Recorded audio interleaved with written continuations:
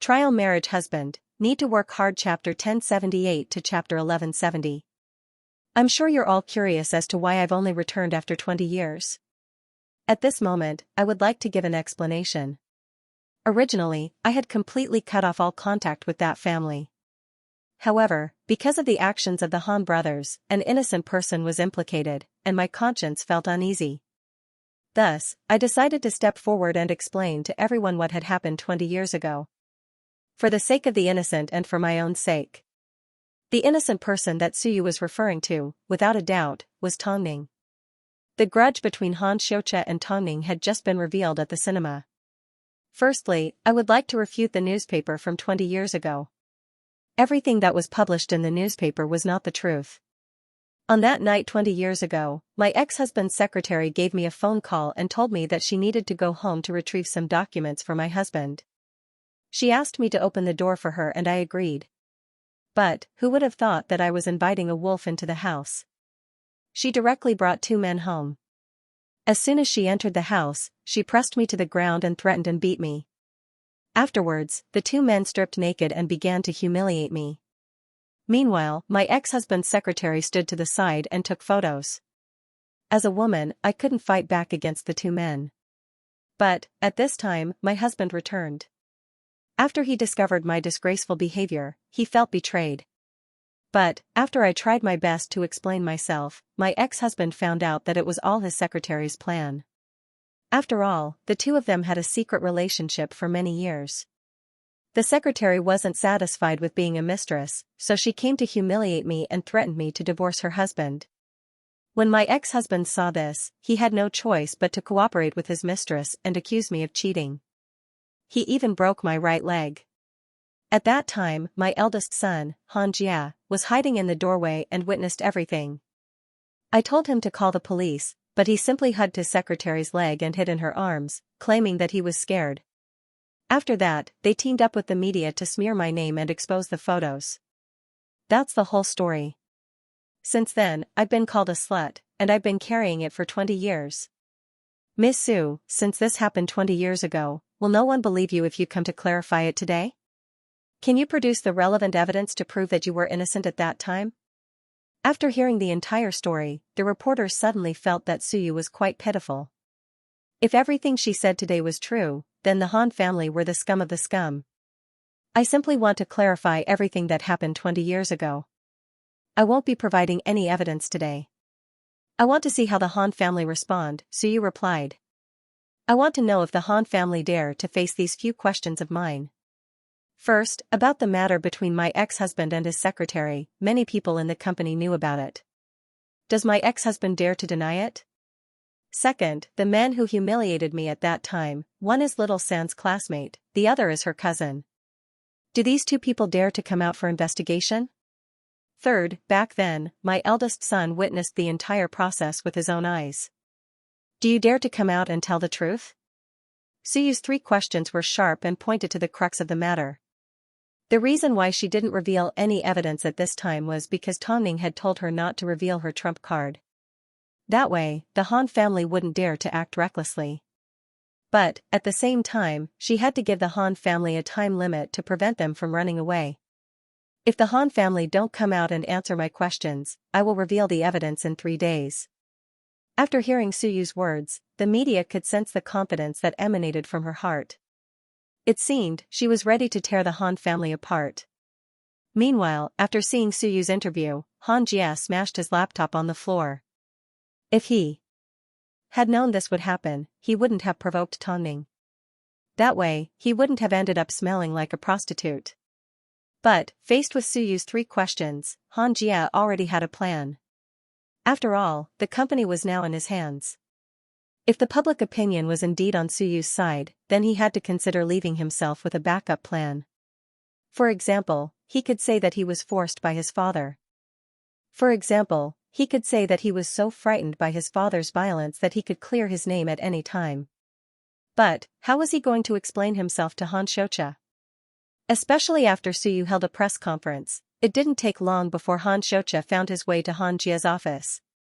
As soon as he entered, he looked at Han Jia and asked, "Things have already gotten out of hand. What should we do now?" That woman is a real B***tch. I'm glad you know that. Xianxia nodded. That woman's actions have placed us all on the grill. We have no right to speak now. You must know, whether we respond to her or not, we will still be scolded to death by the media. We have to think of a solution. Are we going to sit back and let her slander us? Actually, I don't believe that she has any evidence. Let's just brush her off for now, Xianxia suggested. If you hadn't clung on to Tongning and refused to let her go, things wouldn't have gotten to this point. Weren't you the one that hired the special effects artist to slander her?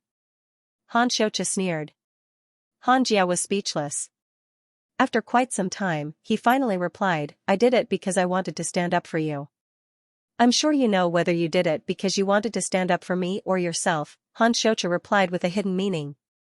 Brother, don't tell me you actually believe that woman's words? Don't forget, she's being manipulated by Tongning. I'm sure you're well aware of Tongning's methods.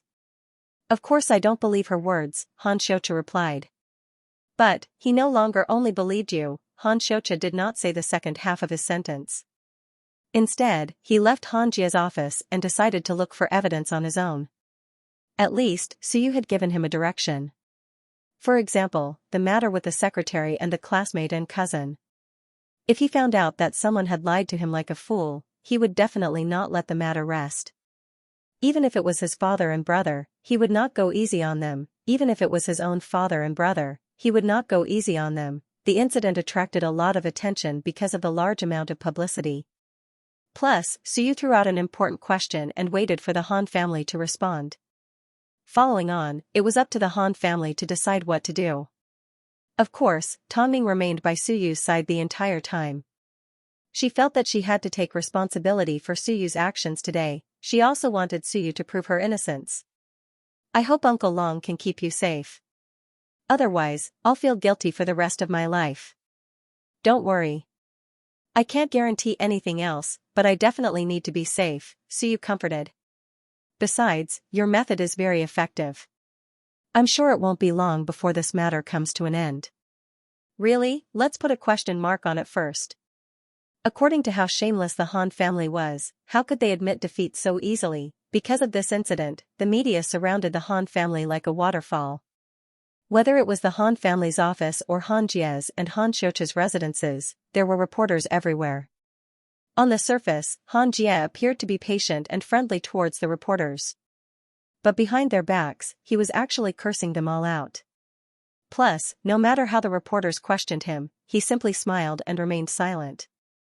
Wasn't he afraid that Suyu would present him with evidence 3 days later? During this time, Father Han made a few phone calls to check on the progress of the investigation. He also told everyone involved to keep their mouths shut, especially those that knew about his relationship with his secretary. He told them to keep their mouths shut so Suyu wouldn't be able to find any evidence. Don't worry, Dad, I've already thought of a plan. I'm going to minimize the negative impact this incident will have on us. So, he wasn't afraid that Suyu would reveal any evidence. Even if she did, he could immediately retaliate. After all, he had given his stepmother and cousin a sum of money to arrange for his cousin's wife to fake a suicide. Afterwards, he was going to play the pity card and cry until everyone believed that her husband was innocent. If Suyu dared to act recklessly, even if she was his biological mother, he would have no choice but to put justice before family. By this time, 2 days had already passed since Suyu's press conference. But, Xianxia obviously had no intention of responding. No matter how people asked, tried to find out or pressured him, he simply shrugged and refused to respond. Or, he pretended to be wronged and created the impression that she was his biological mother, so he couldn't hurt her. Even if she was slandering him, he would still respect her. Xianxia was obviously smart. He wasn't as impulsive as Xianxia. Especially when it came to this matter. If he made a single mistake, he could end up in a bottomless abyss. If he responded, Suyu could retaliate. Suyu was helpless as she called Tongning, what should we do now? The Han family won't admit to anything and won't respond. Are we supposed to release the evidence tomorrow? Auntie Sue, Xianxia is smart and cunning. He knows that if he responds, he'll be slapped in the face. That's why he chose to avoid it. What should we do now? Release the evidence. But if I show the evidence, what if he comes out to refute it? After hearing this, Tongning laughed. That's exactly what we want them to refute. The first piece of evidence we've prepared is related to car sex. When the time comes, Han Jia will definitely step out to deny it or fake evidence that Father Han went somewhere else that day. But, don't forget, we've already investigated Father Han's itinerary that day. As long as Han Jia steps out to refute, we will be able to prove that he's lying. So, Tongming's intention was to release the evidence, not to prove that Father Han had an affair with his secretary. After all, the evidence wasn't direct enough. Instead, it was to lure Han Jia out and prove that he was lying. Tongming wanted Han Jia to lose trust in front of the public in the first match. The former was a test, while the latter was the real goal. I understand what you mean. They had to be in the leading position and not let the Han family take the initiative. But, the Han family were shameless, so Tongming had to be prepared for their counterattack. Even the most despicable methods, she had to be prepared. Apart from what she taught Suyu, Tongming also knew how to analyze the situation. Of course, sometimes, her brain wasn't as agile as it used to be. So, Mo Ting was her best teacher. During Suyu's press conference, she revealed a lot of information. But, apart from the three main witnesses, the first is Han Jia, the second is the secretary's cousin and the third is her classmate. There's no way that Han Jia will step out to testify. That leaves the cousin and the friend that we have our eyes on. If it was you, how would you deal with them? Mo Ting asked Tongming. As long as the two of them are stable, it will be hard for Suyu to get out of this. If you were Han Jia, what would you do? After hearing Mo Ting's words, Tongming fell into deep thought. Imagine yourself as one of them and pretend that you're innocent. But, when you're suddenly accused of committing a heinous crime, what would you do? Of course, you'd claim that you're innocent and drag your friends and family along to prove that you're not in the wrong. Apart from hurting yourself to gain the public's attention, they don't seem to have any other ideas, Mo Ting said calmly. If they all speak up and do something to hurt themselves, then Suyu will be accused of framing an innocent person and destroying two families. Indeed, this was also the most commonly used method of denial by those who had done evil. So, it's reasonable for Han Jia to be confident that he won't respond. After all, it seemed like there was a lot of evidence left behind, but it was all fragmented and old. That's why I'm placing all my hopes on Han Xianxia. I heard from Auntie Su that Han Xianxia has no idea that he's been kept in the dark by his brother and father all these years. The reason why he hates women so much is because of the humiliation that Auntie Su brought him in the past. But, if this entire incident was set up by his brother and father and they've been lying to him for so many years, according to his personality, he will definitely fly into a rage. He's indeed a jerk, but when it comes to his prey, he's determined to punish them no matter what. So, he may be one of our hopes of making a comeback. Either way, let's wait and see, Tongming said as she looked into his eyes. She then looked into his eyes for a while before asking, "Am I very annoying?" "Yes, I'm very annoying," Tongming said as she looked into his eyes for a long time. "Huh? You're always a busybody." "It's not that you like to be a busybody, it's just that, no matter how you look at it, you have no choice but to get involved. Otherwise, the Han brothers would always be trouble. So, I'm afraid I won't be able to attend to the next promotional event." Since she was already involved, she was going to do it beautifully. "Everything you're doing right now is equivalent to promoting your film. My wife, you're always on the hottest list." "I've gotten used to it over the years," Mo Ting laughed. "But, if you really want to apologize, I don't mind if you work a little harder at night." "What are you talking about?" Tongming glared at him. This man always had the ability to change the topic back to that. "Fine, I was wrong.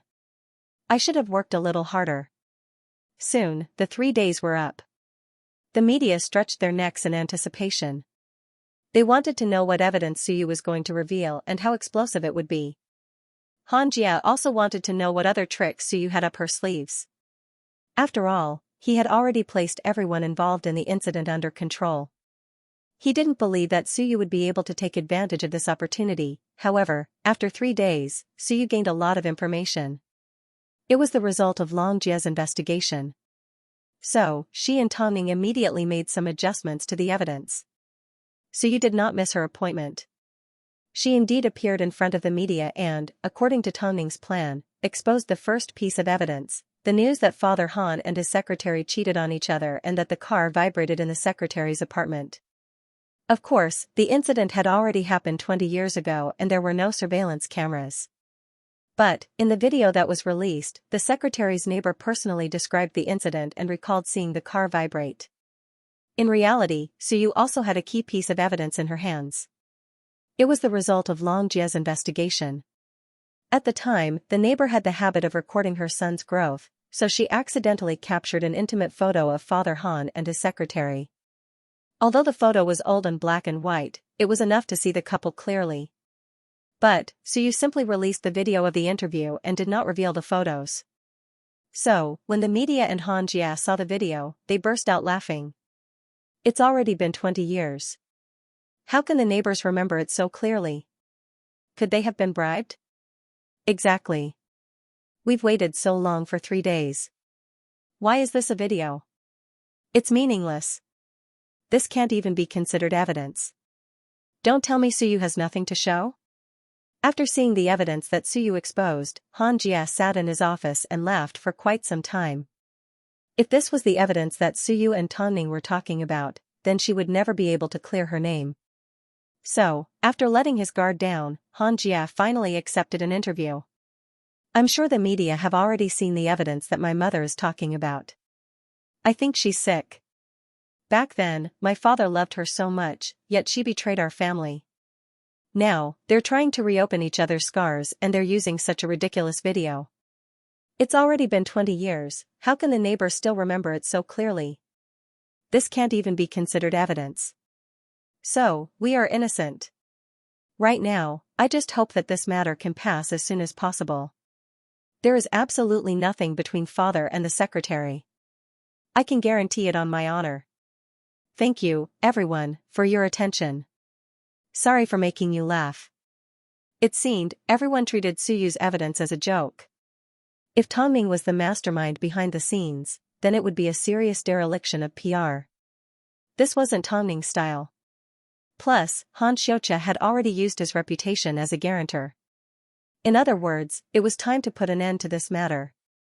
However, just as everyone was laughing at Suyu for creating hype, she continued to release something else. If the video from before was just an appetizer, then this was the real deal, the main course. Although the photo she released was old, the couple hugging intimately in the background was definitely Father Han and his secretary. And there was more than one. Hugs, even kisses, everyone was stunned when they saw the photo.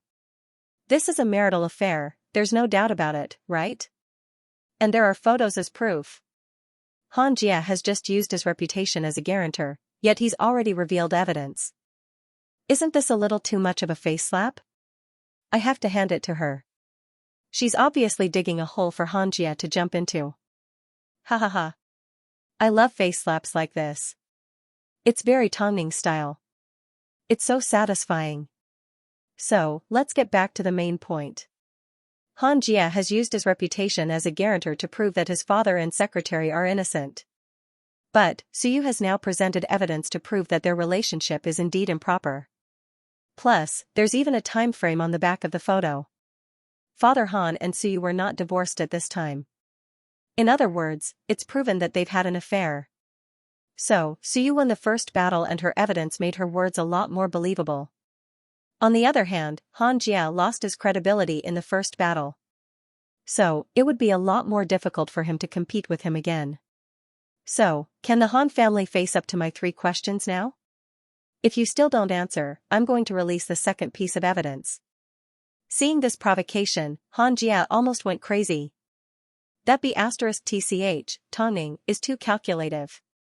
Han Xianxia looked at Han Jia's angry expression and scoffed, who told you to look down on her? Stop making sarcastic remarks. You have a responsibility to protect the Han family's reputation. Han Xianxia did not say a word. After quite some time, he finally replied, of course, I have to protect it. But, I will do it in my own way. I've doted on you for so many years for nothing. Han Xianxia understood that Han Jia was in a fit of anger and was venting his anger on him. So, he packed his things and returned home. Of course, his so-called way was to find out the truth. At least, from the evidence that Suyu had exposed, it was clear that his father was indeed having an affair with his secretary. This made Han Xianxia feel disgusted by the look on his secretary's face that said, "I saved your father." Thinking about it, it seemed the fastest way to find out the truth was to get close to Han Jia. So, he packed his things and moved into Han Jia's home. "You have your own home. Why are you staying here? It's a sensitive time. Don't worry about me wandering around outside?" Han Xianxia asked. Han Jia rubbed his neck and did not say a word. Han Xianxia was right. Although this bomb was dangerous, it was best to keep it by his side for him to feel safe. That woman is asking for a response again. If you don't do something this time, she's going to reveal something even more explosive. When that happens, don't blame me for not reminding you. Stop talking, I'm feeling annoyed. Han Xianxia didn't know if Suyu had any more evidence, but he wanted to force Han Jia to react. The faster he acted, the sooner he would expose himself. Meanwhile, Suyu had won her first battle and was giving Tongning a phone call to thank her. Although the evidence was coincidental and a form of luck, if Long Jia hadn't visited the house, it probably wouldn't have attracted the attention of the surrounding neighbors. So, Tongning was still the one to thank for everything. What should we do next? Han Jia will definitely come out and respond. We'll attack wherever we point and make sure he completely loses trust in the public. When that time comes, even if you don't have any evidence, you'll still win. After all, no one will believe a liar. So, even Han Jia himself wasn't sure how much trust the public still had in his words. Regardless of the truth, the first round of the argument was satisfying for the audience and kept them in high spirits. Meanwhile, Han Jia's situation was even more difficult. If he didn't respond the first time because he underestimated Tongning and Suyu, then he had to show his attitude the second time around. Suyu had already reiterated her stance. If the Han family still didn't step out and respond to her initial questions, she would release more evidence. When that happened, the Han family would be in an even worse position. This incident put Han Jia in a difficult position. Especially since his face was still hurting. He knew how difficult it was to deal with Suyu with Tongning's help. After thinking for a bit, he decided that before he confirmed what evidence Suyu had, he couldn't give up on the main show. So, he had no choice but to temporarily shift the blame onto Tongning. So, during his next PR meeting, Han Jia switched the target of his criticism to Tongning. "This is only our family's matter. I hope that outsiders will not interfere. With your methods, you might cause the destruction of my family. Plus, I must admit that I may have been partially deceived. But, my father's incident and my mother's cheating on two men have nothing to do with each other. Just because my father cheated doesn't mean my mother is innocent. On the contrary, what if we are innocent? Who was this outsider?" There was no need to explain, everyone already knew. Not only did Han Jia shift the blame onto someone else, he even pretended that he had been deceived and insisted that even if his father was in the wrong and his mother cheated, she wasn't innocent. Of course, Han Jia's main motive was to divert the attention of the onlookers and turn their attention to Tongning. According to him, he was saying, "You're an outsider, what right do you have to interfere in someone else's family matters? Suyu isn't your artist, nor is she your relative. What right do you have to stir up trouble?" On the surface, Han Jia's words weren't unreasonable. After all, this matter had nothing to do with Tongning from the beginning. What right did she have to use justice to interfere in someone else's family matters? For normal people, this was a taboo. Not to mention, Tongning had tens of millions of fans. So, Han Jia's question was reasonable. All that could be said was, his actions were stupid. Tongning was well aware that there was no way she could get herself out of this mess. After all, she was the one who started it all. So, it was up to her manager, Mo Ting, to respond. However, CEO Mo did not say anything. He only sorted out the three pieces of evidence. The first was the short video that Han Xianxia had released before the trailer for The Ant Queen. During the editing process, he accidentally left his own logo on the video, leading netizens to ridicule the film. Secondly, at the film festival, Han Xianxia slandered Tongning and Nzihao for having an illicit relationship. The third was that Han Jia bribed a special effects artist to slander the Ant Queen for using Hollywood's methods. Then, it was the MO-style summary. Firstly, my wife has never wronged the two of you. But, from superstar media to the screening of the Ant Queen, how many times have the Korean brothers attacked you? I believe that the evidence mentioned above is very clear.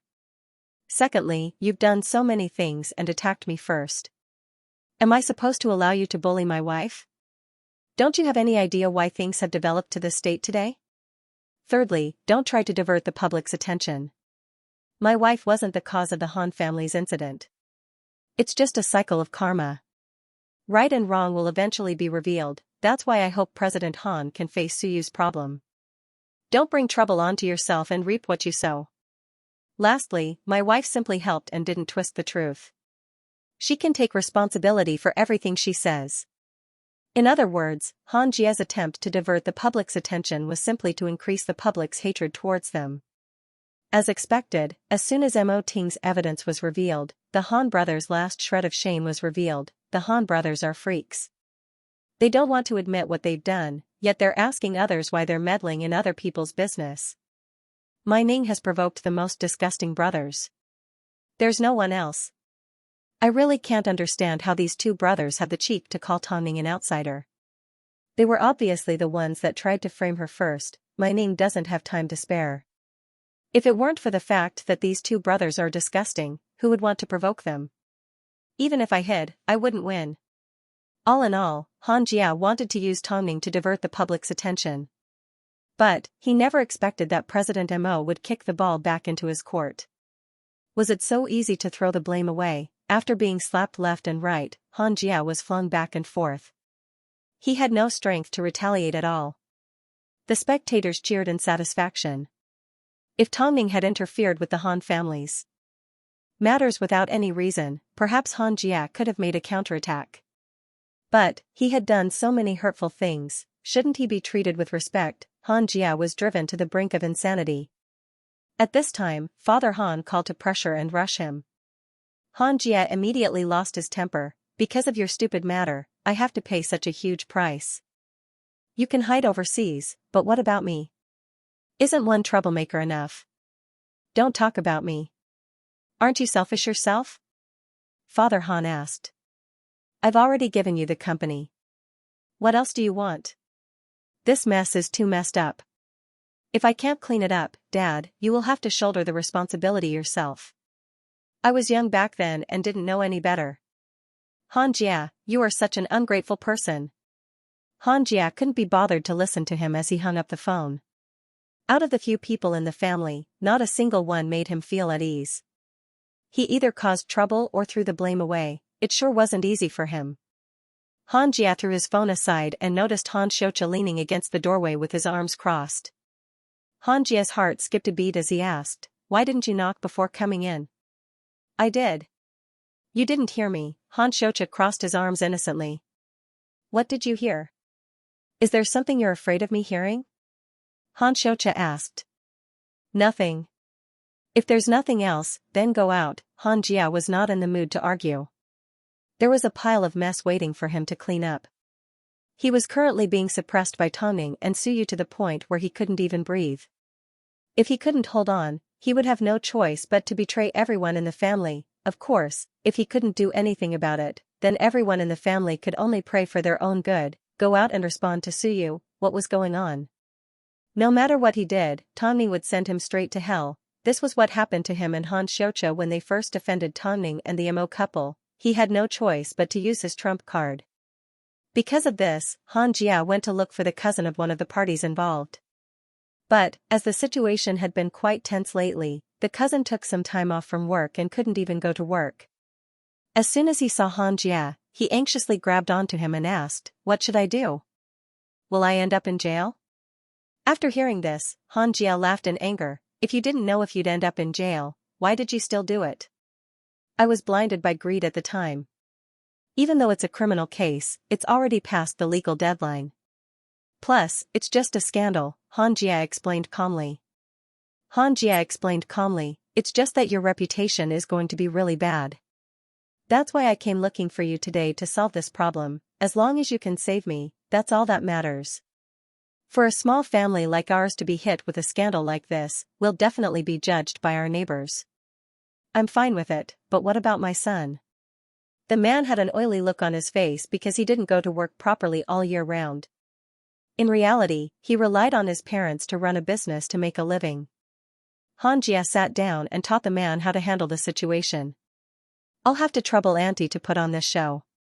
After all, women are a vulnerable group of people. It's best to arouse the sympathy of others. I understand. I know how to cry out for my innocence. In that case, I'll wait for your good news. Xianxia stayed at the man's house for about 3 hours before he left. However, not long after, someone knocked on the man's door. The man thought it was Xianxia returning, but in the end, he was dragged out the door by a large hand. Xianxia dragged the man to a quiet alleyway, pressed him against the wall and punched him a few times before he asked, "What did Xianxia want you to do?" Xianxia. After seeing the man's face, the man's expression changed in fear. What was the truth behind that incident? Xianxia asked. What happened that year? That year, your mother. You should know, right? I'm more ruthless than Xianxia. You can choose not to tell me, but I won't let you walk out of here alive, Xianxia said as he pressed the man against the wall and grabbed him by the neck.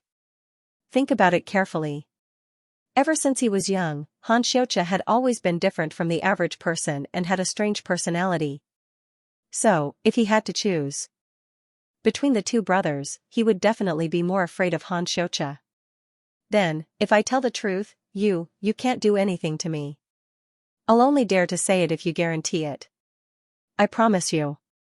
Xianxia let go of the man, but he placed his foot on the wall to prevent the man from escaping. My cousin was the one that started all this. She first told me that she was pregnant, but Mr. Han refused to divorce Suyu. So, she asked me to help her scare Suyu.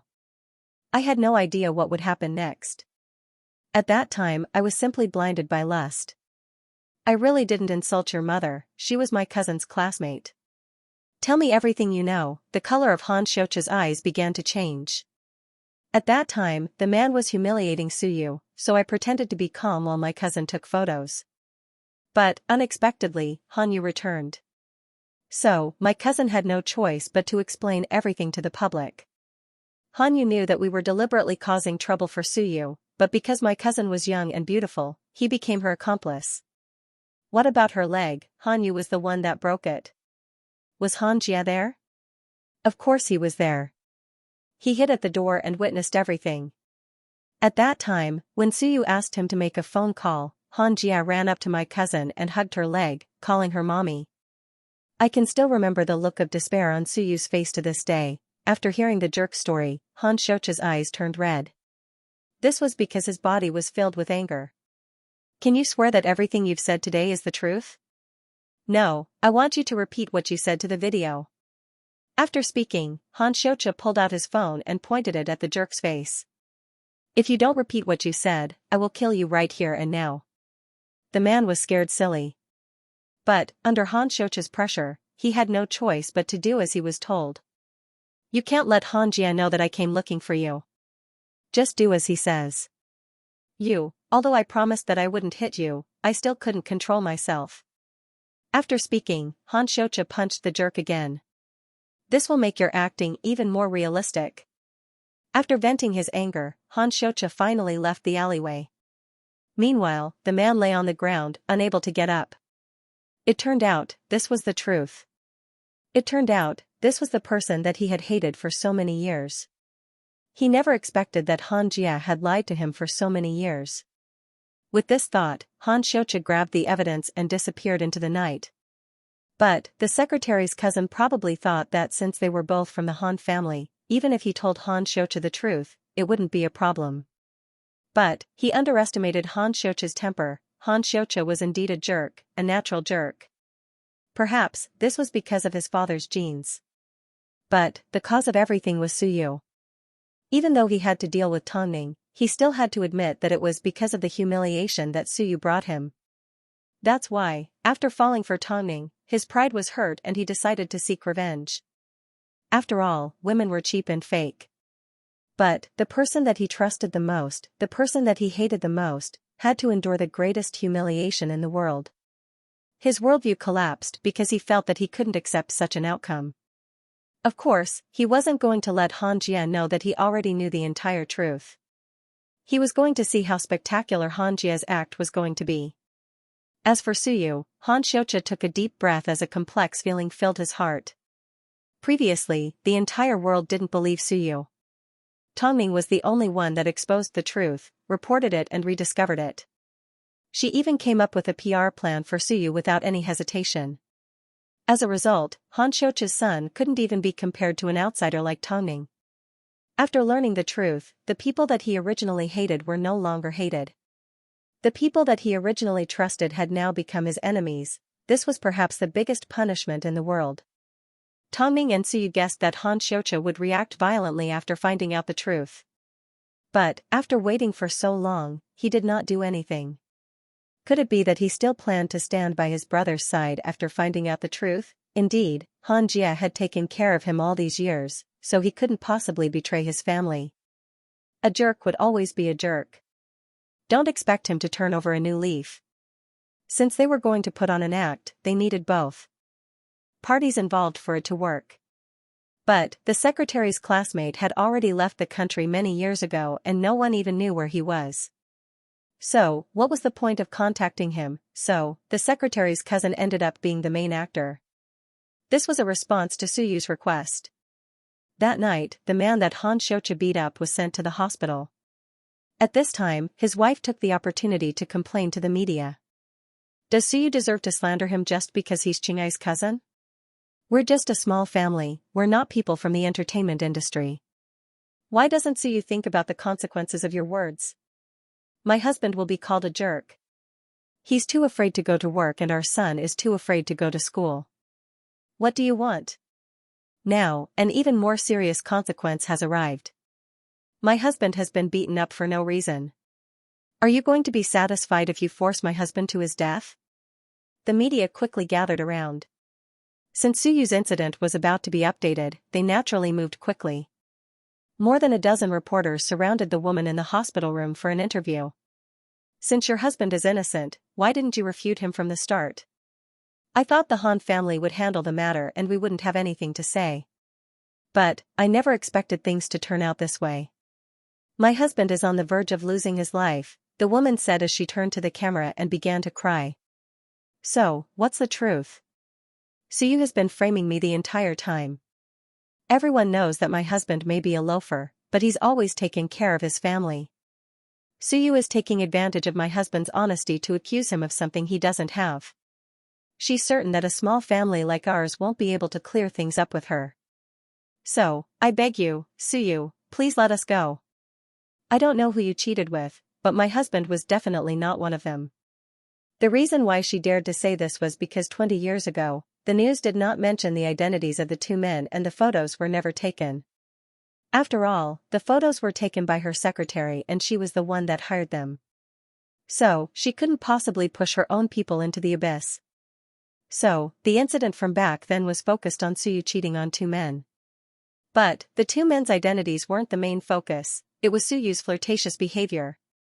It was also because Xianxia had confirmed this point that he dared to let the other party cry out in grievance. The reporters snapped furiously at the weeping beauty. After all, it was the person involved who came out to speak. Once the news got out, it would definitely be explosive. Then do you have any evidence to prove that your husband did not appear at the Han residence on the day of the incident? How am I supposed to prove it? Bullying a woman like me? How can I prove what happened 20 years ago? If Suyu wants someone to pay a price to stop framing her, can I beg you to stop torturing my husband? I can pay you back for him. After speaking, the woman excitedly rushed out of the circle of reporters and slammed her head into the wall. She immediately fainted, scaring everyone present.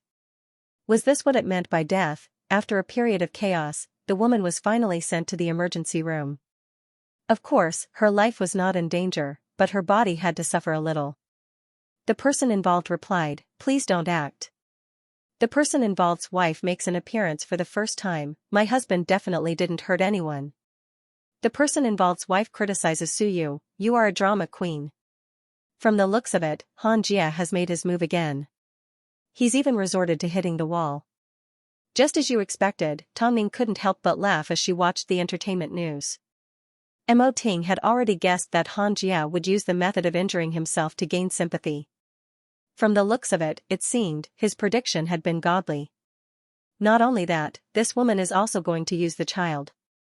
After all, women and children are naturally the weaker group. After going around in circles and playing so many tricks, did they think they could cover up the truth? Tongning shook her head. The Han family probably thought that the incident happened 20 years ago and there was no way to reconstruct it. Plus, they were the ones that knew the truth the best, so they thought it was flawless, but, as long as it's been done, it will definitely leave traces. Plus, this woman may appear to be in high spirits. But she's actually full of flaws. You've already done your own research, Mo Ting said as he lowered his head. He didn't need to look at Tongning's expression to know how confident his wife was about this incident. Xianxia wanted to turn this incident into a Rashomon, but unfortunately, he had encountered a terrifying opponent. Behind this terrifying opponent, there was also a top-secret expert, so, even if he had to die to prove his sincerity, he still had to continue his act. As expected, after the woman woke up, she burst into tears and her son also joined in. So, the media were extremely sympathetic towards the family. But, Suyu's response soon followed. Ms. Xia, firstly, you've admitted that your husband is a loafer. In other words, he's not a responsible man. But, you also said that he cares about the family. Isn't this contradictory? How could a loafer care about the family? Secondly, from what I know, the neighbors have always thought that you and your husband have been fighting each other for a long time. In fact, they've assumed that you've been doing your own thing since you were young. May I ask, how can you be sure that your husband is 100% innocent? Is hitting the wall an innocent act? If that's the case, then if the suspect hits the wall, doesn't that mean he can clear his name? Thirdly, if you immediately told me what your husband likes and dislikes in front of the media, I might have believed you. But even a married couple doesn't stick together all the time. So, how can you guarantee your words? Aren't you trying to force me to retreat by using your death as a way to prove your sincerity? Look, someone's about to die. Why don't you just give up? I'm sure you can't tell me what's special about your husband, right? But, I can tell you. Even if I have to reopen the scars, I can tell you that the jerk has a green birthmark on the left side of his butt. So, it's useless. You've hit the wall for nothing because you can't clear your husband's name. Suyu's counterattack was clear and focused. Because even though the woman was crying, she was full of holes. Originally, the media thought they could control the momentum. But, after Suyu's response, they almost lost themselves to sympathy. As a result, the situation became clearer. Anyone with eyes could tell that if there was nothing wrong with the couple, why would they stand on the side of the weak and influence the public opinion? The funniest thing was, Xianxia thought the woman would be able to turn the tables and regain some of his dignity. But, he never expected, Suyu easily overshadowed him with a few words. In other words, the woman had done it for nothing. Meanwhile, the onlookers began to believe Suyu's words more and more. After all, she could even remember the characteristics of the jerk. Afterwards, the reporters tried to test the wife, who was willing to die to prove her husband's innocence. But, just like Tongning said, she was completely clueless about her husband. Plus, the neighbor on the street told the reporters that the couple had indeed been on bad terms many years ago. So, as soon as the lie was revealed, it was immediately slapped across the face and exposed. Seeing this, Xianxia had no other choice. From the beginning, Suyu and Tongning had been suppressing him. It wasn't easy for him to hold on until now. So, he decided to give up. At this time, Father Han finally returned to China after realizing the severity of the situation. As soon as he saw his son, he spat out one word, trash. Xianxia was completely exhausted. As long as Father Han was willing to step forward and take over, he would accept the fact that he was trash. Where's Xianxia? How come I don't see him? I'm not sure either. Xianxia has been acting mysteriously lately, Xianxia replied. Father Han's body was bloated and he had lost the elegance he once had. Instead, he looked like a blessed man. Meanwhile, his wife was still young and beautiful. Find Xianxia and tell him not to go out and cause any more trouble. Also, I will be holding a press conference tomorrow. When the time comes, you must appear and testify against that crazy woman. If there's one person who can settle this matter, it's you. After all, having his own son testify against him was irrefutable evidence. Not long after, Xianxia returned home. As soon as he saw his father and stepmother, his attitude was indifferent. Because he had always been like this, no one suspected him and they simply discussed Tongning. What a SL*T. She can't even handle her own family matters, yet she's sticking her nose into other people's business. That B*TCHCU is too much. It's already been 20 years, yet she's still trying to bring up the past. How shameless. After hearing Father Han's words, Xianxia suddenly leaned forward with a thoughtful expression on his face. Xianxia, this is all your fault. If you hadn't provoked that crazy woman, none of this would have happened and your entire family wouldn't have been implicated. Dad, I only have one question for you. Back then, did that woman really have an affair? Father Han looked at Xianxia and replied in a matter-of-fact manner, of course, how could it be fake? It's all over the newspaper. You saw it too. Then who were the two men she had an affair with? Hearing this question, Papa Han was stunned for a moment. How would I remember the man she found outside? As soon as he heard this, Xianxia was completely awake. He originally held on to a sliver of hope that his stepmother's cousin might be lying to him. However, which man wouldn't know the identities of two men after knowing that his wife had cheated on him? Wasn't the hatred of someone stealing their wife on the same level as the hatred of someone killing their father? All in all, you need to be on the same page as your brother. I want that crazy woman to be destroyed once again. His tone was not small at all. Xianxia wanted to sneer. That's enough, don't think too much about it. Just follow me to the press conference. Let's eat first. Was he still in the mood to eat? He couldn't eat. With this thought, Xianxia stood up from the sofa and returned to his room. He then picked up the keys to his motorcycle. I'm going out to buy something. You guys eat first. Do whatever you want. Father Han said impatiently. It turned out, he had been living under a lie for so many years. Yet, those people continued to lie to him and use him. How could there be such a good thing in the world, a press conference? He might as well hold a press conference. After all, he had already bullied Tongning so many times and hated Suyu for so many years. So, he could finally repay his debt. Meanwhile, Tongning received news that Father Han had returned to China. Finally, the main character appeared. As a jerk that was comparable to Han Yufan, Father Han didn't disappoint. The next day, he couldn't wait to hold a press conference. From the looks of it, he wanted to suppress everything. If this was someone else's game, it wouldn't be a big deal. But, this was Tongning's game. No matter what, he still had to follow her rules. The main character has finally appeared. In this incident, Father Han and his mistress are the two people that should be nailed to the wall of shame. You need to watch out for that secretary. Since she was already so evil 20 years ago, 20 years later, her methods are only going to get better and better, Mo Ting reminded Tongning. Seeing that she was tired from carrying Yan Er, Father Han quickly took his daughter into his arms and coaxed her to sleep before placing her in her crib. With so many lies piled up, he can forget about suppressing everything. If a mere Han family wants to suppress everything, then he's underestimating you, Tongning scoffed. As long as they dare to hold a press conference, Auntie Sue will definitely prepare an even more spectacular counterattack. Let's see how shameless Father Han is. I've decided to hold a press conference today.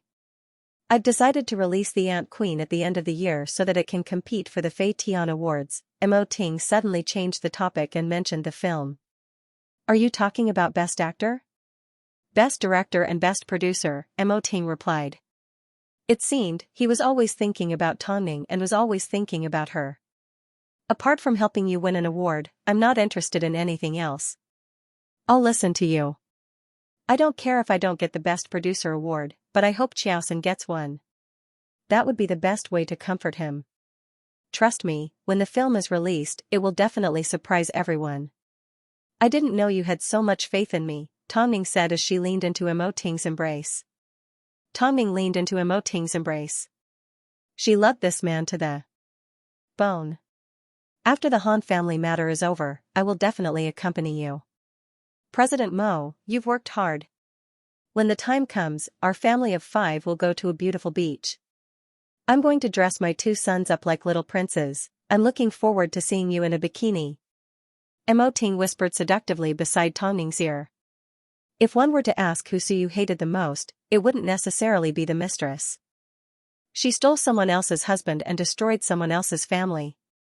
But, the thing that made Suyu feel the most despair was when Han Jia called the mistress mother.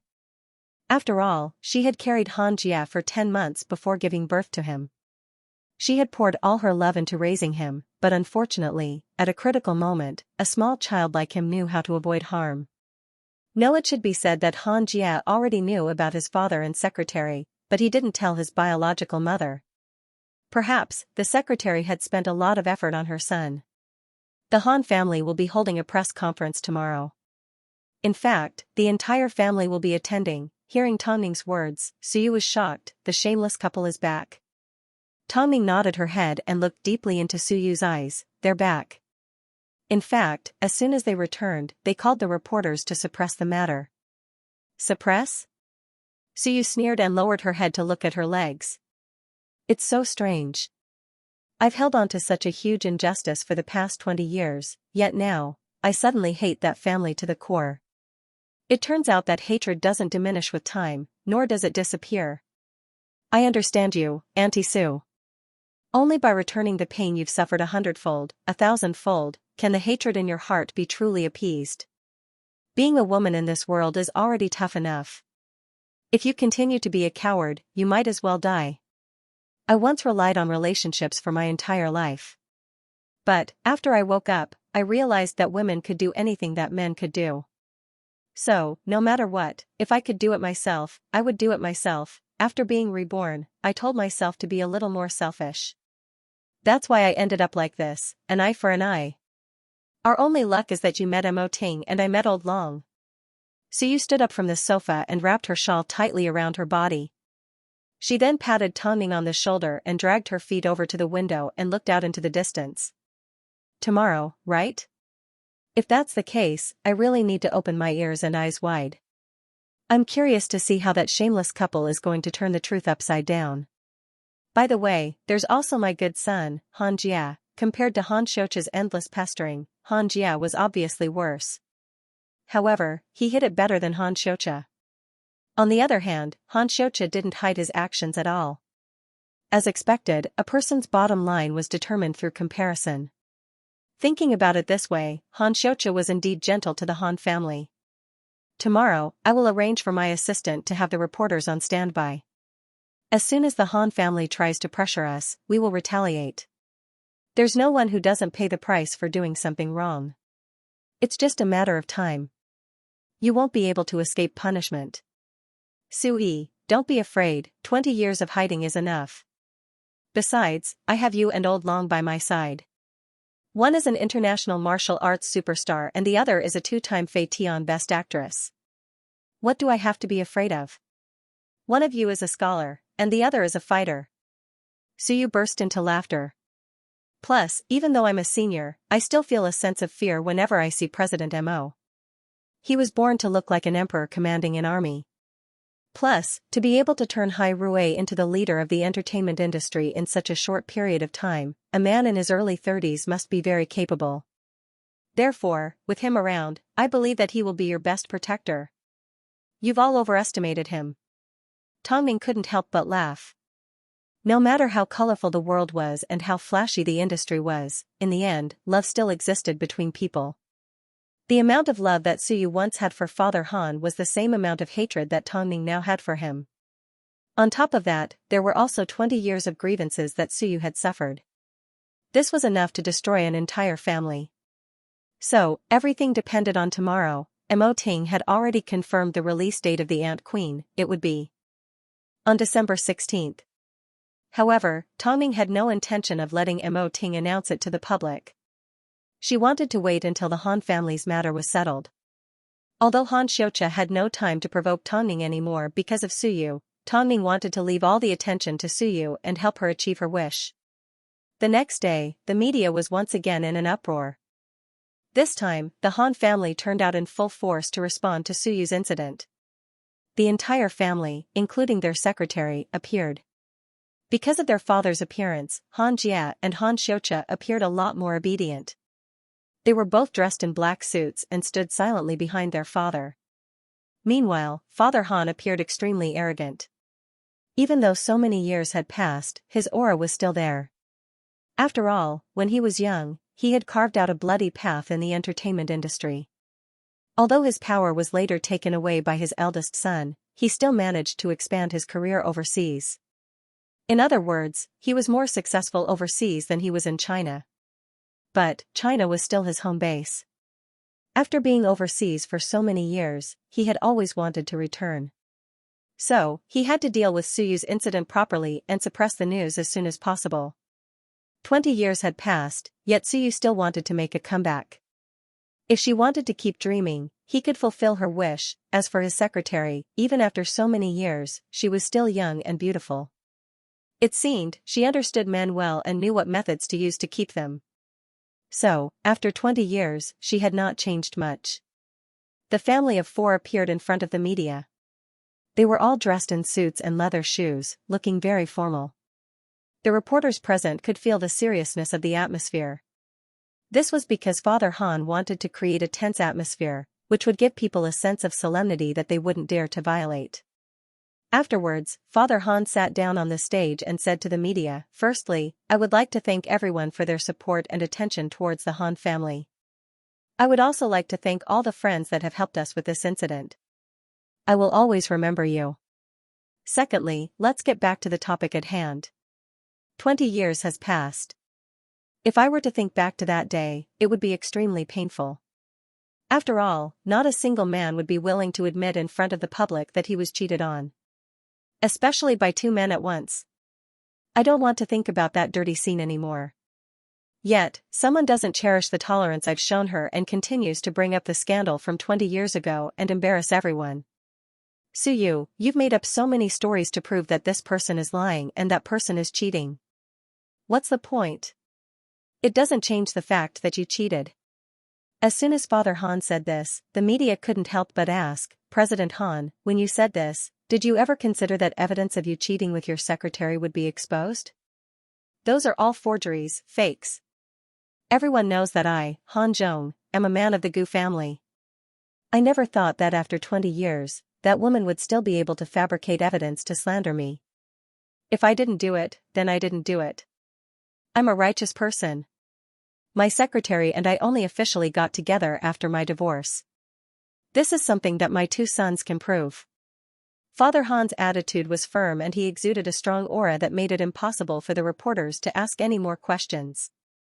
All they could do was roll their eyes and tell them that the Han family weren't here to give an explanation. Instead, they were here to force them to believe that they didn't do anything wrong and that anyone that schemed against them was trash. What happened next was even easier to guess. The 2 sons would simply step forward and testify against their biological mother. Then, the entire matter would come to an end. Wasn't this the PR method of the entertainment industry 20 years ago? It was outdated now. Did they think they were having a meeting with the company leaders? The evidence that Suyu found can't prove anything. But, you will definitely believe my son's words. After all, my son was also given birth to by that woman. There's no reason for my son to slander his mother, right? Father Han followed the reporter's plan and placed his gaze on Han Jia. "Han Jia, you speak." After speaking, Father Han gestured for Han Jia to step onto the stage. In reality, Han Jia was quite impressed by Father Han's forceful methods. Forcefully claiming that he didn't do anything wrong and everything was because of the other party's shameless methods, he was showing off his shamelessness. But, what if he actually used such an unsophisticated method to suppress the matter? The incident has already happened 20 years ago. I'm sure it would be a second round of pain for anyone to settle old scores. I really don't want to sit here. After all, I'm facing the mother that gave birth to me and raised me. But, there must be a limit to everything. I can't allow her to hurt an innocent person just because she's my mother. That's all I have to say. Thank you everyone for your attention. After all, Xianxia had already been slapped in the face, so his answers were very perfunctory and didn't really focus on anything important. Father Han turned to look at his son. He hoped that Xianxia would tell him the details of the incident, but what happened in the end? Yet, Xianxia had brushed this matter off with a light brush? Father Han still wanted Xianxia to go up, but Xianxia pretended not to see it. Xianxia lowered his head, it was unclear what he was thinking. Since he wasn't present at the time, Father Han didn't need him to make a statement. Instead, he turned his attention to his wife. The secretary instantly understood what her husband meant. She pretended to be aggrieved and sobbed. She walked to the front of the stage and bowed to everyone in apology. I'm very sorry. My family's affairs have tainted everyone's eyes. This incident should have been resolved 20 years ago. I never expected it to resurface 20 years later. I don't know what the person behind this is trying to do. Sujia, I don't know what you want. If you think I stole your husband and you want to get revenge on me, fine, I'll admit to it. In that case, you can ask for any compensation you want. But, why did you bring this matter up again and make it so everyone knows about it? You're making it so hard for the two kids to live with their heads held high. I know I shouldn't have married my husband, but I couldn't bear to see him suffer like that. Apart from comforting him and marrying him, there was nothing else I could do. If you want to hate someone, then direct it at me. I really don't want you to continue being so stubborn. These people were simply taking turns to attack Suyu, but they didn't have any actual evidence to prove their innocence. So, it was obvious that there was a problem. The reporters wanted to expose Suyu and find evidence. They didn't want them to cry and say that Suyu shouldn't have complained about her innocence. Xianxia, do you have anything to say? The secretary asked as she handed the baton to Xianxia. After a few seconds of surprise, Xianxia nodded his head. Of course. Afterwards, Xianxia walked over to the podium.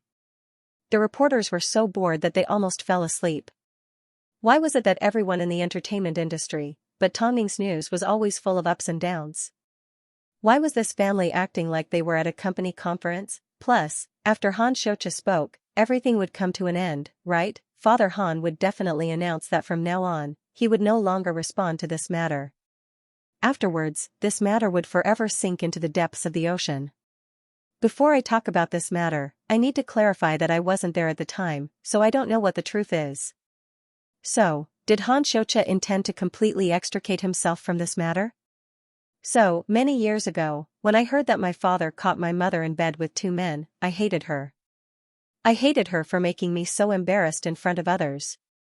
I also hated her for destroying our harmonious family. So, I continued to hate her for 20 years. Today, 20 years later, as I sit here, I suddenly have a question that I want to ask my father. Father Han was annoyed. He looked at Xianxia as if to say, "What's wrong with you? Why are you being so nosy?" But, he still said to Xianxia, "Ask away." I want to ask, aren't you tired of lying to yourself like this? As soon as these words left his mouth, everyone was shocked. Especially Father Han. What does Xianxia mean by this? Xianxia. I'm sorry that you held a press conference to suppress the matter, but I did it because I wanted to find out the truth. Xianxia replied. Without looking at his father's expression, he turned around and said to the reporters, "Since we've already invited so many reporters, why don't we make a big scene? I've already called Ms. Su to come over. Since the two of you have so much suspicion and hatred towards each other, why don't you sit down and discuss it?" After hearing Xianxia's words, the originally sleepy reporters suddenly woke up. Was Xianxia's Easter egg? As a result, the scene suddenly became lively. At this time, Xianxia poked Xianxia in the waist. "What are you trying to do?" The matter was about to end. End? We've only just begun, Xianxia laughed. What are you trying to do? At this time, Xianxia suddenly realized that Xianxia's expression wasn't quite right. What are you so afraid of? Since that woman is lying, isn't it better to clarify the truth in front of everyone? Xianxia asked. Besides, what's the point of yelling at each other? Why don't you let me help you? You're crazy. You're definitely crazy. Han Jia was on the verge of exploding in anger. Meanwhile, Father Han's hands trembled in anger. Originally, the matter was about to be resolved, but because of Han Xiuqia's interference, the media's appetite was once again whetted. But, they were currently at a press conference, so they couldn't just leave like that. So, they could only endure their anger and ask Han Xiuqia to invite Suyu to the venue. In reality, Suyu and Tongning never expected that Han Xiuqia would send someone to pick them up. After all, they were just here to watch a show. So, they might as well go and see the other party's true colors. So, Suyu immediately agreed. Of course, this was a matter for the Han family, so Tongning couldn't possibly accompany them. So, she simply told Suyu to bring her bodyguards and legal team with her to defend against the disgusting family. As for what Han Xiuqia was up to, they would have to wait until they arrived at the venue to find out. So, the media were all waiting for Suyu to appear. After all, Han Xiuqia had told them that she was about to arrive. What's Xiuqia doing? Father Han's secretary asked in private. Is he going to let that woman come so that everyone can watch a bigger joke? How would I know what he's up to? Father Han replied coldly, causing his secretary to swallow back her words. The secretary pursed her lips helplessly and did not say another word. She was going to let these people cause a ruckus. All she needed to do was sit back and watch the show. Father Han and Han Jia glared at Han Xiuqia, but Han Xiuqia simply sat on the stage without saying a word. His expression was firm. No one knew what he had up his sleeves, and it was precisely because of this that everyone felt a lingering fear. But, the Han family refused to believe that Han Xiuqia would betray them. After all, Han Jia believed that he was the one that raised Han Xiuqia, unless Han Xiuqia was an ungrateful person. He seemed to have forgotten that he himself was an ungrateful person. After waiting for about 10 minutes, a black figure finally appeared in the lobby of the hotel. She limped over to the podium with a group of people. As soon as Suyu appeared, the reporters immediately turned around and started snapping photos of her. But, the Han family scoffed at her appearance. How could a cripple like her put on a show? Was he planning to lose all his face? However, when enemies met, their eyes turned red. Suyu scanned her eyes across the 4 people on stage and sneered, I haven't seen you in 20 years. I never thought you would say such disgusting things on television. You're exactly the same as the person I remember. Humph, you cheated on your own, yet you still came out to sow discord, causing our whole family to come out to clean up the aftermath for you. What a shame. Father Han replied. Look, isn't it a lot more interesting now? Han Xiuqia laughed when he saw the two arguing as soon as they met. What do you think? Now that everyone is here, I feel that I also have a lot of questions. Let me ask my big brother first. Han Jia looked at Han Xiuqia and furrowed his brows. He couldn't understand what Han Xiuqia wanted. But, Han Xiuqia directly asked, did you personally witness Ms. Su having an affair? Xiuqia. You simply need to answer me. Of course, I saw everything clearly. Han Jia replied confidently. No matter how many times you ask me, I will always give you the same answer. Okay. Han Xiuqia stopped talking and turned to ask Father Han, Father, did you say that when you returned home, you saw Ms. Su sleeping with 2 men? Humph, how could I be lying? Lastly, Secretary Li, did you say that you only started dating my father after he got divorced? Yes, the secretary nodded, even though she didn't understand why Han Xiuqia was asking this. Great, Han Xiuqia said to his family before he turned to ask Suyu, what about you? Suyu took a deep breath and said in a firm voice, those 3 jerks are all lying. But, you can't prove your innocence. Han Xiuqia said. Even if you prove that they're lying, you still can't prove it, Miss Su. Of course she can't prove it. After all, it's true that she cheated. Father Han said sternly, playing a threesome with 2 men in bed, isn't it clear enough in the newspaper? It wasn't clear enough, Han Xiuqia replied. Han Xiuqia replied. I previously asked you about the identities of the 2 men, but you said you didn't know. Coincidentally, the newspapers didn't have any information about them either. All we knew was that they were male. But, that's where the problem lies. A man found out that his wife had cheated on him and it wasn't a public event. Yet, the first thing he did was take a photo and expose it to the public. Don't normal men hide it because they're afraid that they'll be laughed at? It's fine to expose it because it's understandable that he's angry. But, why did he only expose his wife and not the adulterers? You're quite kind to your adulterers. Your actions don't fit the image of someone who found out that their wife cheated on them. In fact, you look more like a jerk that deliberately framed his wife so that he could get out of a divorce. After hearing Han Xiaoqia's words, the reporters gasped in surprise. Because this analysis was really, really awesome. As for why you didn't expose the identities of the two adulterers, firstly, you knew them and secondly, you were the one that hired them. So, you had to ensure that their identities weren't exposed. Which one do you think you are? Papa Han's face suddenly turned ashen. As for my brother's answer, it's related to a very important matter. Was Secretary Li Qing'ai present at the time of the incident? I've summarized what my father and brother said, but I didn't mention Li Qing'ai. But, Miss Su clearly mentioned that Li Qing'ai called her to get some information for my father. That's why Miss Su opened the door for her. Afterwards, she ordered the two men to humiliate Miss Su and even took a photo for evidence. In other words, Secretary Li was present at the time. In that case, I've also figured out the problem. It's related to the angle of the photo. Everyone can go back and take a look at the newspaper from 20 years ago. Do you think an angry husband would choose the right angle to take a photo and avoid the man's face? 20 years ago, phones didn't even have a camera function. So, how did the photo get taken? The camera. How long would it take to find the camera and obtain evidence? After Miss Su discovered that her husband was back, would she still be able to continue to have fun with the man? If you think about it this way, how could my father possibly take a photo of Miss Su with a man? They must have been separated a long time ago. Plus, based on the clarity of the photo, we can deduce the angle of the person who took the photo. It's so close, isn't it obvious that someone deliberately took the photo? After hearing this, Secretary Li's face turned red guiltily.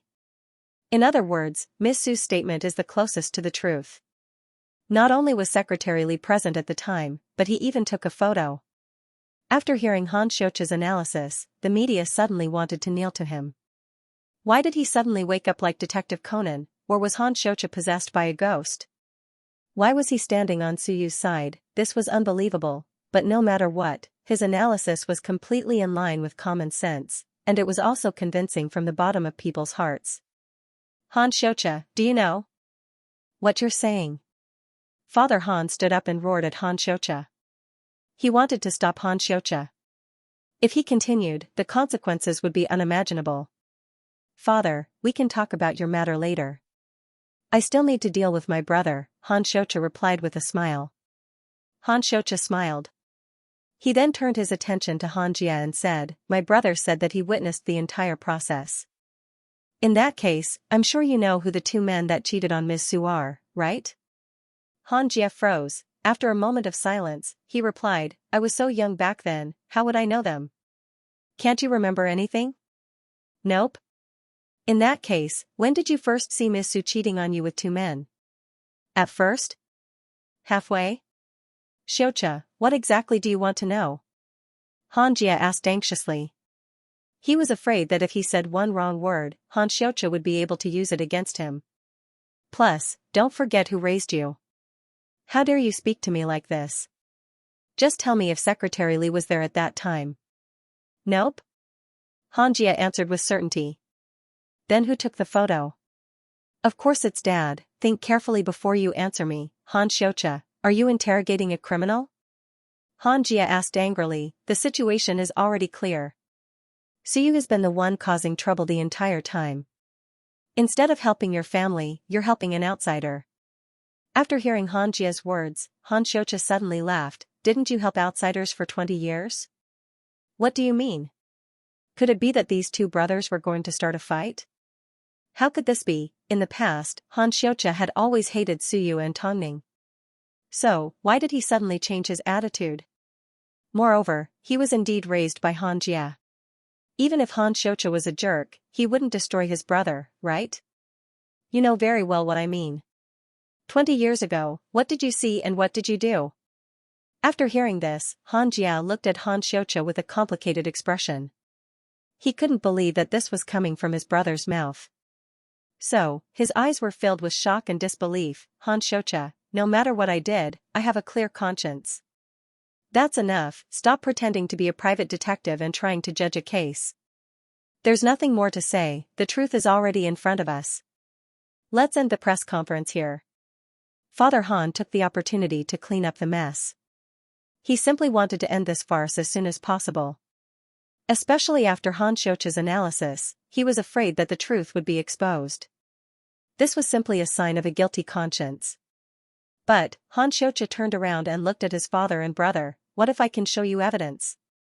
As soon as the reporters heard the word evidence, their eyes lit up in shock. Is this considered an internal strife? What's wrong with Xianxia? I can't believe it. No one can show me any evidence. To be honest, I don't believe that he has any. In an instant, the hall was in an uproar because of Xianxia's words. If they had evidence from the start, the matter wouldn't have ended up in a stalemate.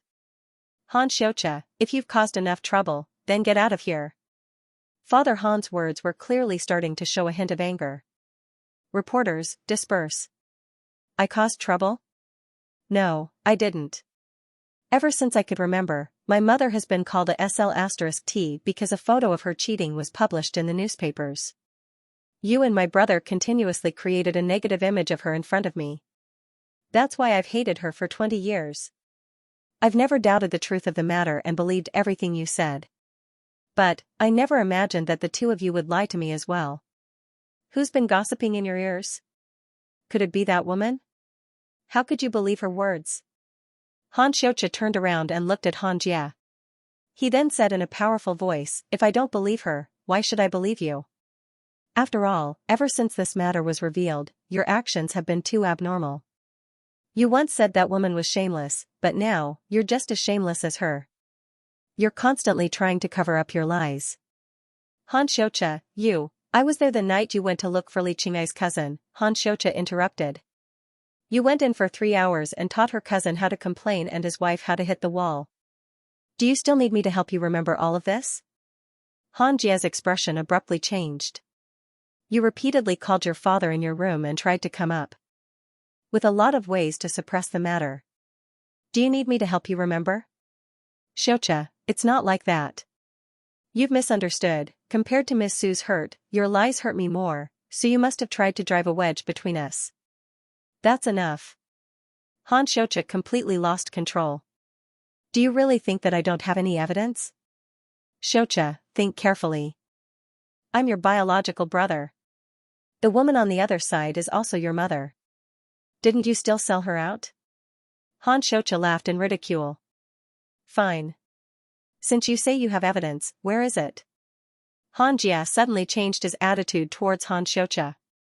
As she watched the two brothers argue, Suyu's last bit of patience ran out. So, she said, that's enough. How much longer do you want to put on an act in front of me? I know your ultimate motive is to help your father and the media erase the memory from 20 years ago. Since that's the case, then why are you acting like a good cop and a bad cop in front of me? You're making me look down on you. Xianxia, I don't know why you brought me here. Did you want me to see how united your family of 4 are? Or, did you simply want to provoke me? If that's the case, I'm already here and you've achieved your motive. Can we put an end to this farce? Xianxia looked at the woman below the stage and fell silent. So you couldn't tell, no, to be exact, she couldn't believe that he would help her. But of course, she had been hurt for 20 years and was still being hurt just 2 days ago. Why would she believe him? With this thought, Xianxia looked at Xianxia, the angry Father Han and the secretary and nodded his head. Afterwards, he walked off the stage and gestured for the hotel management to turn on the projector. He then played the video of his conversation with Secretary Li's cousin on the big screen. My cousin contacted me to look for Suyu. She first told me that she was pregnant, but that Xianxia refused to divorce her. So, she asked me to help her scare Suyu. I never expected this to happen. At the time, I was blinded by greed, but I honestly didn't insult your mother. She was my cousin's classmate. When the first sentence came out of this scumbag's mouth and was transmitted to everyone's ears through the big screen, everyone was shocked. In reality, this was the second time that Xianxia had threatened the man that night. The video was also recorded at that time. As he watched this, Father Han suddenly looked at Xianxia and wanted to ask him what was going on.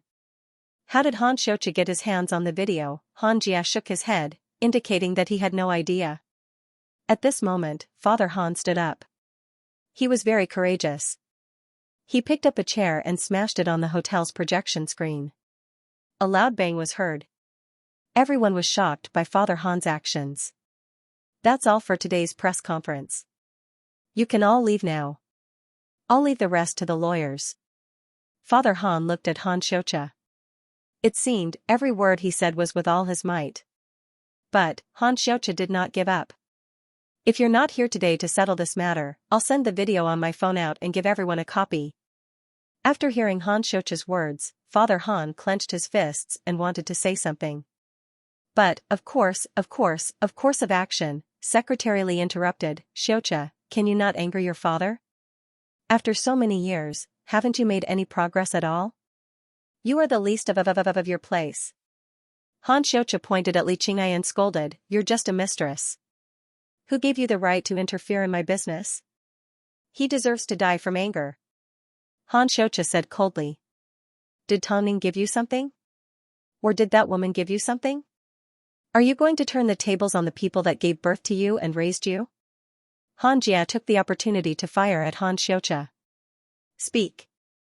None of them gave me any benefits, but the ones who really hurt me were you. You. Why don't you let me continue playing the video? What are you feeling guilty about? Are you afraid that others will know that you two worked together to harm your wife and mother? What are you afraid of? If you can do it, then don't be afraid. The most disgusting thing is Xianxia. Today, you can end the press conference without a conclusion. But, when the video is released, you will still have to lower your heads. You'd better think carefully. After speaking, Xianxia walked over to Suyu and looked into her eyes. I know you won't forgive me no matter what I say or do. But, I want an outcome today. Suyu looked at Xianxia and took a deep breath. Even though she still didn't trust him, she no longer rejected his actions. The two were now on the same side. Now, it was up to the Han family to decide. What are you going to do? Father. Xianxia turned and looked at Father Han. Father Han did not say a word. After quite some time, he finally rushed off the stage and threw a punch at Xianxia's chin. From today onwards, I, Han Zhong, will pretend that I never had a son like you. The reporters gasped in surprise. They thought the father and son were about to start fighting. But, Xianxia simply rubbed his chin and stood up. Facing his overbearing father, he was neither servile nor overbearing. Don't misunderstand, even this couldn't offset the evil that he had done in the past. But, he still had a little bit of humanity left. He had no choice. With such a video, what else could Father Han do? Was he going to go out and say that it was fake? If that was really the case, he would be lying to himself and humiliating himself. Since things have gotten to this point, I have nothing else to say. After speaking, Father Han turned around and left the hotel. He was telling Xianxia to do whatever he wanted. If he wanted to expose the video, then go ahead. After all, he wasn't going to sit there and let others humiliate him. As Father Han left, Xianxia and Xianxia looked at each other and followed suit. Afterwards, the media surrounded Xianxia and demanded to see the video in his hands. To prevent any more trouble, Xianxia sent the video to the media. After all, even if Father Han didn't want to admit his mistake today, he would in the future. Suyu looked at Xianxia. Perhaps, this was the only meaningful thing he had done up to this point. So, she did not say much to him and simply left. But, as soon as she returned home, she received a phone call from Tongning. Auntie Sue, I've already seen the news. But, don't let your guard down. My intuition tells me that this video can't be used as evidence. Plus, Xianxia might even be suspected to be a fake. Look at the man, he was obviously forced to say what he said. Tongning immediately received first-hand information. At the press conference, the entire Han family was in an uproar. It was a perfect example of a battle between rich families. No matter what, he was trying to do a good deed, right? Suyu asked.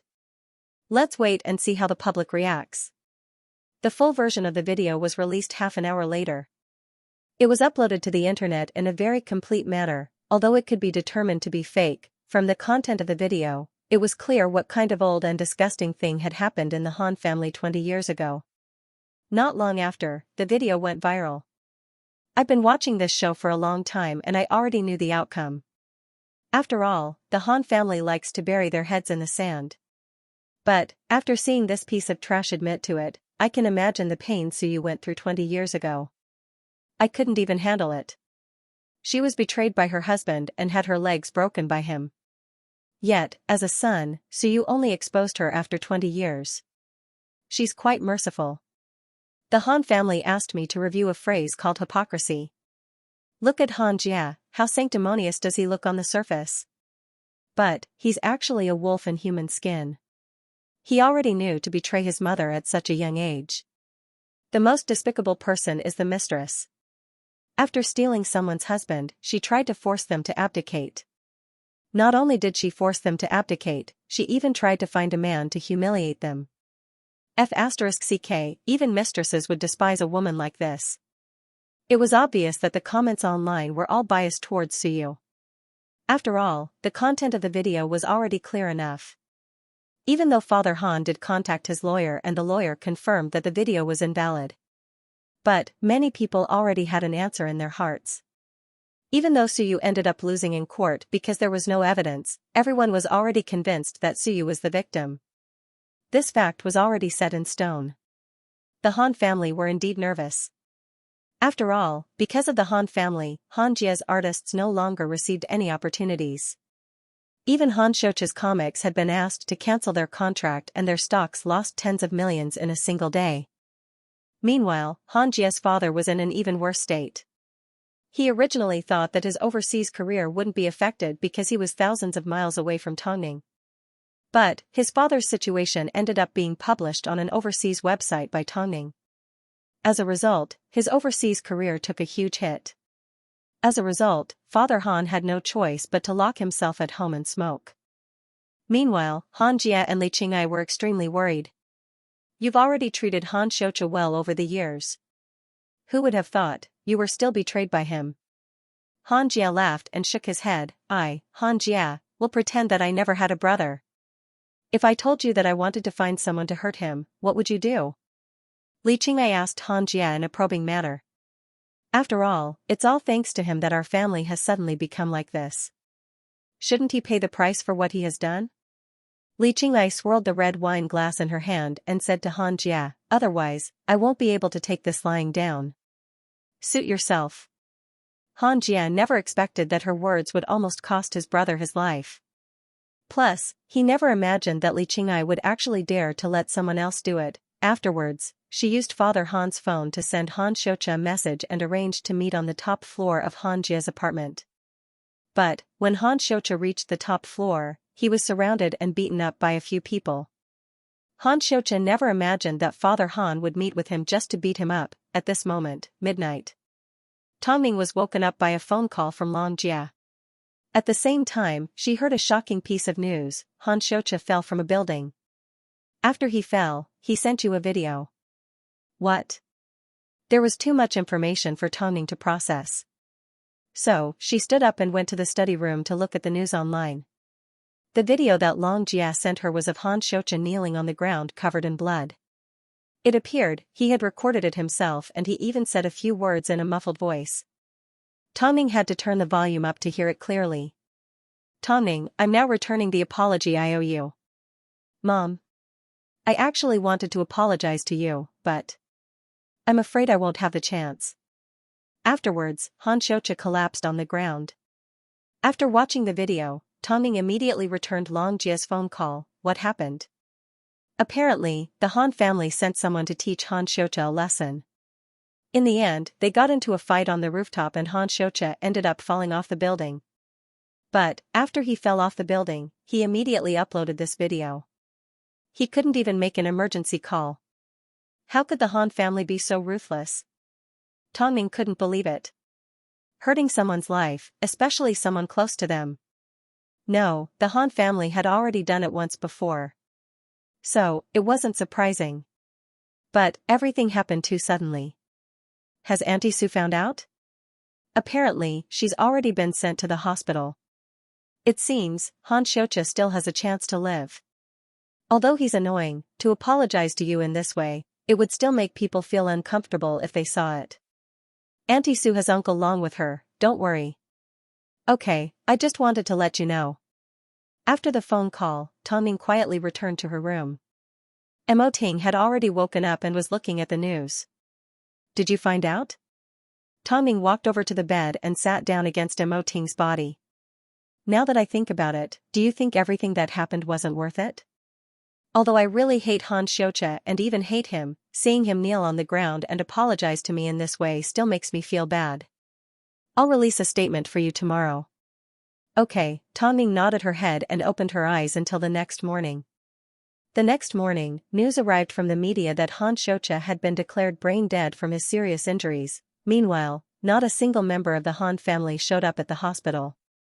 Only Su Yu and her husband were present. But, when they heard that Xianxia was brain dead, they still couldn't accept it. Doctor. I think he can still be saved. He even appeared on the news with me yesterday. Madam, I'm sorry. I know it's hard for you to accept this, but you must know, under normal circumstances, a person would die from a fall from such a height. But, he even recorded it. I thought he could still be saved, but his injuries were too serious. My condolences, doctor. At this time, Father Han and Xianxia rushed into the hospital. How's my son? The doctor glanced at Father Han. Just as he was about to respond, Su Yu threw a slap across his face. 20 years ago, it was me. Now, it's your son. You've indeed lost all humanity. Xianxia's already gone, you must be happy. What nonsense are you talking about? Father Han obviously couldn't accept the fact that Xianxia had left. Even Xianxia thought Su Yu was just trying to scare him. How could anything happen to Xianxia? If you don't believe me, you can go see for yourself. The father and son had no idea what had happened. It was only when they woke up that morning that they realized their phones had been switched off. So, they didn't even know Li Qing'ai had escaped. Separated by the white cloth, Xianxia was lying cold on the bed covered in blood. His departure was so sudden that all he left behind was an apology video to Tongming and Su Yu. Father Han looked in the direction Su Yu was pointing and spotted Xianxia lying motionless on the hospital bed. At this time, Xianxia rushed over and removed the white cloth. Xianxia was lying peacefully on the bed, completely motionless, and his body was still slightly warm. Xianxia, don't joke with your brother. Get up. Xianxia. Afterwards, Xianxia reached out his hand to touch Xianxia's cheek. But, he was no longer breathing. He was like a mannequin. Son? Father Han called out as he walked over and saw Xianxia's body. So you couldn't hold it in any longer. She rushed into the room, picked up something from the room and threw it at the father and son. Xianxia died because of you. All of you better remember these words. Father Han couldn't hold it in any longer as he held onto the doorframe with trembling hands. At this moment, the 20-year grudge and everything that happened was nothing compared to Xianxia. The police have investigated and found that Xianxia received a text from you on his phone asking to meet him on the top floor of his apartment. That's when he died. Han Zhong, 20 years of grudges. Why didn't you die instead? Why did my son die instead? Why didn't you die as well? Father Han opened his mouth to say something. But, at this time, he received a phone call from an overseas bank asking why he suddenly withdrew a large amount of cash and whether he had been scammed. Father Han snapped out of his daze and quickly looked at his bank accounts. But, they had all been emptied by Li Qing'ai. What a snake. This was it. The money was stolen by that B*TCH, Li Qing'ai. After hearing this, Xianxia leaned to one side and laughed in ridicule. Last night, that B*TCH said she was going to find someone to teach Xianxia a lesson. I thought she was just saying it out of anger. I never expected that she would end up killing the brother that I cared about the most. Although our relationship has become so strained this time, I truly love him dearly. After hearing the father and son's words, Su Yu also laughed. In fact, she laughed so hard that tears rolled down her cheeks. 20 years, you've turned a little snake into a venomous snake. You can now hug your son's corpse and cry." With that, she turned and walked out of the hospital. She originally looked cool from behind, but as soon as she arrived outside the hospital, she squatted on the ground and cried her heart out. He had been harmed to such an extent by a mistress, 20 years of innocence and Han Xiaoqia's life. With this thought, Suyu immediately said to her husband, "Old Long, can you give Tongning a phone call? Call her. She's well informed. Help me find that bitch. I'll make her wish she was dead." "Okay, I'll help you. Don't be too sad." As Suyu knelt on the ground and cried, the reporters were stopped not too far away from her. So, they pointed their long lenses at her pitiful face. But at this moment, she didn't care at all. After all, there was an even colder person lying in the hospital morgue covered in blood. When Tongning received a phone call from her husband, she was watching the entertainment news. A large number of reporters were waiting at the hospital to interview the Han family. After all, it wasn't common for a battle between wealthy families to end with a human life. Plus, Han Xiaoqia's death was so sudden that it became a hot topic. Of course, the reporters chased after him. After speaking to Suyu, Tongning understood the reason behind Han Xiaoqia's death. So, she immediately joined Mo Ting and Long Jie to look for Li Qing'ai. As a mistress, Li Qing'ai was even more disgusting than Mo Yuro. After all, no matter how shameless Mo Yuro was, she never wanted to take Tongning's life. But, Li Qing'ai committed a heinous crime against the mother and son 20 years ago. This incident attracted a lot of attention in the entertainment industry. After all, before Han Xiaoqia died, he wanted to apologize to Tongning and Suyu. Plus, the Han family's battle was extremely intense. As a result, the public began to discuss the matter. Tongning was used to being criticized, so there were always people who used Li Xian, Xia Hanmo, and even Xiaosun to slander Tongning. But, Tongning's fans had gone through a series of eliminations and were now extremely loyal. So, whenever a comment like this was released, the fans would immediately refute it. "How could you blame something like this on my Ning? I'm drunk. Didn't you see that before Han Xiaoqia died, he wanted my Ning's forgiveness? Han Xiaoqia's death definitely had something to do with the Han family. Please don't push the blame onto them. Han Xiaoqia's death definitely had something to do with the Han family. Please don't push the blame onto them. Are you guys blind? Didn't you see Han Xiaoqia kneel down and apologize? If his death had anything to do with my Ning, why would he apologize to my Ning? You're crazy." As a result, Tongning was no longer afraid of haters. In fact, ever since Han Xiaoqia snuck into the fan club, Long Jie had organized a group of fans to discuss any topics or comments that weren't good for Tongning. At least, they couldn't allow passers-by to follow suit, but, no matter what the public said, there was one thing that was true: Han Xiaoqia was dead. In order to stop the public from talking, Father Han finally realized that he had lost everything. So, he told Han Jie to hold another press conference. But, this time, he was going to explain Han Xiaoqia's death to the public. His son was dead and his wife was the one who ordered someone to kill him.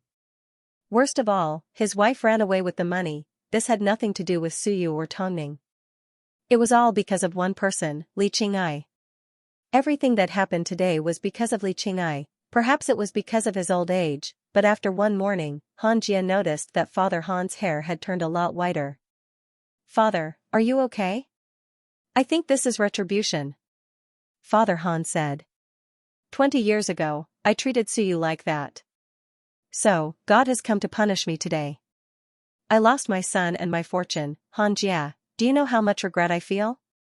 If Xiaoqia could come back to life, I would give up everything. I would even admit that I slandered Suyu 20 years ago. But, would he be able to come back? Father, I deserve it. Your mother was right. Why didn't I die instead? Father Han said as tears rolled down his face and landed on the back of his hand. Han Jie was also in a lot of pain. If he had stopped Li Qing'ai, he wouldn't have encouraged her and Han Xiaoqia would have ended up lying in the cold morgue. Han Jie had to bear a lot of responsibility for Han Xiaoqia's death. After all, no matter how angry he was at Han Xiaoqia, he was still the one that brought him up. An elder brother was like a father. So, how could he not feel regretful that his own brother had passed away? This was all Li Qing'ai's fault, so, even if he had to go to the ends of the earth, he was going to tear that woman apart. There's been a new development regarding Han Xiaoqia's fall from a building. The Han family are holding another press conference in less than a day. His beloved son fell off the building. What happened to the Han family in less than 24 hours? All of a sudden, the news was focused on the Han family. In particular, they wanted to know the truth behind Han Xiaoqia's fall from a building. But, before the Han family held their press conference, they were simply making up stories based on hearsay. Everyone related to the incident, including Tongning, was labeled with all sorts of labels. However, Tongning's fans took the initiative this time and quickly clarified everything on various websites, asking the public to stop slandering someone else's reputation. 2 p.m. that day, the Han family once again appeared in front of the reporters. Unlike yesterday's arrogant father Han, he looked haggard and old. As for Han Jia, who was following behind him, his eyes were red and swollen. It was obvious that he had suffered a huge blow from Han Xiaoqia's death. This time, Father Han did not play any tricks. He simply approached the stage and bowed to the reporters. He then said in a hoarse voice, "As everyone knows, my son, Han Xiaoqia, fell from a building in the wee hours of this morning. Even after the doctors tried their best to save him, my son still left me and the world. I would like to ask everyone not to make any unnecessary guesses. This incident has nothing to do with Tongning or her mother. I would like the media to stop implicating innocent people and stop spreading false rumors. In that case, can President Han tell us the reason why your son fell from a building?" Perhaps it was because Father Han had just experienced the pain of losing his son. The reporters were a lot gentler with their questions. They were not aggressive at all. "The reason my son fell off the building was because of my current wife, Li Qing'ai. Because she held a grudge against Xiao Chei's accusations against her at the press conference, she spent money to hire someone to kill my son. In the end, my son fell off a building and died. The police have already launched a close investigation into this matter. The final result will be determined by the police. But, Li Qing'ai is now on the run. I hope that through this press conference, everyone can help me spread the news. If anyone is able to provide accurate information about Li Qing'ai, I will reward them with $1 million in cash." Hearing this $1 million, the reporters were stunned. It seemed like the Han family really hated Li Qing'ai to the core, which was why they were willing to spend so much money just to find their enemy. From what President Han said, it seems like Li Qing'ai was the one who injured your son. So, what happened 20 years ago was also caused by this woman? As soon as he heard the reporter's question, Father Han froze. Or, perhaps, he was trying to think of something. As soon as he thought of Han Xiaoqia's cold body, his eyes began to tear up. "I admit that Li Qing'ai and I plotted against Suyu 20 years ago." Oh God, did he just admit it himself? So, Suyu was actually innocent in what happened 20 years ago. Is he admitting it now because his son won't be coming back? His son's gone, so he's finally found his conscience. Countless reporters whispered amongst themselves. But, at this moment, Father Han was not afraid at all. He was focused on finding Li Qing'ai and getting revenge for Han Xiaoqia. 20 years ago, I returned home and ran into Suyu in bed with 2 men. But, it was indeed a trap set up by Li Qing'ai. At that time, Suyu tried her best to explain herself and I knew that she was innocent. But, for the sake of some evil thoughts, I slandered my wife and ended up with the young and beautiful Li Qing'ai. I never imagined that 20 years later, this incident would end up taking my son's life. I thought, if I didn't put up a pointless resistance, if I came out and apologized to Suyu, perhaps Xiaoqia wouldn't have left me. But, the backlash of fate made me pay a huge price. That's why I'm asking all of you to help me keep an eye out for Li Qing'ai and find her. I don't want anything else right now, I simply want justice for my son." As the reporters watched Father Han, who had angrily smashed the hotel screen yesterday, bow 3 times in a row, they couldn't help but sigh. Some people were just like this. Yesterday and today, they were completely different. After Father Han stepped off the stage, Han Jia also stepped onto the stage. He first covered his mouth to calm himself down before he gave a bitter smile to the media. How ironic. Just yesterday, our family was trying our best to deny what we did 20 years ago. Yet, today, we have no choice but to stand here and slap ourselves in the face. Xiaoqia is dead. As soon as I heard the news, I felt like the sky had collapsed. I raised him myself, so I don't know how to describe my feelings. I love money and I love power. In fact, I've known how to fight for power since I was young. For example, I betrayed my mother, Suyu, 20 years ago.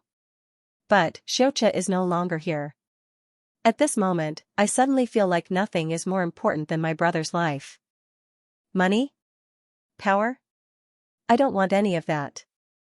I simply want my brother back. So, Li Qing'ai, I will definitely find you. Even if you run to the ends of the earth. Also, I'm sorry, Mom, I'm sorry that Xianxia didn't forget to apologize to Tongning before he died. He hurt you over and over again, he hurt innocent people. I'm truly sorry. Seeing this press conference, Su Yu and Tongning had reason to believe that Father Han and Son Han were truly affected by Han Xianxia's death. I originally thought he no longer had a heart. Su Yu humped coldly at the screen. Right now, the most important thing is to find Li Qing'ai, Tongning reminded. Auntie Su, let time resolve your grudge. But, we need to find Li Qing'ai as soon as possible. I hate that the father and son weren't the ones that died. There was always an end to all grudges. Tongning never expected that in the end, Han Xianxia's death would be the price to reveal the truth and allow Father Han and Han Jie to wake up to reality. Although Han Xianxia caused a lot of trouble for her, especially by slandering her over and over again, at least he managed to correct himself when he found out that his mother was wronged.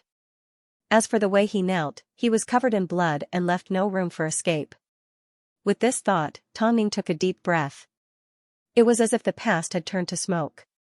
Tongning, are you willing to forgive Xianxia? Hearing Suyu's question, Tongning smiled. Of course, there's no debt between us. It's easy to forgive him.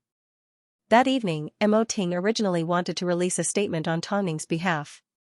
But, Tongning told him that she had something to say.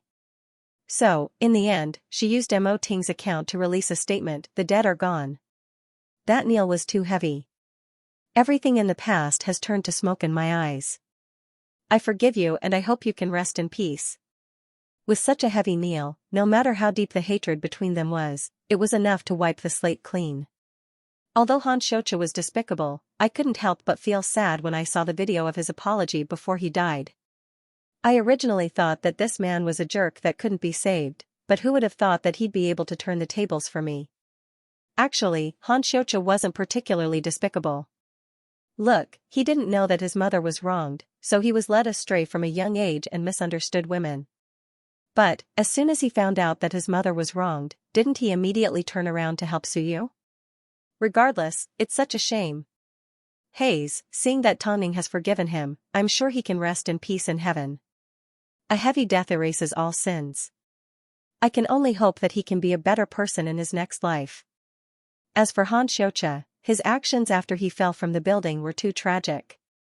So, even though he had done something wrong in the past, he was still forgiven. As for the Han family, because they had learned the lesson they deserved, everyone's hatred for them disappeared. After all, one of them had lost his beloved son, while the other had lost his most beloved younger brother. In the end, they did not insist on obtaining power and wealth.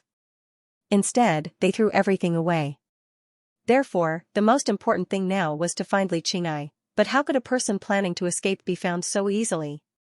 Su Yu, Lu Che, Long Jia and even the Han family spent a lot of effort to find this evil woman. But, even after 2 days, they still had no results. Not long after, the police began to mobilize their forces. However, Long Jia managed to obtain some information from her own sources. It seems like someone saw Li Qing'ai go out to sea at the Golden Ring Pier. I don't know if this information is reliable, but this is the only lead we have. After hearing Long Jia's words, Tongning immediately pulled out a map and asked, what is on the other side of the Golden Loop Pier? It's a relatively closed island, but it's very convenient to get to Southeast Asia. Arrange for a helicopter to intercept them. Don't let them leave the country, Tongning said to Long Jia.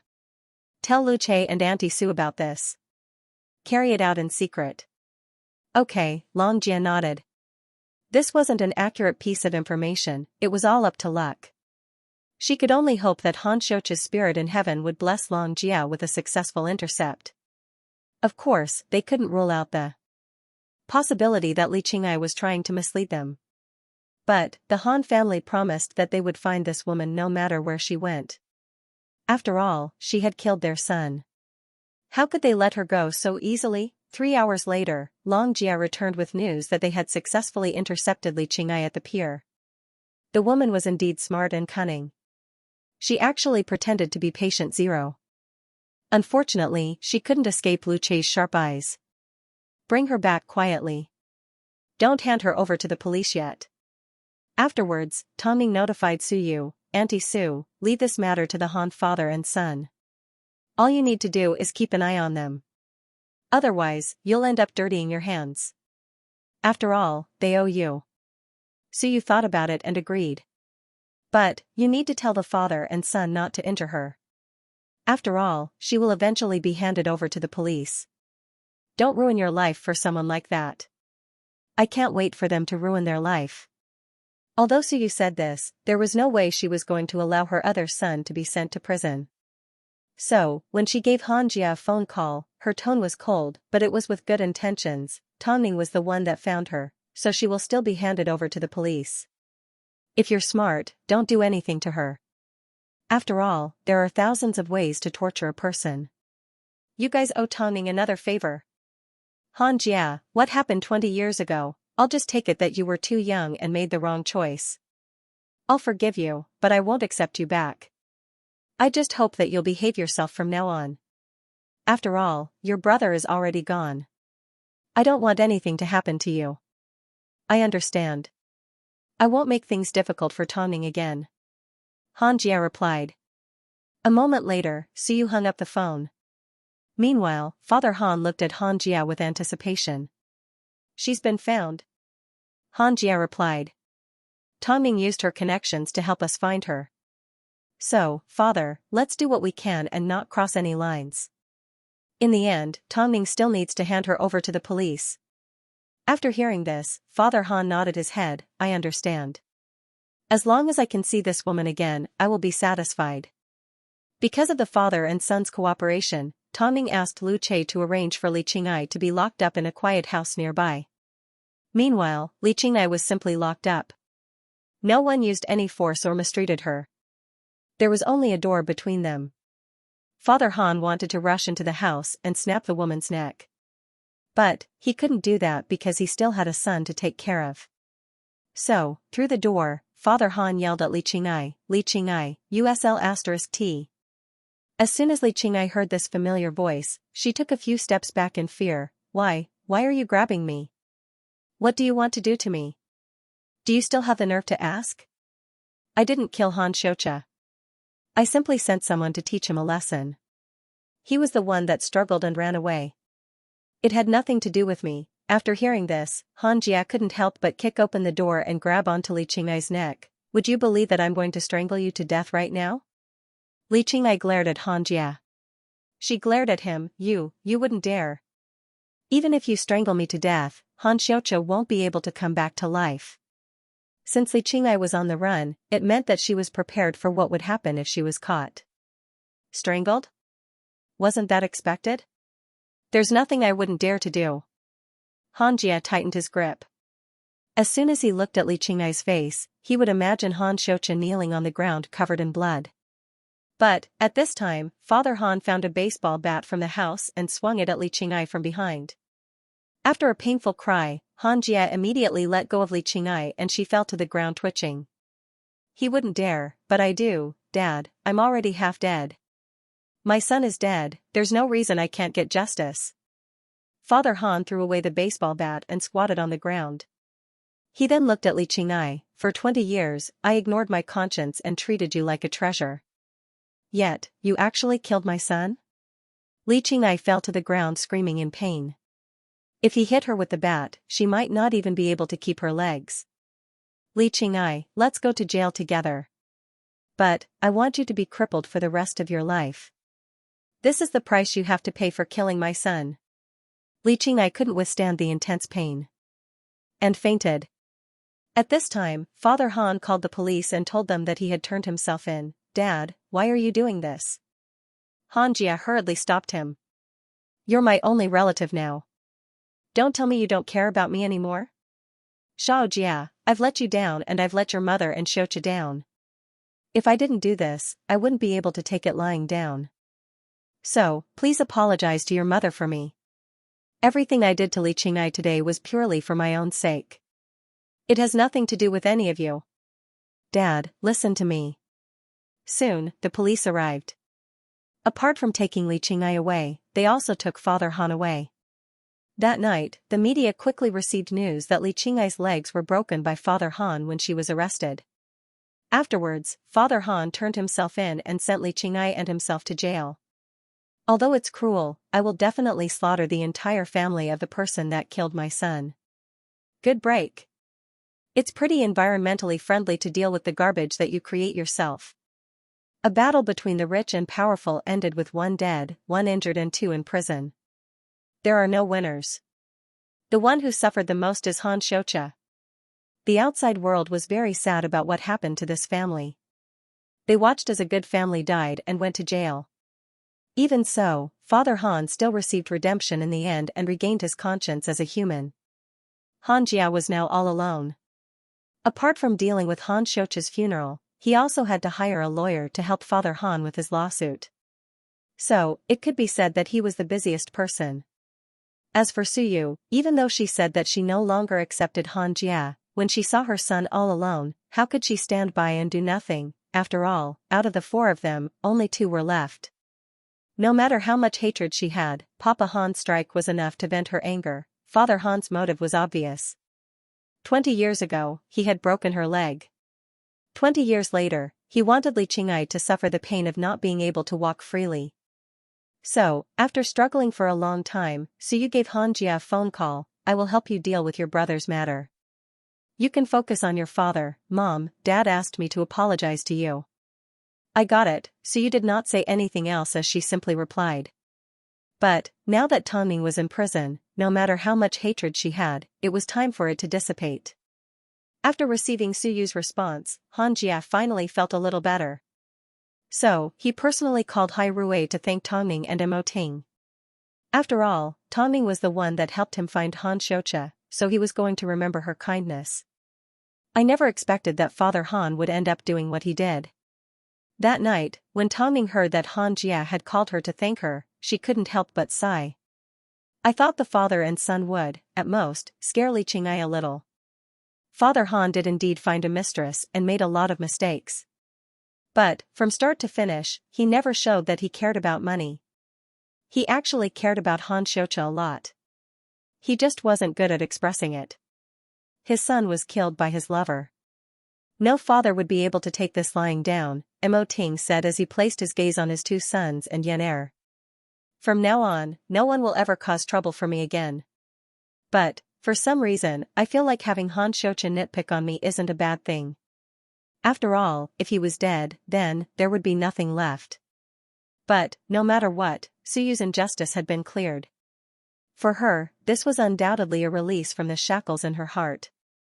In the past, she could only be a voice actress, but from now on, she had a limitless world. Because of this, Old Long admired Tongming and even offered her the best gift. From now on, when The Ant Queen 2 and The Ant Queen 3 are released, remember to invite me. Adding a martial arts superstar to a sci-fi film is a great selling point. When the time comes, I can act in it out of friendship. Money is not an issue. If that's the case, that would be great, Tongming laughed. Tongming laughed. After all, a martial arts superstar like Old Long wasn't someone that could be moved by money or power. At his age, at his status, if he didn't nod his head, no one would be able to invite this big shot. Although she hadn't started preparing for The Ant Queen 2 yet, she had plenty of resources to choose from. It was much better than before, when she had to travel overseas to find a suitable actor. In the end, Father Han was sentenced to 3 years in prison for intentional assault. Meanwhile, Li Qing'ai was sentenced to 20 years in prison due to evidence that she had hired a hitman. In other words, by the time she was released from prison, she would be at least 60 years old. As soon as Father Han heard about this, he let out a sigh. Luckily, it's not a death sentence, because death is the best release. 20 years in prison is more than enough for her to suffer. Dad, I will wait for you. I will wait for you to come home. This was the last time Han Jia saw Father Han before he was sentenced to prison. Because of Han Shouqi's death, the father and son experienced a complete change. The weather suddenly became colder and colder. The entertainment industry still appeared to be bustling with activity as people came and went. This year, the top songs chart was still dominated by the little Empress Xinglan. Meanwhile, Luo Xing was currently acting as Lin Xing's sidekick. Being the sidekick of the Fei Tian Best Actor, Luo Xing had earned a lot. As of late, the hottest news was that the Ant Queen was getting closer and closer to release. The reason why Tongning didn't prepare for The Ant Queen 2 was because The Ant Queen hadn't officially been released yet. For the sake of the Fei Tian Awards, Mo Ting deliberately delayed its release.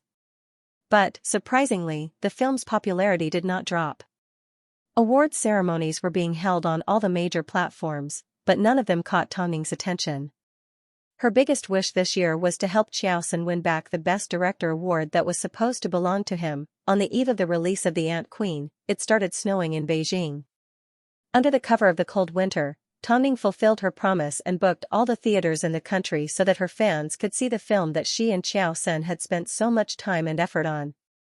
At the same time, there were also a few other outstanding films being released. But everyone knew about Tongning's The Ant Queen, so they automatically avoided it and changed the release date to ensure it was released before Tongning's film. This was the only way to ensure that fans wouldn't lose interest in the other films after seeing The Ant Queen. Avoiding Tongning's film was the industry's default response. After all, they couldn't compete with her in anything. So, they did everything they could to avoid embarrassing themselves. On the night of the official release, President Mo finished work early and returned home. After he chased away the cold, he approached Tongning and said, "Pack your things, we're going out, huh? Let's go watch a film." President Mo coaxed his 3 children to sleep and instructed the nutritionist to take good care of them before he left the house with Tongning. The couple wore thick coats and black gloves as they walked hand in hand to the entrance of the theater. Luckily, it was winter, so they didn't want to be discovered. As long as they wore a scarf, they would be able to conceal themselves. Originally, they could have chosen a luxurious venue and watched the film in a large and comfortable theater. But, Mo Ting knew that Tongning wanted to know the audience's thoughts as soon as they appeared. So, he decided to bring Tongning along with him. After arriving at the theater, Mo Ting parked his car while Tongning waited at the entrance. At this time, a 5-year-old girl suddenly pounced into Tongning's arms and hugged her legs. "I recognize you, you're Tongning. You've appeared on a lot of newspapers." Tongning was a little surprised. She couldn't understand where this child had come from. She then squatted down and asked, "Where are your parents?" "Tongning, can you give me an autograph?" Tongning was already in her early 30s, yet a little girl called her by her full name. So, Tongning smiled as she pinched the little girl's red cheeks, of course. Afterwards, the little girl's mother ran over. She covered her mouth in excitement. Tongning quickly made a shushing gesture. "Don't make a sound." "You. Are you also here to watch a movie?" the young woman asked in surprise as she pointed at the cinema. "Are you alone? Tangling and President Tangling?" At this time, Mo Ting finished parking his car and returned to Tongning's side. Tongning turned and looked at Mo Ting helplessly. "I've been recognized." "Don't worry, I won't tell anyone. It's just, which match did you guys watch? Can I go with you?" Watching The Ant Queen with a little girl is a little gory. "I don't recommend it," Tongning laughed. "It's okay. I'll ask her dad to take her to watch cartoons. Can I sit next to you?" "Sure," Tongning nodded her head happily. The 3 of them entered the cinema together. As they arrived early, there weren't many fans in the cinema. Tongning looked around and felt a little disappointed. "Why are you nervous again?" "Because I care." Tongning immediately adjusted her breathing and calmed herself down. "I've waited too long for this day. Ting, did you know? Xiaosan will definitely see it. Don't worry." The woman sitting next to Tongning felt a sense of familiarity when she saw how nervous Tongning was. It turned out, this legendary woman actually acted like a little girl in front of Mo Ting. She wasn't as simple as the rumors made her out to be, she had a lot of emotions. Even though she appeared elegant, it couldn't hide her nervousness. "Tongning, you are easy to get along with." It's not as cold as the rumors say. There was a 5-minute countdown to the start of the film. Finally, fans started streaming into the theater. One empty seat after another, the entire theater was filled to the brim. But, Tongming's nervousness began again. Just because the theater was full didn't mean they would be able to sit until the end. Although she received high praises at the pre-screening, it wasn't impossible to rule out the possibility that there were some people that liked to show off. The people that truly determined the success of the Ant Queen had always been the audience. Afterwards, the film officially started playing. For over 2 hours, only 2 or 3 people stood up to go to the bathroom. In fact, they ran back and forth as if they were afraid of missing something. At the last second, the lights came back on. As Tongming watched the fans stand up from their seats and smile excitedly, she suddenly felt at ease. Because, from the reaction of the audience, she could see the responsibility on her shoulders. She had spent so much effort and even sacrificed her life to produce a film like this. But, what was it for? Wasn't it for this moment? WTF, it's so exciting. The Ant Queen is disgusting. But, after watching the entire film, I felt extremely satisfied and comfortable. The few months of waiting was worth it. It was so good that I wanted to cry. It's indeed produced by Tongming. She lives up to her reputation. I've decided, from now on, whether Tongming acts in a film or produces a film, as long as it's related to the film industry, I'm happy. I hope God doesn't force her to leave the film industry. She's the #1 domestic sci-fi film. It's Tongming, and it's also the Ant Queen. Her ears were filled with the exclamations of the fans after watching the Ant Queen. Everyone was extremely excited. If they had to describe it in one word, it would be stunned. It was as if they couldn't wait to share it with the people around them. This scene made Tongming want to cry. From the moment she decided to make a sci-fi film, almost 2 years had passed. It was thanks to Xiao Sen and Mo Ting's endless support that she got to where she was today. Everything was worth it. Outside the theater, snowflakes were still falling.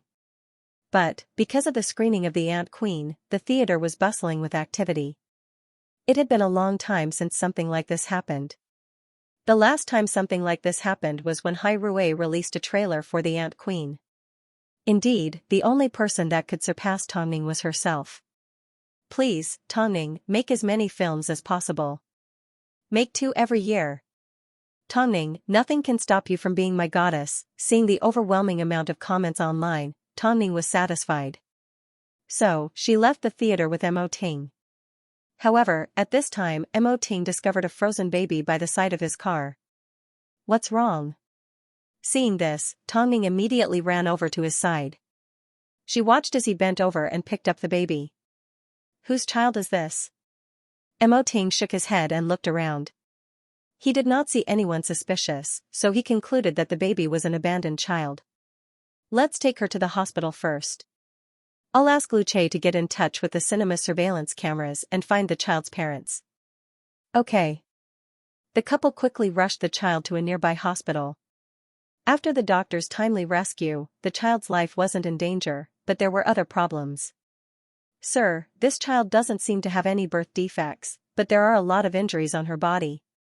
It seems she's been beaten up a lot. Are you sure this isn't your child? Seeing this, Mo Ting removed his scarf and revealed his identity. I found this child beside my car. After seeing Mo Ting's identity, the doctor did not ask any further. After all, everyone knew that Mo Ting had 2 sons and a daughter.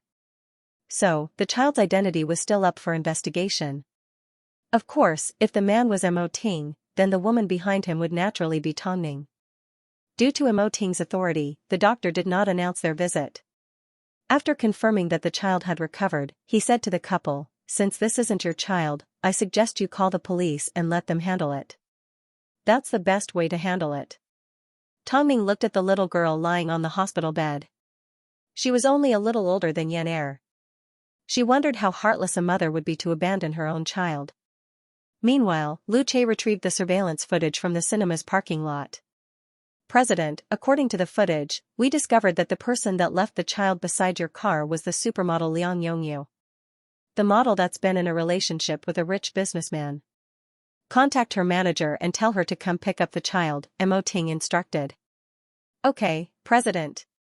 Seeing that Mo Ting had already contacted the child's parents, the doctor did not say anything else. Mo Ting did not send the child to the police station either.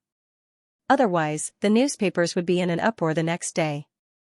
So, the couple temporarily returned to Hyatt Regency with the child. About an hour later, Lu Che arrived at Hyatt Regency with Liang Yongyu. He then carried the child to her. Your status in the industry isn't low. Why can't you afford to raise a child? Liang Yongyu was only in her early 20s, but she still looked young and inexperienced. As soon as she saw the child, she placed her hand on his face guiltily. Assistant Lu, you have no idea, but I gave birth to 2 children for that man. But, they're both daughters. You know, those rich businessmen all want their sons to inherit the family business. So, because I gave birth to 2 daughters in a row, I don't even have a title. That's fine, but that scum actually abused my daughters. I had no choice but to bring my daughter out when he was on a business trip. I had no choice but to take her with me while he was on a business trip. With this thought, the female model directly knelt on the floor and begged, Assistant Lu, can I beg you to adopt my daughter? Liang Yongyu, I can to you.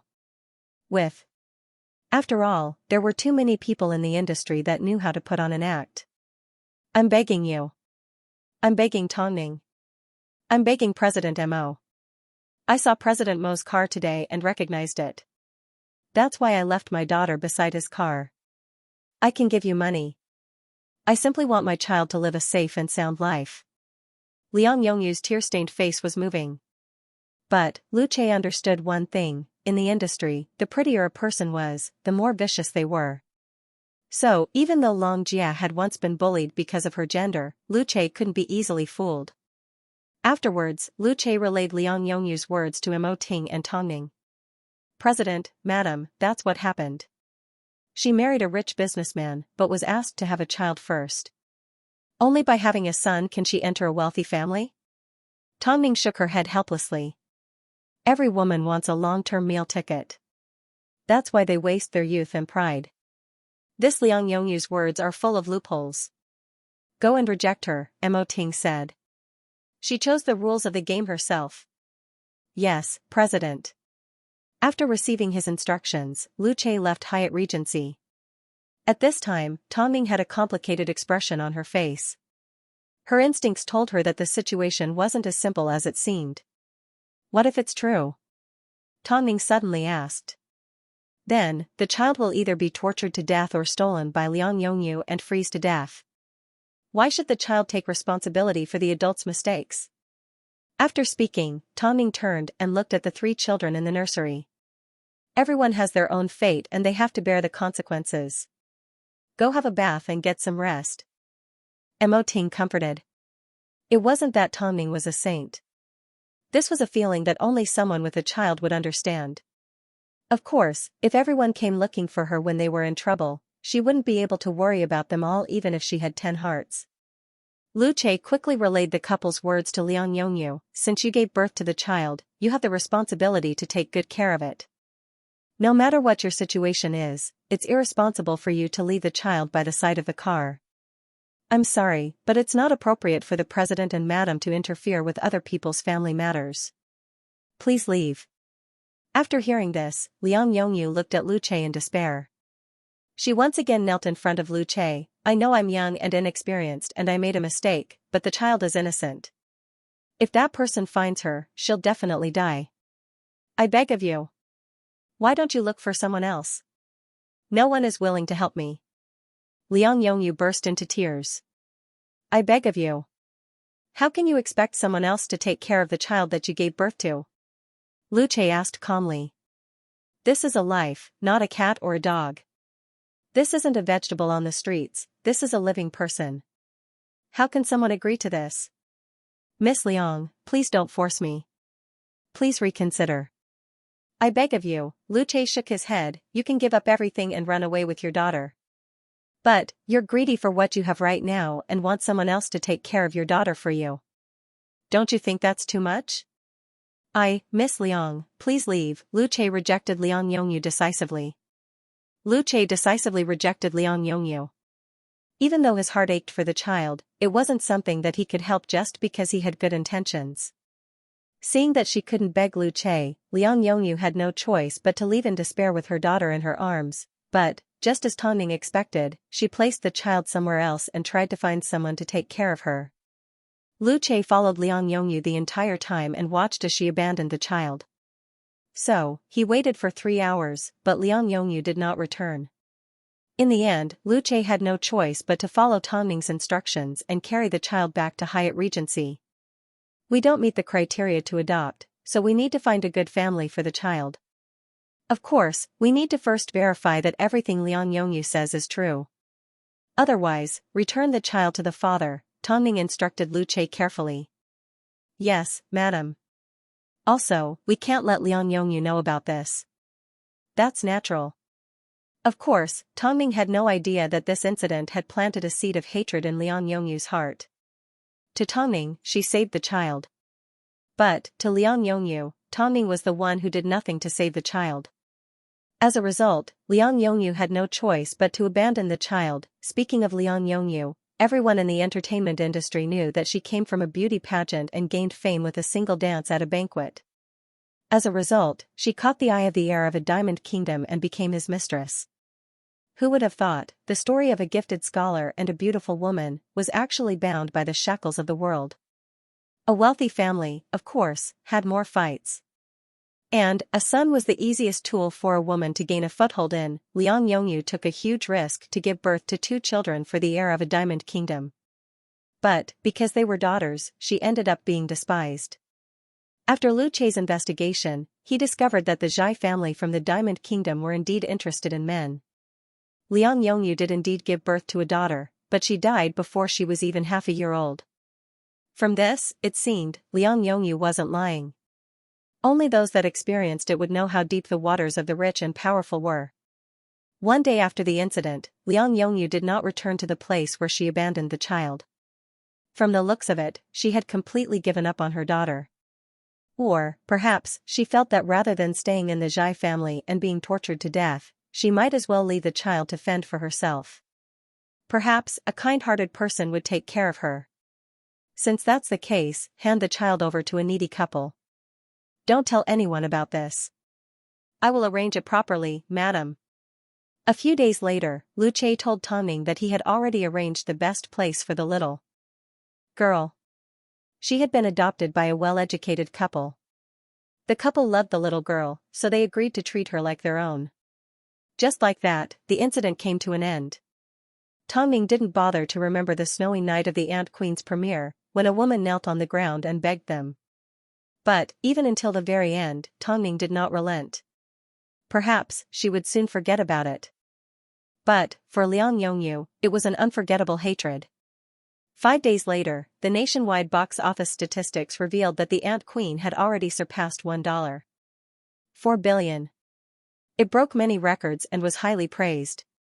Faced with this kind of box office and good reviews, Hai Rui decided to bring the Ant Queen overseas and release it in Europe and the US. Of course, Jones was the most suitable person to bridge the gap. Afterwards, Mo Ting sent a sample of the Ant Queen to Jones. After all, this was Tongning's first result as his disciple. Early the next morning, Tongning received a phone call from Jones. I've seen the Ant Queen. As my disciple, you've met the requirements. Jones, I've already discussed with Xiaoting about bringing the rights to the Ant Queen to the US. I hope more sci-fi fans will know of your existence. I want them to understand that the clash of Eastern and Western culture can create many different sparks. I'm looking forward to seeing the Ant Queen in the US. Thank you, Jones. Rather than thanking me, you should thank yourself for your hard work. I'm looking forward to the Ant Queen too. I'll do my best. Jones couldn't help but smile on the other side of the phone. He had enough reason to believe that the birth of the Ant Queen would give Tongning a whole new meaning. Just like the public said.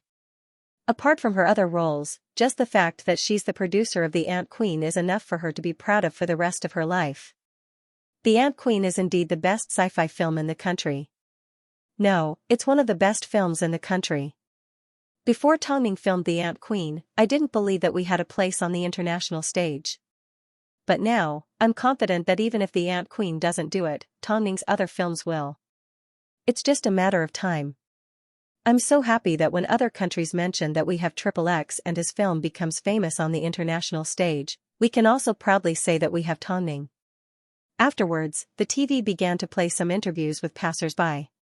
Even though they weren't fans of celebrities, whenever Tong-ning was mentioned, they would still raise their thumbs up.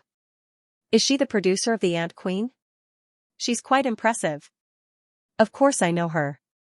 She's been my goddess for a long time. Who in Beijing doesn't know about Tong-ning? I simply hope that The Ant Queen 2 will be released soon. So, to everyone, Tong-ning's significance wasn't just because she was an actress or a model, but because she had a whole new impression of her. She was synonymous with good films. Seeing Tong-ning's achievements, Lu Che immediately congratulated him in his office. President, the madam is the work that you're most satisfied with. After hearing this, Mo Ting thought about all the hardships that Tong-ning had gone through and all the pain that she had endured. Only he knew how hard Tong-ning had worked in a place that didn't see the light of day. She's not a work of art. She's the person that I cherish the most in my life. I misspoke. Lu Che smiled and changed the topic. President, should we give the madam a present to congratulate her? Thinking about it, it had been a long time since he had given her a present.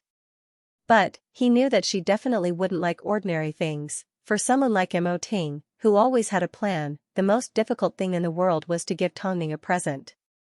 If it's hard to find an opportunity, a celebration dinner would be a great excuse. Mo Ting glared at Lu Che. Lu Che immediately shut his mouth. Help me apply for the Fei Tian Best Actor Award. Huh? Lu Che didn't quite understand. What? Am I not qualified to do so? No, it's just that you've never cared, Lu Che replied. Of course I don't care about the award. But, I care about what I can do at the event. The CEO of Hai Rui, Mo Ting, was going to compete for the Fei Tian Best Actor Award. As soon as news of this spread, everyone in the industry was shocked. Everyone could tell that Mo Ting only acted because he wanted to support his wife. He had no intention of developing his career in this area. So, why was he suddenly interested in the Best Actor Award? The big boss was indeed the big boss. Perhaps only he knew what he was thinking. Of course, the 5 most popular Fei Tian awards this year were already competing with each other. But, with the addition of Mo Ting, how could they possibly compete with Mo Ting's acting skills? However, no one knew why Mo Ting was so good at acting. He wasn't trained in acting and didn't have much experience. So, how could his character be so good? Even Tong-ning couldn't help but laugh at him. For the big boss of the entertainment industry to compete with other actors for the Best Actor Award, let alone the public, even I don't understand. You've already won Best Actress twice. Why can't I win Best Actor once? You're different, Ting. Did you know? Did you know that you were born with dignity? Tong-ning replied. Mo Ting smiled without explaining. Everything he did was to give his wife a surprise.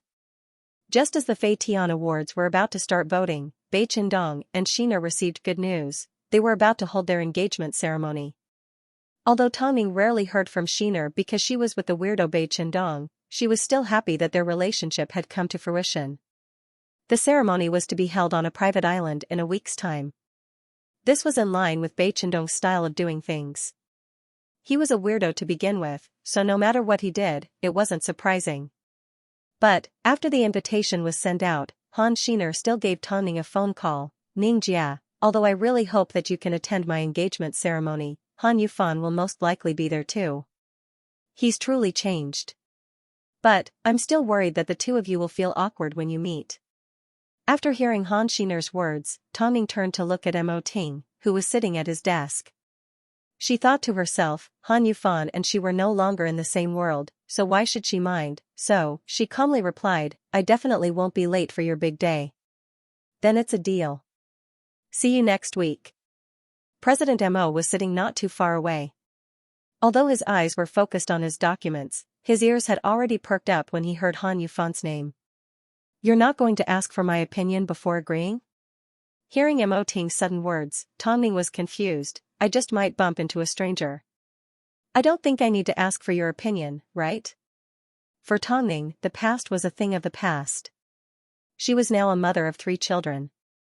Plus, with President Mo's magnanimity, I don't think he would mind such a small matter. Besides, you're so prestigious, no one can compare to you.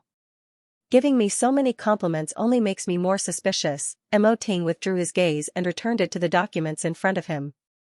Tong Ning smiled. She knew she had already dealt with this man. Although they were an old couple, Mo Ting still felt jealous from time to time. But, now that President Mo was so concerned about it, when they met, Tong Ning felt it was best to avoid them when the time came. In reality, the only reason Han Xiner and Bai Qindong were able to get married was because they had fought hard with the family. Otherwise, with Xiner's background, it would have been difficult for her to enter the Bai family. Bai Qindong had always been a crafty person. After finding out that his mother was trying to stop him, he decided to use his best actor skills to his advantage. He spent a good few months acting as a depressed patient and constantly threatened to kill himself. In fact, Mother Bai was so scared by him that her heart stopped a few times. Her son was seriously ill and only loved one woman. If she couldn't satisfy him, then she no longer needed to be a mother. So, she agreed to their marriage. Of course, no one knew about this and the Bai family couldn't reveal it to the public. So, her biggest wish was to not agitate Bai Qindong in case he accidentally killed her son. The media were quite curious about the relationship between Bai Qindong and Han Xiner. Back then, for the sake of a beautiful woman, Bai Qindong was willing to give up his career. After getting together with Han Xiner, he went into hiding. No one knew where he was or what he was doing over the past 2 years. He was probably the weirdest artist in the entertainment industry. The engagement ceremony was the same. Although the news was made public, it was held on a private island. Without Bai Qindong's permission, the media had no way of entering. Soon, a week had passed. On the day of Bai Qindong and Xiner's engagement ceremony, Tong Ning and Mo Ting arrived with Yan Er in their arms. Tong Ning was dressed in a light yellow dress and a white coat. She looked more like a rich heiress than an international superstar. Meanwhile, Yan Er was in Mo Ting's arms. A respectable man holding an adorable baby. This was a scene that no one had ever seen before. After arriving on the island, Tong Ning immediately spotted Xiner dressed in a white wedding dress. It had been a long time since she last saw her and she seemed to have matured. Especially with the happy smile on her face, she looked exceptionally bright and eye-catching. However, Bai Qindong, who was standing beside her, did not look too happy. After all, who liked to see another man constantly staring at their wife? Ning Jia. Han Xiner spotted Tong Ning from afar and spotted Yan Er in Mo Ting's arms. So, she immediately ran over. Is that Yan Er? She's so cute, Han Xiner teased as Bai Qindong approached Mo Ting. Did you do this on purpose? Huh? You knew I was getting engaged. Did you want me to accelerate my pregnancy? Bai Qindong asked as he gritted his teeth. I'm already a father of 3. What do you think? Mo Ting asked. The sooner we have children, the better Auntie will be at ease. It's bad enough that you brought a child, yet you stole my limelight.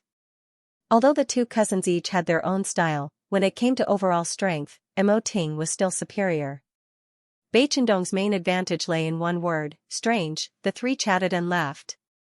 At this time, Tong Ning spotted Han Yufan standing not too far away from Han Xiner. After not seeing him for a long time, Tong Ning felt this man was quite unfamiliar. The Han Yufan at this moment was no longer as high-spirited as he was in the past. Although Tianyi had always been a small, third-rate agency, Han Yufan had always treated it like a big name. Following Tong Ning's gaze, Mo Ting spotted Han Yufan standing not too far away. But, if it was another love rival, he might have made a move. But, the current Han Yufan was not a threat at all. So, Mo Ting simply glanced at him for a moment before looking away. With just one glance, Han Yufan realized the difference between him and Mo Ting. He then looked at the little girl in Mo Ting's arms. This was Tong Ning's 3rd child. She had 2 daughters and was now a national treasure in the entertainment industry. Ever since Tong Ning married Mo Ting, she and Han Yufan were no longer in the same world. So, Han Yufan didn't want to be snubbed, so he turned around and walked away from Tong Ning. He knew that he was no longer worthy, no matter how much regret he felt, he couldn't get Tongning's forgiveness. Above all, to Tongning, he was nothing. Han Xiner noticed Tongning's gaze and patted the back of her hand. Don't take it to heart. He knows what he's worth. Okay, the engagement ceremony is about to start. Hurry and get ready, Tongning urged Han Xiner. In that case, I'll go get ready. After speaking, Han Xiner held on to her dress and headed to the specially prepared makeup room. At this time, Mo Ting suddenly pointed to a young man wearing gold-rimmed glasses and said to Tongning, the second master of the Zhai family.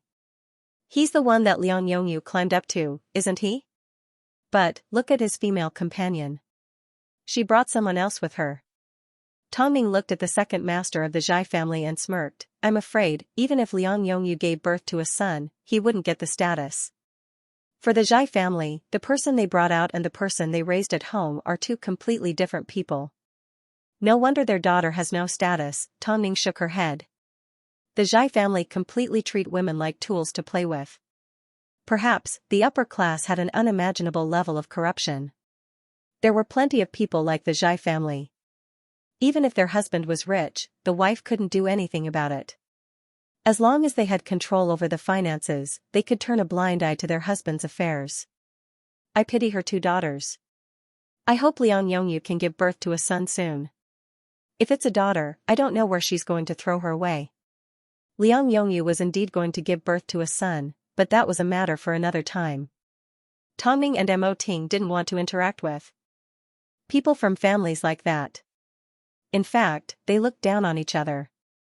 However, because the Bei family and the Zhai family had business dealings, they decided to attend this banquet. Otherwise, they would have been completely unrelated to the Zhai family. The Bei family has such a big family business, why would they marry a sickly daughter-in-law? This is truly unimaginable. That's right. Other than being a little young, this little wife of his really has nothing to show off. Didn't you hear just now? I've never seen a sports car in my life. I heard that the young master of the Bei family took a fancy to her and insisted on marrying her. I wonder how long she can last. Marrying one and finding three outside, isn't that the same? That's true, a few wealthy madams sat to one side and chatted casually. Their conversation never strayed away from Xiner's background. After all, Xiner was a typical Cinderella. She had nothing, yet, she had won against the so-called daughters of their families. So, how could they not be jealous? However, it was fine if Tongning heard these words. But, if Xiner heard them, she would definitely be hurt. But, there was nothing that could be done. She had already entered the industry, so this was something that Xiner had to face. The wealthy madams also noticed Tongning. They had always looked down on entertainers, but they did not dare to look down on Tongning. It was simple. Apart from being in the entertainment industry, Tongning was also the CEO of Tangkor and had a century-old perfume empire. She wasn't someone that they could look down on. Soon, the engagement ceremony began. Han Xiner wore a starry wedding dress as she walked down the petal-covered white carpet. She held on to Bei Qindong's arm as they walked to the front of the stage. This was an open-air chapel that Bei Qindong had specially built for Han Xiner. So, on top of the chapel, there were a lot of secrets between the two of them. Bei Qindong was aware that there were a lot of people present that disliked Xiner and looked down on her for marrying into a wealthy family despite her background. Since she was young, Xiner had always been sensitive. So, she could sense how sharp the gazes around her were. So, Bei Qindong held on to Xiner's arm tightly and used his hands to give her courage and strength. Han Xiner knew what kind of family she was about to join. She had previously resisted it, but after seeing Bei Qindong act for the past few months, she even believed that he was suffering from depression. So, she didn't dare to leave his side in case her heart ached. Although Father Bei and Mother Bei weren't satisfied with Xiner's background, they were satisfied with her personality. After all, she was the only one that could tolerate Bei Qindong's temper and quirks. As parents, there was nothing else they could ask for. Especially since Bei Qindong was suffering from depression. So, as long as Bei Qindong wanted something, the old couple would prepare it for him. This was equivalent to announcing Xiner's identity as the Bei family's daughter-in-law. Of course, they had no idea that Bei Qindong's acting skills were also part of this. But, no matter how good his acting skills were, he was bound to be exposed one day. After all, acting was acting, it wasn't the truth. If that happened, how would Bai Chendong end up? He had always been like this, he wasn't lacking in ability. But, he didn't like to be like Mo Ting, who was calm and reserved, but had a black belly that could kill his enemies with one move. He didn't like to play by the rules. As long as he could achieve his goal, he didn't care about the method. Back when he was chasing after Xianxia, he had already revealed this side of him. And this time, it was even more so. Xianxia knew that what she was doing wasn't right. But, there was nothing she could do about it. In this lifetime, a person was bound to meet a nemesis. And, Bai Chendong was undoubtedly her nemesis. Throughout the entire engagement ceremony, Bai Chendong expressed to everyone that they shouldn't stare at my wife. It wasn't until the couple boarded the yacht that Bai Chendong's resentment finally disappeared. This was the reason why Bai Chendong didn't want to take Xianxia with him. He hated it when other men teased the cute Xianxia. After the ceremony was over, Father Bai and Mother Bai welcomed the guests to their seats. As soon as they saw Yan Er in Mo Ting's arms, they were overjoyed. Look at this little face, it's so fair and tender. I wonder when that bastard at home will give me a grandson to hold. But, the rascal is sick, so he won't be able to have a child for a while, Mother Bai sighed. Tongning and Mo Ting looked at each other without saying a word. Han Xianxia had secretly told Tongning about this during the banquet. After hearing this, although Tongning couldn't object to it, she didn't like the way Bai Chendong took the risk. Women liked stability, especially when it came to matters like marriage. Xianxia was already in a weak position, yet Bai Chendong had created obstacles in front of her and his parents. Although they might not be discovered yet, they were bound to be exposed one day. When that time came, what would they do? Xianxia, since things have already gotten to this point, there's nothing else I can say. But, you've been too accommodating to Bai Chendong. Sometimes, he wants something so badly that he doesn't care about the consequences. But, you can't do that. You need to think long-term. This year is your big day. Originally, I shouldn't have said so much. But, I never expected that Bai Chendong would lie to his parents like this. Ningjia, I understand what you're trying to say, Han Xianxia smiled. Han Xianxia laughed. Since I allowed him to do what he did, of course I was prepared to be exposed. But, not everyone can be like you and President Mo, who can plan everything out in the open. I know him. Although his bad habits make him look like a spoiled brat with a bad temper, I know his strengths and weaknesses, and I'm mentally prepared to face them. After hearing this, Tongning nodded her head, I'm just worried that you'll be bullied. As long as he's around, no one can bully me. Don't worry. As for how protective Bai Chendong was of Xianxia, Tongning had yet to experience it for herself. Forget it. Everyone had their own way of life and had the right to choose their own lifestyle. Although she was worried, she had no right to criticize someone else's life. As long as you're happy, that's all that matters. But, if one day, you end up being bullied, make sure you tell me first. I am part of your family. Okay, Ningjia, Han Xianxia hugged Tongning. Han Xianxia stretched out her arms and hugged Tongning. Although marrying Bai Chendong wasn't as stable as marrying Mo Ting, Han Xianxia felt that accompanying the person she loved, no matter what she did, even if it was a risk or a mistake, she was willing to endure it. A fairy tale-like engagement ceremony came to an end after a whole day of hustle and bustle. But, that night, there were still fireworks on the island. This was something that Bai Chendong had specially prepared for Han Xianxia. All the guests stayed on the island to enjoy the beautiful night view, including Tongning and Mo Ting. Thanks to Bai Chendong, I still have fireworks to watch, Tongning said as she leaned into Mo Ting. Tongning leaned into Mo Ting's embrace with a smile on her face. In reality, being married to Mo Ting was a blessing, but he wasn't good at creating a romantic relationship. Do you think I'm unromantic? Mo Ting asked. Tongning shook her head, luckily, you don't play with these fancy things. Things like this are only suitable for a weirdo like Bai Chendong, he has the leisure to do so. Mo Ting smiled. Suddenly, he despised the daughter in his arms, how good would it be if we didn't bring Yan Er out? At this time, with the night view in the sky, they could do whatever they wanted. Don't think about it, Daddy Ting. Your daughter needs milk. Everyone was immersed in the beautiful scenery. But, that night, while Mother Bay was helping the couple tidy up their new home, she discovered all sorts of information regarding depression under Bei Chendong's pillow. After looking through the information, Mother Bay was heartbroken. She felt like she didn't take good care of her son and caused him to suffer from this illness. But, after looking through the information in detail, she realized that all forms of depression required medication. But, when she looked at Bei Chendong's home, there was no sign of a single pill. She flipped through other places, but there was no sign of a hospital diagnosis. Perhaps, he had simply received psychological counseling. With this thought in mind, Mother Bay put away the information and left the couple's new home. However, the question that remained in her heart today would one day be solved in a surprising way. After Bei Chendong and Han Xiner got engaged, the industry lost yet another handsome man. Of course, the heiresses knew that Bei Chendong wasn't easy to deal with, so they didn't place much hope on him. They were simply surprised at what kind of woman managed to win over a weirdo like Bei Chendong. Because of a prenatal checkup, Long Jia regretted not being able to attend Han Xiner's engagement party with Tongning.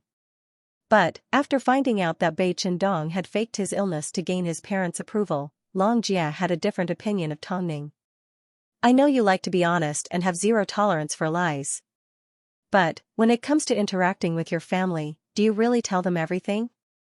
Sometimes, a well-intentioned lie can lead to a good result. This is a part of getting along with others.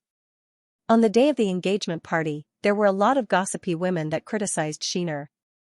I really don't want the Bei family to bully Xiner when the truth is revealed. Even if someone has to take the blame, I want Bei Chendong to take it. Tongming's intuition was accurate and the Bei family weren't stupid. That's true. I simply hope that when the time comes, Bei Chendong will protect Xiner well. As for you, you should stop worrying about others. The Fei Tian Awards are almost here, you should focus more on your own film. Also, about the child that boss picked up a few days ago, I heard that the Zhai family are currently looking for it. Long Jia took the opportunity to mention Liang Yongyu. Since they're looking for it, why can't they let their daughter off the hook? After hearing this, Tongming shook her head. You don't understand. Whether it's a son or a daughter, they all have the right to inherit the family. What if this daughter suddenly pops up in the future and fights with her brother for the inheritance? Haze. The waters of the rich and powerful are too deep. It makes me tremble in fear. Keep an eye on this matter and don't let the Zhai family find out about it. The Zhai family don't take Liang Yongyu seriously at all. At Xiner's engagement party, I saw the second master of the Zhai family with another female companion. That's why I don't understand. Liang Yongyu is young and beautiful. Why does she have to be a golden canary in a wealthy family? As for the second master of the Zhai family, apart from being rich, what's so good about him? There are so many women chasing after him like a flock of ducks. After hearing this, Tongming replied, you shouldn't worry about other people's business. The Fei Tian Awards is just around the corner, you should focus more on our film. As for Xiner, I hope she and Bei Chendong can keep the secret for a little longer. In reality, not long after the incident, the Zhai family came to Hai Rui to pay Mo Ting a visit. Second Master Zhai personally drove his Maybach to Hai Rui. Although he did not explicitly say it was for the sake of his child, his conversation with Mo Ting was full of fireworks. I heard that a few days ago, President Mo picked up something from the Zhai family in the parking lot of the cinema. I hope you can return it as soon as possible. This is not a joke. Mo Ting laughed as he sat in his seat of honor. His entire body emitted a threatening aura. Master Zhai, aren't you joking? Of course, I did indeed pick up something and returned it to its owner. Why are you still here asking for it? Second Master Zhai furrowed his brows as he adjusted his glasses and looked at Mo Ting. Is President Mo telling the truth? Of course. If you don't believe me, you can ask your lover. She knelt down and begged me, yet I didn't agree. You should go ask her yourself. President Mo, we have always minded our own business. I hope you don't get involved in the Zhai family's internal affairs. This was Second Master Zhai's advice to Mo Ting before he left. But, of course, Mo Ting wasn't afraid of threats. I can't be bothered with the Zhai family's internal affairs. I just hope you don't kneel in front of me again. Second Master Zhai turned and left. he did not gain any advantage. In front of Mo Ting, even though he was the son of the richest man in China, he did not have the ability to be arrogant. But, he had appeared in the lobby of Hai Rue in such a high-profile manner with a Maybach and a limited edition car. Who was he trying to intimidate? Afterwards, Tong Ning heard about the incident and found out that the Zhai family had visited Hai Rue. So, she was quite worried. Will the Zhai family come looking for trouble? My territory is not a place for outsiders to behave atrociously, Mo Ting replied calmly. No wonder Liang Yongyu went around asking for help. She even abandoned her daughter so that she wouldn't return home to suffer. From the looks of it, the Zhai family are indeed having a hard time. That has nothing to do with us, Mo Ting comforted. You need to forget about it. Tong Ning nodded her head. In reality, when it came to wealth, the Tang family and the Mo family were not inferior to the Zhai family. The Zhai family were simply more extravagant with diamonds. Marrying into a wealthy family was every woman's dream, so it was no wonder that Liang Yongyu was willing to destroy her body to solidify her status. After returning to the Golden Lounge, Second Master Zhai went straight to Liang Yongyu's room and grabbed her by the neck. Where did our daughter go? Didn't you say the Mo family took you in? But, I've already found out that the Mo couple rejected your request. How much longer are you going to lie to me for? Plus, Mo Ting already has 3 children. There's no need for him to keep my daughter. Lindian Mo Lin, I Lindian, Mo. Mo Lindian Mo Hai family A. You need to understand your position. You're just a small-time model. If you want to marry into the Zhai family, you either need to match up with them or give birth to a son. You need to understand your position. You are merely a model.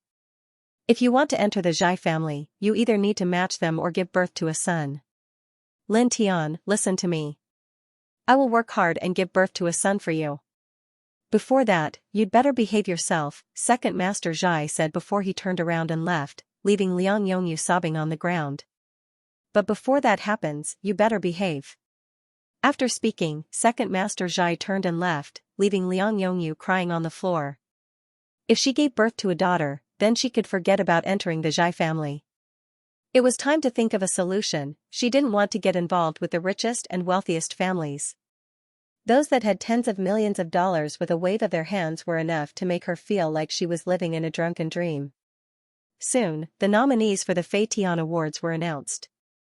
Whether it was Mo Ting for Best Actor or Xiao Sun for Best Director, both of them were nominated. She thought, this is already the best consolation for Xiao Senator as expected. The Fei Tian Awards ceremony was held in February. By this time, the box office for The Ant Queen had already reached $2 billion. For a sci-fi film to achieve $2 billion in the box office was unbelievable. No one in the industry would have thought that it was possible, but Tong Ning had done it. Plenty of investors were already itching to invest in The Ant Queen too. But, Tong Ning had no intention of doing so. As for the actors and actresses that wanted to appear in The Ant Queen 2, there was an even bigger crowd. Those that once laughed at Tong Ning, looked down on her and didn't believe that she could achieve such results, could only hide in a corner. What else did Beijing's entertainment industry have left for Tong Ning? They could only accept her. At this time, a famous magazine contacted Mo Ting and offered to publish a book on Tong Ning. They wanted to write about her legendary experiences. But, Tong Ning firmly rejected them. She replied to the editor, from what I see, everything I do is to prove that I can do it. It doesn't matter if I become a legend or not. It's pointless for others to learn from me. Besides, I'm only 30 years old. I don't want to define myself like this. So, in the eyes of the media, Tong Ning was a strange person. She was easy to get along with, but she didn't publish a book or publish a biography. She also refused to accept interviews or participate in any talk shows. It was impossible to dig up any information about her. Of course, compared to before The Ant Queen was released, Tong Ning's status was a far cry from what it was now. She was now recognized as a national treasure in the industry and was respected by everyone in the industry. Had she already done it? Was she on par with Mo Ting? Sometimes, Tong Ning couldn't help but ask herself. But, she still felt like she was missing something. Just before the Fei Tian Awards ceremony, Lin Qian gave birth. Her child was not yet full term, but it didn't affect her health.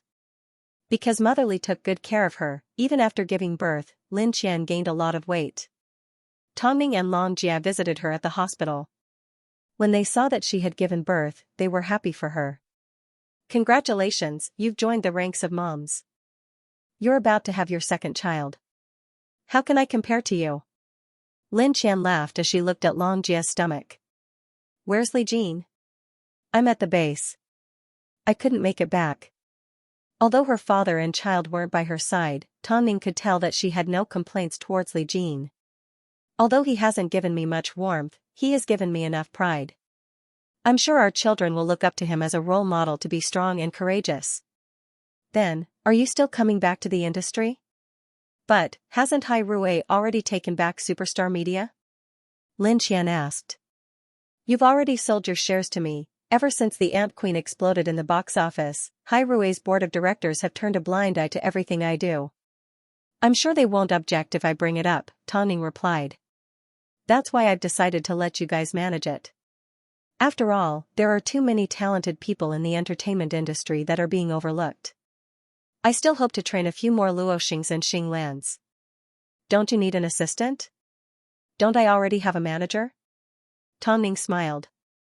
Plus, now that I've retired behind the scenes, I don't need an assistant to take care of me at all times. Ting and Luce are enough. Lin Qian was eager to work. She had never been a canary. Even though her husband's family had a powerful background and she had just given birth, let's go back then. At some point, Motherly had walked up behind the two of them. Who knew how long she had been eavesdropping on their conversation? While I can still move, I can take care of my grandson. That's exactly what I want. But, Mom, Qian, we are already satisfied that you're willing to marry Li Jin and give birth to a child for the Li family. I'm still going to say the same thing. You're still young. You can't give up on your own life just because you gave birth to a child. You should go work. Motherly said in a reasonable manner. Look at Tongning. She's the best example. She's the mother of 3 children and she's also doing a good job at home. I'm not against you working. So what if you're in the entertainment industry? You're relying on your own 2 hands. What's the point of being prejudiced?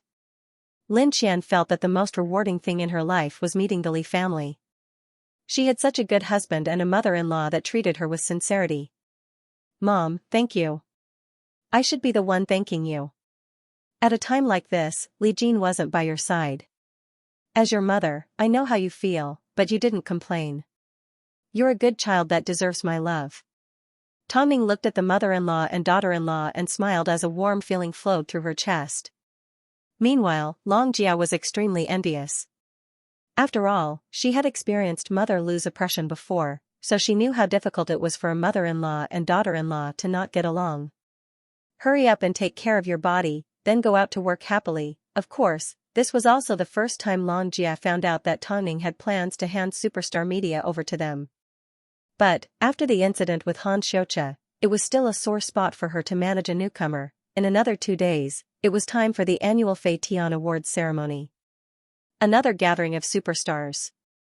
All the celebrities were preparing their battle suits in order to stand out at the awards ceremony. But, just like at the film festival, Tongning had no interest in the best-dressed category. Of course, as one of the hottest superstars, no matter what she wore, she was bound to be surrounded by a large group of reporters. But, she still felt that she had passed the age of competing with other female celebrities for the limelight. After learning her lesson at the film festival, Long Jia no longer bothered to prepare a dress for her. After all, she didn't need it to attract attention. But, little did she know, Mo Ting was carefully preparing a present for her. However, she never expected, before she received a surprise, she would first have to endure a scare.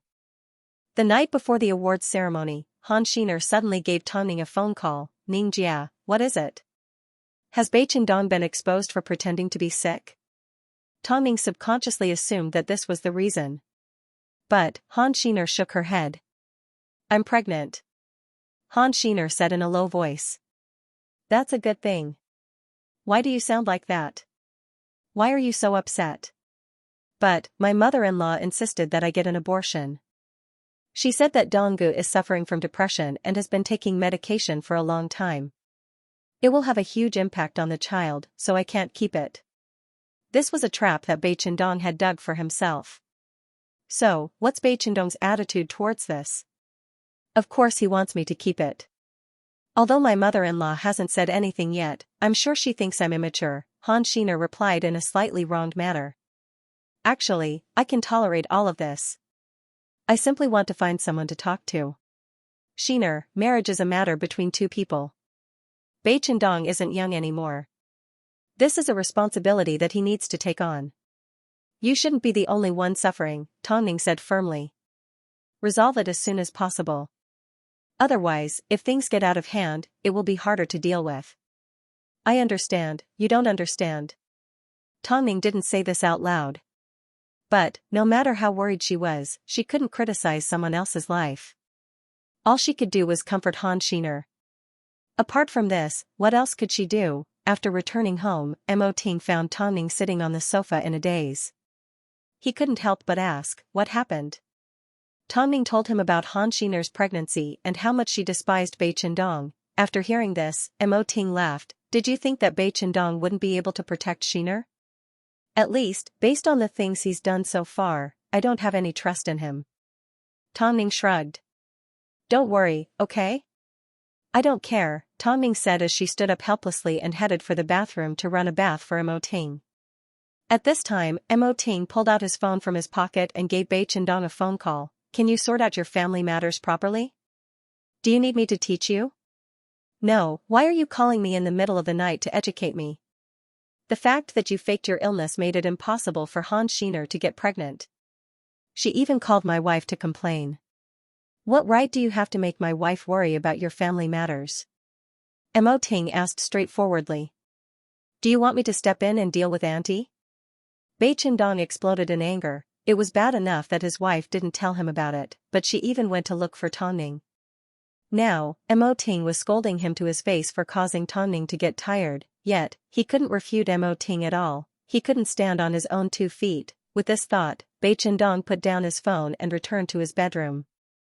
As soon as he saw Han Xiner lying in bed, his heart ached. He kept saying that he was fine, but in reality, he minded it more than anyone else. Yet, he had no idea that he had put Han Xiner in such a difficult position. Indeed, it was time to find a time to sort things out. So, Bai Chendong took advantage of the night to give his father a phone call. Dad, do you have time tomorrow morning? Let's have some tea together. Kid, did you do something shameful? You'll know when you see me tomorrow morning, Bai Chendong said before he hung up the phone. What was more important than reassuring Xiner? The next morning, Bai Chendong arrived especially early for tea. Father Bai was waiting for him in the garden. As he brewed some tea, he smiled. It's rare for you to remember that you have a father. Bai Chendong lifted his jacket and sat down on a stone bench. He ignored the falling snow and picked up a hot cup of tea. Father, I came here today to admit my wrongdoings. Does this look like you're admitting your wrongdoings? Father Bai glared at his son and took a sip of his tea. Speak, what do you want? Actually, I'm not sick, Bai Chendong said straightforwardly. After hearing this, Father Bai slammed his teacup onto the stone table and furrowed his brows. If you have the guts, say that again. I said I'm not sick. Bai Chendong repeated. To prevent you from objecting to my marriage with Xiner, I put on an act. Since you've already lied to me, why didn't you go all the way and admit to it instead? Xiner is pregnant, so I told her to abort the child. She thought the antidepressants I took were bad for the child. But, in reality, there's nothing wrong with Xiner and the child, Bai Chendong explained in seriousness. So, I don't think you should force Xiner to abort the child. Father Bai scoffed. In reality, his hands were already trembling. But, when he thought about it, he found it both ridiculous and infuriating. He knew that Bai Chendong was capable of doing something like this. If Xiner wasn't pregnant, did you not plan to explain yourself? Father Bai lowered his head and approached Bai Chendong. Yes, Bai Chendong replied honestly. What do you think your mother and I are? Huh? Father Bai continued to question Bai Chendong. We wholeheartedly worried about your health, but look at what happened. Are you kidding us? Is it fun? Bei Dong, you're already in your 30s. Why can't you be mature and think about the consequences of your actions like Mo Ting? Did you think that if you made your own decisions in life, we wouldn't have to interfere? Father Bei trembled in anger as Bei Dong subconsciously reached out to help him up. Don't touch me. I can't make the decision for you. Go tell your mother yourself. So, by the time Han Xiner woke up, Bei Dong was nowhere to be seen. He didn't even pick up her phone. She had no idea where he had gone and he didn't even bother to say hello. She would never have guessed that Bei Dong was currently kneeling in the Bei family's ancestral hall. All the elders of the Bei family had arrived, especially Mother Bei. No wonder she hadn't seen Bei Dong take his medicine, it was because he wasn't sick at all. It was all because of his superb acting skills. Your dad and I aren't like you. I don't know who you take after. Mother Bei also looked at Bei Dong with disappointment. Does the Bei family still need you to inherit the family business? I'd rather donate it to charity than let you squander it. Mom, I'm sorry, but this is all my idea. It has nothing to do with Xing'er. Humph. Mother Bei snorted coldly. She was very confident about this. Do you think I don't know you? I'm well aware of Xianxia's personality. She doesn't have such a cunning mind. So, don't blame her. If you knew this day would come, why did you lie to us? How old do you think you are? Bei Dong, I'm not disappointed because of anything else, but because of your actions. You can continue kneeling in the ancestral hall. Han Xiner couldn't find Bei Dong anywhere. She even gave Tongning and Mo Ting a phone call, but there was no news of him. In the end, she had no choice but to go to the Bei family home to look for him. After giving Mother Bei a phone call, Mother Bei's voice was cold. Bei Dong has returned home. Oh. Xiner, come home for a while, Mother Bei instructed after realizing that Han Xiner had no idea how serious the situation was. Okay, I'll be right there. Han Xiner had a feeling that being called back to the Bei family home wasn't a simple matter. Bei Dong had disappeared early in the morning and was still uncontactable. So, what else could he be doing at the Bei family home? So, Han Xiner hurried back to the Bei family home. As soon as she stepped through the front door, she saw Mother Bei looking at her sternly. Xiner, how dare you? Did you already know that Bei Dong was pretending to be sick?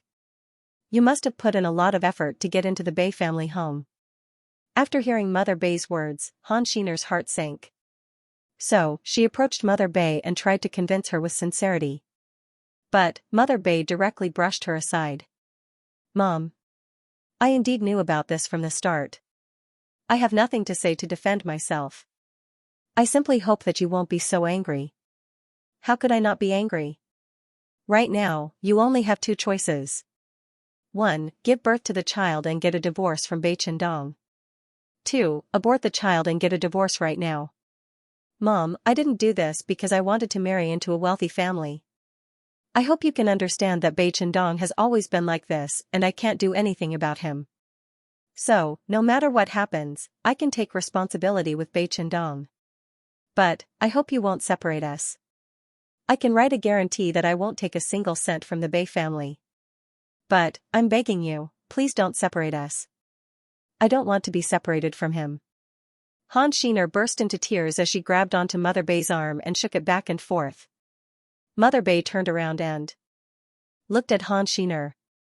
In the end, she shook her head helplessly. Don't cry, don't cry. Go check on that bastard first. Mother Bei did not say anything as she directly led Han Xiner to the Bei family's ancestral hall.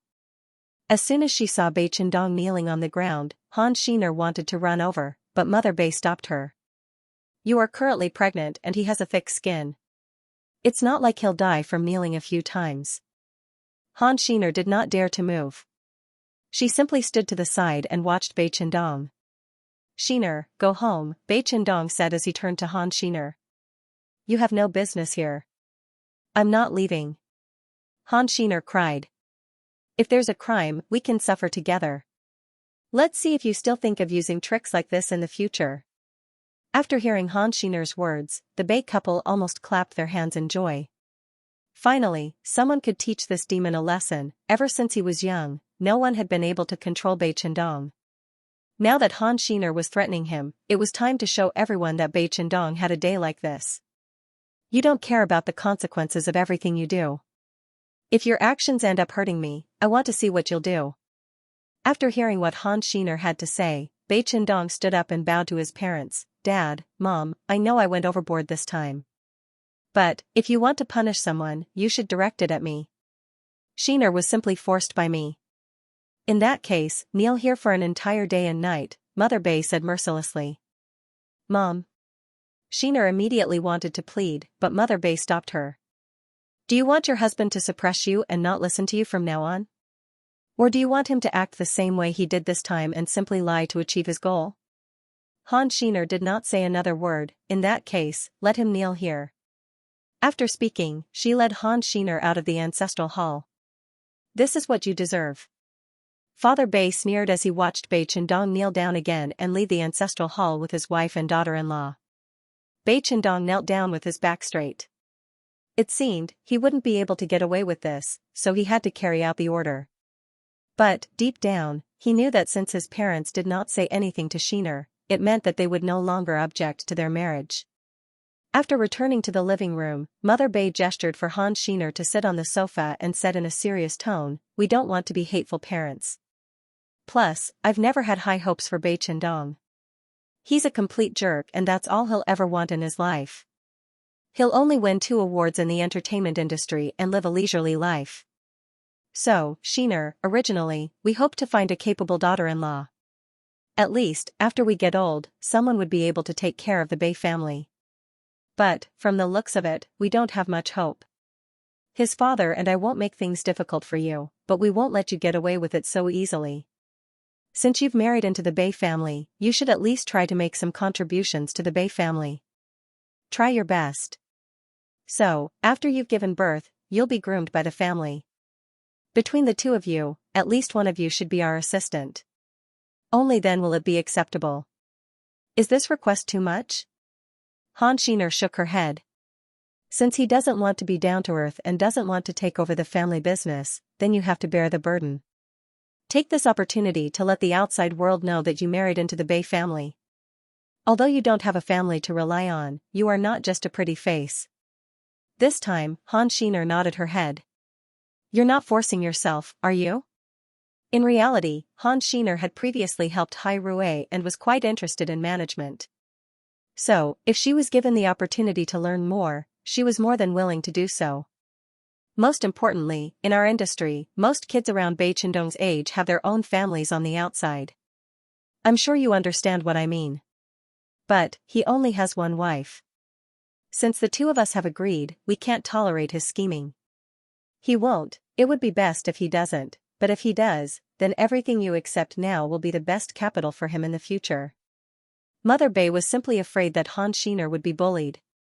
Although Han Xiner was easily manipulated by Bai Chendong, she wasn't a blank piece of paper to the public. At the very least, with a little training, he would definitely be able to achieve something. Dad, Mom, thank you. I know you have a history with Tongning and I am Mo Ting's auntie. We share the same bloodline.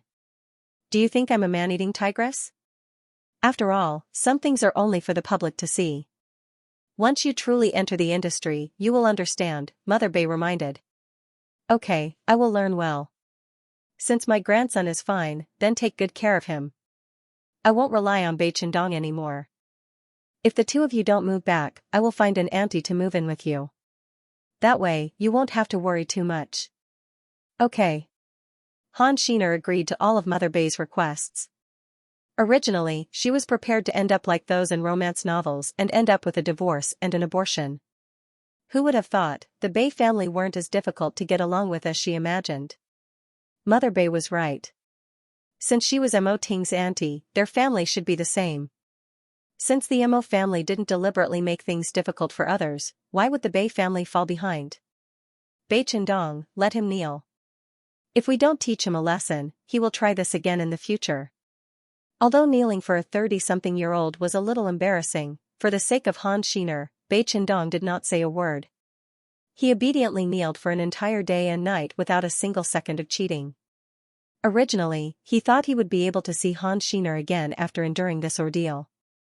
But, Mother Bei told him, she's already gone. All of a sudden, Bei Chendong didn't understand what Mother Bei meant. He tried to stand up, only to find that his legs were temporarily useless. Mom, you know my temper. I was born this way. To achieve my goals, I will do anything. In my world, there are no rules or boundaries. If Xianxia wasn't feeling uncomfortable, I wouldn't have stepped out to apologize. After all, I didn't need your approval for our marriage. But, I kneeled and helped you vent your anger. But, that doesn't mean you can treat Xianxia as you please. After hearing this, Mother Bei glared at him. If Xianxia wasn't here, no one would stop you one day from killing someone.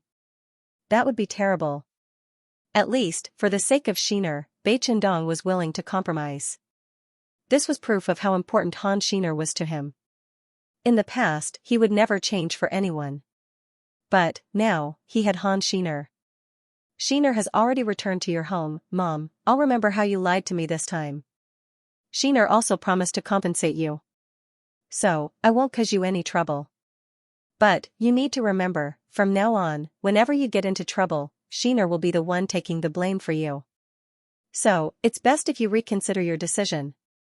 Was he using Xianxia to restrain him? At this moment, Bei Chendong no longer felt restrained. In fact, as long as Xianxia was by his side, nothing else mattered. Most importantly, he wanted to make sure Xianxia didn't suffer as much as she did, therefore, he rushed back home without stopping. As soon as he stepped through the front door, he saw Xianxia drinking some soup. Bei Chendong quickly ran over and hugged her. I'm glad you're okay. What could possibly be wrong with me? Han Xianxia asked. Hurry and sit down. Let me look at your knees. What did you promise, Mom? Bei Chendong sat down on a chair and rolled up his pants. Han Xianxia leaned over and examined his knees as she replied, I promised Mom that after giving birth, I would intern at the Bei family home. I knew it. I had no choice. If you won't go, then I'll have to. Han Xianxia replied. Since Han Xianxia had already said this, what else could Bei Chendong do? How could he watch his lovely wife suffer like this? That would be strange, although, from the beginning, he had always felt that he was the one who suffered the most from this deception. But, for the sake of Xianxia, it didn't matter. What he did wasn't important. Just like that, Han Xianxia and Bei Chendong's relationship came to an end. Han Xianxia would soon become a business genius and stand out in the business world. Of course, that was all for the future. Right now, the most important thing was the upcoming Fei Tian Awards. As one of the hottest names in the Fei Tian Awards, Tong Ning had already become one of the highlights. But, this time Mo Ting was also competing for an award. No one knew why he was interested in the Best Actor award. Perhaps even Tong Ning couldn't provide an accurate answer.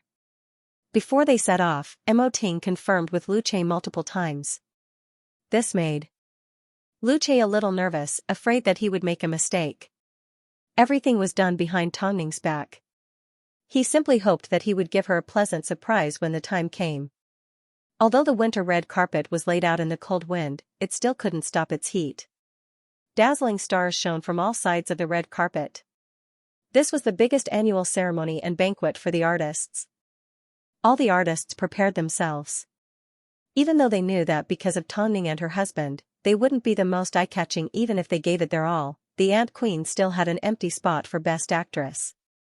Although the little actress Coco performed exceptionally well, there were still a lot of things that she wasn't perfect. This was the only consolation for the other actors. But, they had no choice but to accept it. After all, the Ant Queen's results were obvious to everyone and they deserved it. So, as soon as Tong Ning and Mo Ting arrived, a bunch of people rushed to congratulate them. Was there a need to say it? The Fei Tian Awards was about to turn into a runway show for the cast of the Ant Queen. After arriving at the awards ceremony, a lot of familiar faces appeared. Tong Ning nodded to each and every one of them as a form of greeting. In reality, whether Tong Ning received an award or not wasn't that important to her. All she wanted to know was whether Xiao Sun would receive the Best Director award. However, the awards ceremony was a little long and there were even performances in the middle. So, she waited until her palms were covered in cold sweat. She was afraid that the award that was supposed to go to Xiao Sun would suddenly change its mind. The Ant Queen, which was released at the end of the year, has been in the limelight. It was nominated for 6 awards, including Best Actor, Best Director, Best Screenplay, Best Cinematography. As the host spoke, the spotlight suddenly shone on Tongning and Mo Ting. At this time, Tongning was completely unprepared. I would like to ask Tongning, you are currently recognized as one of the best producers in the country and many artists want to work with you. Did you expect to achieve what you have today? Tongning received the microphone from the host and replied in a deep voice, I'm just sad that Xiaoxin won't be able to attend the awards ceremony with us. I believe that Xiaoxin will be very happy to see this from the sky. But I'm asking you, can't you think about yourself? Hearing this, Tongning smiled and replied, I'm fine right now. There's nothing to worry about. From Tongning's response, it was obvious that she was a little dispirited. She didn't want to answer the host's question half-heartedly and wanted the guest presenter to get on stage. The host understood what she was trying to say and laughed, fine, this is probably the most boring question and answer I've ever had. In that case, let's not waste any more time. Let's present the Best Director Award. Let's welcome our guest presenter. She wasn't interested in the editing, music, cinematography, or costumes. But the award that was about to be presented was what she wanted to know the most. Soon, the guest presenter walked onto the stage. After exchanging a few pleasantries, he turned to the big screen to look at the list of nominees. That's right, this was the award that Tongning wanted to know the most, the Best Director Award. And Xiaoxin, who she was looking forward to the most, was also one of the nominees. The winner of this year's Best Director Award is the director of Escape Room, Luo Fengzhong. Congratulations, Director Luo. However, as the screen froze and the spotlight paused, Tongning realized that the winner was not Xiaoxin, it wasn't. Seeing this, Mo Ting turned to look at Tongning. At that moment, Tongning was speechless. But there was an unconcealable sense of disappointment in her eyes. Here, we would like to clarify that because director Xiaoxin did not complete the entire film, the judges did not give him the highest score. But, we will always remember Xiaoxin's name. We hope director Xiaoxin is well in heaven.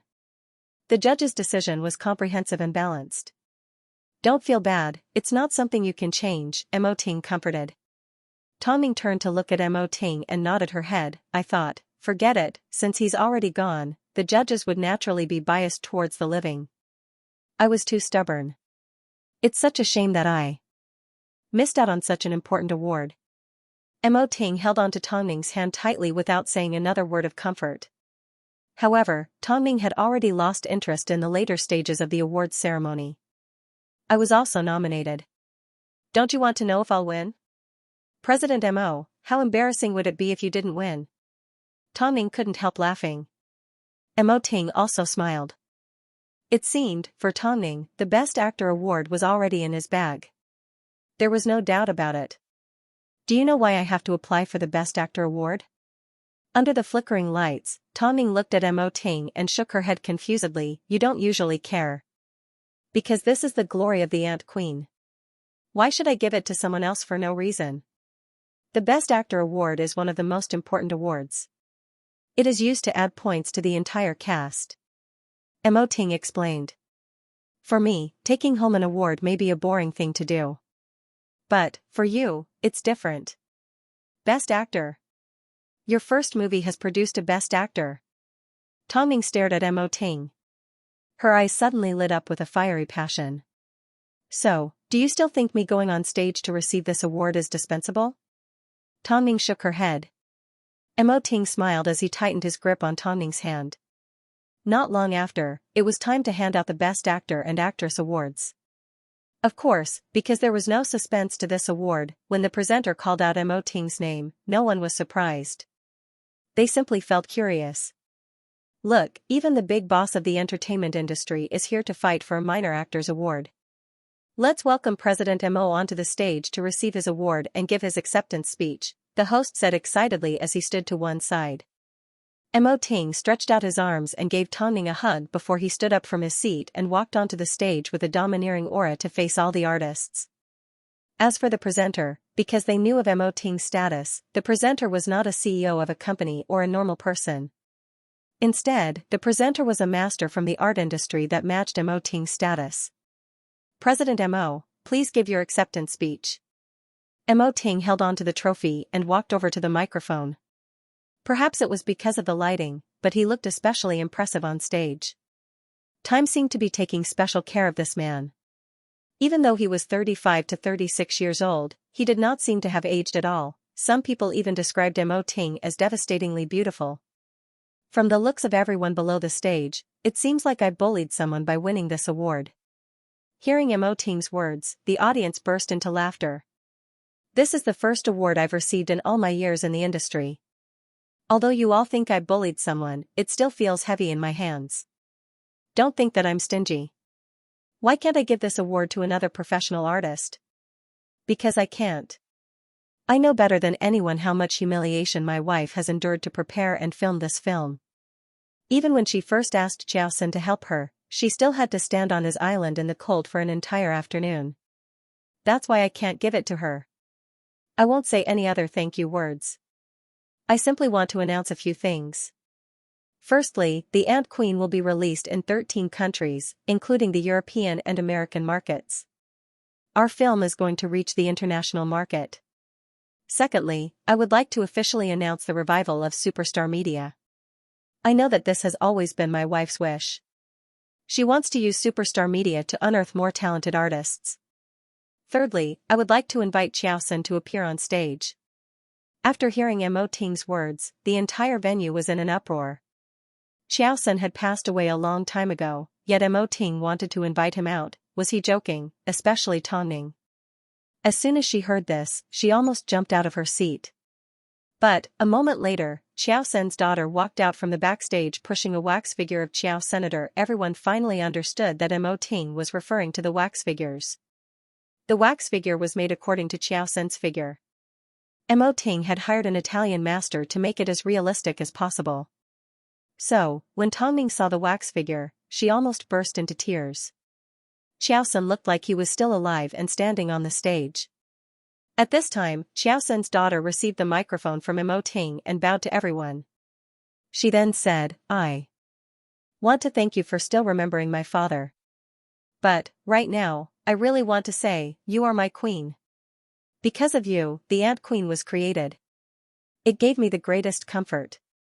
It was like my father was still alive and he would always be by my side. Actually, we've also heard from President Mo that Tongning doesn't care about her achievements at all.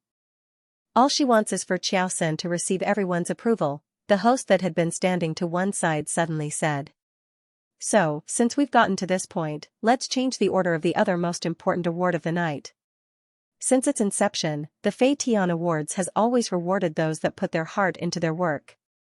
To pass on this belief, the committee has decided to award director Xiaoxia with a Lifetime Achievement Award. He wants to motivate all of the living film and television people here so that the industry can move towards a better future. That night, Tongning sat below the stage, feeling extremely excited. Xiaoxia's efforts had finally paid off. At this moment, Mo Ting knew that this was what Tongning wanted the most. So, the couple looked into each other's eyes as their emotions flowed out. At the same time, we also hope that Tongning can produce an even better film so that the audience can enjoy it. While we're at this point, how are the preparations for The Ant Queen 2 coming along? Tongning's eyes were red, but she let out a laugh. Everyone knew that she was crying tears of joy. Come, Tongning, come on stage. Hearing the host's invitation, Tongning shook her head. It's fine. This night belongs to everyone. I hope everyone can enjoy it and not just me. In that case, don't you have anything to say to President Mo, who has prepared these 3 gifts for you? Let's talk about it in private at home. Tongning replied naturally. The host nodded her head and did not make things difficult for Tongning. She then turned to look at Mo Ting. President Mo, since you've taken the award, as the leader of the industry, do you have anything to say to everyone? Tonight, I'll just be an actor and accompany my wife. I won't be pressuring anyone. Mo Ting replied straightforwardly. Ha ha ha, thank you for letting us off the stage. The host laughed heartily. The host smiled as he escorted Mo Ting and Xiaoxia's daughter off the stage. However, just as Mo Ting approached Tongning, she immediately hugged him tightly. What's wrong? You always know what I want, Tongning said as she sobbed. I feel like the most rewarding thing in my life is marrying you. I love to see you moved. The couple hugged each other tightly, causing quite a few people to be envious. Meanwhile, in front of the TV, there was one person staring at the couple hatefully. How could these two great people refuse to take my daughter in? As a result, I'll never be able to see my daughter again, and I don't even know if she's alive or dead. Tongning, I can't help but blame you. You could have easily saved my daughter's life. Across the TV, Liang Yongyu clenched her fists in anger. But she knew that she was no match for Tongning. First, she needed to give birth to a son and stabilize her position in the family. We have plenty of time in the future. We're bound to see each other one day. This was perhaps Tongning's most glorious moment. But the Ant Queen's success didn't stop there. After the film was released in the US and Europe, it caused quite a stir. How could an Asian produce a sci-fi film of this level? Was it fake? Was it cheating? The foreigners had their doubts. Foreign film experts even came up with technical analysis and research to expose, provoke, and ridicule Beijing sci-fi films. They also questioned Tongning, but Tongning did not respond at all. Meanwhile, the post-production team that she led officially established a post-production company called Glory. Above all, Glory and Superstar Media were combined under Hai Rui. Because of the exposure of the post-production team, Glory received offers from many film and television companies. Some even offered them astronomical sums of money, but they all rejected them. Firstly, they helped Tongning because of Tongning and Xiao Sen's dedication to sci-fi. Secondly, their technology was now exclusive to the Ant Queen. In other words, they would only work on the Ant Queen. Thirdly, if they wanted to continue improving, they needed time to learn. So, they weren't willing to waste their energy on other films. At least, for the time being, their main focus was on the Ant Queen. Most importantly, no matter who they worked with, it wouldn't be easier than working with Tongning. After all, Tongning had already provided them with the best benefits, the best treatment and the best glory. However, just as the Ant Queen was supposed to strike while the iron was hot, Tongning once again disappeared from the public's eye. She had to start preparing for the Ant Queen 2. Without Xiao Sen, the Ant Queen 2 was going to be difficult to film. Tongning knew better than anyone. A little while later, news of the Ant Queen winning an award began to spread overseas. But Mo Ting sent people to every award ceremony. This wasn't because Tongning had become arrogant, but because domestic sci-fi films had been kneeling in front of foreign films for many years. It wasn't easy for her to stand up again. So, she needed to show an attitude and build the confidence of the domestic film industry. When it came to an overseas award, they had to be neither indifferent nor enthusiastic. I would like to invite Senior Long to appear in The Ant Queen 2. I want to add elements of Kung Fu into the film. As one of the symbols of our country, I also want to incorporate it into a sci-fi film. The Ant Queen was about a father and daughter. The Ant Queen 2 Foot is about a teacher and student. What do you think, Ting? Seeing that Tongning was getting more and more familiar with film production, Mo Ting laughed. It seems, you have a lot of resources to use this time. I won't be able to do anything. Are you kidding me? Tongning put down her pen and paper and turned to look at Mo Ting. Do you think I can write a complete script? Mo Ting thought for a moment and nodded his head. Now that I think about it, I do have some use. Story is the essence of a movie.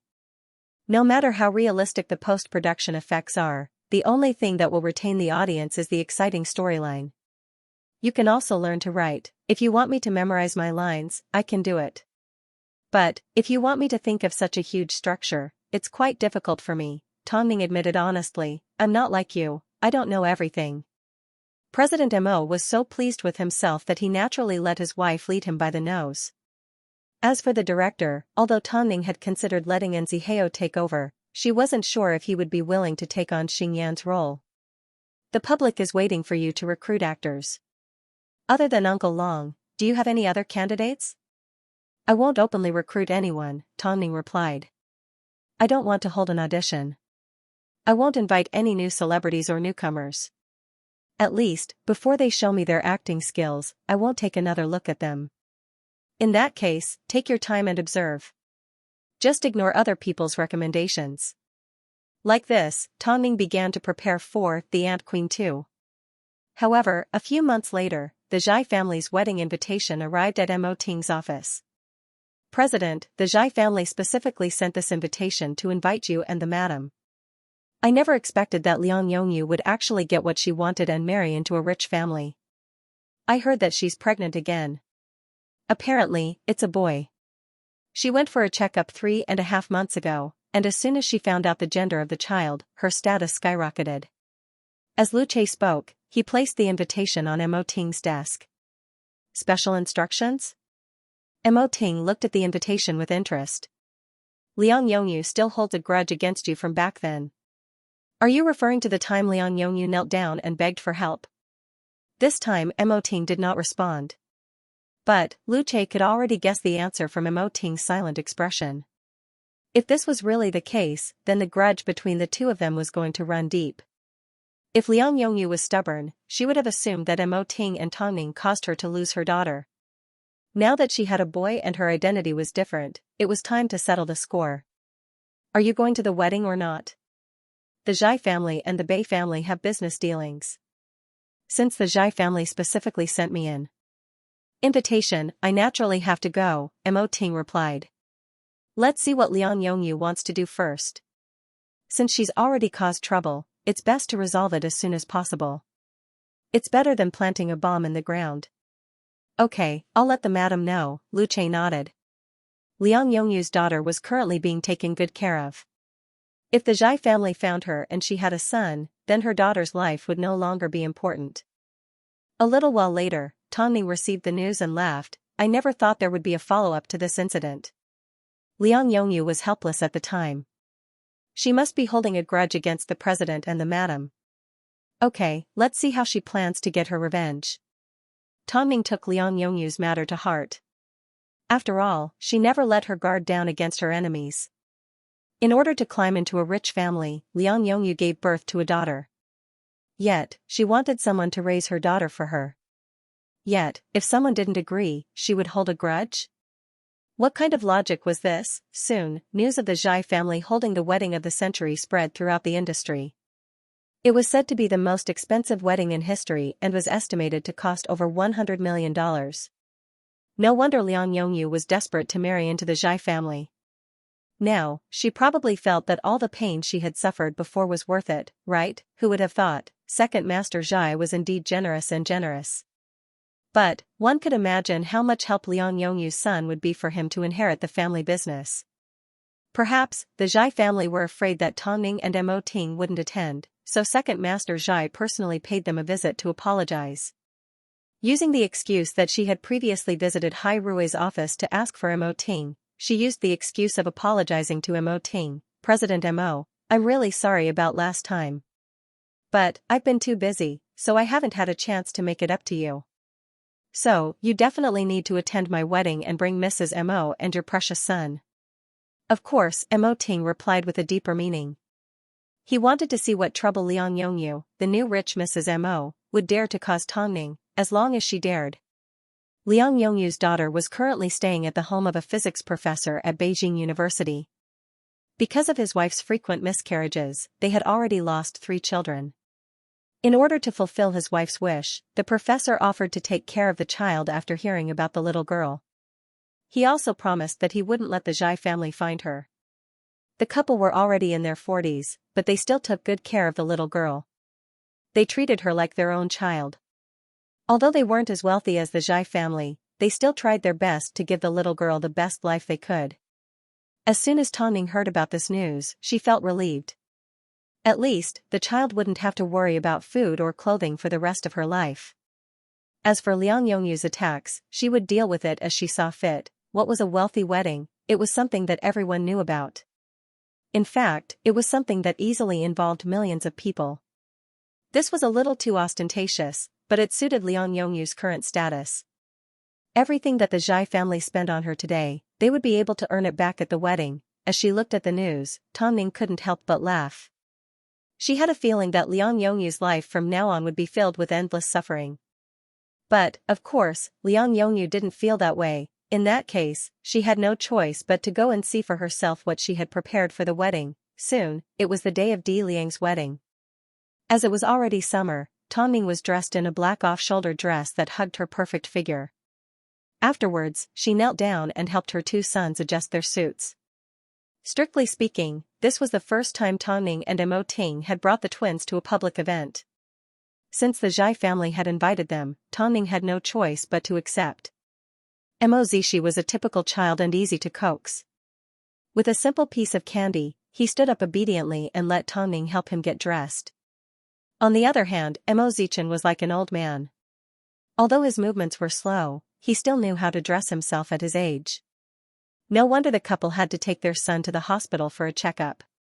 Seeing this, Tongning looked at Mo Zichen. Do you need mommy's help? She had a feeling that Mo Zichen would understand. Mo Zichen shook his head. He then looked at the bow tie on Mo Zishi's neck and fiddled with it on his own neck. Seeing this, Tongning couldn't help but chuckle. It didn't take long before Mo Ting returned home. Seeing the mother and sons had already changed, he entered the cloakroom. 10 minutes later. Since you're done packing, let's go. Tongning originally wanted to carry the children, but Mo Ting stopped her. The couple held on to one child each as they walked out of the house. You got a new car? Tongning looked at the new car parked in front of her home and asked confusedly, is there a need to do this? It's my first time bringing these two rascals out. Comfort is the most important thing. No matter how comfortable he wanted, he didn't need a limited edition Rolls-Royce, right? In reality, President Mo simply wanted to boost his low-key wife's prestige. She was used to being frugal and never acted like a superstar. But today was different. When you attend the wedding today, your mission is to steal the bride's limelight. Tongning giggled as she glared at Mo Ting coquettishly. The wedding was held in a 7-star hotel. The hall that could hold over 10,000 people was decorated with a sea of fresh flowers. According to rumors, these roses were flown in from France and there were over 100,000 roses used. A wedding like this was every girl's dream. Judging by the looks of envy on the faces of the socialites, it was easy to imagine how much they wanted it. Many big names were gathered inside and outside of the industry. As the Zhai family was also involved in the entertainment industry, many big names were fighting to be present. Soon, a brand new white Rolls-Royce arrived at the entrance of the hotel. As the Mo family stepped out of the car, they attracted a lot of attention. Although Liang Yongyu was already dressed in jewels as she greeted the guests and the diamonds on her body were already eye-catching enough, no one expected that Tongning's appearance would attract the attention of so many guests. As a result, everyone's attention was quickly diverted away from Liang Yongyu. Tongning brought two sons at once. Is she purposely provoking Liang Yongyu? You can't blame her. After all, having two sons in a lifetime isn't something that normal people can have. Look at Tongning's twins. They're so handsome. Liang Yongyu looked at the attention of the guests and felt a sense of resentment rise from the bottom of her heart. So, after Tongning sat down with the twins, Liang Yongyu approached Tongning and said, Mrs. Mo, can I have a word with you? Tongning looked down at the twins in her arms and then looked up at Liang Yongyu. Can't you wait until after the wedding? After all, I need to take care of two kids. It's not convenient. I'll wait for you in the waiting room on the 3rd floor.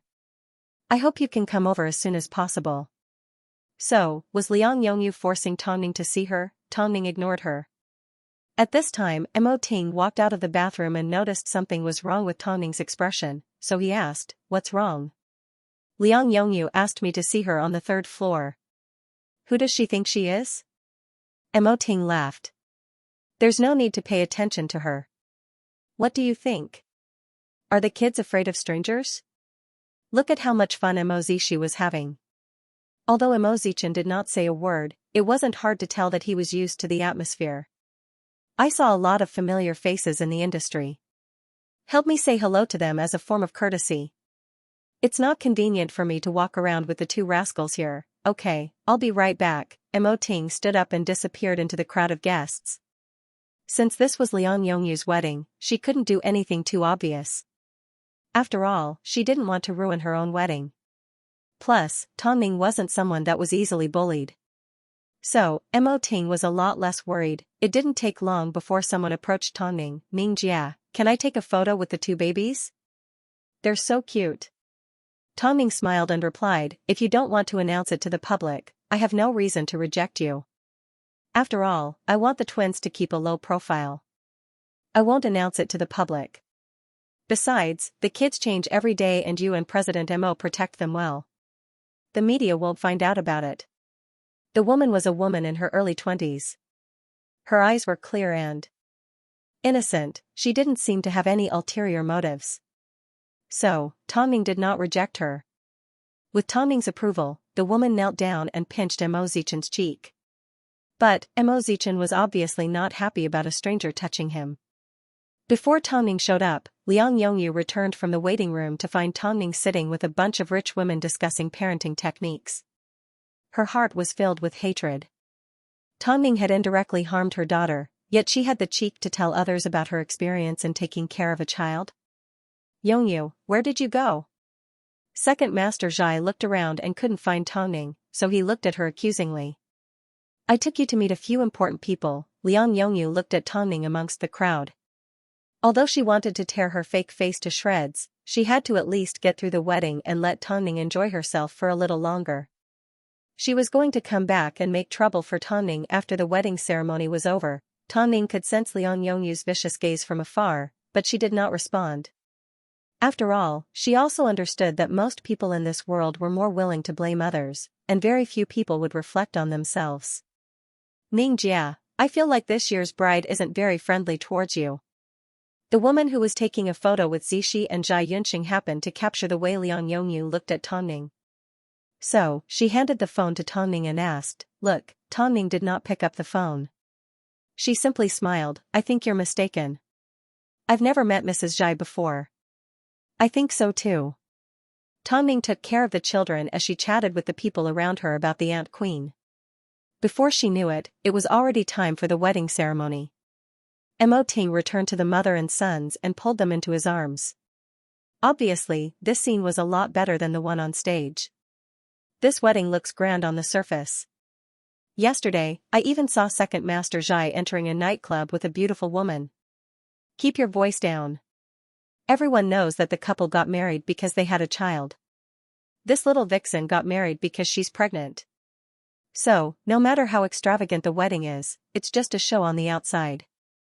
It's better to watch Tongming's family of 4. Do you think Tongming brought 2 sons here to provoke Liang Yongyu? Ha ha ha. She has 2 sons. She can't possibly bring only one of them here. It would be giving her face if he came. Naturally, the banquet was filled with gossip. After all, everyone in the industry knew how Liang Yongyu ended up in Second Master Zhai's bed. Although she was now the wife of a wealthy family, she couldn't hide her lowly background. A marriage like this was destined to be a tragedy from the first day of marriage, so it was no wonder that others didn't think highly of it. On the other hand, Tongming and Mo Ting were perfect examples of what a rich family should do. After their flash marriage, they were ridiculed by everyone. But now, they already had 3 children and were a famous loving couple who were inseparable. So, if they had to choose between a luxurious wedding and a loving husband, everyone would choose the latter. That's why, even though most women were envious of the extravagant decorations, they weren't envious of Liang Yongyu. However, Liang Yongyu did not think this way. She was already a member of the Zhai family. Even if she divorced Second Master Zhai right now, she would still be able to take half of his assets. So, why would she care about feelings? After all, money was the right path. The luxurious and emotional ceremony came to an end with Second Master Zhai's deep kiss. Afterwards, it was time for the newlyweds to toast. Meanwhile, Liang Yongyu spent almost 20 minutes changing into a luxurious cocktail dress. The first thing she did was drag her husband over to Second Master Zhai and say, "Hubby, do you remember the last time I took our daughter out on a trip? At that time, I accidentally lost my daughter and President Mo and Mrs. Mo helped me take care of her." Second Master Zhai couldn't understand why Liang Yongyu would mention this matter at a place like this, so he pretended not to understand. But, Liang Yongyu continued, how could you forget something so important? It's because Mr. and Mrs. Mo still haven't found our daughter.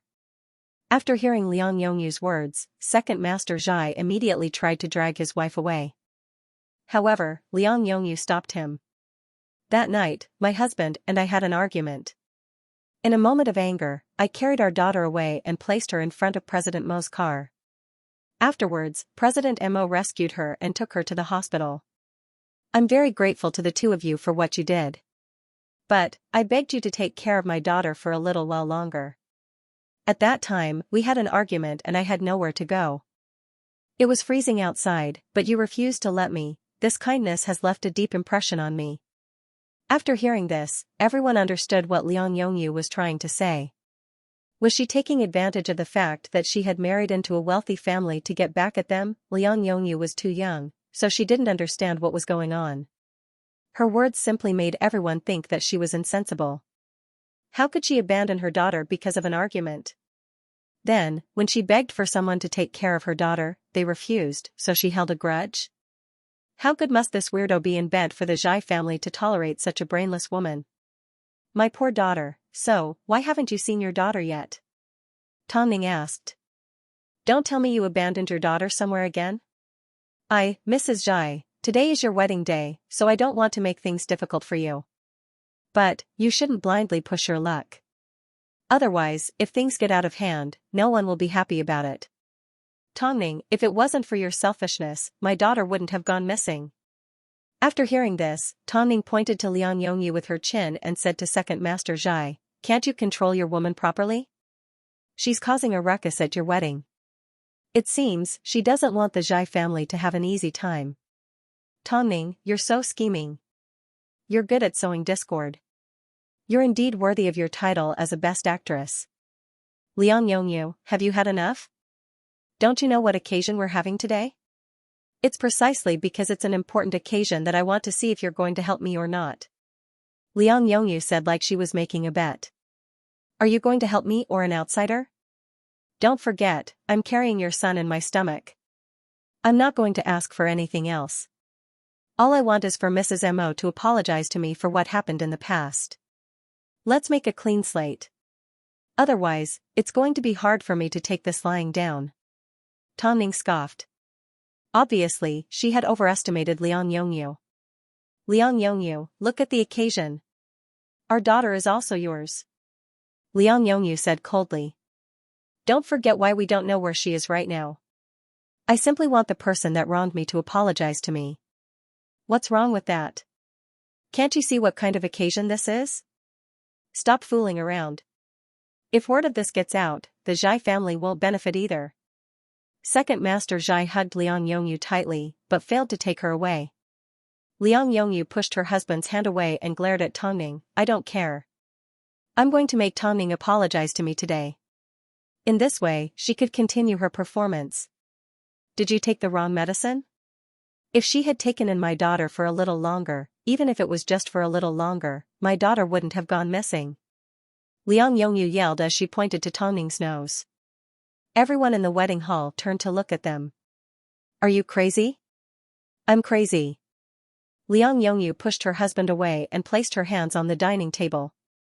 She then glared at Tongning coldly, either apologize to me, or return my daughter to me. You're always pretending to be kind and loving to help others in the industry. Is it all fake? Tongning, I knelt down and begged you. But, I never expected that you would turn a blind eye to it. You're amazing. Look, if you had taken in my daughter back then, my daughter would be able to go home now, so, it's you who caused my daughter to go missing, it's you. Liang Yongyu threw caution to the wind as her questions were sharp and powerful. Just like that, she questioned Tongning why she didn't take her daughter in. Why? Tongning stopped Mo Ting from speaking and asked, why should I take in your daughter? Did I make you give birth to 2 daughters in order to marry into a rich family? Did I tell you to leave your daughter by my husband's car? Why should I take care of the child you gave birth to? Are you my descendant? What's my relationship with you? Liang Yongyu, it's my duty. Not to help you. Now, I'm sure that I made the right decision back then. As for why your daughter disappeared, you should ask yourself. Where did you dump her? Mrs. Mo, please don't say any more. Second Master Zhai was afraid that if he continued to speak, the Zhai family's secret would be exposed. Who gave you the right to insult my wife like this? Mo Ting, who had been silent the entire time, finally spoke up. How shameless are the Zhai family? I want to see it today. The Zhai family doesn't have the right to speak in Beijing. Since you invited us here, don't act like you're rich and powerful. Don't you know how powerful the Zhai family is? Either you apologize to my wife right now, or you explain everything about the child today. Anyway, there are thousands of people here. As soon as he heard Mo Ting's threat, Second Master Zhai immediately said, President Mo, don't get angry, in front of everyone, your woman wants my wife to apologize to her? Did I hear that right? Don't you know about the Zhai family? Do you know how to control women? If you don't, I can teach you a lesson. At this moment, no one said a word. To be exact, they were all intimidated by Mo Ting's aura. He didn't appear to be agitated, but his words were so oppressive that they couldn't breathe. Especially towards the Zhai family, every word was filled with a sense of threat. As a result, the Zhai family's parents immediately rushed over and tried to calm them down. President Mo, I'm sorry, but, can you give us some face and let this matter go? I can't. No one has ever dared to yell at my wife in front of me. Mo Ting had no intention of backing down. Let's resolve the matter regarding the child today. Otherwise, if Liang Yongyu continues to bite onto my wife, how am I supposed to argue with her? President Mo, we still have business dealings with the Bei family. You should know that you have business dealings with the Bei family, not the Mo family. Mo Ting yelled. When the Zhai family is able to do business with me, then you can use this trick to beg for mercy. What do you think about my wife? She doesn't look like someone that can be easily bullied. Huh? The Zhai family were helpless as they glared at Liang Yongyu. But, they had no choice. Mo Ting had already suggested it. If they didn't do as he said, the matter would only get worse. So, Father Zhai directly bowed and apologized on behalf of the couple. I'm sorry, President Mo and Mrs. Mo. I didn't teach my child well. Fine, I'll resolve it. Do you think I'm afraid of the Mo family? Liang Yongyu yelled loudly as Father Zhai bowed. Do you want to get a divorce right after getting married? Second Master Zhai threatened. But, this trick obviously didn't work because there was no fear in Liang Yongyu's eyes. Fine, I'll get a divorce. I'm going to tell everyone about how the Zhai family tortured my daughter to death. Everyone, before I got pregnant with this baby boy, I already had 2 daughters. When I was 20 years old, I followed this bastard. But, because I didn't give birth to a son, my older daughter was tortured to death and my younger daughter almost died at the hands of this family. So, I carried my daughter away and asked Tongning for help. But, I never expected that she would leave me to die. Since things have already gotten to this point, I might as well not get married anymore. I'll just abort the child later. But, the Zhai family are too much of a bully. No one expected that Liang Yongyu would play a trick on the Zhai family at a place like this. Although scandals like this were no longer a secret among the rich and powerful, for Liang Yongyu to expose them in front of so many people, it was a huge loss of face. Liang Yongyu, do you want to die? Ever since my daughter went missing, I've wanted to die.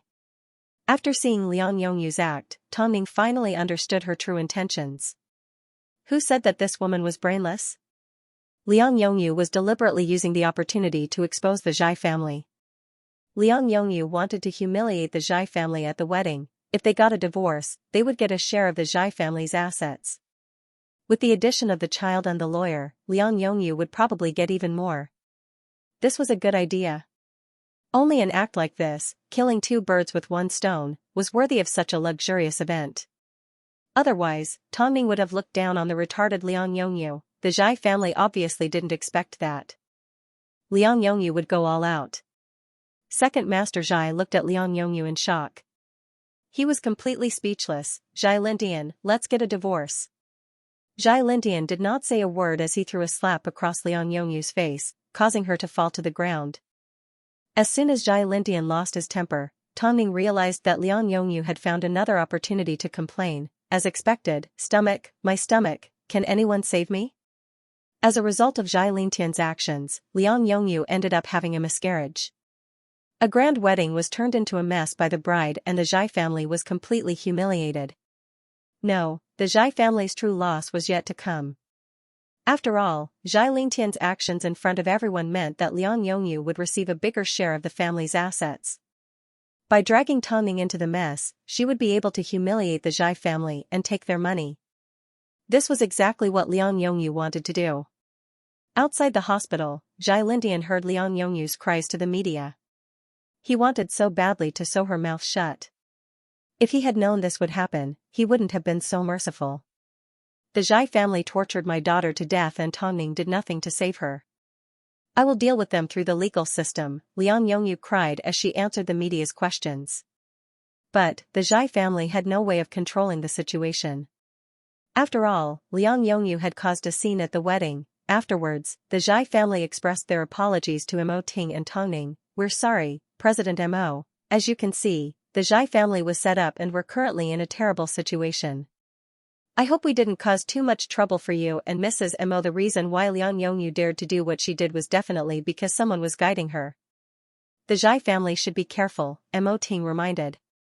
"Especially tell Second Master Zhai not to be angered by Liang Yongyu again. Otherwise, he will continue to fall into her trap." "Thank you, President Mo, for letting bygones be bygones. No matter how big of a grudge they had, it wasn't worth it. Especially since the Zhai family was currently being set up by Liang Yongyu." Tongning told him not to hold the wedding incident against her. After all, the Zhai family was currently in the middle of a storm. "But, Mrs. Mo's reputation, take care of the Zhai family instead," Mo Ting said. In other words, he didn't need to worry about his woman. This time, Tongning was in an awkward situation due to Liang Yongyu's involvement. Everyone knew that she hadn't done anything wrong. Yet, in Liang Yongyu's mouth, she was called a sinner because she didn't take her daughter in, including the argument at the wedding. There were also different versions of the incident. It was obvious that the people in the industry had seen the incident as a joke. But, the thing that made them the most frustrated was the fact that Liang Yongyu had used them as a stepping stone. Liang Yongyu actually dared to step on Tongning's head. "Think of a way to fight back. Everyone is laughing at you for being the wave on the beach." Long Jia heard some gossip and felt a little upset. "This woman actually dared to step all over your head. If this is her way of getting revenge on me because of what happened in the past, then she has succeeded," Tongning smiled. "This pisses me off, very pisses me off. How long do you think the Zhai family will let someone like Liang Yongyu live? Right now, we're just waiting for the limelight to blow over. Once no one pays attention to Liang Yongyu's matter, it won't be long before she dies. She has indeed been in the limelight for once, but I'm afraid her days from now on won't be easy. Long Jia, find an opportunity to keep an eye on Liang Yongyu. Make sure she doesn't leave Beijing. Perhaps she has already seen through my plan and will choose to attack me head-on." Indeed, Tongning's guess was right. In order to keep the peace, the Zhai family privately approached Liang Yongyu to negotiate with her. But, Liang Yongyu directly offered a sky-high price of $1 billion. Although the Zhai family felt that Liang Yongyu had gone too far, compared to taking half of Zhai Lintian's wealth, $1 billion was already considered gentle. So, the day after Liang Yongyu received the $1 billion, she cried in front of the media. She claimed that she dreamed of her daughter telling her not to go against the Zhai family, so she listened to her daughter and cut all ties with the Zhai family. All she took was a small sum of money. By doing this, Liang Yongyu established a confident and daring personality in front of the media. She even boasted shamelessly in front of the media.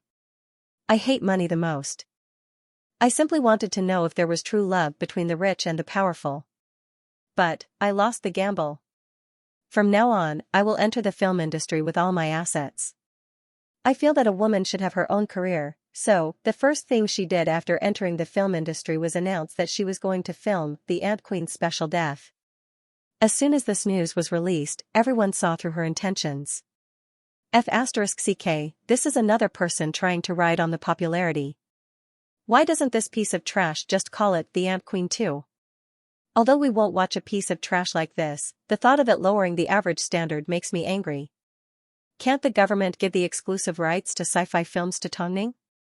We can't let these evildoers wreak havoc on the world. But, no matter how much the public ridiculed her, Liang Yongyu got the popularity that she wanted.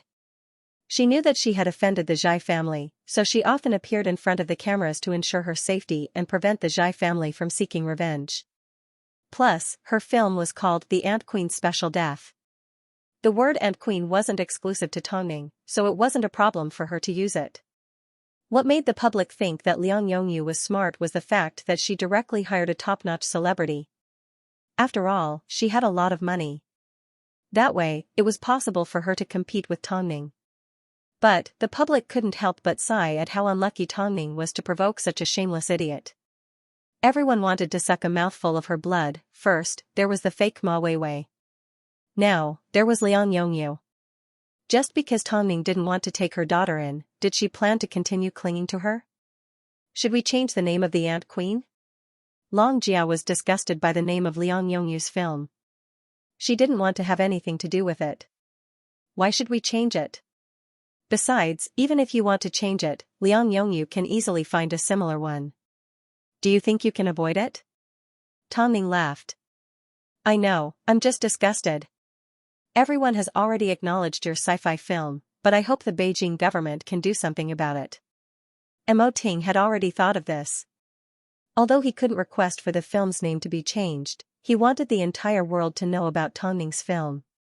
That way, even if Liang Yongyu tried to scam others, the public wouldn't have to worry about being deceived.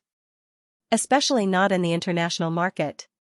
I've decided to establish a Tangkor film agency that will be responsible for the PR of your film. I want to leave a Tangkor logo on the promotional materials for the Ant Queen. That way, even if someone tries to leech off of your film, the public will simply label it as a rubbish film and it will have nothing to do with us. As for Liang Yongyu, let's keep her for now. I want to see how effective this is. In other words, Mo Ting wanted Liang Yongyu to linger on for a few more days. Wouldn't that be too high profile? As soon as Tongning thought about how her name would appear on the big screen in the future, she felt it was a little too high profile.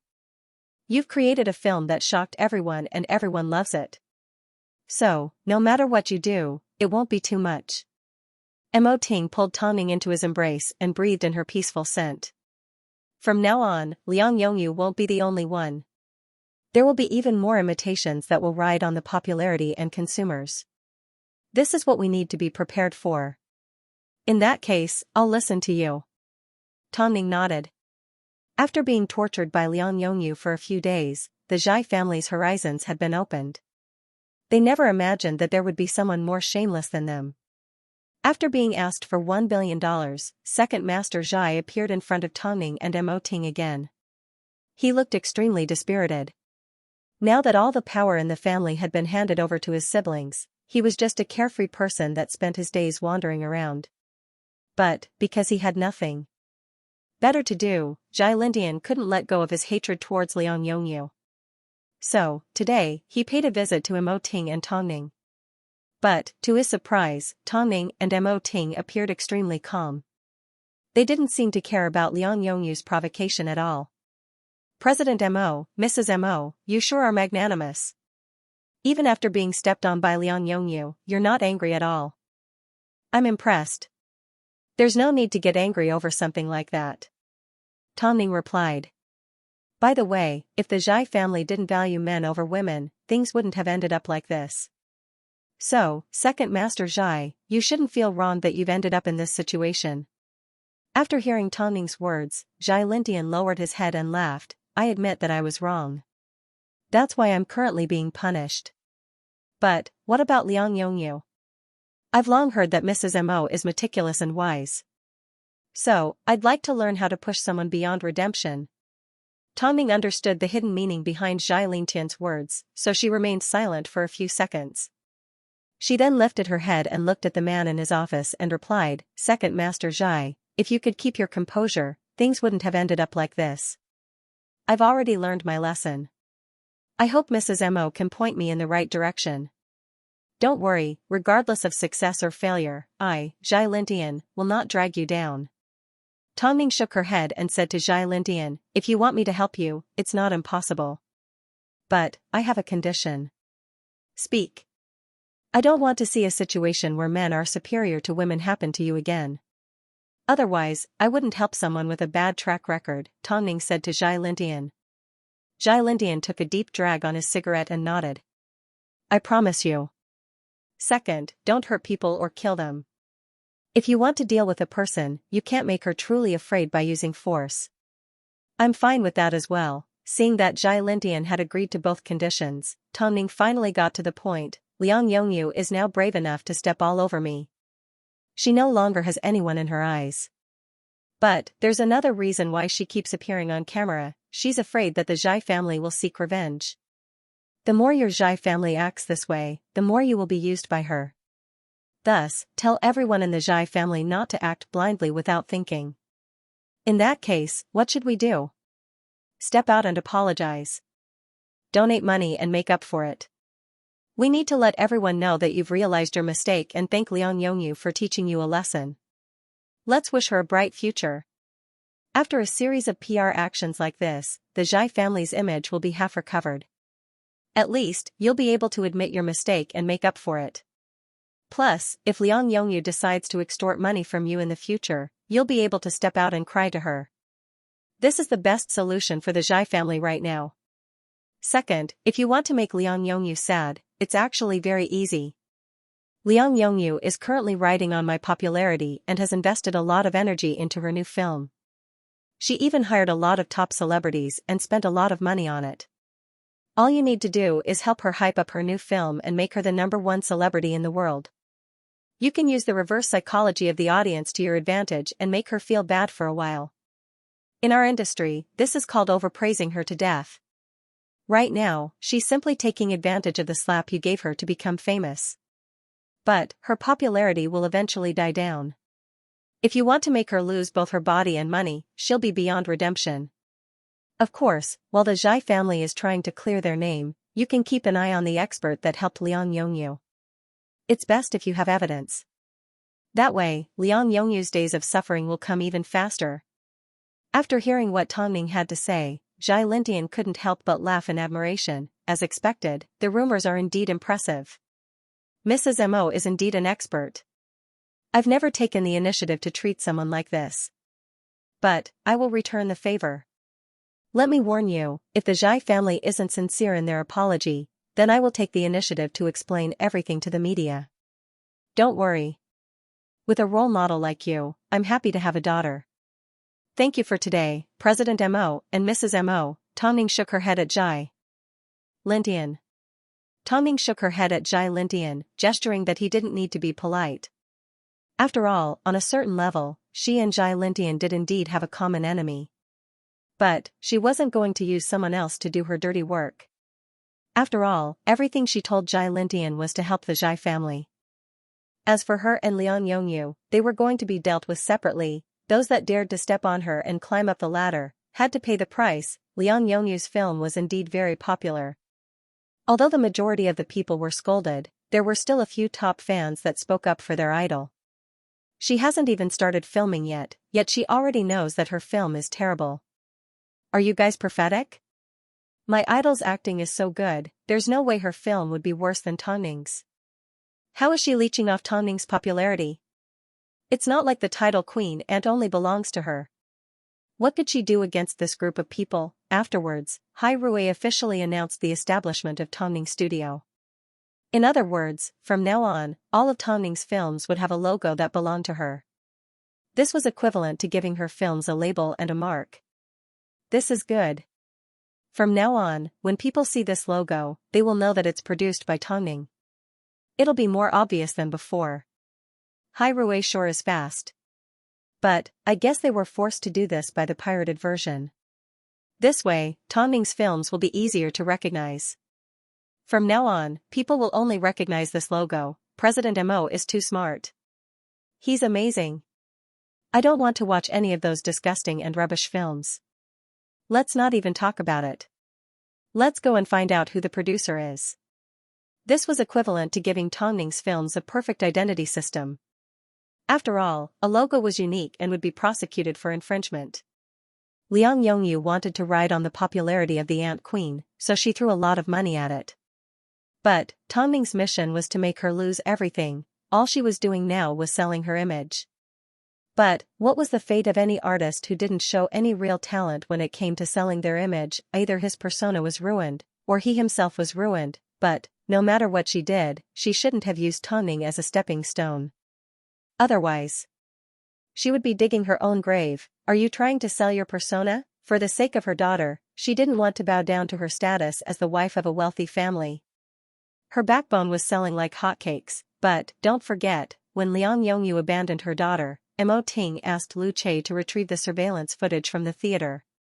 Lu Che also had information on the second time Liang Yongyu abandoned her daughter. Since that was the case, why should he be polite? Of course, Lu Che couldn't expose the two videos from Hai Rui or Tongning's point of view. So, he pretended to be a bystander. At first, he simply posted a short message. I really don't understand how you guys could be tricked by Liang Yongyu. When she threw away her child, she wasn't worried about his life at all. I was an eyewitness at the theater's parking lot. Originally, I didn't want to say anything, but now that I see Liang Yongyu doing so well, I'm a little jealous. It turns out, a public persona can be sold in this way. Liang Yongyu and a bunch of other defenders came over to ask for a hammer. Wasn't it popular now to ask for a hammer and get a hammer? In that case, Lu Che would also follow the trend. So, Lu Che decided to release a video of Liang Yongyu placing her daughter beside Mo Ting's car in the dead of winter. In such a cold environment, Liang Yongyu put down the child and left without a trace of hesitation. This caused a lot of mothers to be disgusted. Forgive me for being blunt, but she's a bitch. She actually left her child in the snow. My heart aches just looking at her. She's obviously trying to extort money. What can't Liang Yongyu do? Yet, they insisted on placing it next to President Mo's car. Wasn't this clearly implicating the couple? And there were a bunch of people praising her for being brave enough to love and hate. It makes me want to poke my own eyes out. Afterwards, President Mo and Tongning saved the child. Look at the video. Tongning is so kind. How dare you step on my Ning? This kind of trash doesn't deserve it. I can't believe such a disgusting woman has fans. My worldview has been refreshed.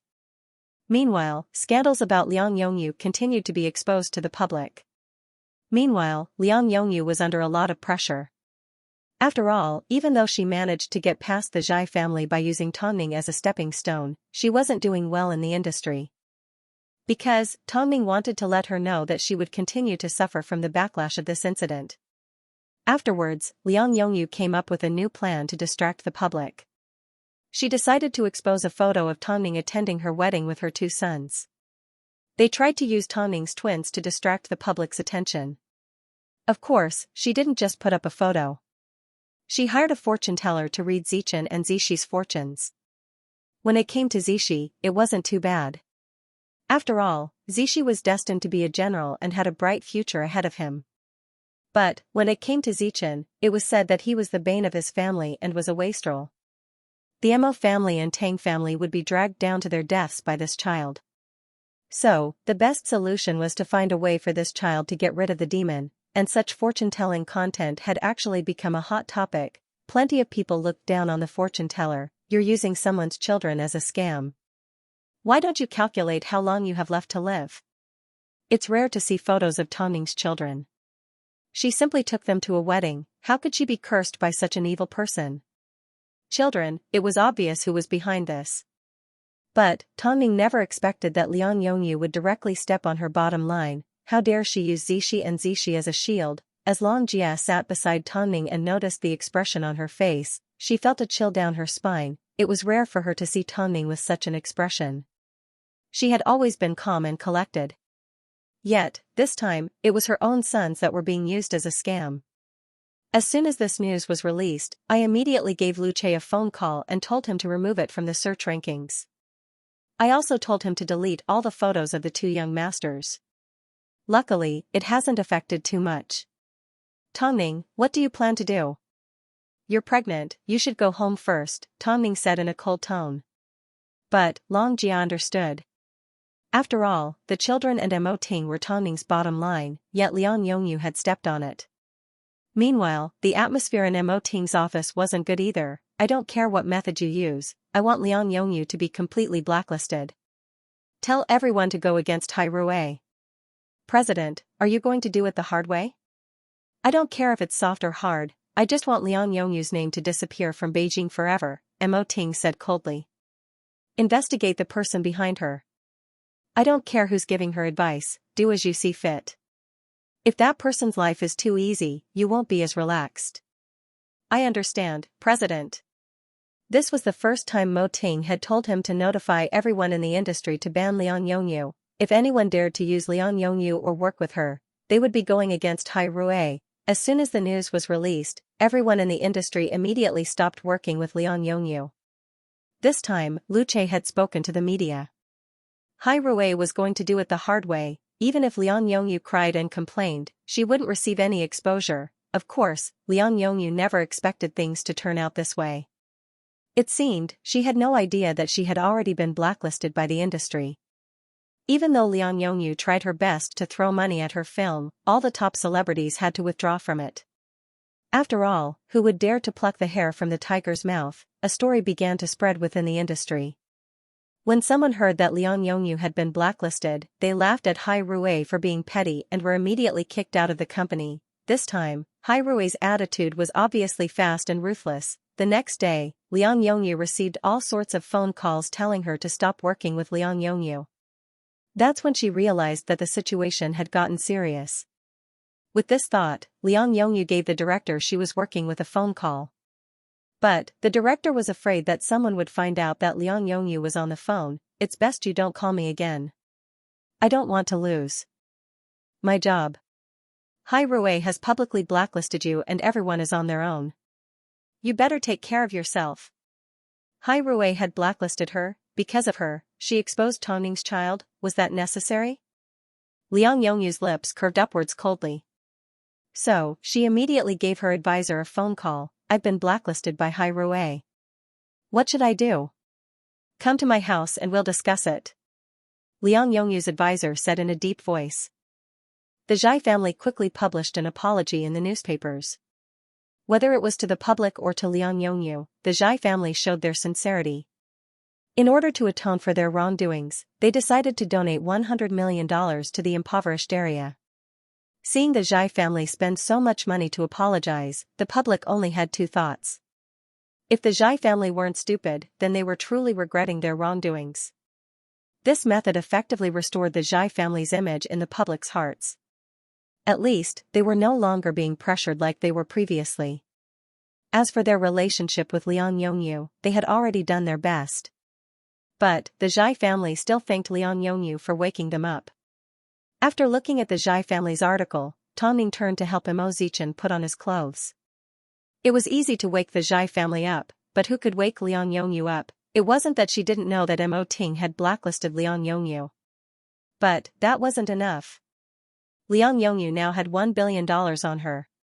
Even if she couldn't continue in the entertainment industry, she wouldn't be afraid. If it was just a grudge between adults, it wouldn't be a big deal.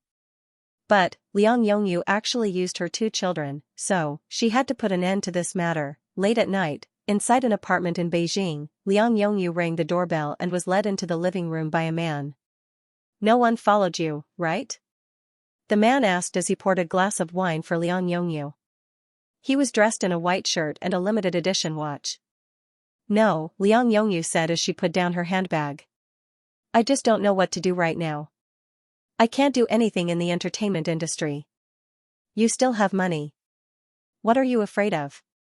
The man sat down on the sofa and handed her a glass of wine. Why don't we partner up and start a company? You can't stay in the entertainment industry forever. You'll have to leave sooner or later. Now's the perfect time. I'm not cut out for business. Liang Yongyu immediately shook her head. You're not, but I am. I happen to have a project in my hands. You can have a look and consider investing in it. Chile, although you helped me get my $1 billion back, I don't like it when other people control my money. Liang Yongyu obviously didn't feel safe about her investment. She simply felt that it was a losing business. It's fine if you don't want to. I'm not forcing you. If I'm really doing this for your money, why would I help you for free? The man called Chile shrugged. I won't force you to do anything you don't want to do. The man's words successfully comforted Liang Yongyu. Forget it, as long as you're happy. However, you need to reduce the number of times you come here.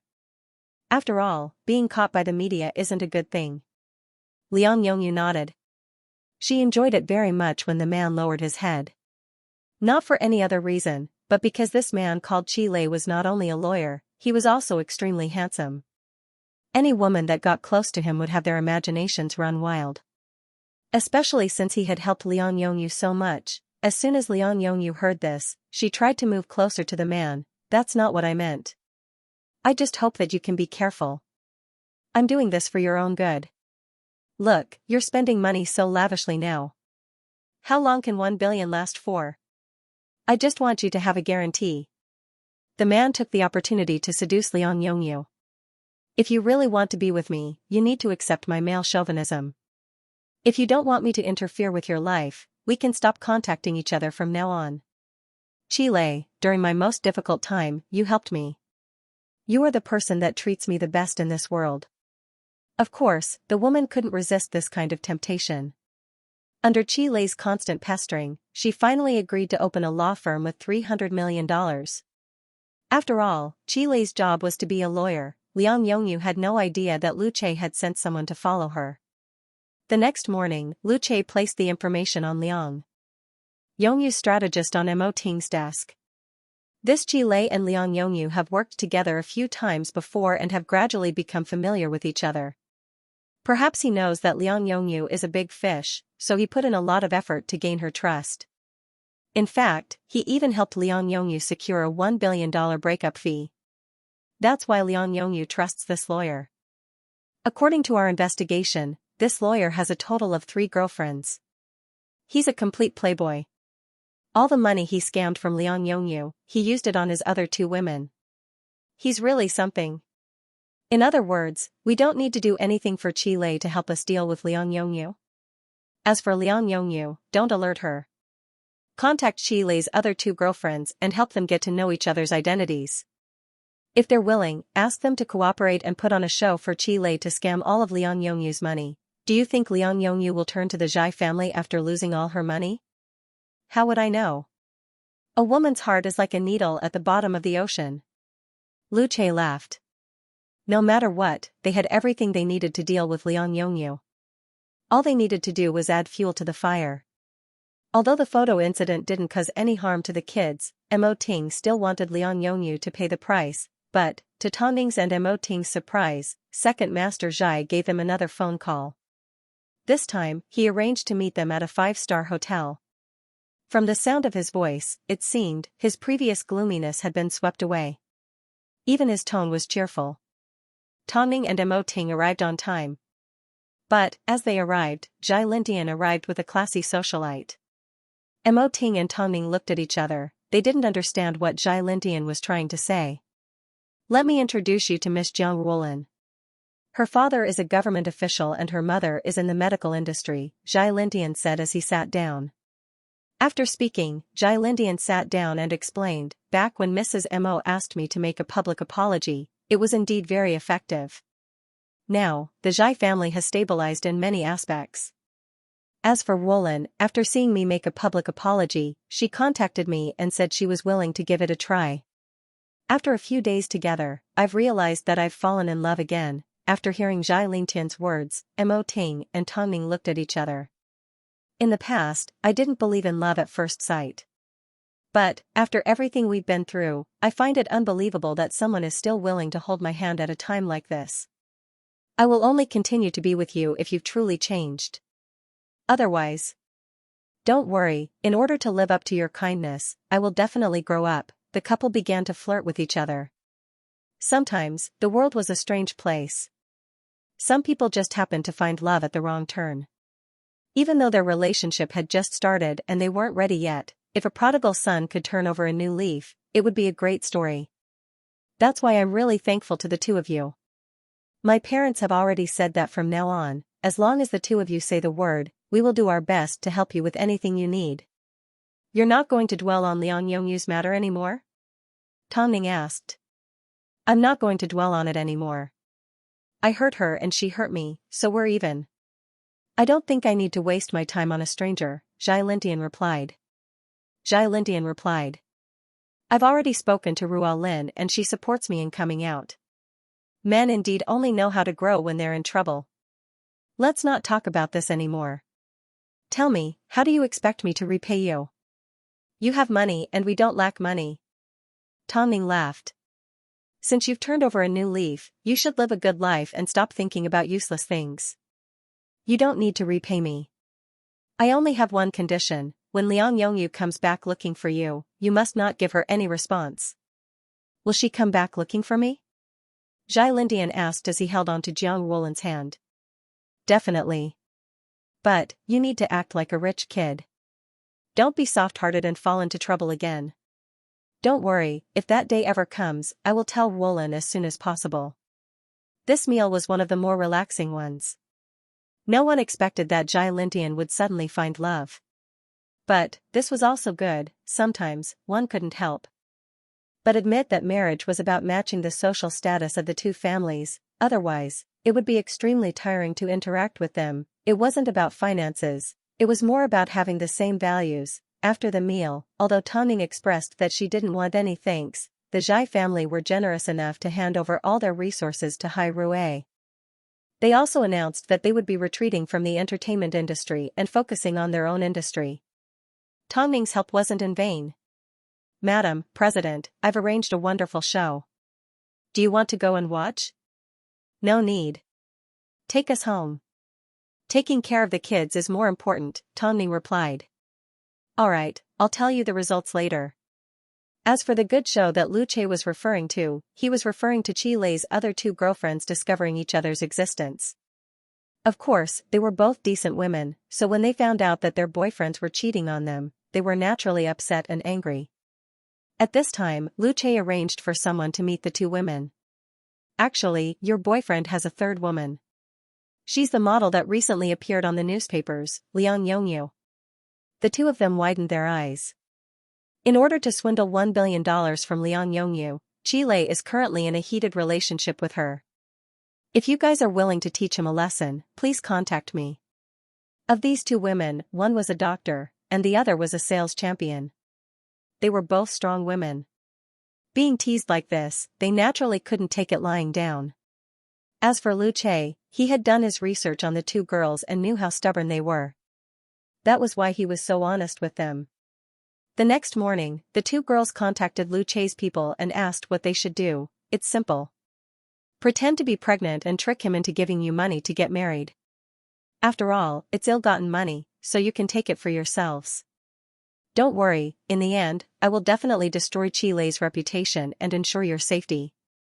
So, over the next few days, Qi Lei was quite troubled. His doctor's girlfriend was now pregnant, so she asked him what he should do. As she was his first love, deep down, he wanted to marry her. But, he had only managed to swindle $300 million out of Liang Yongyu's money. Since the two of them already had the fruit of their love, there was no way he was going to let his doctor's girlfriend get an abortion. So, he decided to settle the matter with Liang Yongyu as soon as possible. After all, he was disgusted by a broken pair of used shoes. But, Liang Yongyu wasn't going to give it to him so easily. It seemed, he needed to think of a solution that would satisfy both sides. Liang Yongyu never imagined that the amount of money she was carrying would attract the attention of a wolf. After all, she had just given him $300 million, so she naturally hid the rest of her money. But, even so, Qi Lei wasn't completely helpless. For example, that night, he deliberately prepared a candlelit dinner to get Liang Yongyu drunk and trick her into signing the documents. She thought that Qi Lei would like her, protect her. If a person's heart wasn't in the right place, then the people she met in the same industry were all ants. How could they possibly be sincere? Qi Lei, you've been so good to me. I didn't suffer for nothing. Yongyu, you're drunk. Qi Lei whispered beside Liang Yongyu's ear. I'm not drunk. I can still drink. By the way, Yongyu, stop drinking for now. I still need your signature on the company documents. Sign it for me first. Qi Lei took the opportunity to mention that he still needed her signature to set up a company. Afterwards, Qi Lei pulled out the documents and read them out, page by page, to Liang Yongyu. Stop reading, I trust you. Where do you want me to sign? Liang Yongyu's cheeks were completely red as she leaned against the table and looked at the documents. Here, Qi Lei said as he pointed to where Liang Yongyu was signing. I'll sign it. Liang Yongyu said as she grabbed a pen. Her eyes were hazy from being drunk, she had no idea what she was doing. But, she had no idea that there was a hidden layer in the documents. And, the place where she actually signed was a check. Chi Lei watched as Liang Yongyu pressed her fingerprint onto the check before he put it away without a change in expression.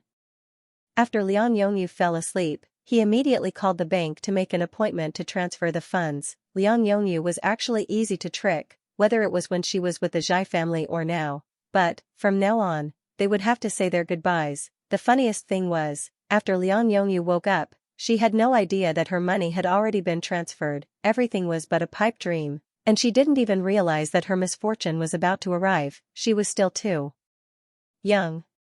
She thought she was lucky and could change her fate. But, if she didn't walk the right path, she wouldn't have a good ending. All that was left was for her to discover what had happened. Who knew how surprised she would be? Liang Yongyu was tricked, but so was Chi Lei.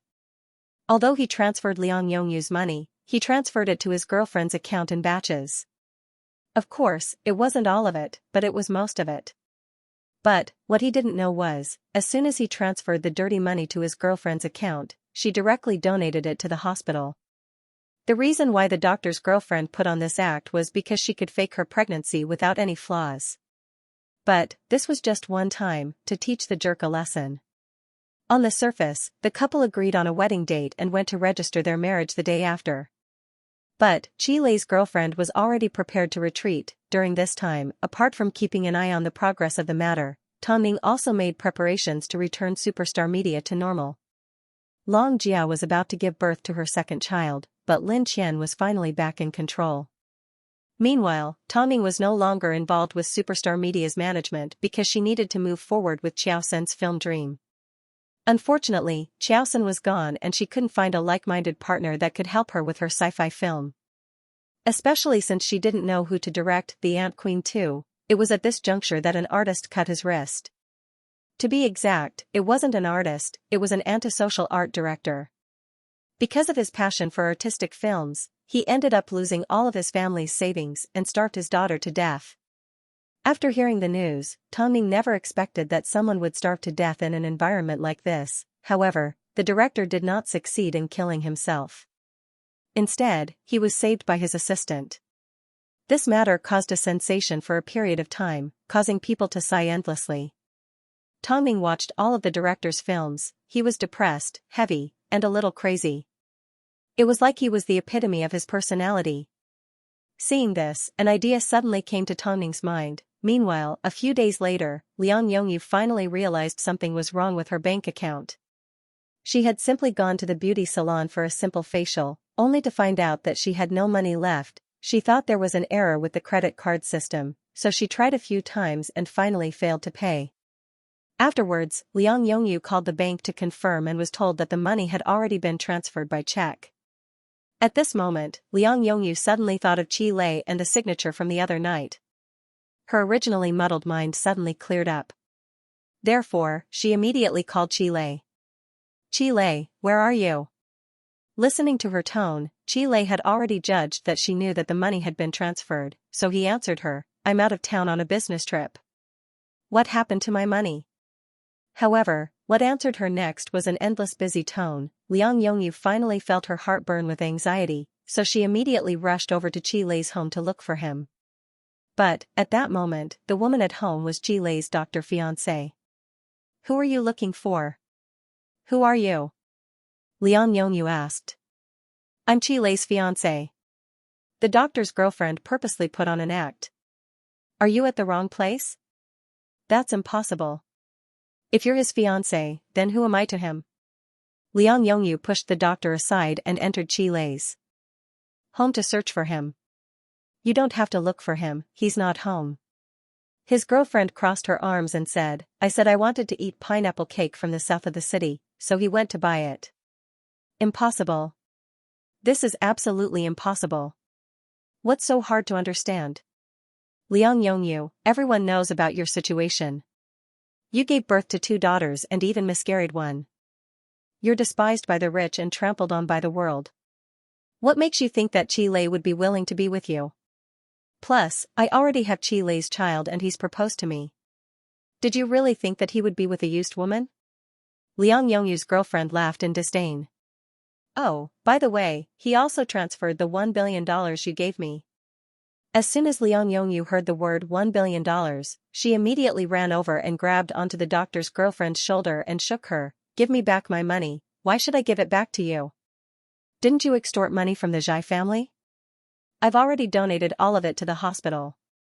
If your dream of being rich is gone, then your dream of being a rich woman should also be shattered. Liang Yongyu took a few steps back and shook the doctor even harder. The two women began to fight.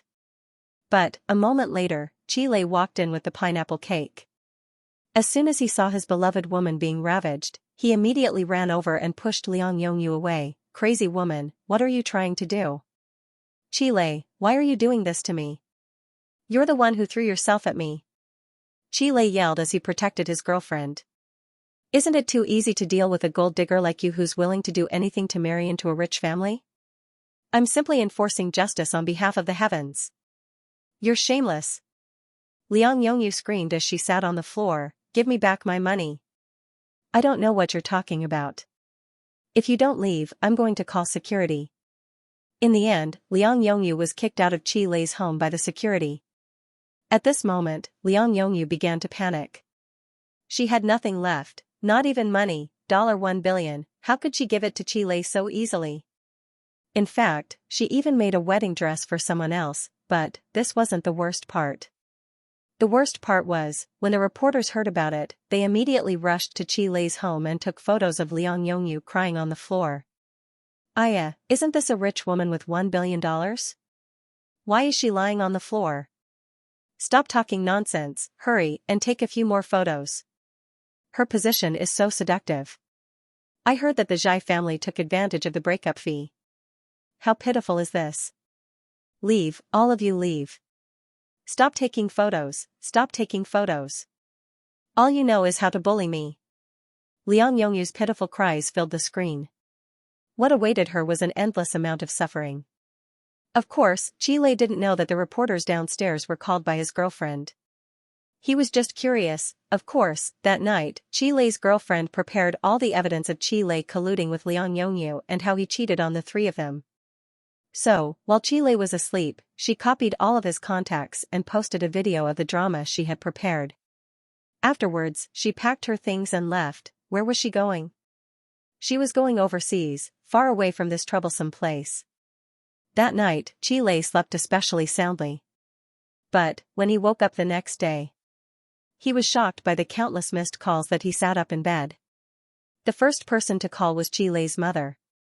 The old woman seemed to have a heavy heart as she asked, Lei did you do everything that was exposed online? Mom, what's wrong? Look at the news yourself.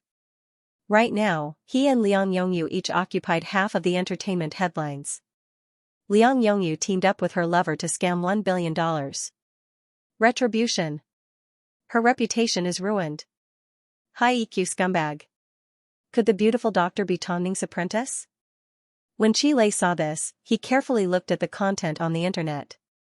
His mind exploded. Not long after, he received a phone call from his company to fire him. At the same time, his family and friends all called him to scold him. Not only did the doctor's girlfriend reveal that Qi Lei and Liang Yongyu colluded to extort money from the Zhai family, but she also revealed that he had an affair with Liang Yongyu and used his position for personal gain. Of course, Qi Lei and Liang Yongyu were now infamous and the public began to sympathize with the Zhai family. They also admired the doctor's courage in donating the $1 billion to the hospital for cancer research. Now that things had gotten to this point, was there any way to turn things around? No. It seemed, he would have to live the rest of his life with his tail between his legs. He would have to wear a mask every day in fear of being recognized. With this thought, Qi Lei laughed self-mockingly. He originally thought he was smart, but it turned out he was nothing more than a toy in someone else's hands. Who took who seriously? No one knew that Mo Ting and Tang Ning were the masterminds behind the incident. So, this was the best way to repay Liang Yongyu. As of now, Liang Yongyu has been starving for almost 4 days. She has no money on her and the bank hasn't approved her mortgage. So, she's having a hard time. According to our observations, Liang Yongyu has been loitering around the Zhai family home for the past few days. I'm afraid she won't be able to survive until tomorrow. After hearing Lu Chei's report, Mo Ting and Tong Ning looked at each other. A few seconds later, Tong Ning said, "In that case, tell Zhai Lintian to remember what he promised me." "Don't worry, madam." Liang Yongyu never expected that Zhai Lintian would have a new relationship so soon. She thought that if she went home and begged, the Zhai family would give her a way out. So, she found a good opportunity to intercept Zhai Lintian's Maybach. At this moment, the car screeched to a stop. Zhai Lintian stuck his head out and saw that it was Liang Yongyu. He immediately opened the door and walked over to her. "It's you." Liang Yongyu was so emotional that she directly knelt in front of Zhai Lintian and cried, "Lintian, I know I was wrong. Please forgive me. I'm penniless right now and I haven't eaten in days. For the sake of our past friendship, I beg you, give me a way out. Speaking of which, I need to make two things clear to you. Firstly, the Zhai family is indeed patriarchal. However, the Zhai family didn't intentionally torture our eldest daughter to death. Although the Zhai family is hateful, they aren't cruel enough to kill their own flesh and blood. Secondly, I deserve to die for what I did to you in the past. So, in addition to the harm you've done to me, we're even. Thirdly, for the sake of our past friendship, I advise you to leave the Zhai family." "No, it's not like that. Lintian, I can give birth to another son for you." "I definitely can, no need." "Have some self-respect," Zhai Lintian said before he turned around and looked at the woman in the front passenger seat. When Jiang Ruolin saw this, she also got out of the car and walked over to Liang Yongyu. "Although you're pitiful, I'm still happy to see you struggling at death's door. Lintian did wrong you in the past and treated you like a tool. But, he also paid a heavy price for it. So, no one wants to look back at the past. Miss Liang, don't act like you're poor in front of us. You have arms and legs and can live on your own. There's no need to put on a show in front of us. In this world, not everything can come and go as you please. I'm going to make things clear to you today. I hope we never see each other again." After speaking, Jiang Ruolin walked over to Zhai Lintian and hooked onto his arm. "Let's go home." "Zhai Lintian, aren't you afraid that I'll expose everything you've done?" "Go ahead." Zhai Lintian did not look back as he led Jiang Ruolin home. No matter how much Liang Yongyu cried, he ignored her. "Why did you provoke her?" Jiang Ruolin asked Zhai Lintian afterwards. "Aren't you afraid that she'll expose herself?" "Because I want to live my life in peace."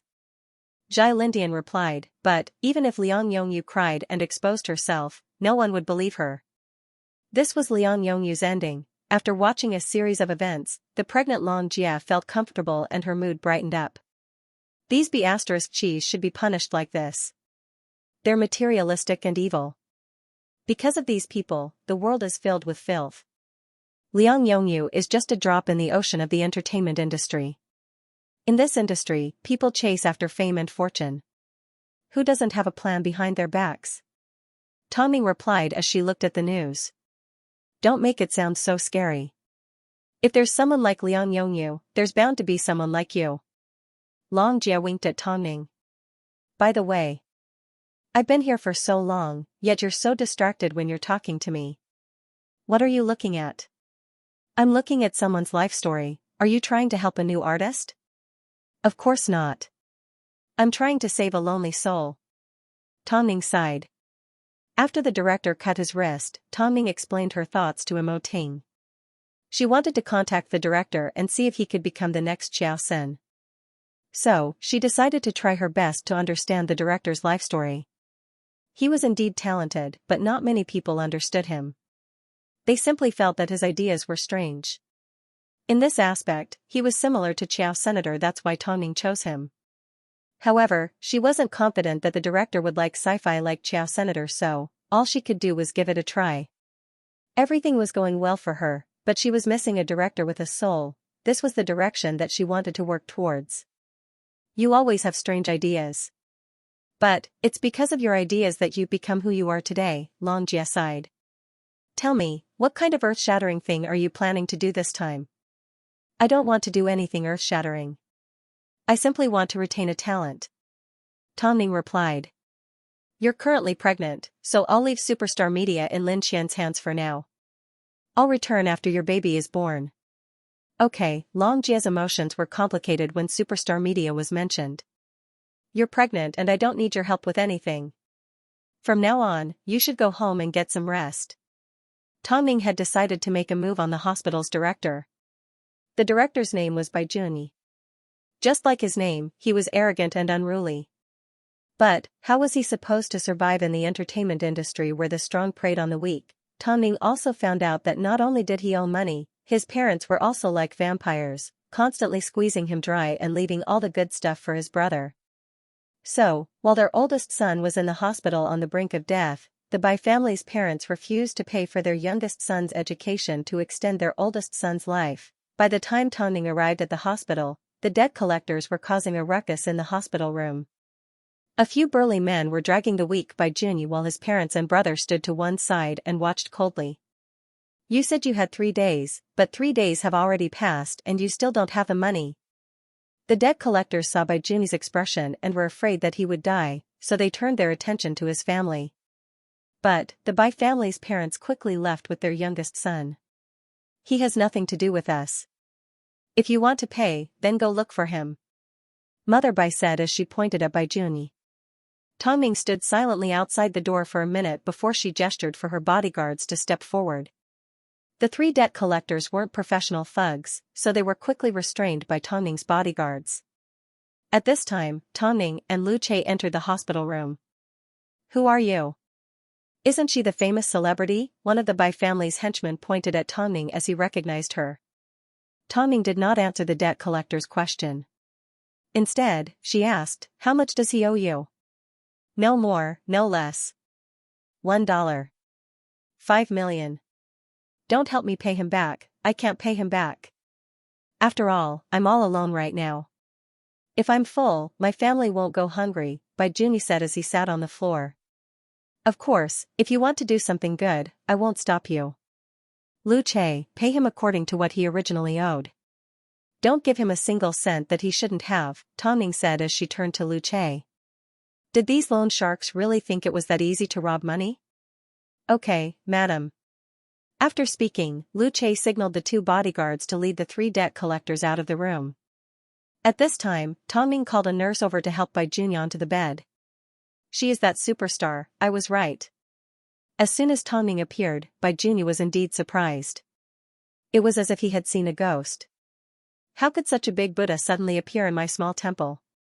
Let's talk about your matter later. Let me talk about something else first. After speaking, Tang Ning turned to look at her parents. From the looks of it, the 2 elders don't seem to be willing to lend a helping hand to your son. Humph, because of him, we have to hide everywhere. I've had enough of this kind of life. Father Bai snorted. I don't want you to be responsible for his debts, but the things he gave to the Bai family before, including money, houses, and cars, can you return them all at once? As a family, aren't you ashamed that you can't share the pain and happiness? The younger son is a son, but the older son isn't? Don't spout nonsense, old man, don't provoke her. She's very powerful. If she exposes our matter, we won't be able to keep our chastity, Mother Bai immediately tried to persuade her husband. Let's take Xiaobao on leave. Once we step out of this door, when Bai Junyi becomes successful, I hope the 2 of you won't turn back. When that time comes, I'm sorry he won't recognize you. Let's go, let's go. Tang Ning sent the Bai family away with a few words before she turned to look at Bai Junyi. At this time, Bai Junyi looked into Tang Ning's eyes with a meaningful smile. Superstar Tang, I don't understand why you're helping me. I'm just a useless person. By the way, don't think that you can save me. I still owe you a lot. You don't need to see everyone wearing a thick suit of armor. Don't think that just because you're a genius that others can't understand you.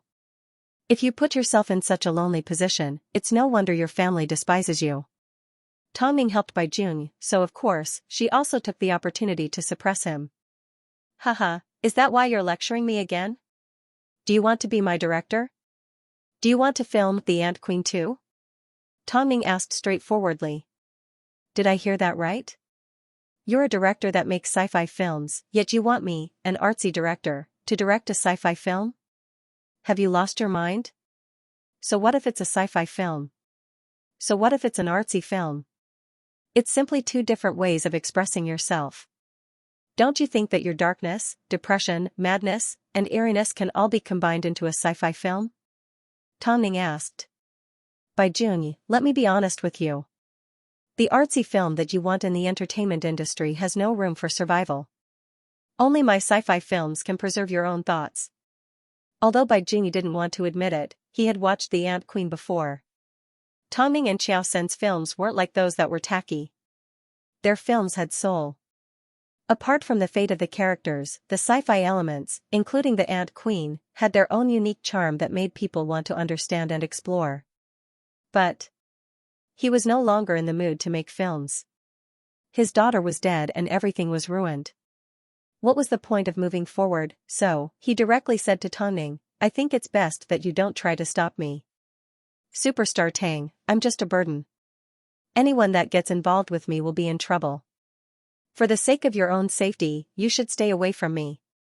I will never agree to your request. This man's personality was hard to understand and difficult to get along with. So, Tongning did not expect to succeed on her first try. When a person's heart was dead, all that was left was disdain for the world. He was tired of everything in the world, so he didn't think there was any point in continuing to live. Tongning did not force him. She simply gave him her contact details and left. But, Bai Jingyi did not even look at her. He simply closed the door and laughed as he sat on the bed. All he wanted to do was die and no one could stop him. Madam, how did the discussion go? Hearing this, Tongning shook her head, I don't think I'll be able to deal with Gugu. There aren't many people that you can't deal with, there are actually a lot of things that I can't deal with, Tongning sighed. After all, she was still made of flesh and blood, so there was a limit to what she could do. Lu Che, get someone to keep an eye on Bai Jingyi. I'm afraid he might do something stupid again. Yes, madam. That night, Mo Ting returned home. After hearing about the cold treatment Tongning received at the hospital, he comforted her, take it slow. After all, he's a hopeless person. It's hard to pull him back. If he wants to think, you can't stop him. You should meet him sooner. That way, his talent won't be buried. After hearing this, Mo Ting stretched out his hand and grabbed onto Tongning's chin as he asked seductively, who do you think you should meet sooner? Tongning was a little surprised before she realized that Mo Ting's vinegar jar had been knocked over. President Mo, you can't be that petty. Right? What do you think? Tongning did not respond. She simply moved her hand from his waist to Mo Ting's upper body and ran her fingers across his muscular chest. Are you still angry? Not sincere enough. Mo Ting commented in a low voice before he carried Tongning into the kitchen. Why aren't we going to the bedroom? Tongning exclaimed as she was placed on the sink. The bedroom is too far away. Don't you think? Huh? They were already an old couple, so there was no need to be shy. Of course, to prevent the two little devils from entering the kitchen, Mo Ting locked the door from the inside. In order to not let out any sounds, Tongning controlled herself. She had no choice but to comply with this man. Even though he had asked for it countless times, she was still willing. Afterwards, it was already late at night. After their passionate session, Tongning fell asleep in Mo Ting's arms. Mo Ting carried his beloved wife back to the bedroom in satisfaction. He then headed into the bathroom to help her freshen up before placing her on the bed and letting her sleep. Afterwards, he tidied himself up and headed downstairs to take care of the 3 kids to make sure they weren't mischievous. But, just as he was about to go to bed, he noticed a missed call on Tongning's phone. Seeing it was Lu Che, Mo Ting quietly replied, What's up? President, the madam told me to keep an eye on Bai Jingyi. I never expected that he would actually slit his wrist again in the middle of the night. He's currently being treated. Which hospital are you at right now? Mo Ting asked. Beijing Hospital. Make sure you keep it a secret. I'll be right there. Perhaps, Bai Jingyi thought it was ridiculous that Tongning went to look for Bai Jingyi. After all, he admired art. In other words, deep down, he would never accept that a woman could save him and give him a new opportunity. But, if it was a man, perhaps things would be different. So, after lowering his head to kiss Tongning, Mo Ting changed his clothes and left the house. As usual, he was dressed in a retro-striped suit. He looked dignified and tall. After Mo Ting arrived at the hospital, Luce immediately brought him to Bai Junyi's room. He had just been rescued. As soon as he saw Mo Ting enter, he sneered, "Another one. This time, the person that's coming is even more extraordinary." Mo Ting did not say a word. He simply walked over to the window and said to Bai Junyi, "Your daughter wouldn't want you to do this." "How would President Mo know?" "Because I also have a daughter." Mo Ting replied. "I'm just curious. It's the middle of the night. Why aren't you resting with your wife at home? Why did you come to my ward?" "She's indeed asleep, but I received a phone call saying that you tried to commit suicide again. So, I decided to come and have a look. From what I can remember, you are the first man that has lived like a sissy," Mo Ting commented. "If you continue to seek death, I won't stop you. But, you can find a quiet place and slowly enjoy the feeling of death.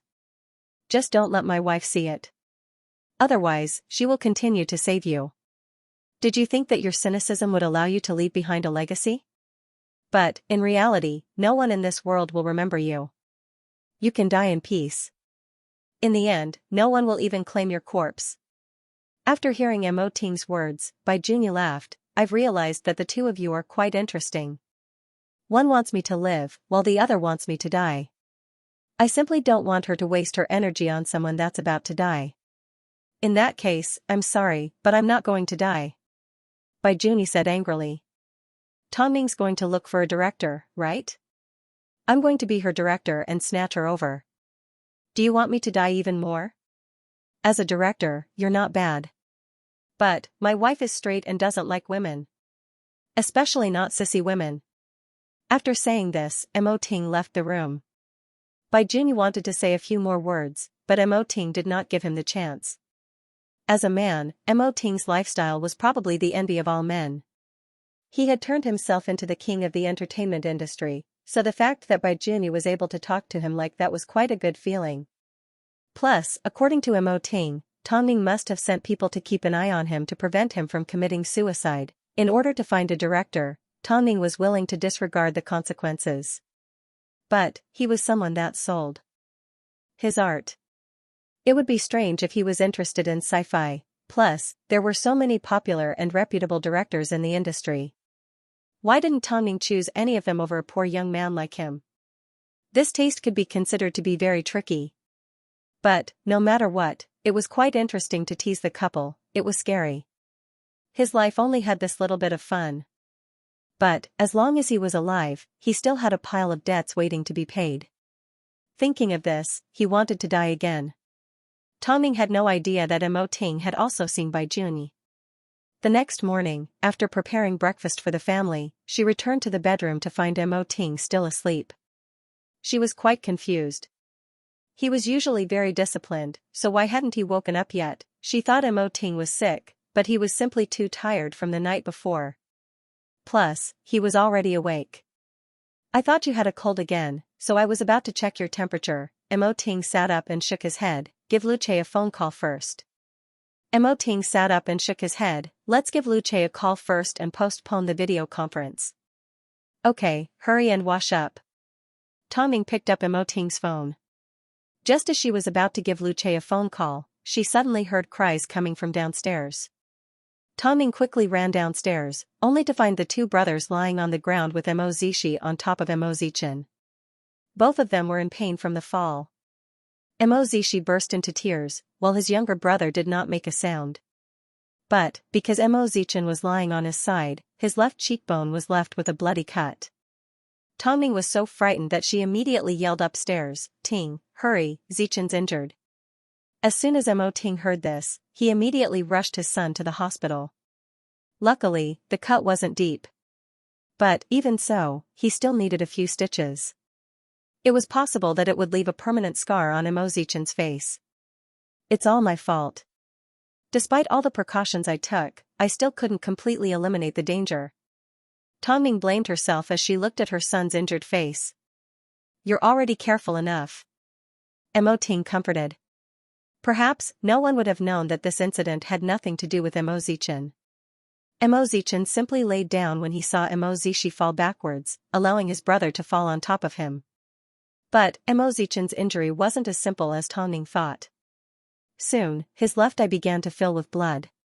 So, Tongning had no choice but to call the doctor for a second examination. A foreign object has entered the baby's eye and caused damage to his retina. If the situation worsens, he may lose his vision in his left eye. So, he may need to receive treatment for a while. He's still so young, Tongning was stunned by the doctor's words. Mrs. Mo, since you've encountered him, you can only relax and let him receive treatment, the pediatrician comforted. Tongning turned around and looked at Mo Ting anxiously. Everything was fine at first. How did this happen all of a sudden? He's still so young. If I had taken good care of him, this wouldn't have happened. Mo Ting could sense Tongning's anxiety, so he quickly patted her on the back and comforted, Zichen will be fine. Look at him, he hasn't cried a single time. That's right. It's strange. If a normal child was injured this badly, they would have burst into tears by now. Yet, he hasn't cried or thrown a tantrum. The doctor looked at Mo Zichen with a confused expression. He doesn't look like he's particularly sensitive to pain. But, because Mo Zichen didn't cry or throw a tantrum, Tongning's heart tightened even more. It's all my fault. I can't even take care of him properly. Seeing Tongning blaming herself, Mo Ting suddenly felt a sense of regret. Perhaps, he shouldn't have wanted a child. He was well aware of Tongning's personality. She viewed him and the child as more important than her own life. So, she placed all the blame on herself for Zichen's injury. Moreover, she was really frightened, wasn't she? With this thought, Mo Ting gave Bai Lihua and Xia Yuling a phone call. Mom, Zichen has suffered a minor injury. Can you take him to the Tang family home and take care of him? What happened? Xia Yuling asked curiously. What injury? Is it serious? Just come and pick him up. Okay, let's head to the hospital right away. As soon as Xia Yuling heard that her grandson had been injured, she was so anxious that she forgot about her work and picked up Bai Lihua as the two in-laws arrived at the hospital.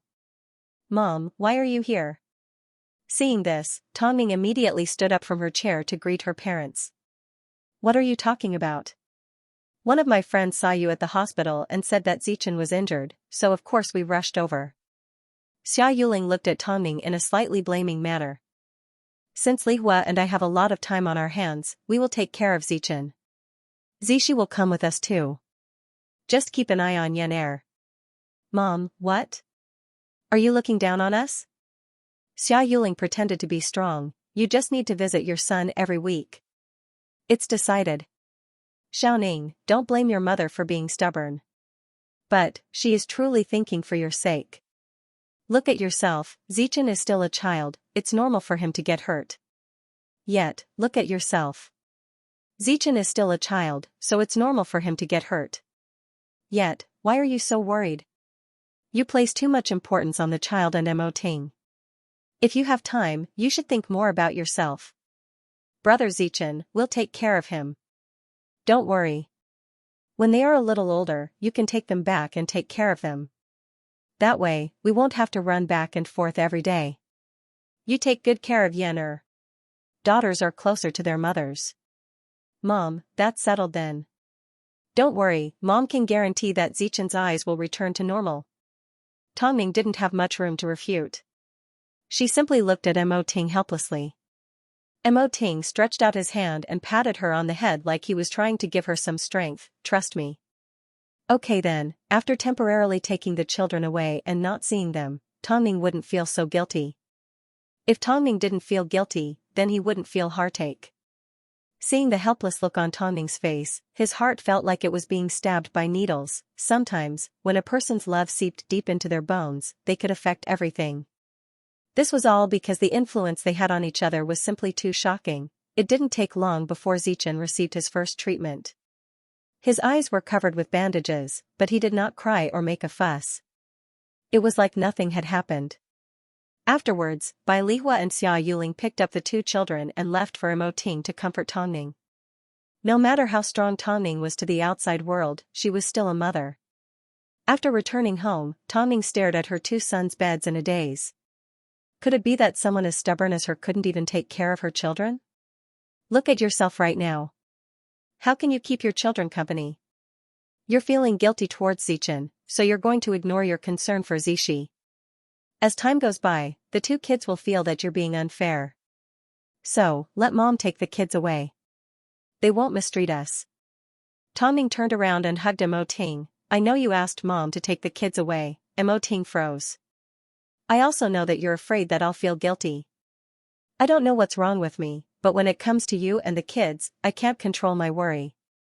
You must be feeling bad too. The more I feel guilty, the more you blame yourself. You can't let me be like this. I know you've been through a lot and you're feeling worse than me, but you've never said anything. I'm used to it, Mo Ting comforted. You're too tense. It's fine, Zichen will get better. Trust me, okay? At this moment, Tongning suddenly found the courage to peek out from Mo Ting's embrace and say, I'm fine now. You're pretending to be strong, silly woman. Mo Ting couldn't do anything to her. To distract her, Mo Ting woke up the sleeping Yan Er and handed it to Tongning to seduce. He wanted her to regain her confidence as a mother. Afterwards, he stayed up all night to edit the script for The Ant Queen 2 one last time and handed it to Tongning the next morning. Have a look. Before Tongning had time to feel sad, she saw the complete script of The Ant Queen 2. Afterwards, Mo Ting returned to the office. But, as soon as he arrived, he fell asleep on his desk. As soon as Lu Che walked in and saw Mo Ting sleeping, he did not continue to disturb him. Instead, he gently closed the door behind him and told the staff not to enter. Who else could make Mo Ting work so hard? There was only one Tongning in this world. Afterwards, Lu Che gave Tongning a phone call to check on Mo Ting. Madam, did the president stay up all night? What's wrong? He slept in his office the entire day. I didn't dare to disturb him. Tongning looked at the script in her hands and finally realized what Mo Ting had done for her. That night, Mo Ting woke up in one of Hai Rui's waiting rooms to find Tongning sitting at the head of the bed. She smiled at him. You're awake? I didn't. I asked Lu Che to carry you onto the bed. Even so, you didn't wake up. Tongning laughed bitterly as she waved the script in her hands. Tongning gave a bitter laugh as she shook the script in her hand. Because of this, you didn't sleep at all. It's not as exaggerated as you make it sound. How was it? Have you finished reading it? Mo Ting tried to divert Tongning's attention. It's because you said you wanted to add Senior Long and it's going to be a teacher-student story. This script isn't as important as you. Don't suffer like this for me in the future. If you can't handle it anymore and get tired because of this, what do you expect me to do? I won't, Mo Ting assured as he hugged her. I won't ever. Tongning did not continue to pester him. She simply returned home with Mo Ting and they cooked dinner together. After taking care of their daughter, they curled up on the sofa and began to discuss the plot of The Ant Queen 2. I think your script is already complete. But, you still need to add a few more things. Add what? Add an antagonist. What do you think about playing the antagonist this time? I'm sure you'll look very sexy as the antagonist. Tongning said. After hearing this, Mo Ting felt a little doting and helpless. Didn't they agree that he wouldn't be taking part in the second film? From the looks of it, he had fallen into another trap. But, the main problem was that they hadn't successfully invited a new director yet. Speaking of Baijun, Tongning wasn't sure what his current situation was. The couple discussed a few details before Tongning gave Xia Yuling a phone call to check on Zichen. Of course, the two mothers took good care of him. Tongning returned to Baijun's hospital the next day. But, when she arrived, Baijun was already packing his luggage to be discharged. Have you thought it through? Life is but a drop in the ocean, Baijun replied. Thank you for helping me pay off my loan. I will find a way to pay you back. Are you still not planning to sign a contract with me? The script is out, and everything is ready. Speaking of which, it's all thanks to you.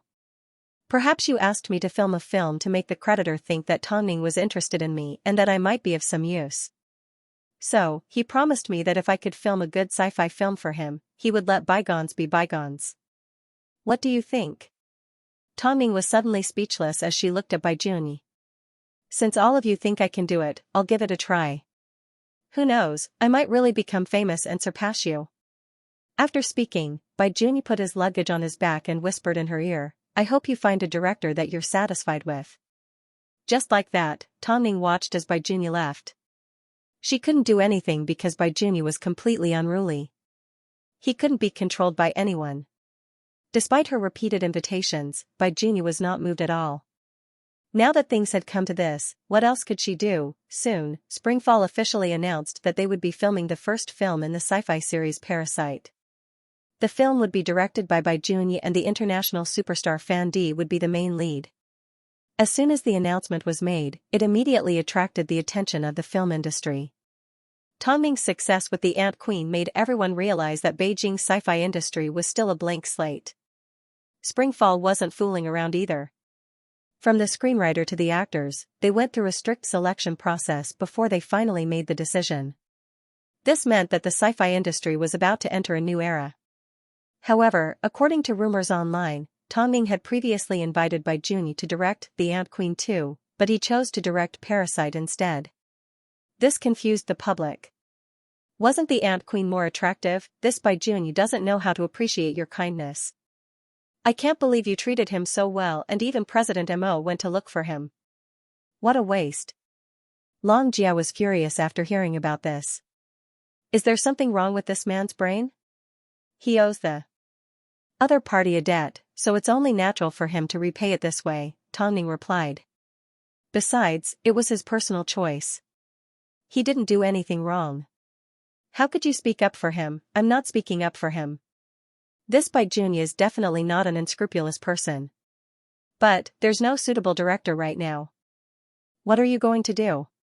Why don't you do it yourself? After hearing Long Jia's excited suggestion, Tongning shook her head. Although I've been learning from Jones for a few months, I'm still a newbie. Before this, I didn't even have any work to my name.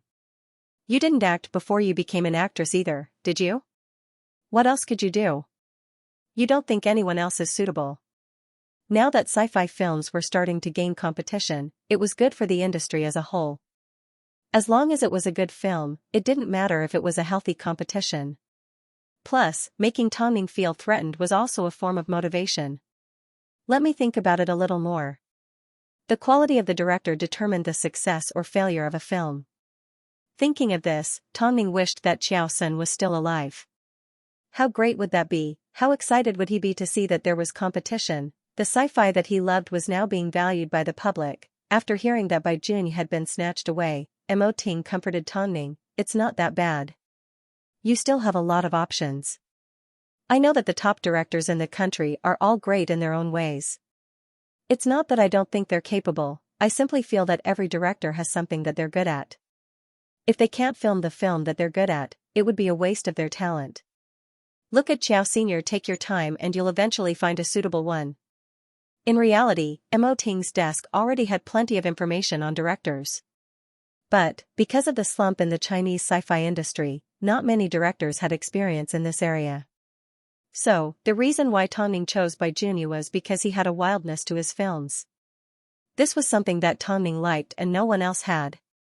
But, the director had already been signed. Even though he was the big boss of the entertainment industry, he couldn't break the rules of the industry. So, with Baijuni joining the competition, Tongning felt a lot of pressure. The Ant Queen 1 foot had Xiao Senator, but, without him, Tongning was like a bird without wings. Although the audience acknowledged Nziheo's abilities in the second half of The Ant Queen 2, he still needed to put in a lot of effort. Could The Ant Queen 2 continue to be as exciting as The Ant Queen 2? This was the question that everyone was most concerned about. How could Tongning overcome her own limitations? Parasite boasted that it had a bigger cast than The Ant Queen. It had a huge investment, famous actors, a famous screenwriter, and a luxurious production. Coupled with a strong promotional campaign, it also showed its sincerity in Beijing. From the looks of it, The Ant Queen was indeed aiming to surpass The Ant Queen. So, it received a lot of attention from film fans. Back when Tongning and Xiao Sun first produced The Ant Queen, the conditions were difficult to begin with. It wasn't easy for sci-fi films to rise to prominence, but now, they couldn't strike while the iron was hot and continue the popularity of The Ant Queen. All they could do was watch as others took advantage of the situation. Tongning lost Xiao Sun, and this was a regret that she couldn't make up for. As a result, the development of the Ant Queen 2 became a lot more limited. She had all kinds of actors and directors to choose from. But Tongming refused to settle for anything else.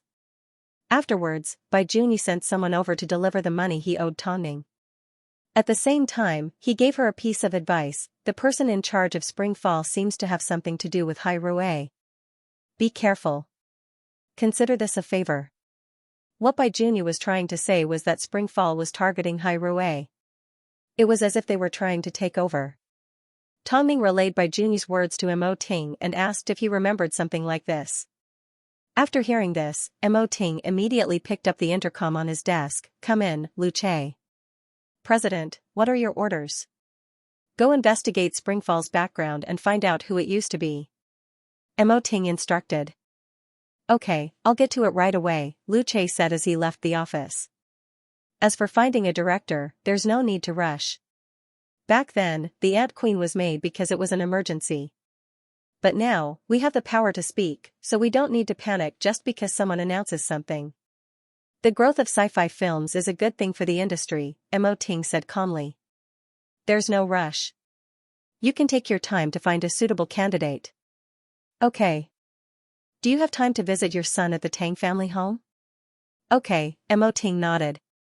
Tongming wasn't in a rush to film The Ant Queen 2. But, before she confirmed the meaning behind Bai Junyi's words, she was a little worried. What she didn't notice was that the production crew of Parasite had already contacted the Glory team. The post-production team that Tongming had personally trained in the past had contributed immeasurably to the Ant Queen. But, people always wanted to climb higher. As long as the conditions were good enough, they would choose to jump ship. If they followed the procedures, there was nothing Tongming could do. Worst of all, Tongming found out about this from Long Jia. Springfall contacted the entire Glory team and offered a sky-high price. They were willing to provide the best post-production for Parasite. Tongming immediately contacted the person in charge of the team. Back when they were in the US, they had fought together despite the difficulties. But now, for the sake of their own interests, they were willing to betray her and Xiao Sen. However, the team were too ashamed to face Tongming again. So, they generously handed over their compensation and turned to leave. As soon as the news was released, it immediately caused an uproar. After all, the public was equally surprised by the amount of effort Tongming had put in to create this team. Above all, Tongming was considered a towering green. Why did these birds choose another tree? Job hopping was common in every industry. Everyone in the industry moved around. But, Tongming didn't have a director or a post-production team. How was she going to produce The Ant Queen 2? The Glory team publicly thanked Tongming for training them. Wasn't this the same as rubbing salt into Tongming's wounds? As soon as Long Jia heard about this, she almost burst into tears. But, Tongming remained calm. Aren't you angry? What's done is done. What's the point of being angry? Tongming asked. Of course not. Since you've managed to train Glory, you can also train a new team. Since the Ant Queen is already dead, let's put our lives on the line, Mo Ting said as he entered the living room after returning home. We didn't get to this point because we lacked resources. It's just hard to accept being betrayed like this, Long Jia explained. Everyone has their own choices, and everyone has to pay the price for their choices. After speaking, Tongming went upstairs to get changed and took Long Jia home. Afterwards, she and Mo Ting headed to the Tang family home to see their son. I have a suggestion, Tongming said on the way to the Tang family home. I also have a suggestion, but you go first, Mo Ting replied.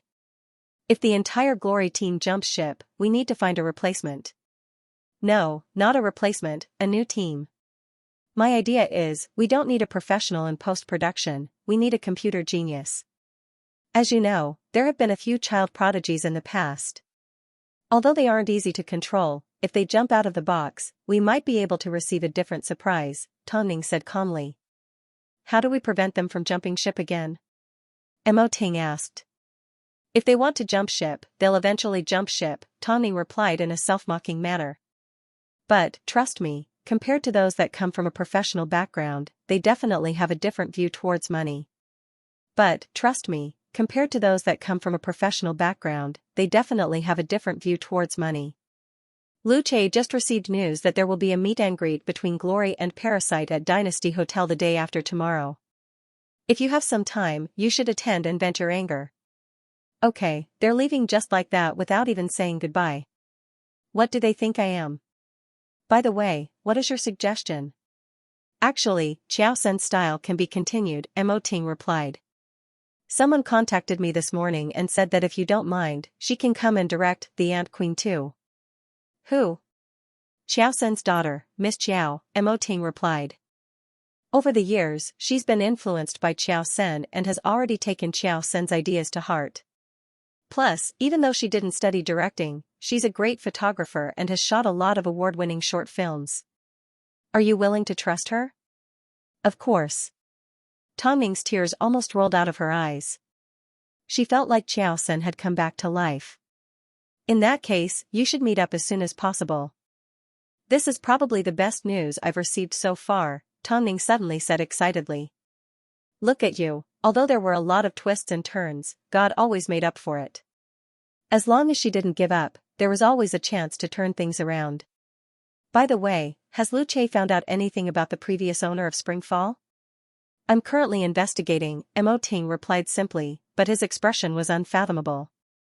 For Lu Che to spend so much time investigating, it was obvious how difficult the matter was.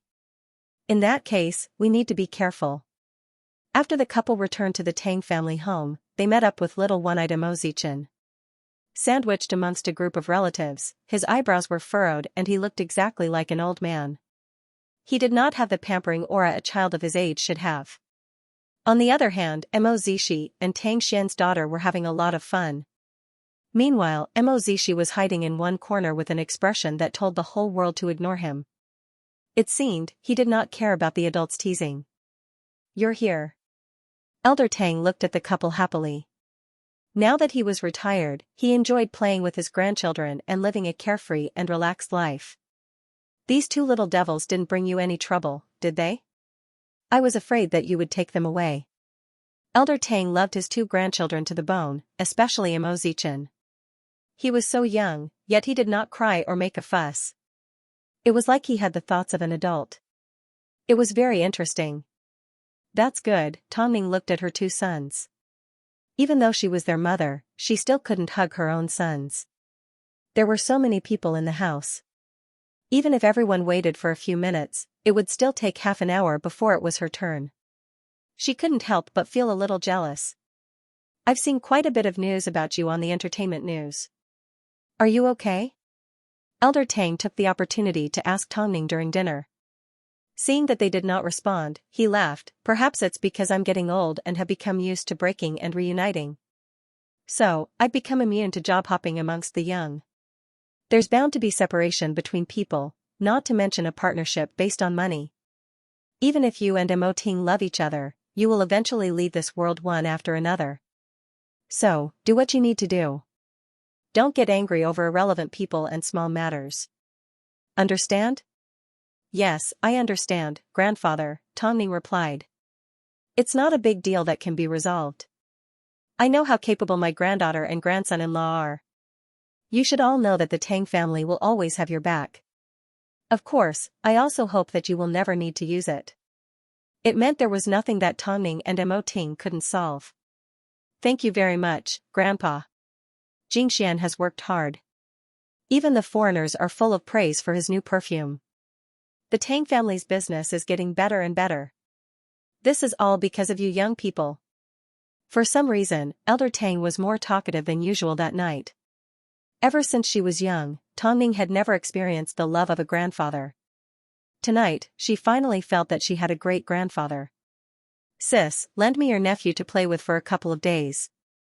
I want Qingyan to learn how to take care of the kids. Tang Jingxian truly loved the twins. My child is not a toy.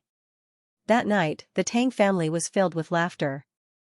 But, Mo Zichen still had a serious expression on his face. All that was missing was a grunt. This kind of little Meng Bao, of course, won the love of the whole family. With Elder Tang's encouragement, Tang Ning seemed to gain more energy. This was the strength of her family. After I prepare the information, I will go look for Miss Qiao on the island. I'm confident that we can do even better. This was one of the strengths of Tongning that Mo Ting loved the most. Because, no matter what she did and no matter what difficulties she faced, she would never give up. No matter how difficult it was, she would persevere. 2 days later, the crew of Parasite met up with the post-production team at Dynasty Hotel. Faced with the team that had jumped ship from Tongning's side, the crew naturally cheered. "You guys are amazing. The post-production team of The Ant Queen is the best out of all the domestically produced sci-fi films. You guys aren't bad." "I know, right? You guys jumped ship from Tongning's side. You have a temper. Tongning is just a woman. What can she possibly do?" The Ant Queen was all a stroke of luck. If she wants to do something big, she should choose to do it in a place with a lot of men. Don't you agree? I agree. The entire Glory team were flushed with anger from the ridicule of the crew. But, Bai Junyi sat in the crowd without saying a word. Occasionally, he would even let out a laugh. Betrayal was betrayal. What was there to praise? At this time, a waiter suddenly entered the VIP room and said, "Gentlemen, someone has already paid for your bill tonight. So, if you need anything else, feel free to let us know." "Who is it? That nice?" The scriptwriter of Parasite turned and asked the waitress. "Invite her out so we can thank her in person." "I'll go invite her out right now." "Please wait a moment. Who could be so generous? Is it the boss?" Everyone whispered amongst themselves. Soon, the door was pushed open by a waiter, and Tongning, dressed in a white suit, stepped into the room. As soon as everyone saw her, they were shocked. Especially the people from Glory, they immediately lowered their heads, too afraid to look at her. I was wondering who it was. "So, it's our superstar Tang." When my team left, they didn't even say a word. "So, I've come to send them off today," Tongning said with a smile. "Consider it a token of my appreciation as the previous boss." "Miss Tang, you're too polite," the editor continued to laugh. In reality, the alcohol had kicked in. "Since we've gone through thick and thin together, I would like to propose a toast to everyone from Glory. I wish you all the best in the future." After speaking, Tongning grabbed a glass of champagne from the waiter and downed 3 glasses in a row. "Of course, now that you've arrived at Spring Fall, don't jump ship. After all, you've already joined a big agency in the country. Where else can you jump ship to? When I left the agency, I didn't even have time to pack my belongings, so I've packed them up for everyone. After all, Glory doesn't keep trash." "Miss Tang, are you purposely trying to be sarcastic?" the scriptwriter of Parasite asked angrily. "Everyone, I think I've already done my best. After all, I didn't hand this matter over to the courts. If I were to use force, I'm afraid Parasite would have to wait 3 years before it sees the light of day again. All I have to do is return the compensation fee, refuse to pay any compensation, and ask the courts to mediate, and they will forever be part of Glory. Leaving is just a matter of lifting my butt, but the price has to be paid." Tongming laughed. "Of course, I don't want to keep trash around. After all, I still have a relationship with them. As long as they abide by their responsibilities, I won't take them to the courts. I hope everyone knows what to do. If you continue to be unjust, you'll be doomed." To put it simply, Tongming's contract with Glory hadn't been terminated yet. So, wasn't Parasite a little too hasty in using these people? Even if they wanted to poach people, they should at least wipe their asses clean before leaving. Yet, they were acting so high profile right now.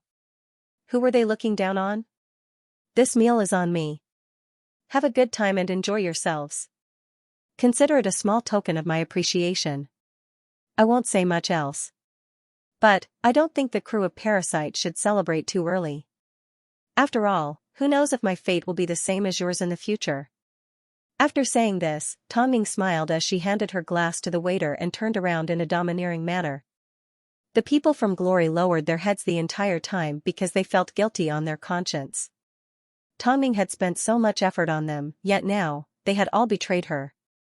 Anyone in her position would be furious, right? That's enough, let's not spoil the mood because of a woman. Let's continue drinking. During this time, the crew raised their glasses in an attempt to lighten the atmosphere. But, this made the scriptwriter of Parasite place his gaze on the people from Glory.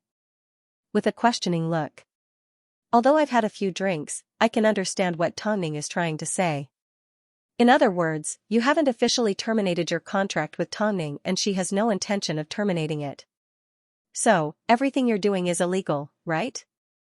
That, if Parasite is successfully completed and Tongning goes to court, the film won't be able to be released, right?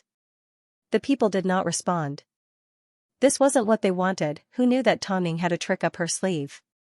Ha ha ha. After hearing this, Bai Junyi couldn't help but laugh out loud. It's not that the other party had a trick up their sleeves, it's a contract. You guys broke the contract first and took advantage of Chen Qiu's money. That's why you're asking the other party to be kind to you. Bai Junyi, whose side are you on? The scriptwriter asked arrogantly. I'm not on anyone's side. If you're so capable, then settle their contract. After speaking, Bai Junyi stood up from his chair and left the boring meal. He never expected that Tongning would be the one to cause trouble. Although there was no way to change the fact that Parasite had been created, she still wanted Springfall staff to suffer along with her. Not long after, this incident was reported on the internet and newspapers by the reporters. If one were to say that Tongning was taking revenge, it wouldn't be considered as revenge. As the previous boss, it was obviously a decent thing for her to treat them to a farewell party. But, for some reason, the audience felt that Tongning was too ruthless. Firstly, it was to vent his anger.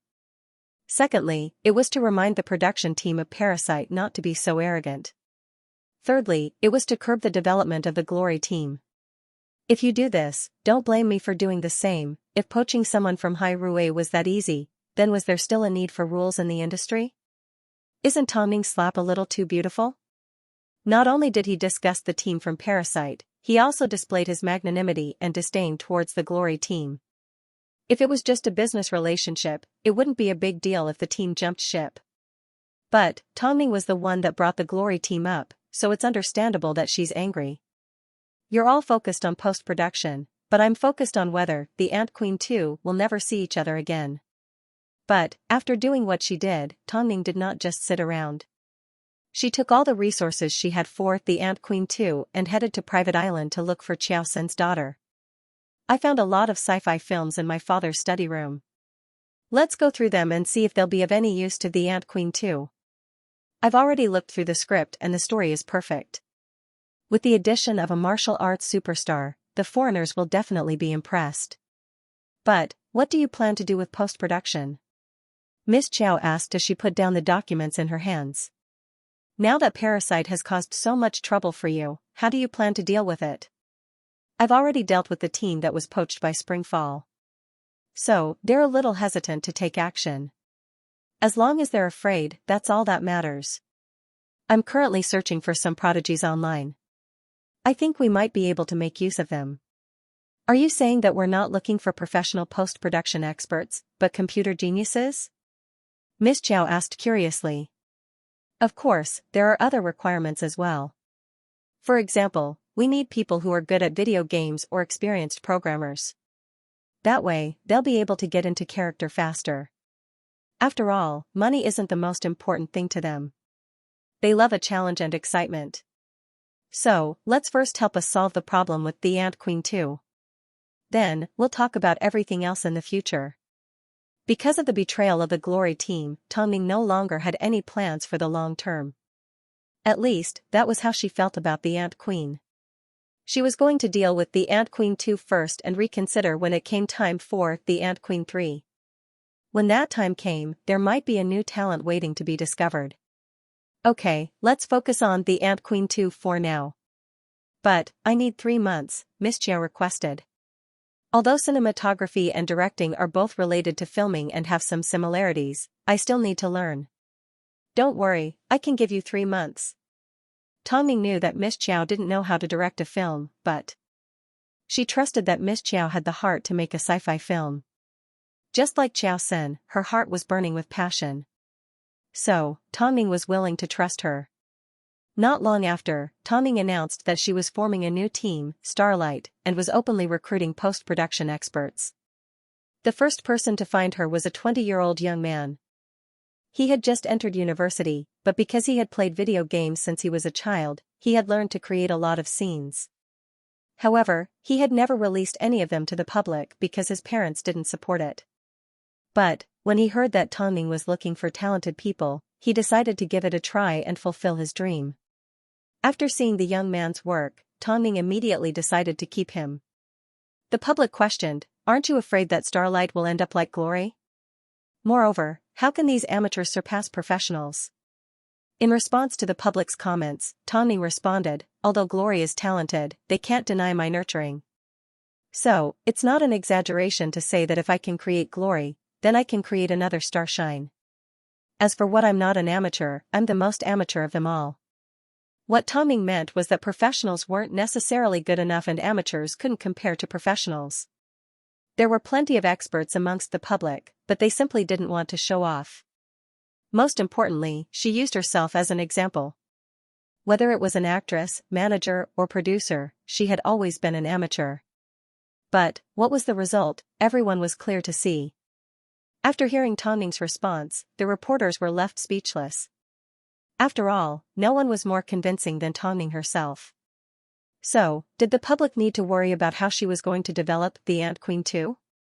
There was no need. After all, no matter who suppressed her, Tongning always found a way to survive. Not long after, international martial arts superstar Old Long accepted Tongning's invitation to join the Ant Queen too. This caused a lot of fans to be excited. After all, the fact that Tongning was able to convince this man to join her was quite impressive. Parasite had a famous actor, but the Ant Queen 2 wasn't bad either. It even managed to hire an international martial arts superstar. As soon as the netizens saw this news, the internet exploded. "It's been years since I've seen Old Long act cool. Haha, martial arts against a mutated monster, this is going to be fun. I wonder what the Ant Queen 2's story is going to be like. I can't wait." Tongning was used to turning the tables around. It had already become a part of her daily life. Of course, competition was bound to boost the development of the sci-fi industry. But, Springfall was the one that played dirty in the first place, so Tongning had no choice but to put a stop to it. However, Lu Che spent a lot of time investigating the previous owner of Springfall. "How complicated could it be for you to spend an entire week on it?" Mo Ting expressed his dissatisfaction at Lu Che's progress. Lu Che was a little surprised before he handed over the documents in his hands. "I'm sorry, President, it took me quite a bit of time. Springfall was established 16 years ago. It's also a well-known company. Get to the point, I already know all this. The most important thing is, this agency was established by a subordinate of the Nangong family. As you know, 22 years ago, the Nangong family was a powerful and complicated family in Beijing. It was the old CEO that sent Elder Nangong to prison. 6 years later, Qiu Jin, a subordinate of the Nangong family, established Springfall and has been biding his time. Recently, rumor has it that the eldest grandson of the Nangong family, Nangong Quan, is returning from the US to take over Springfall." Nangong Quan? Mo Ting had a slight impression of this person. Yes. He was around 5 years older than Mo Ting. When he was just 10 years old, he was already a violent thug. Apparently, he committed a crime in the US and was sent to prison. Who would have thought, his sentence was already over? He was called a nouveau riche. It has been 3 years since he was released from prison. He set up a technology company in the United States and had a woman. However, that woman gave birth to a daughter for him, but she died in childbirth. Since then, he has not found another woman. President, this is the hidden message that Bai Juni gave us. After hearing this, Mo Ting's expression turned a little complicated. He's already back in Beijing? He announced to the public that he's still a few days away. But, I think he's already back in Beijing, Lu Che replied. Arrange another bodyguard for Tongning to protect her. Since he's here to seek revenge, there's nothing we can do but welcome him with open arms, Mo Ting said coldly. 20 years ago, the old man was able to send him to prison. 20 years later, I can do the same. Okay, President. Indeed, as Lu Che predicted, Nangong Quan did return to Beijing early. In fact, he even watched a few interesting scenes unfold in secret. For example, when Tongning caused trouble at Dynasty Hotel. This strong and muscular man with embroidered arms was extremely interested in Tongning.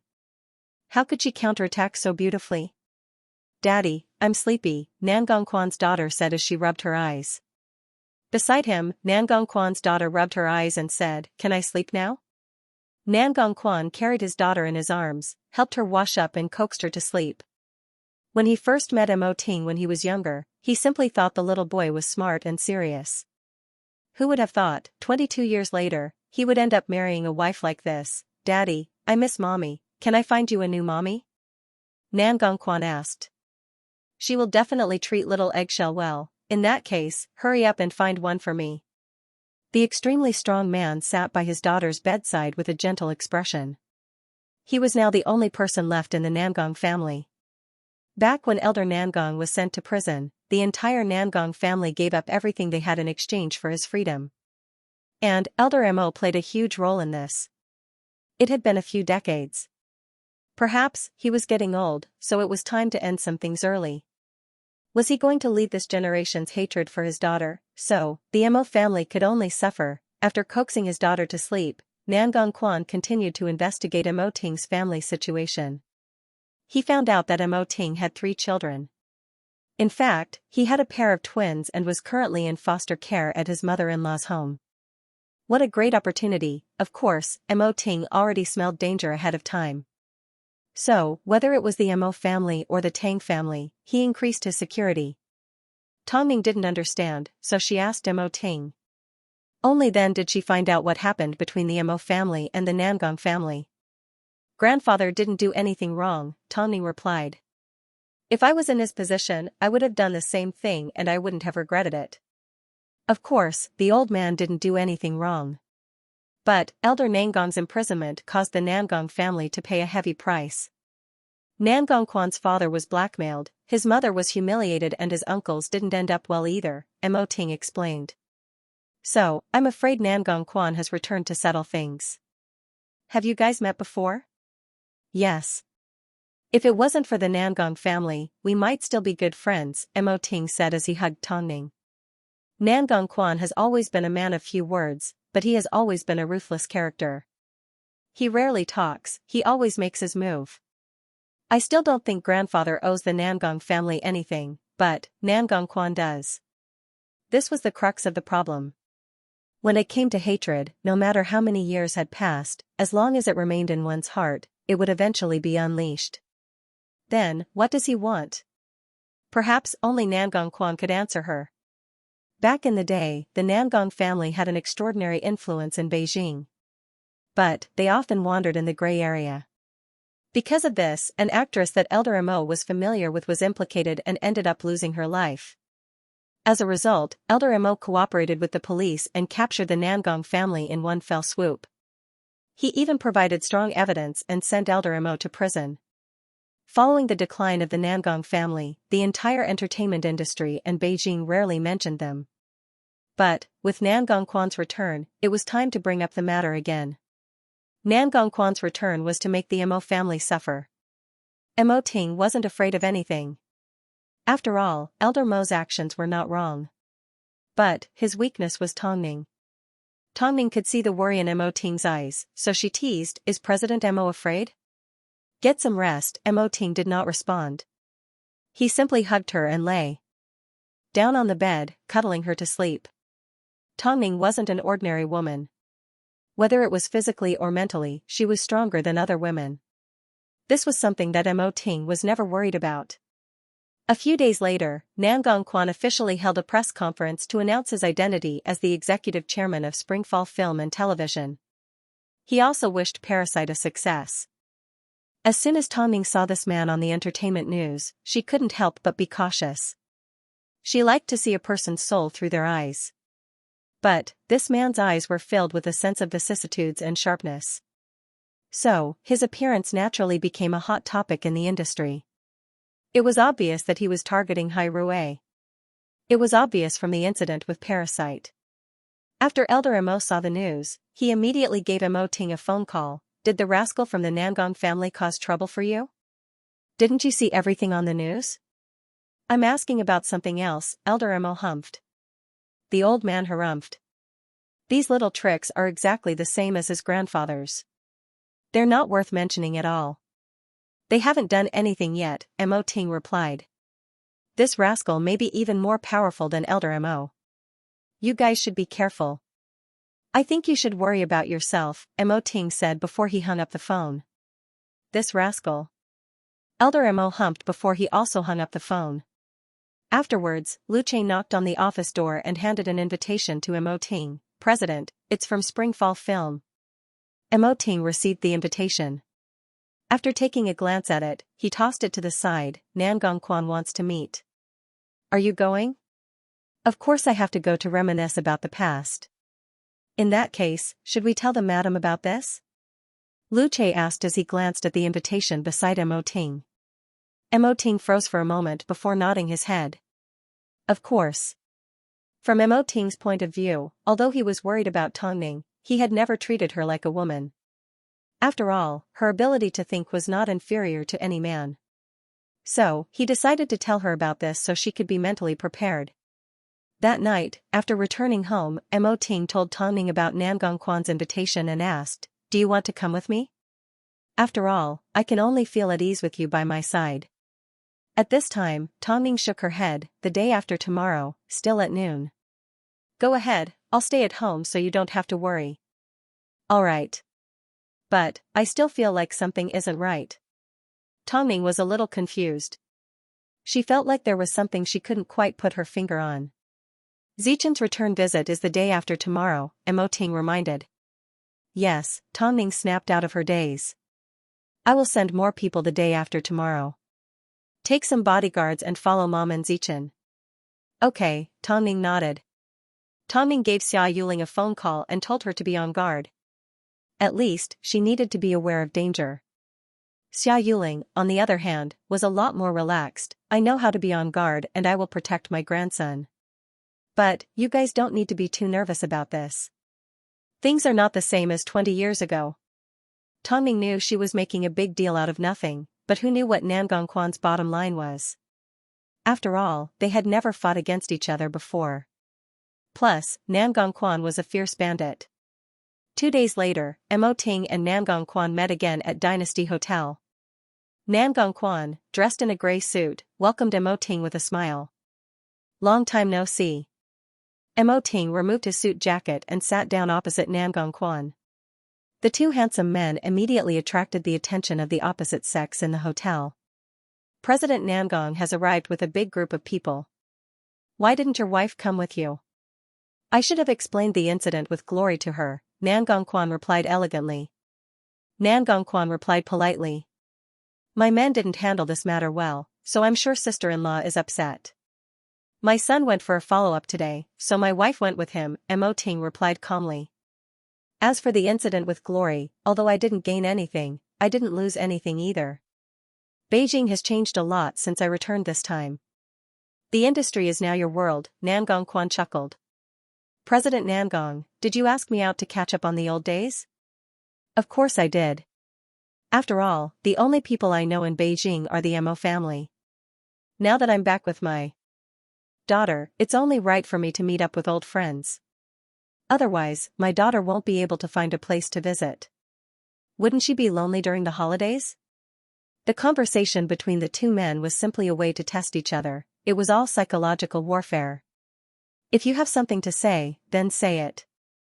After all, I don't think Elder Nangong did anything wrong in the past, Mo Ting took the initiative and said straightforwardly. Mo Ting took the initiative and put it more bluntly, I don't think the Mo family owes you anything. I never said that the Mo family owes me anything. I only asked you out because you are the only person I can talk to. As for Parasite, it is a business matter that is handled by professionals, so I can't say that I know everything, Nangong Quan explained. Mo Ting, even if I want to cause trouble for you, I will do it openly. Others may not know, but I know you well. Plus, I have a daughter now. It wasn't easy for me to get to where I am today. I don't want my daughter to lose her father because of a past grudge. Let's meet up more often from now on. I'll make you trust me. Whether Mo Ting trusted him or not, he still needed to be cautious. After all, Nangong Quan wasn't the only one who had the final say in the Nangong family.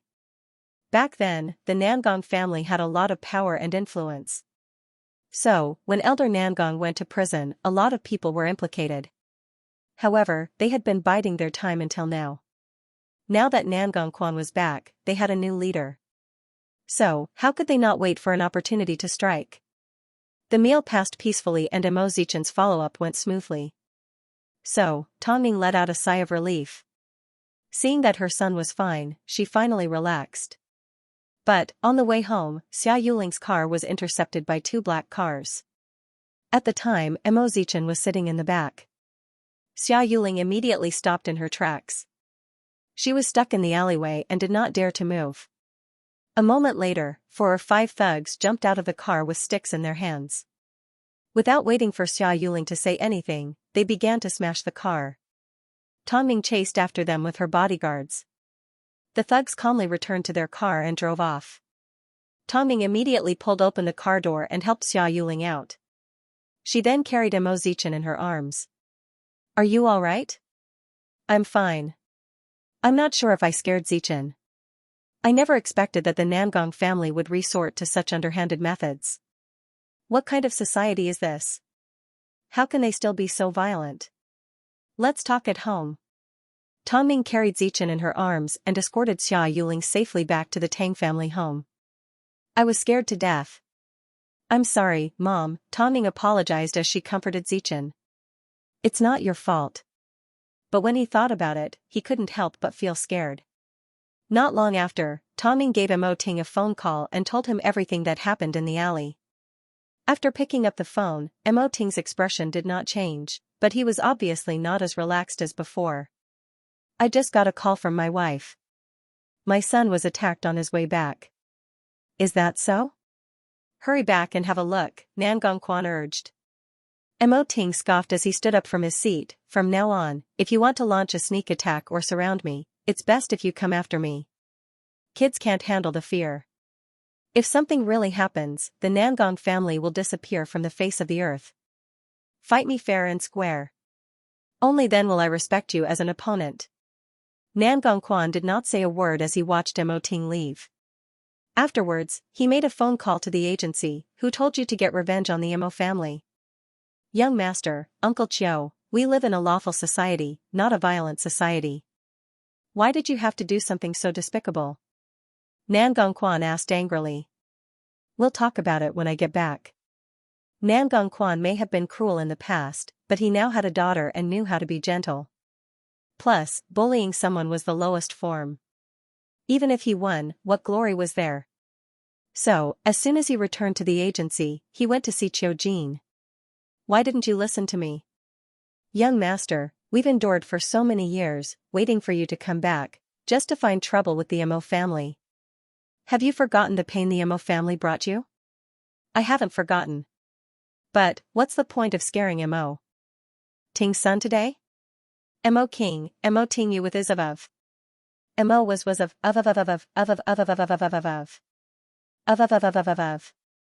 young master. If you really want to win against Hai Rui, then help me build a bigger empire than Hai Rui and produce something better than the Ant Queen. Don't even think about using underhanded methods, they won't have any effect on Emo Ting. That's the only way you can truly crush the Emo family." Nangong Quan's voice was a little too loud, so little Eggshell, who was resting outside, immediately pushed open the door and looked at her father. "Daddy, why are you so fierce?"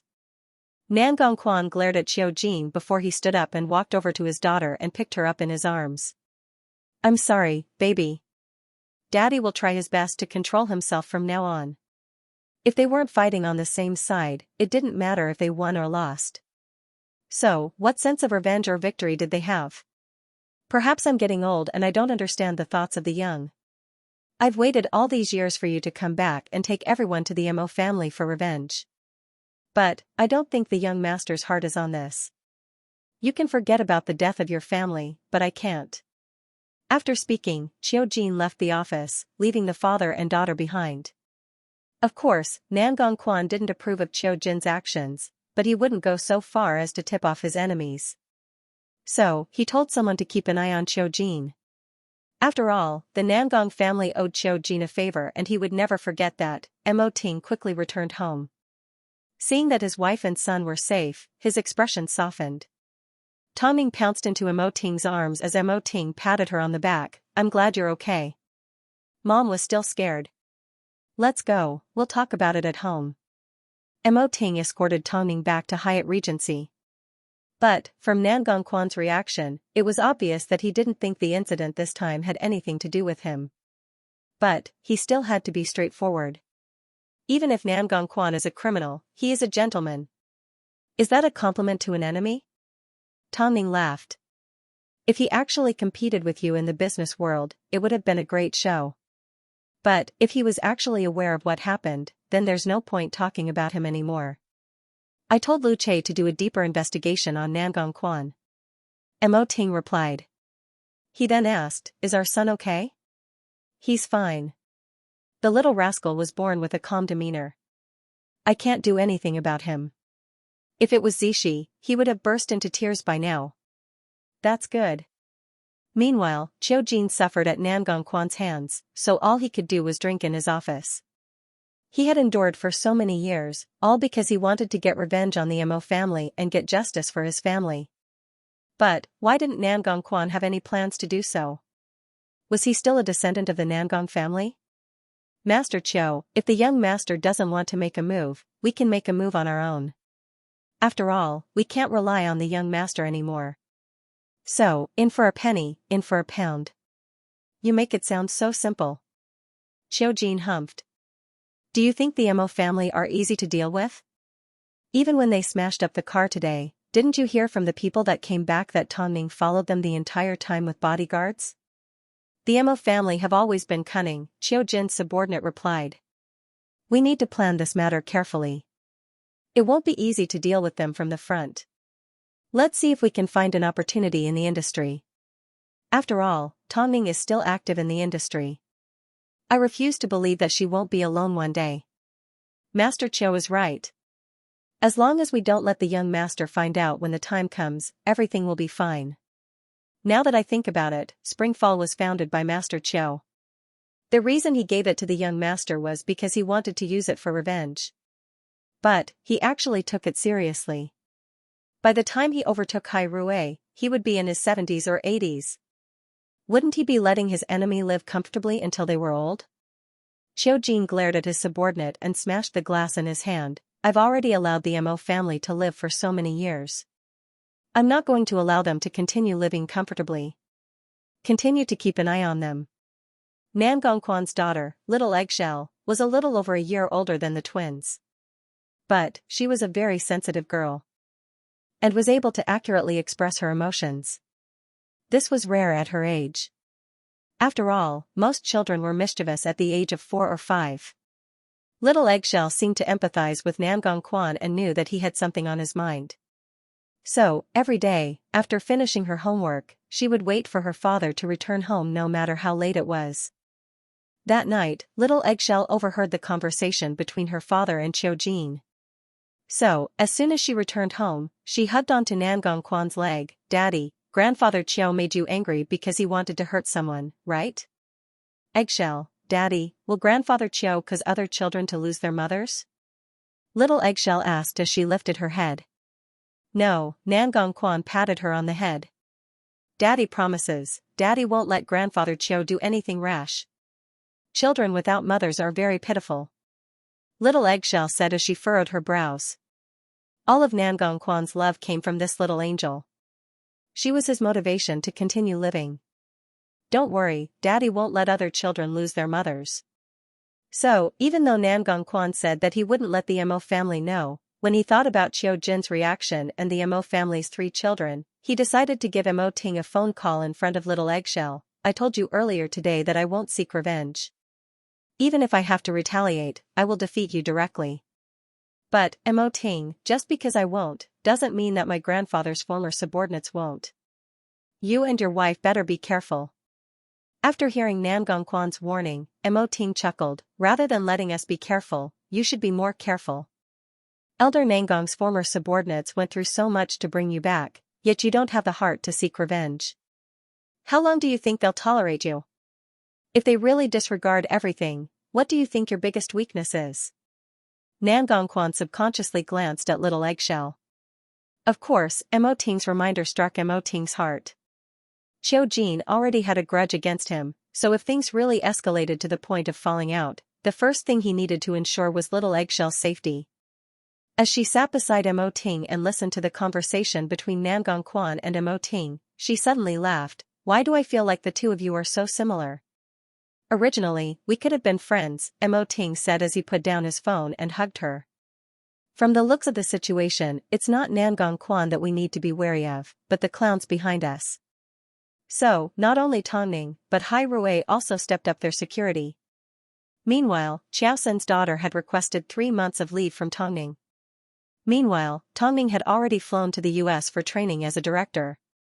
And right now, Tongning was also building her new team, Starshine. Even though she had gathered all the geniuses together, she still had to go through intensive training. Otherwise, she would not be able to directly utilize their talents. While The Ant Queen 2 was being prepared, the crew of Parasite officially entered the filming phase. Apart from Tongning and Springfall, a lot of other film companies were also getting involved in the production of sci-fi films. But, they all sent Hai Rui invitations to invite Tongning to be their consultant. It was obvious that they all wanted to produce a good sci-fi film. But, their actions received a lot of support from the public.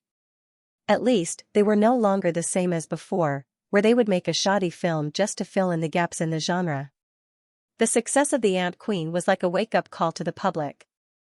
They now knew how much the public craved good films, and Tongning provided them with the best results. As a result, Tongning's name became synonymous with quality in every aspect of the entertainment industry. As long as Tongning was involved, regardless of whether it was an actor or a film, it meant that the film was of high quality. Because she was the best detector for bad films, as a result, Tongning realized that she now had a greater say. But, because of her increased responsibility, she had less time to speak. Under these circumstances, if another film and television agency came looking for her, would she be able to accept them? The answer was, of course not. The film industry had always been uneven and sci-fi films required a lot of investment. So, Tongning didn't want to hold others to the same standards as the Ant Queen. She was willing to go bankrupt, but did others have the guts to take the gamble? So, Tongning asked Mo Ting to reject her as a consultant on her behalf. So, as her manager, Mo Ting naturally helped her avoid any problems. Tongning has already re-signed with Hai Rui. Their contract states that an artist can only work for the agency for the rest of their life. At least, for the duration of their contract. As a result, Tongning cannot participate in the production of other companies' films. Tongning is currently working on The Ant Queen 2. But, she is merely a staff member of the film industry, she is not a god. I hope you won't hold her to the standards of a god. At the same time, she is also a mother of 3 children. She will spend most of her time taking care of them and educating them. All in all, even though a lot of people believed that Tongning could guide the production of other companies' sci-fi films, the chances of this happening weren't high. But, this also proved how many supporters Tongning had at the moment. She wasn't someone that could be compared to a superstar or an international supermodel. Her existence was already representative of the arts. Of course, because of The Ant Queen, the public was a lot more tolerant of Tongning than before. This was what people meant when they said, one's work speaks for itself. Most importantly, Tongning was no different from how she was in the past, yet she kept a lower profile. She still remembered where she stood, so it was no wonder that many people, both domestically and overseas, viewed her as an idol. However, Tongning had been living in seclusion for a long time and did not give Qiu Jin a chance. This made Qiu Jin anxious. After Mo Zichen's eyes recovered, Tongning brought them home. After all, children with parents to take care of them were more confident and safe. This was a very important thing. Of course, before they knew it, it was time for the 2 brothers to go to school. So, Mo Ting had already made arrangements for them. In order not to cause a commotion, the 2 brothers used their English names instead of their Chinese names and tried not to let their classmates know who their parents were. He simply wanted to give them a low-profile learning environment. Although Tongning had previously revealed her identity at the Zhai family's wedding, the children's appearances were constantly changing. So, it wasn't too difficult to hide their identities. Because of this, Tongning hired a helper to be their home tutor and take them home every day. As a result, the two brothers ended up attending Beijing's Huanglin Academy, the best public school in the country. Regardless of their family background, the children there would be judged by their grades. So, the two brothers were going to suffer. Of course, there was one unsurprising coincidence. Nan Gongquan's daughter, Little Eggshell, also attended the same school. She was just a year ahead of the two brothers. Other people's children were personally taken to school by their parents so that the teachers would know their children's identities and take care of them. But, the Mo couple did not. Their son needed to be trained from a young age and couldn't be as delicate as a girl. So, Mo Ting was ruthless. Back when he was a few years old, his English was already very fluent. So, how bad could his son be? But, the reality was, Mo Zishi got along well with his classmates, but Mo Zichen didn't. After all, Zichen's eye was injured and his scar was still there. So, both boys and girls did not dare to get too close to him. But, Mo Zichen didn't care. But, not too long after starting school, the two brothers still got into trouble. There was a chubby boy in their class that liked to bully Zichen. Because of the scar on his face, the chubby boy was slightly older than the other kids, so he was able to communicate better. "You're so ugly. You're the ugliest kid in our class." Mo Zichen continued to play with his building blocks and ignored the chubby boy. "My mom said you're mute. Only mutes don't talk." After Mo Zishi went to the bathroom, he saw the chubby boy laughing at his brother. So, he immediately threw a punch at him. Don't talk about my brother." Mo Zishi may not have expressed how Mo Zichen got his injury, but he knew that his brother had protected him. So, now that his brother was being bullied, he naturally had to stand in front of him and protect him. Then, the little fatty was beaten to tears. He called his teacher to complain. "Teacher, they beat me." At the time, the teacher in charge of the class tried her best to investigate the background of the children. She even found out that the chubby boy's mother was the boss of a hotel chain.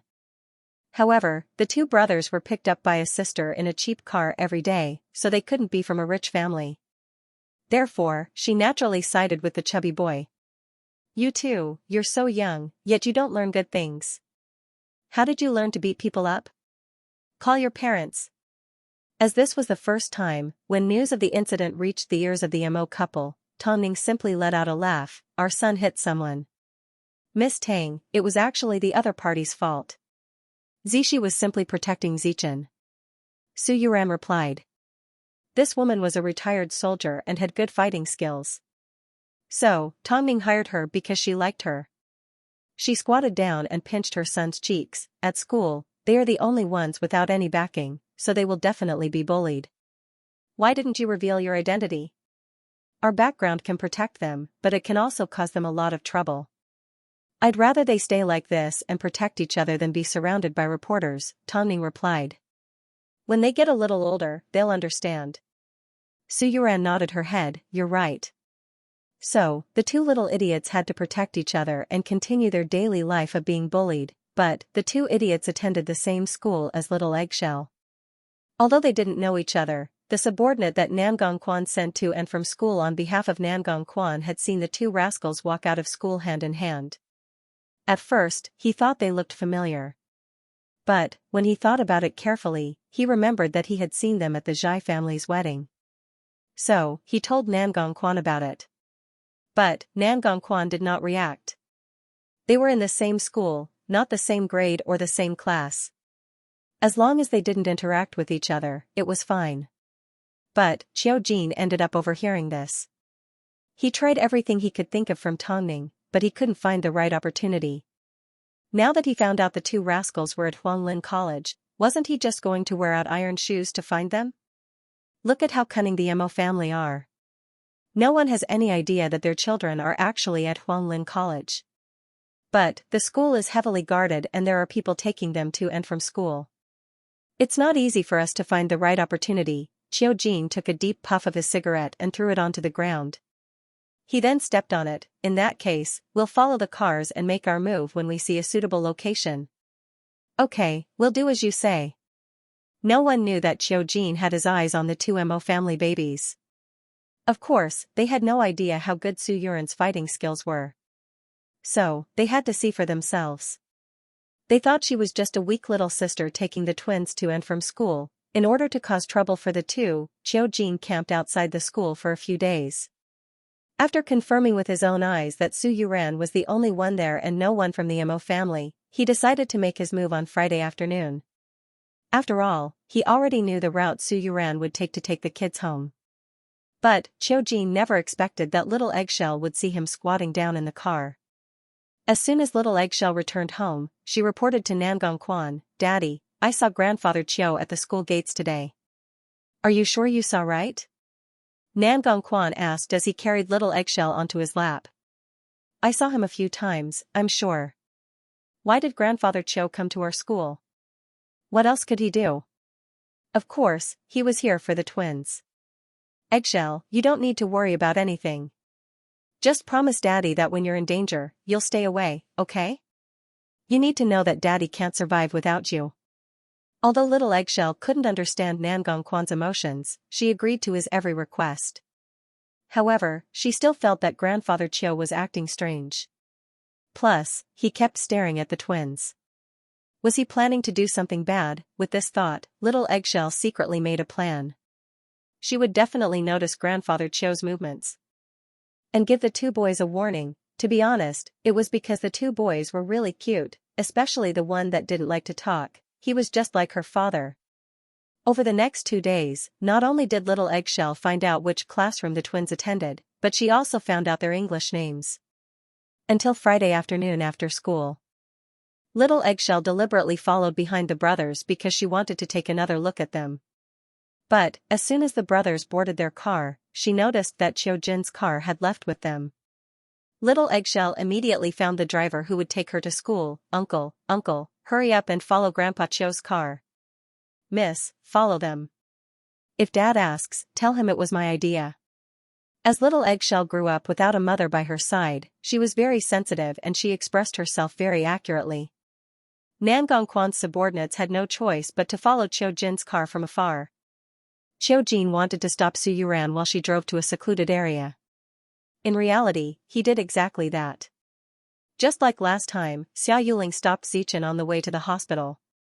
A screeching sound could be heard. Su Yuran was intercepted by a black car. Then, 5 men got off the black car with iron rods in their hands. "We're not looking for you. We're looking for the 2 brothers in your car." Su Yuran turned her head and glanced at the 2 brothers in the car as she comforted them. "Auntie needs to get out of the car to deal with some matters.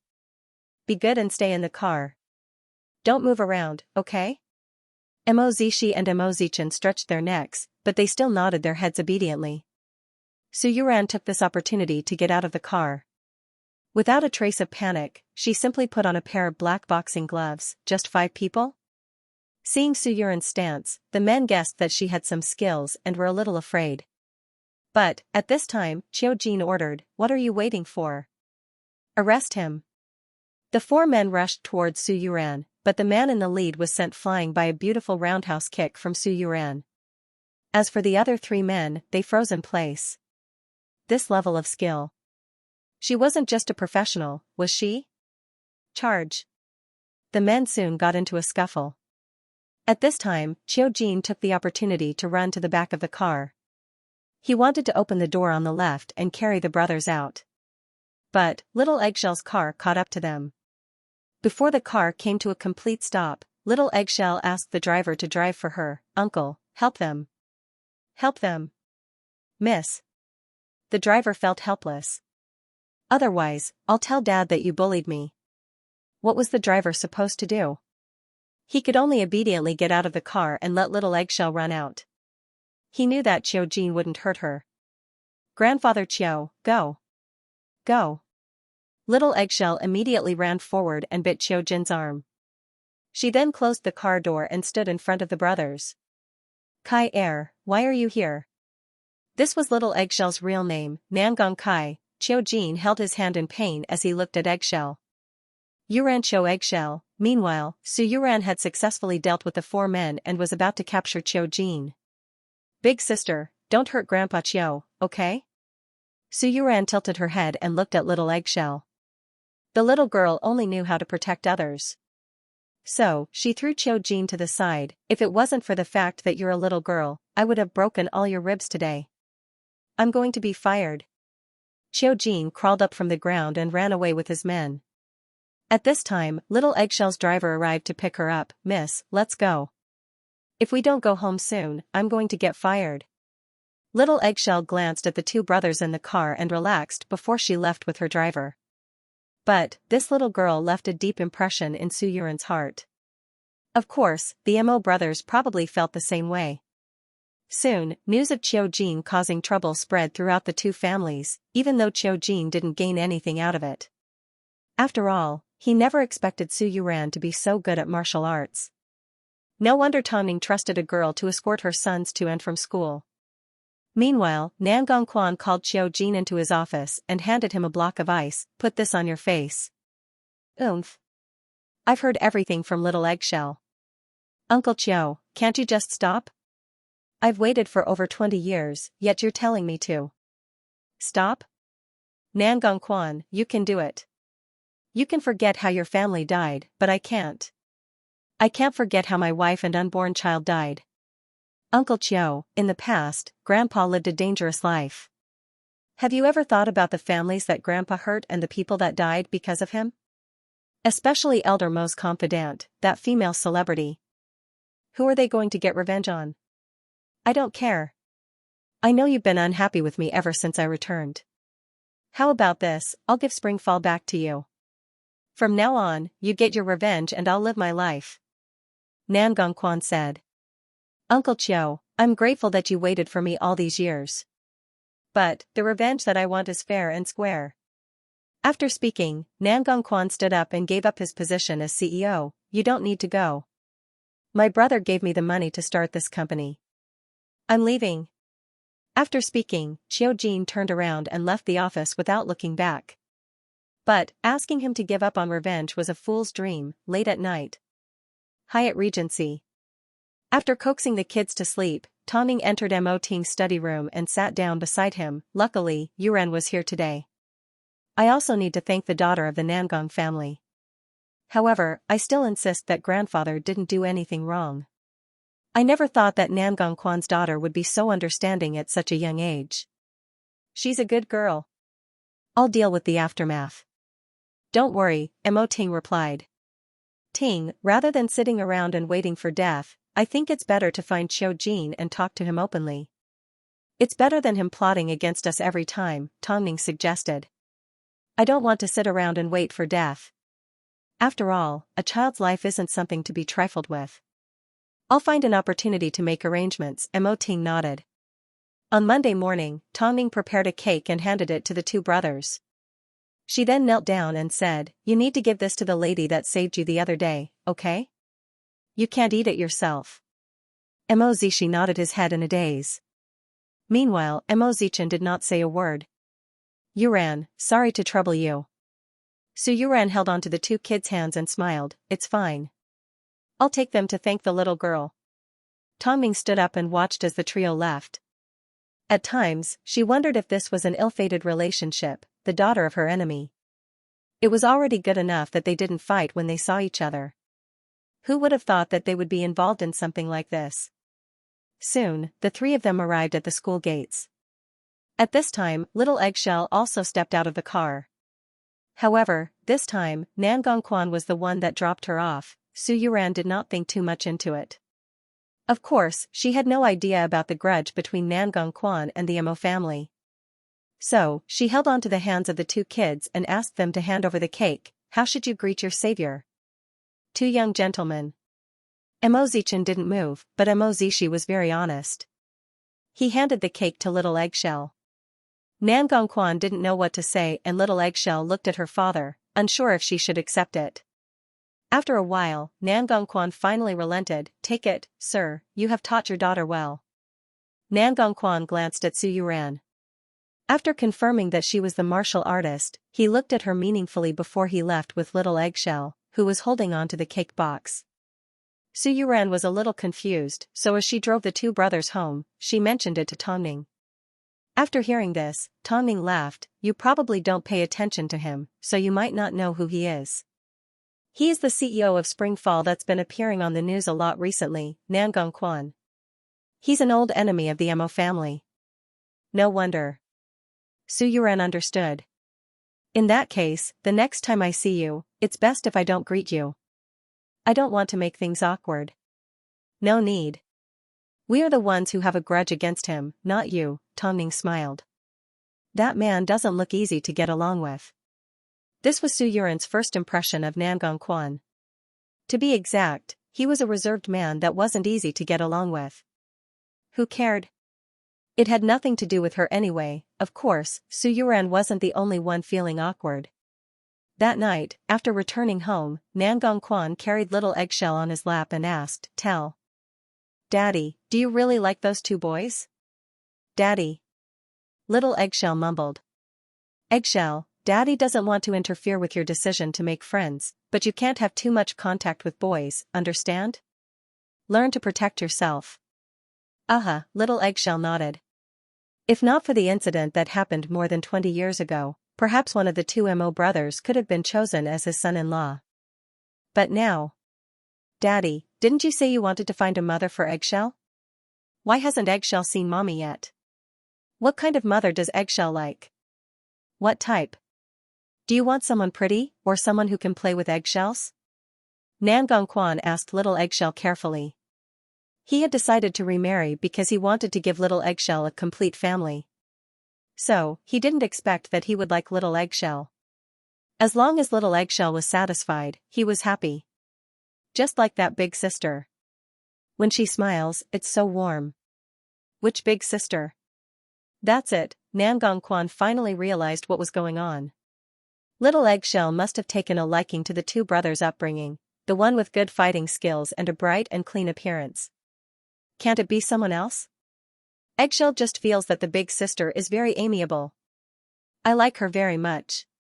Since Little Eggshell liked it, what else could he do? That night, Nangong Quan ordered his men to investigate Su Yuran's family background. It seemed he was going to steal her from the Mo family. Su Yuran was lying at home all by herself. She had no idea that someone had secretly taken a liking to her. Tongning decided to have a chat with Qiu Jin, so Mo Ting made the necessary arrangements. However, Qiu Jin had one condition: he could see Tongning, but Mo Ting couldn't appear. Otherwise, there was no point in talking. "President, be careful," Lu Che reminded. "It's too dangerous for the madam to go alone." Qiu Jin simply said that I can't appear. He didn't say that Tongning can't bring anyone with her. Mo Ting played with words. When the time comes, you just need to bring a few people with you to protect her. Where is Qiu Jin meeting?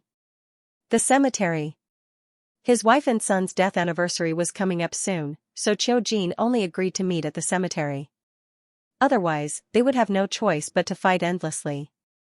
Tongning temporarily compromised. After all, she was now the mother of 3 children, and compared to Mo Ting, she didn't need as much face. So, it was best for her to show up. However, Nangong Quan also heard about this matter.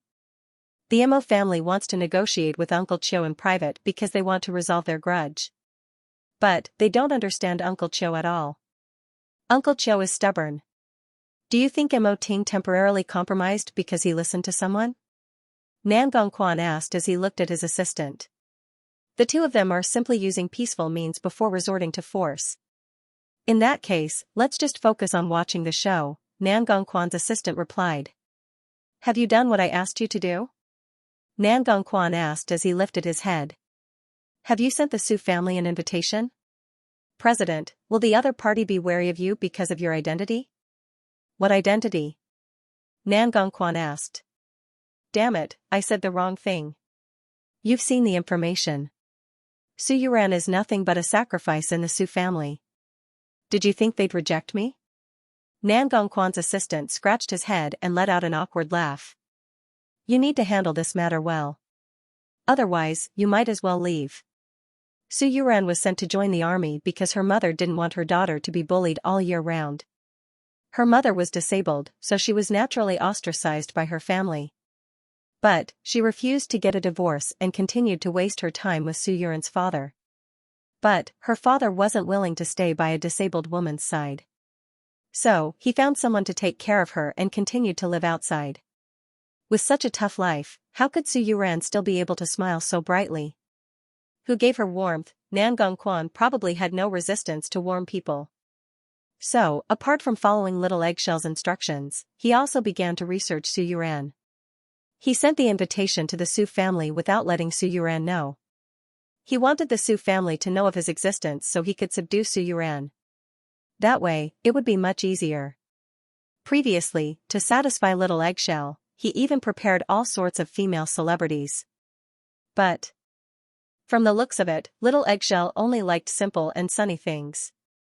So, he rejected all the invitations from the industry and personally took Little Eggshell to and from school. That way, he could spend more time with Su Yuran. "Daddy, aren't you busy with work?" "Eggshell wants mommy, right?" "Daddy's always busy with work, how can mommy come?" Nan Gongquan said as he held onto his daughter's hand. Little Eggshell laughed as she understood Nan Gongquan's intention. "You can do it, Daddy. Good job." At that moment, Su Yuran walked in front of the father and daughter with the two Mo brothers. To create an opportunity for her father, Little Eggshell threw away Nan Gongquan's hand and walked over to Su Yuran. "Big sis, let me take them to their classroom. I know where it is." Since they were already at the school gates, Su Yuran handed the two little devils to Little Eggshell. "Thank you in advance." "You're welcome." After speaking, Little Eggshell turned around and glanced at her father, gesturing for him to seize the opportunity. But Nan Gongquan had no intention of making a move yet. Su Yuran turned around and saw Nan Gongquan standing behind her. She did not say a word as she headed straight for her car. Of course, Nan Gongquan had no reason to chase after her. Little Eggshell watched from afar as Nan Gongquan let Su Yuran leave like that. She despised her father. He didn't even take the initiative as much as she did. But she didn't know that adults were always defenseless towards children. Apart from taking the Mo twins to and from school, Su Yuran spent the rest of her time studying. After being in the military for so long, she had already lost touch with the outside world. She really wanted to break away from her family, so she worked hard to create value for herself. She understood that her mother didn't want to be a burden to her, so she didn't want to divorce her father. But she didn't think she needed her mother to make such a sacrifice. With this thought, Su Yuran worked even harder. Of course, this was all thanks to Tongning's salary, which allowed her to pursue her dreams and career. At that moment, Su Yuran was in the middle of class. Meanwhile, Nan Gongquan stood outside the school and watched her for half an hour. Su Yuran didn't just attend one class. She also spent the entire day studying. Her most relaxing time of the day was when she took the Mo twins to and from school. Afterwards, she returned to the home that she ran away from and watched as her parents sat together. "I heard you're tutoring the child of the superstar, Tongning?" Father Su asked Su Yuran during dinner. Su Yuran nodded her head. "If that's the case, your income must be quite good. You've seen your mother's current situation. From now on, you should contribute a little to help the family," Father Su said. "If I remember correctly, you have 3 companies under your name, right?" Su Yuran asked. "What do you mean?" Papa Su's expression suddenly changed. "I joined the army when I was very young, so it was the country that raised me, not my father. As for my mother, I can pay the full amount, but only if my mother is willing to divorce you." Su Yuran asked straightforwardly. "Yuran, the evidence of this man's philandering is everywhere. When the court decides, it should be enough to split half of his wealth. Pretend I didn't say anything tonight." Father Su knew Su Yuran wasn't joking, so he tried his best to calm the mother and daughter down. However, as he stood up, he did not forget to curse Mother Su. "You should have died earlier." As Mother Su burst into tears, Su Yuran asked, "Why won't you get a divorce?" "This is my problem, it has nothing to do with you." Auntie Su replied, "Even if I die, I will drag him down with me for the rest of his life. If he's going to suffer, we'll suffer together. But, don't drag me down." Su Yuran replied. "If you don't leave, I'll suffer with you. If I leave on my own, I won't be able to let go." Mother Su suddenly remembered Nan Gongquan's visiting card. She didn't tell Su Yuran's father about it, otherwise, he might actually sell his daughter.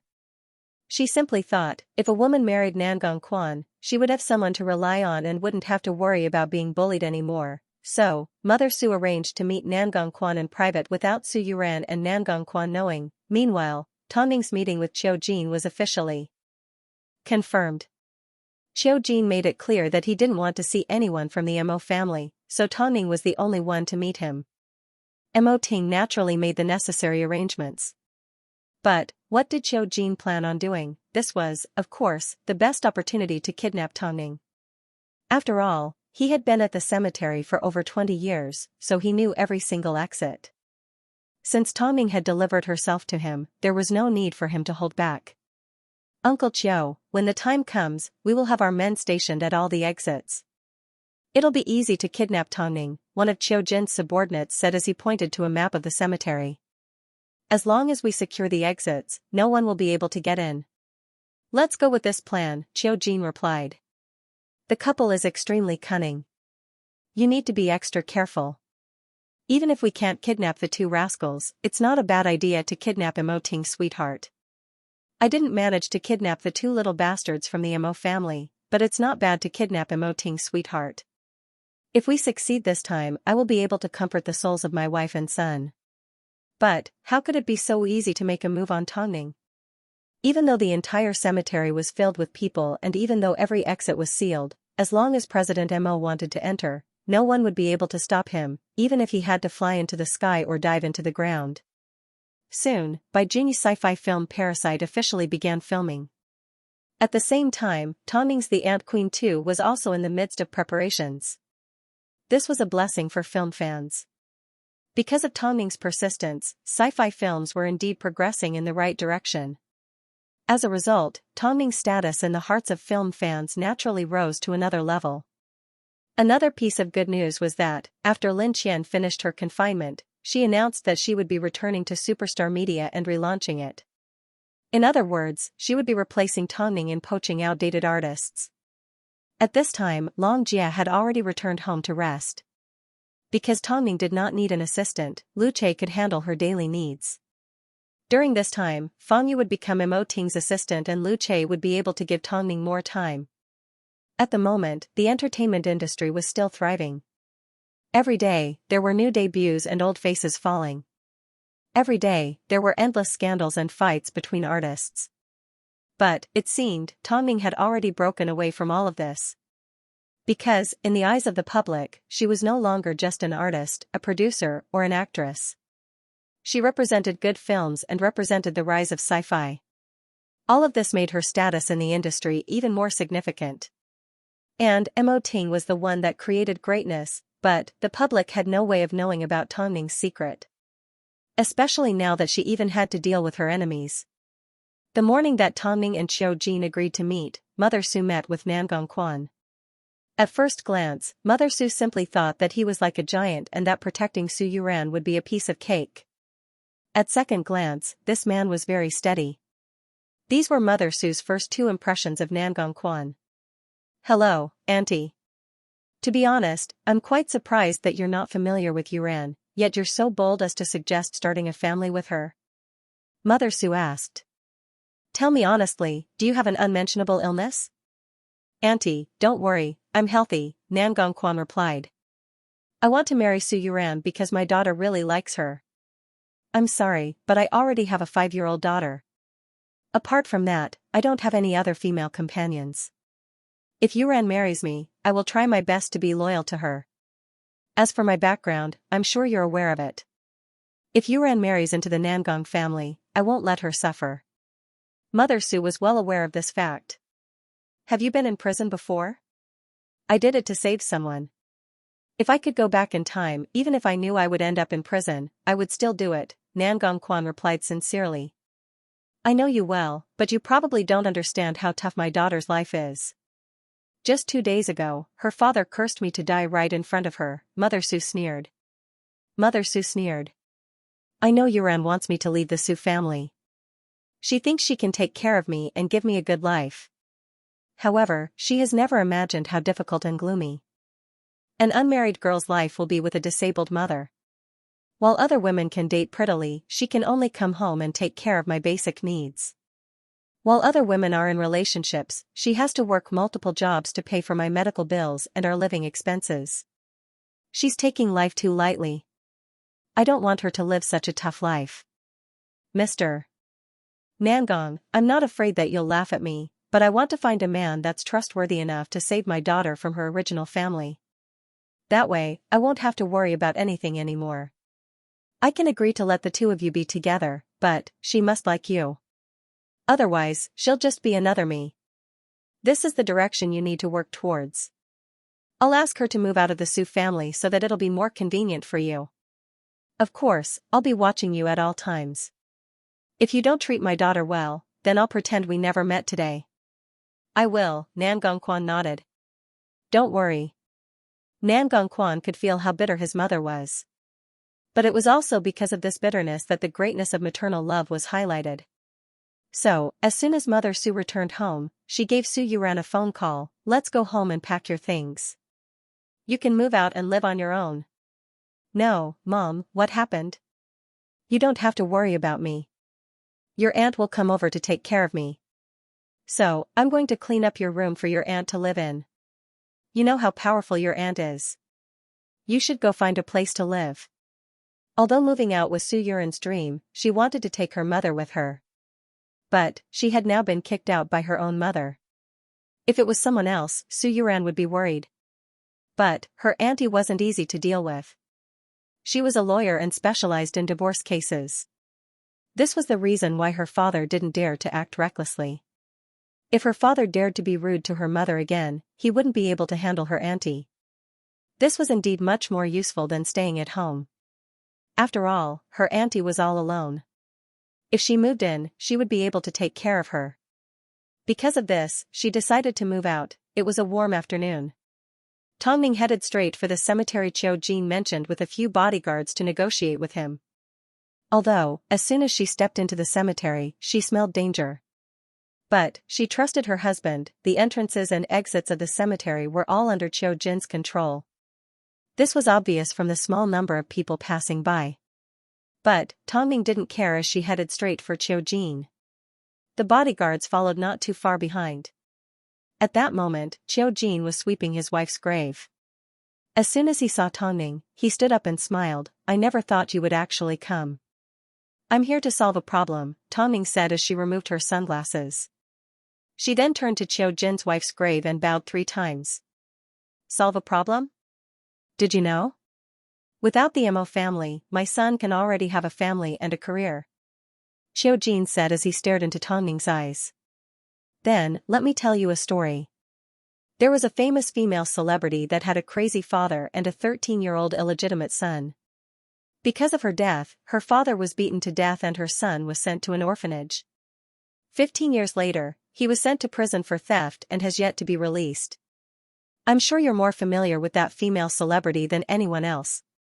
In that case, who's going to avenge her? Aren't her father and her son human? Your wife and son are simply avenging you. After all, this world doesn't allow any darkness to exist. Without the Mo family, how far did you think you could go? Without the Mo family, how long did you think you could live? Qiu Jin, you don't need to be so upset. If you had walked the right path and done your job properly, your wife and son wouldn't have been implicated because of the Nangong family's investigation. Isn't it obvious who implicated them? It's bad enough that you implicated your wife and son, but now you're implicating someone else's wife and son? Shut up. Qiu Jin roared. Who gave you the guts to slander me like this? Qiu Jin, tell me your conditions. What do I have to do for you to stop? Stop? Have you ever thought about leaving after coming here today? Qiu Jin sneered. I don't care who implicated my wife. All I know is, the Mo family are the culprit. I'm going to make the Mo family pay. Otherwise, all the years I've endured would have been for nothing. Tongming smiled calmly as she pulled out a yellowed diary from her handbag. I found this in the old house you guys used to live in. I heard it was hidden in a crack in the wall. The house hasn't been maintained for many years, so it wasn't easy for me to get my hands on it. Don't you want to know what your wife's diary says? Did you think I'd fall for your tricks? You Mo family people love to argue. Qiu Jin yelled as he pointed to Tongming's nose. September 11th, you. That day, Qinghong came looking for me and told me that Qiu Jin was working for Mr. Nangong. I suddenly felt scared because I was about to marry this man, yet I didn't even know what his real occupation was. To protect him, I even scolded Qinghong away. But, that night, Qinghong died. I asked Qiu Jin what happened to Qinghong and he told me it was an accident. In the dark, I trembled in fear because I wanted to call the police. I was really scared. Tongning ignored Qiu Jin's insults. Instead, she opened up her diary and read out one of the contents. October 13th, Little You. Today, I had another honest talk with Qiu Jin, but I realized he has no respect for life at all. I'm really disappointed. I really want to leave, but the doctor told me I'm pregnant. I suddenly don't know what to do. I think my parents are in heaven, they must hate me to death for being with a scumbag like him. I also hate myself. On the 6th of November, I made up my mind to leave because Qiu Jin was a complete demon. Why didn't he feel any remorse for what he had done? I couldn't forgive him anymore. I hate trash, especially trash that cheated on my feelings. Shut up. Qiu Jin yelled as soon as he heard Tongning read out these words. What do you know? Tongning did not continue. She simply closed the diary and smiled. Revenge for the woman you love and your unborn son? If I was your dead girlfriend and found out you used such a method to get revenge, I would hate you even more. Shut your mouth. Qiu Jin took a few steps forward angrily. So, he immediately yelled and all of his subordinates that were lying in ambush around the graveyard immediately stepped out. Tongning's bodyguards sensed the danger, so they quickly surrounded Tongning. Even though Qiu Jin had around 20 people on his side, Tongning's side was obviously outnumbered. Today, I want the Mo family to die with my wife and son. The person that should die the most is you. If you had walked the right path, your girlfriend wouldn't have died because of someone else's revenge. You are the one that caused her death. Nonsense. Qiu Jin retorted. Tongning did not continue to provoke him. Instead, she flipped to the last page of the diary. There were only 2 sentences written on it. May God help me leave this devil's side. Otherwise, I'd rather die. I hate thugs. Kill her for me. Qiu Jin's eyes were bloodshot as if he had been completely enraged by Tongning. He actually dared to threaten to kill her in front of everyone. More than 20 people rushed over. It was indeed a spectacular sight, making one feel fearful. But, Tongning remained calm as she stood in the same spot and asked, Did you really think you could touch me? You killed your wife and child, yet you keep saying that you want to frame someone else. You're not even a man. Why should I be afraid of you? What are you waiting for? Aren't you going to do it? The group of over 20 people moved closer to Tongning and the others and surrounded them. Sorry, superstar. Who told you to be Mo Ting's woman? Beat her to death. Qiu Jin's voice trembled as it echoed throughout the cemetery. However, at this time 100 men dressed in black suits entered the cemetery in an orderly manner. Qiu Jin's men had no choice but to retreat. After all, who had ever seen a formation like this? Afterwards, Mo Ting stepped out from the crowd and approached Tongning. He then pulled her into his embrace. Are you okay? I'm fine. Tongning shook her head. This jerk is too stubborn. He refuses to admit his mistakes, Tongning said as she pointed to Qiu Jin with her chin. Tongning pointed her chin at Qiu Jin and said, You're a complete scumbag. You caused the death of your own wife and child, yet you're trying to push the blame onto someone else. Can't you handle it? Mo Ting lifted his head and looked at Qiu Jin as he asked in a deep voice, Who did you say you were going to beat to death? What's there to brag about when you're bullying someone with numbers? When dealing with trash, I don't mind being ruthless, Mo Ting replied. Plus, I don't need to be polite with you.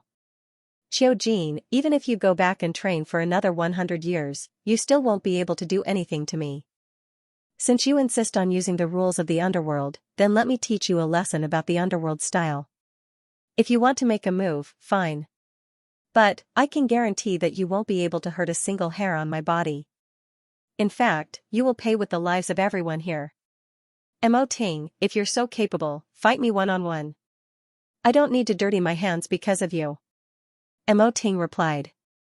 Afterwards, Tongning threw the diary at Qiu Jin. Since you don't believe me, you can slowly read through it and find out who killed your wife. Qiu Jin did not believe Tongning's words at all. He simply thought she was lying. But, as soon as he picked up the diary and saw the familiar handwriting, he felt like he had been struck by lightning. It turned out, his fiancée really didn't like to hang out with gangsters. Back then, he thought she would be pleasantly surprised and think it was cool and hot-blooded. But, who would have thought, his fiancée had been plotting to leave him all this time? No, this couldn't be possible. Tongning must have made this up. There was no way he would believe her. So, he tore the diary apart. But, to his surprise, a photo of the couple fell out of the diary. Along with the photo, was a medical report. His fiancée's name was clearly written on it and the content stated that she had agreed to an abortion. Could it be that before she died, she had already secretly taken the child? Did she hate him that much? After reading through the yellowed report, Qiu Jin knelt to the ground. His mind was a mess. He didn't know how to accept everything that had just happened. Uncle Qiu, should we attack? Give me an answer. Uncle Qiu. Mo Ting took the opportunity and gestured for a group of tall men to step forward. A moment later, the 20-odd men were all pressed against the ground, leaving only Qiu Jin kneeling in front of his fiancée's grave. Tongning lifted her head and looked at Mo Ting. However, Mo Ting shook his head. No one knew what Qiu Jin was planning. What if he had gone crazy? In reality, Mo Ting was right. Qiu Jin had indeed gone crazy. But, he didn't do anything to anyone, he simply stabbed himself in the back of his hand with a knife. What have I been doing all these years? I'm such a fool. I actually thought you would be with me wholeheartedly. It turns out, you aborted the child a long time ago. And I was still delusional. I thought that if I followed Mr. Nangong, I would have a bright future, I would be able to give you the best life, and you would definitely look up to me. So, it turns out that you're looking down on me. What right do you have to look down on me? What right do you have? How could you do this to me? Do you know how torturous it was for me to carry this hatred for so many years? But in the end, he was stabbed by you. How much did you hate me that you aborted the child? Tell me. She would rather die than be with you. How much do you think she hates you? You men think it's glorious, righteous, and impressive, but to a woman, you're just a thug. From her perspective, if she were to tell others about it, it would be embarrassing. That's why she was so ruthless. Your hands are stained with blood, and you still want to have happiness? That's impossible. There's karma in this world. That's why you've been played by yourself for so many years. Tongning's last sentence struck Qiu Jin's heart and destroyed his last line of defense. After all, Qiu Jin never regretted joining the Nangong family. In fact, it was the thing that he was most proud of. But, the thing that he was most proud of was the thing that hurt and shameful his fiancée the most. She even went as far as aborting their child. This shook Qiu Jin's firm belief. It seemed, for the rest of his life, he would have to struggle with this matter. What are people most afraid of? It wasn't a physical or psychological injury, but the belief that he had held on to for a long time had suddenly collapsed. It was actually wrong. Seeing Qiu Jin's crazy state, Qiu Jin's subordinates quickly walked out of the cemetery. From the looks of it, this man wasn't going to amount to much from now on. Meanwhile, the people that Mo Ting brought with him all retreated. Don't worry, the media won't hear a thing about what happened today, Mo Ting comforted. Let's go. Tongning turned to look at Qiu Jin and nodded her head. He's a stubborn person. Unfortunately, his stubbornness isn't in the right place. President, Uncle Qiu, isn't doing too well. As soon as the person that Nangong Quan had sent to gather information returned to Spring Fall, he reported the situation to Nangong Quan. He's been sitting in the cemetery on his own for 3 hours. No matter how we call for him, he won't respond. After hearing this, Nangong Quan turned around from the floor-to-ceiling window and looked at his subordinate. Did Tongning win? I don't know what Tongning did, but Uncle Qiu was already kneeling on the floor crying without even lifting a finger. Kill and destroy the heart. If a person had faith, if you didn't kill them, they would forever haunt you. But, destroying one's heart was different. Once a person's heart was dead, they would no longer be a threat to anyone. This was where Tongning excelled. President Mo brought over 100 people with him to support Tongning. But, not long after, they all left. As for the media, not a single word was leaked and the matter was resolved cleanly. Bring Uncle Chiu back and take good care of him, Nan Gongquan instructed his subordinates without saying anything else. Since the couple had already dealt with Uncle Chiu, he didn't have to show up again and hurt his relationship with Uncle Chiu. So, he could now spend more time dealing with the matter between him and Su Yuran. Hatred could be used to help him grow, but it shouldn't be used as a weapon. After returning home, Tongning was exhausted as she leaned against Mo Ting's chest. Do you know how worried I was after you went into the cemetery on your own? Mo Ting asked. I really regret putting you in danger. You didn't need to do that. Aren't I fine? I simply wanted to have a good sleep, Tongning yawned as she snuggled into Mo Ting's embrace.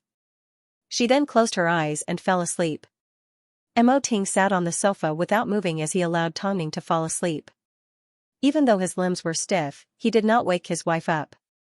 It had been a long time since he hugged Tongning like this. Soon, Su Yuran returned with the child and Tongning woke up in a daze. Seeing Mo Ting not moving, she could tell that his body was stiff. But, he never said a word about it. So, Tongning helped him rub his body. From now on, I won't dare to sleep on you, you'll wake up as soon as the child comes back, Mo Ting laughed. I can't do anything about you, Tongning complained. Afterwards, she noticed Su Yuran was carrying some luggage on her back, so she asked curiously, where are you going with all these things? My mother kicked me out. Su Yuran smiled awkwardly. But, don't worry, I've already found a place to stay. It's not far from here and I won't delay the kids from school. That's not what I meant. I just wanted to ask if there's anything you need my help with, Tongning smiled gently. From now on, you don't need to be so careful when you take Zixi and Zichen out. The matter with the Nangong family has been resolved. I'm doing well at the moment. Thank you, Miss Tang. On the surface, Su Yuran appeared to be an open-minded person. She would never ask for help from others. This was the attitude that she developed during her time in the military. Before she tried her best, she would never ask for help. Afterwards, she moved into the apartment that she found that day. The environment wasn't bad. Most importantly, it wasn't far from Hyatt Regency, so it would be more convenient for her to pick the kids up. That night, little Eggshell lay in bed after her bath. As she watched Nan Gongquan holding a storybook, she immediately pounced on him. Big sister has already moved, why haven't you done anything yet? Are you in a hurry? Nan Gongquan looked at his daughter as he helped her back onto the bed. I want big sister to take me to and from school too. I'll be very happy, little Eggshell said as she pouted. Plus, big sister is very cool and looks very compatible with daddy. Really? Of course. Little Eggshell nodded her head. Little Eggshell, hold on a little longer. We can't scare big sister, right? Nan Gongquan never expected that little Eggshell would like Su Yuran so much. Fine, now that Nan Gongquan had moved and his mother-in-law had given the order, it was time for him to make his move. However, he hoped that Su Yuran wouldn't reject him too badly. He wasn't a romantic person and didn't know how to do beautiful things. But, he could appear when Su Yuran needed him the most. But, did she understand? To understand and get close to a person, you had to rely on your heart. But, Lu Che accidentally found out that Nan Gongquan knew about the Su family. He found it interesting, so he told Mo Ting and Tongning about it. Mo Ting did not react, but Tongning was a little surprised. Is Nan Gongquan trying to steal Su Yuran from me? I'm not going to let him have his way. Soon, 3 months passed and Miss Chiao returned from her studies. Tongning immediately sent someone to the airport to welcome her. At the same time, Tongning's new post-production team, Star Shine, was completed and they were currently working together. Of course, there was still a lot of time for them to get used to it. By this time, the Ant Queen 2 was ready and Tongning had already selected the rest of the actors. All that was left was to arrange their schedules and auditions. Not long after, Hai Rui officially announced the cast of the Ant Queen 2. As usual, Tongning would be producing and Xiao Man would be directing. There would also be international martial arts superstar Old Long, new actress Fei Er, the popular young actor Luo Xing and, of course, the main antagonist, Mo Ting. As soon as the cast was announced, the public immediately reacted. There was a lot to look forward to. The addition of Old Long was already a pleasant surprise, but this time, Mo Ting was going to take part as well. In fact, he was going to play the main antagonist. At the same time, the poster for The Ant Queen 2 clearly stated the theme: it was time to test the teacher-student relationship. In other words, the main plot of The Ant Queen 2 was to focus on the teacher-student relationship. Fans left comments excitedly urging Tongning to start filming. I like Tongning's work because she doesn't follow the path of heroes and beauties. Instead, she gives up on romance. Instead, she explores relationships on a deeper level and makes me feel comfortable. Last time, it was a father and daughter. This time, it's a teacher-student relationship. Just thinking about it, it's a lot to watch. I wonder how this international superstar will be able to do against a big monster. Am I the only one that thinks President Mo's antagonist will be interesting? In The Ant Queen 1, his relationship was already so smooth. I can't wait to see him explode. Anticipation +1, Anticipation +2, they've only announced that they've finished filming now. When are they going to start? How torturous. Let's go look through all of President Mo and Mo Ting's works right now. We should be able to last a little longer. I think Tongning's involvement in the film and television industry has brought new life to the industry. I think the entire film industry should thank her. She simply did what she wanted to do. She wanted to fulfill Xiao Sen's wish. She wanted to stand side by side with Mo Ting at the top of the entertainment industry. Had she finally achieved it? Afterwards, someone researched Xiao Man's background and found out that she was actually Xiao Sen's daughter. On top of that, she was a famous photographer. In order to fulfill her father's last wish, she was prepared to dedicate the rest of her life to sci-fi. She originally thought that the public would have some objections towards a newcomer director like her, but surprisingly, everyone was very tolerant of her. This was because, as a director that wanted to be like her father, she was willing to give it her all. As a result, news about The Ant Queen 2 was everywhere. As Nan Gongquan sat in his office, he couldn't help but feel that the Mo couple were indeed strong and worthy opponents. President, should we start the second round of promotions for Parasite? Nan Gongquan shook his head, indicating that the timing wasn't right. There's no need. Focus on the production of Parasite. The final result is the best promotion. I understand. This is the perfect time for a sci-fi film. Although I don't want to admit it, Tongning has made a huge contribution, Nan Gongquan's assistant said. Otherwise, let's not talk about now. Even 20 years from now, Beijing may not even produce a decent sci-fi film. What do you think of Bai Juni? Bai Juni is indeed talented. The production didn't find the wrong person. That's good, Nan Gongquan nodded. He had high hopes for Parasite. Even if it couldn't compete with Hai Rui's The Ant Queen 2, as long as it was a good film, it wouldn't be buried. Afterwards, Nan Gongquan packed his things and drove over to Qiu Jin's home. But, Qiu Jin's subordinate told him, Uncle Qiu passed away 10 days ago. Why didn't anyone tell me? Nan Gongquan yelled. Why didn't anyone report such a big thing? Because Uncle Qiu passed away very suddenly. He hung himself, but the night before he passed away, he told me that he wanted to go overseas. Who would have guessed? Qiu Jin's subordinate replied.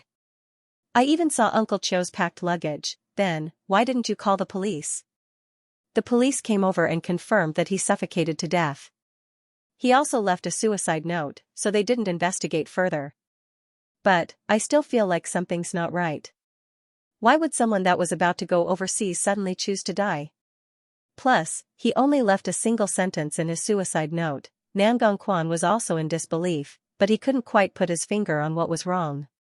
Just like that, Qiu Jin mysteriously disappeared.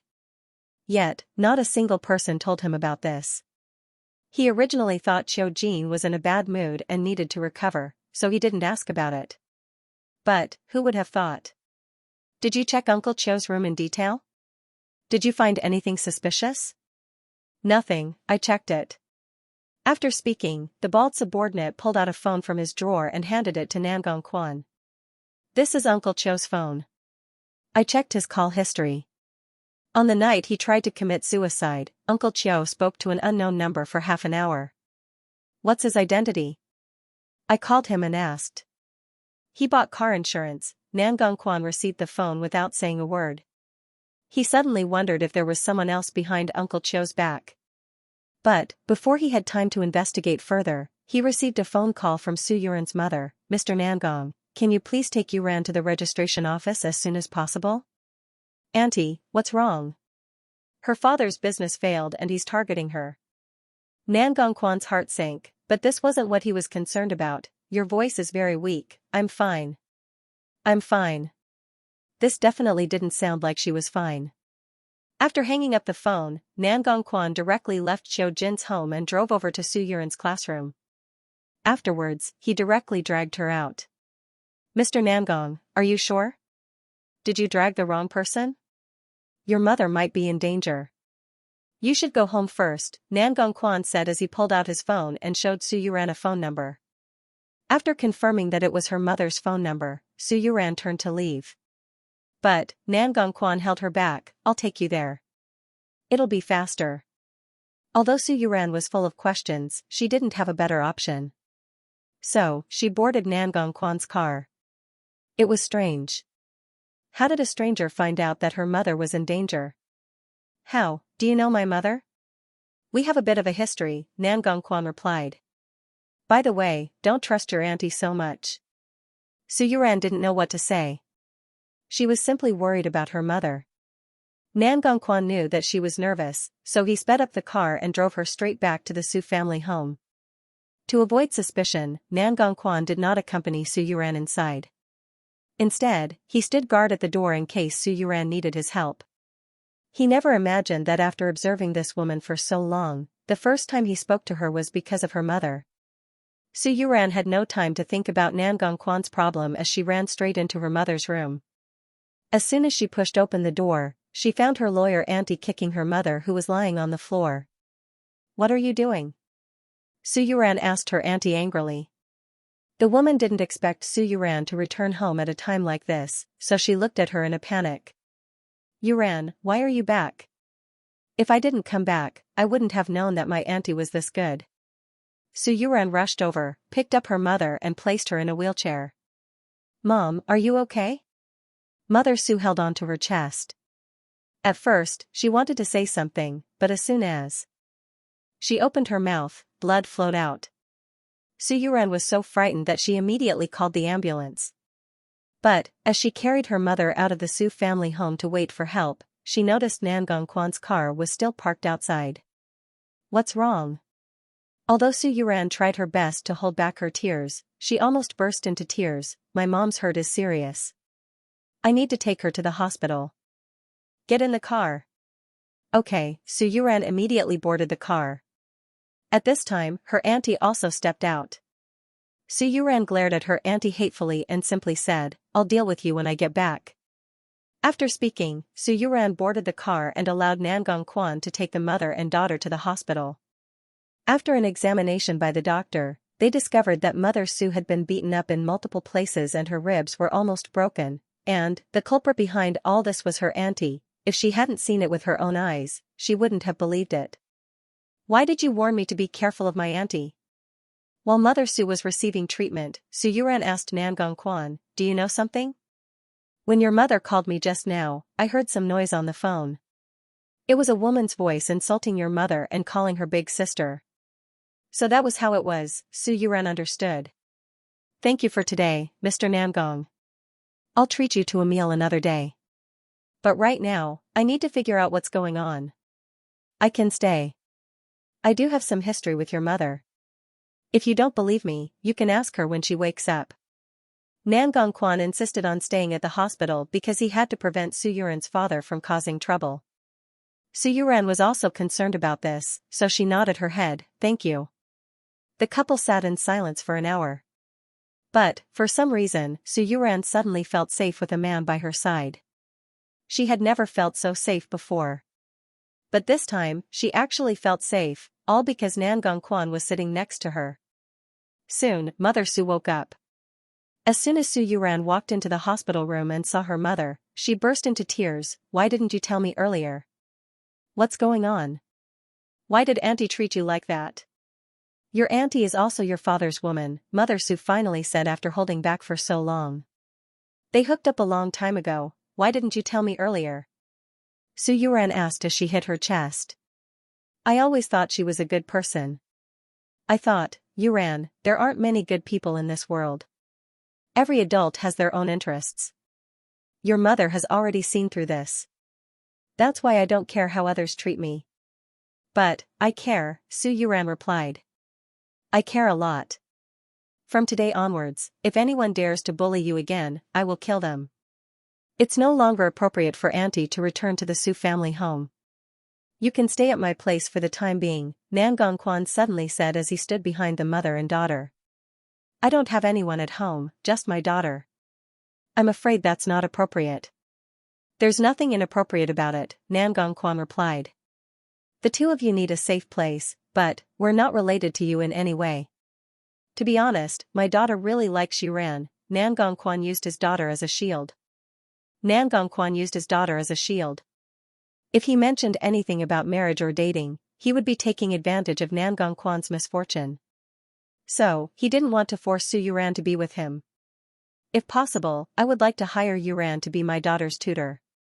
All you need to do is spend time with my daughter on the weekends.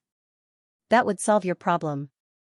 But, you know that I'm a tutor for the Mo family, right? Su Yuran asked. I know, Nan Gongquan nodded. Then, why did you are you and the Mo family is Mo, Nan Gongquan replied straightforwardly. Nan Gongquan replied straightforwardly, don't be shy.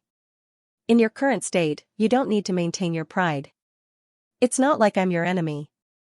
In that case, thank you, Mr. Nangong. Su Yuran did not say anything, but Mother Su directly agreed. Of course, Nan Gongquan was well aware that Su Yuran was currently thinking about how to deal with the Su family, especially her father and auntie, who had a human face but a human heart. As Mother Su was injured, Su Yuran called Tongning to ask for a day off. After understanding the situation, Tongning told Su Yuran to take good care of her mother. As for the Mo family's two little devils, she would send someone else to pick them up. Ting, do you think Nan Gongquan is currently with Yuran? Are you actually interested in their relationship? Mo Ting asked helplessly as he looked at his wife. Don't you think it's interesting? Nan Gongquan doesn't like anyone else, yet he's interested in my tutor.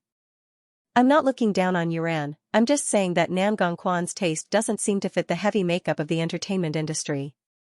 Tongning laughed. I can't believe he's actually getting involved with a skilled woman like Yuran. It's going to be interesting to watch.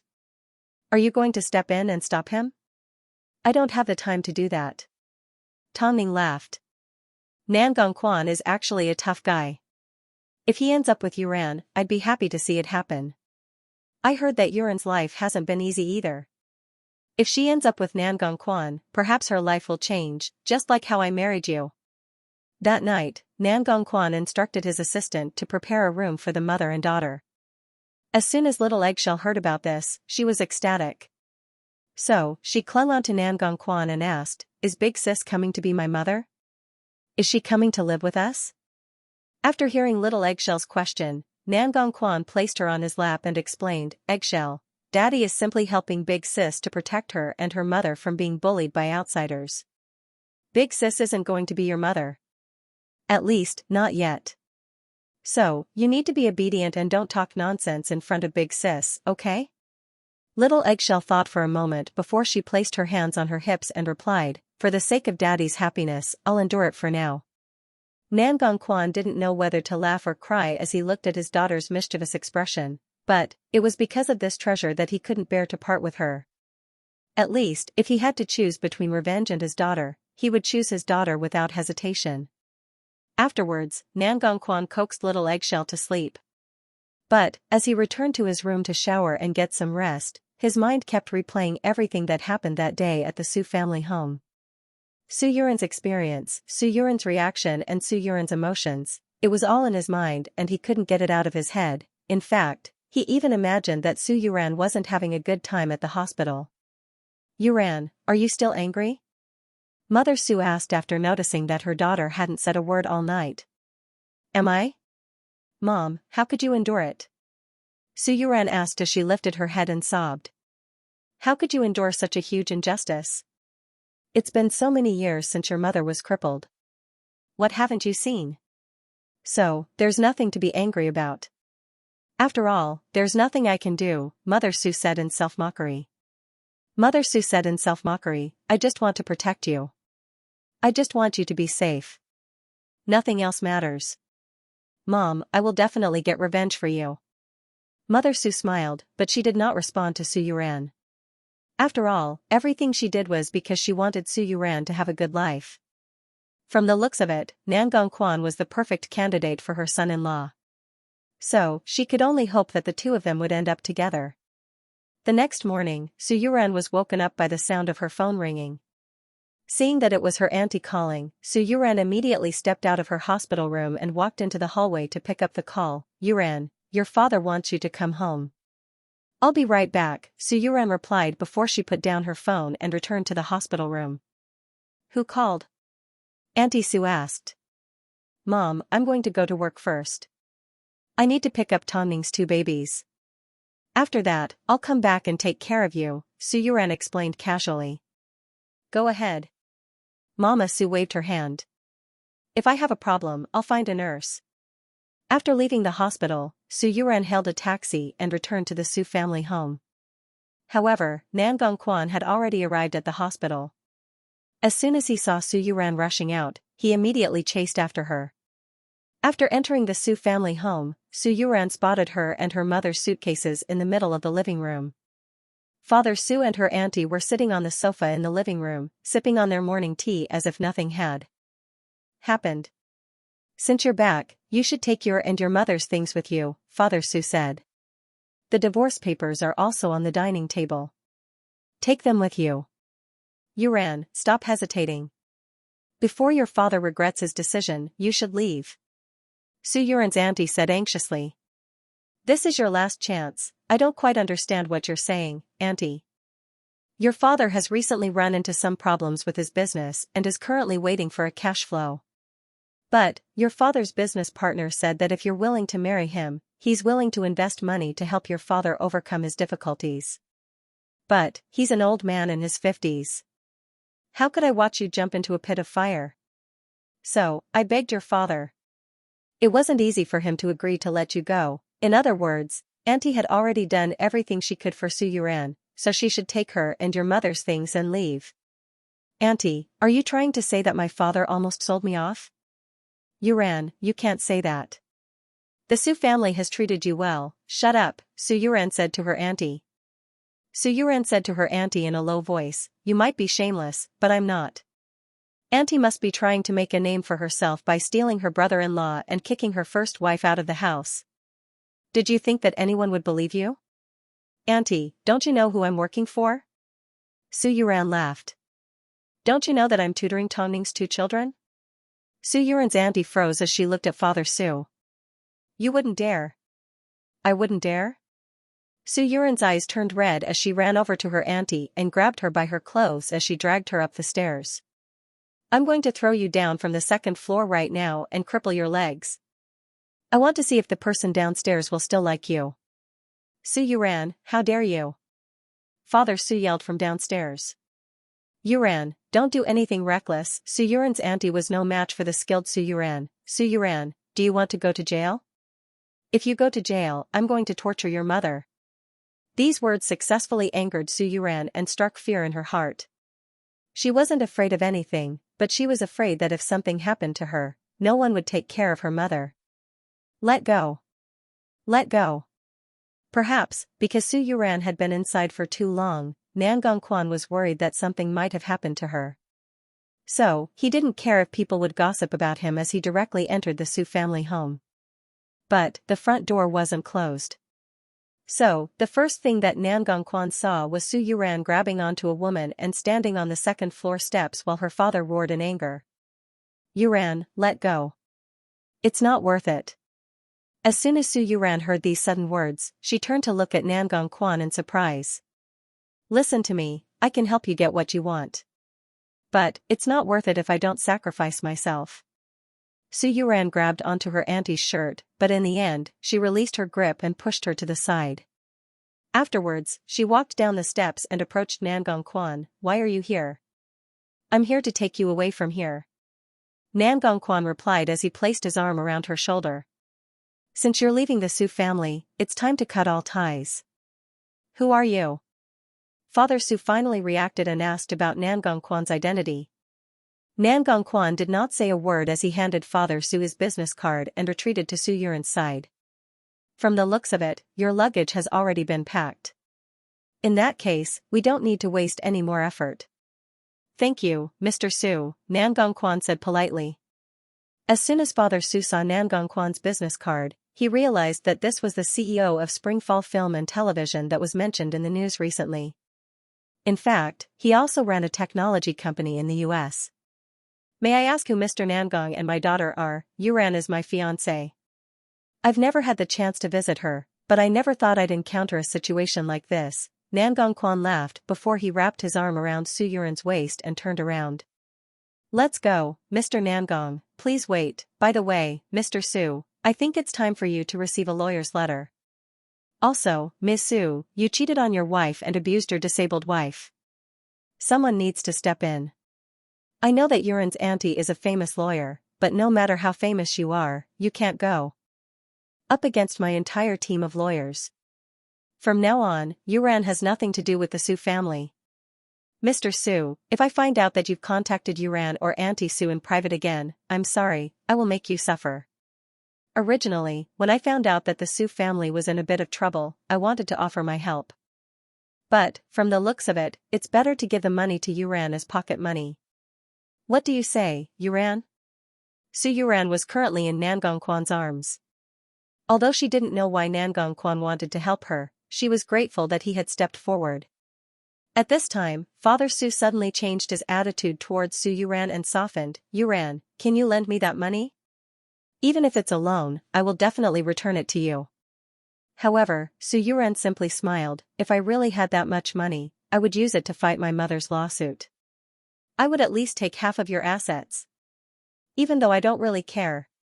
As soon as Father Su heard this, his face turned pale. "Yuran, don't treat Dad like this." "Yuran, you want me to help you?" "Sure, you know what I want," Su Yuran said as she looked at her auntie. Of course, Su Qingsong's father understood what she meant. He immediately raised his hand and swore, "I will make her get out of my sight right now and never appear in the Su family again. That's enough? What she owes my mother is far more than just getting lost. Qizhong, how could you do this to me?" Su Yuran's auntie looked at Father Su in shock. "Are you going to sacrifice me for the sake of money? Nothing is more important than the company now. When I have nothing, I don't believe that you will still be willing to follow me." Father Su snorted. "I truly love you. For you, I even divorced. Where do you want me to go now?" "I don't care where you go. As long as I can help Yuran vent her anger." Father Su suddenly acted strangely righteous. "Leave now. Leave." Father Su didn't just say it verbally, he even used his hands to push Su Yuran's auntie away.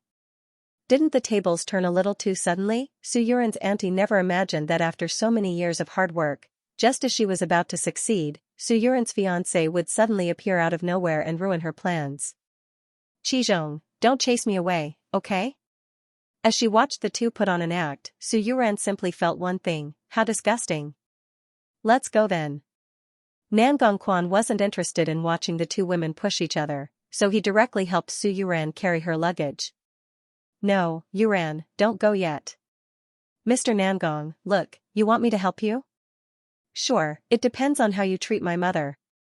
After saying this, Su Yuran turned around and followed Nangong Quan out of the Su family home without looking back. Regardless of everything, Nangong Quan had helped her today.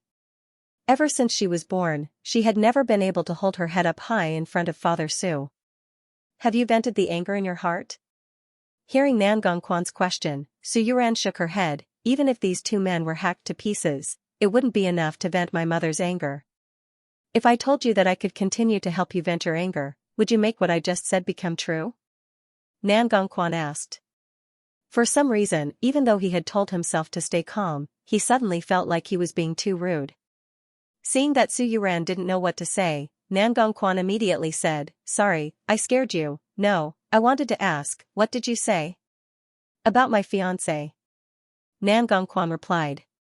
"Don't misunderstand, I didn't make this decision on a whim. I've been thinking about it for a few months now." I know you're not familiar with me, but," seeing Nan Gongquan's nervousness, Su Yuran suddenly laughed. "Haha, is it funny?"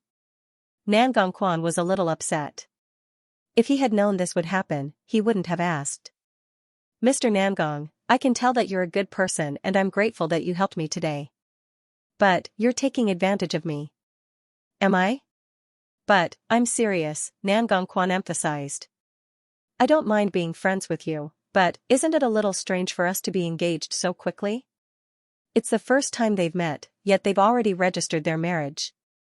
After hearing this, Su Yuran finally realized how serious Nan Gongquan was. So, she put away her smile and looked into his eyes in seriousness. In reality, deep down, she had the urge to drag Nan Gongquan into a marriage. But, logic told her that it wasn't possible. She knew that she was still immersed in Nan Gongquan's charm. But, she didn't want to miss out on a man like him. So, she smiled. "Let's pretend we went on a blind date today. Let's start from a blind date and get to know each other better. What do you think?" After hearing this, Nan Gongquan let out a sigh of relief. "As long as you agree." To have such a rich man by her side and help her over and over again, as a woman, it was no wonder that she was tempted. After all, every woman loved a fairy tale. But, Su Yuran was well aware of her own situation. Nan Gongquan was rich and powerful. He could find any woman he wanted. So, she needed to find out if Nan Gongquan was acting on a whim or if he was serious about their relationship. After all, everything happened too suddenly. Little did she know, Nan Gongquan had been secretly watching her for a few months now. After the couple came to an agreement, they decided to first pick Mother Su up from the hospital. But, Su Yuran was worried that Mother Su would overthink things, so before they arrived at the hospital, she asked for Nan Gongquan's opinion. Can we not tell anyone about our relationship for now?" Nan Gongquan turned to look at Su Yuran and nodded his head. Although he was a little disappointed, he still respected Su Yuran. "I understand. Thank you." Su Yuran did not say it out loud, but Nan Gongquan understood the meaning behind her words. It would be troublesome to break up in the future. So, in front of Mother Su, the two women were extremely polite. It was as if Su Yuran didn't care about what they had discussed earlier in the car. To make things easier for Mother Su, her room was downstairs and Su Yuran's room was upstairs, opposite Nan Gongquan's and next to Little Eggshell's. If Little Eggshell sees you when she comes home from school, she'll be so happy. But, I don't think it's a good idea to do this. Su Yuran was worried about what others thought of her. There's only me and Little Eggshell here. We're the only two people in the Nangong family. Who would say anything? You and Auntie can stay here. I can temporarily sleep in the company's apartment. I'll leave Little Eggshell to you." As Nan Gongquan spoke, he grabbed a few sets of clothes from his room and prepared to take them to the office. "Don't worry." Su Yuran nodded her head. She was actually grateful for Nan Gongquan's thoughtfulness. He had helped her avoid the awkwardness of seeing Nan Gongquan. Moreover, she couldn't stay here for long. She had to find a place as soon as possible and settle down with Mother Su. Between the two of them, they were still so polite. However, it was precisely this kind of ambiguous feeling that made people even more addicted. That night, Little Eggshell returned home full of anticipation. Sure enough, she saw the big sister she wanted. "Wow, Daddy didn't lie to me. Big sister can really keep me company." "Little Eggshell, don't be rude. Greet them first," Nan Gongquan said. Little Eggshell put down her backpack and politely walked over to Mother Su. She greeted her grandmother before she circled around Su Yuran. Actually, Su Yuran also liked Little Eggshell. So, she was quite lucky because the two Mo family treasures were also very obedient. "By the way, why don't I go resign from Tongning's job? Otherwise." "There's no need. I don't dislike the couple. Plus, you need friends." By being friends with Tongning, he could learn a lot and receive protection. There was nothing bad about it. But, your Nangong family and Mo family, while little Eggshell and Mother Su weren't looking, Nangong Quan whispered beside Su Yuran's ear, "Is this considered being considerate of me?" Su Yuran's face turned red as she lowered her head. "I just don't think what I'm doing is right. To be able to earn money from the hands of my enemies is also a kind of ability. You don't need to resign."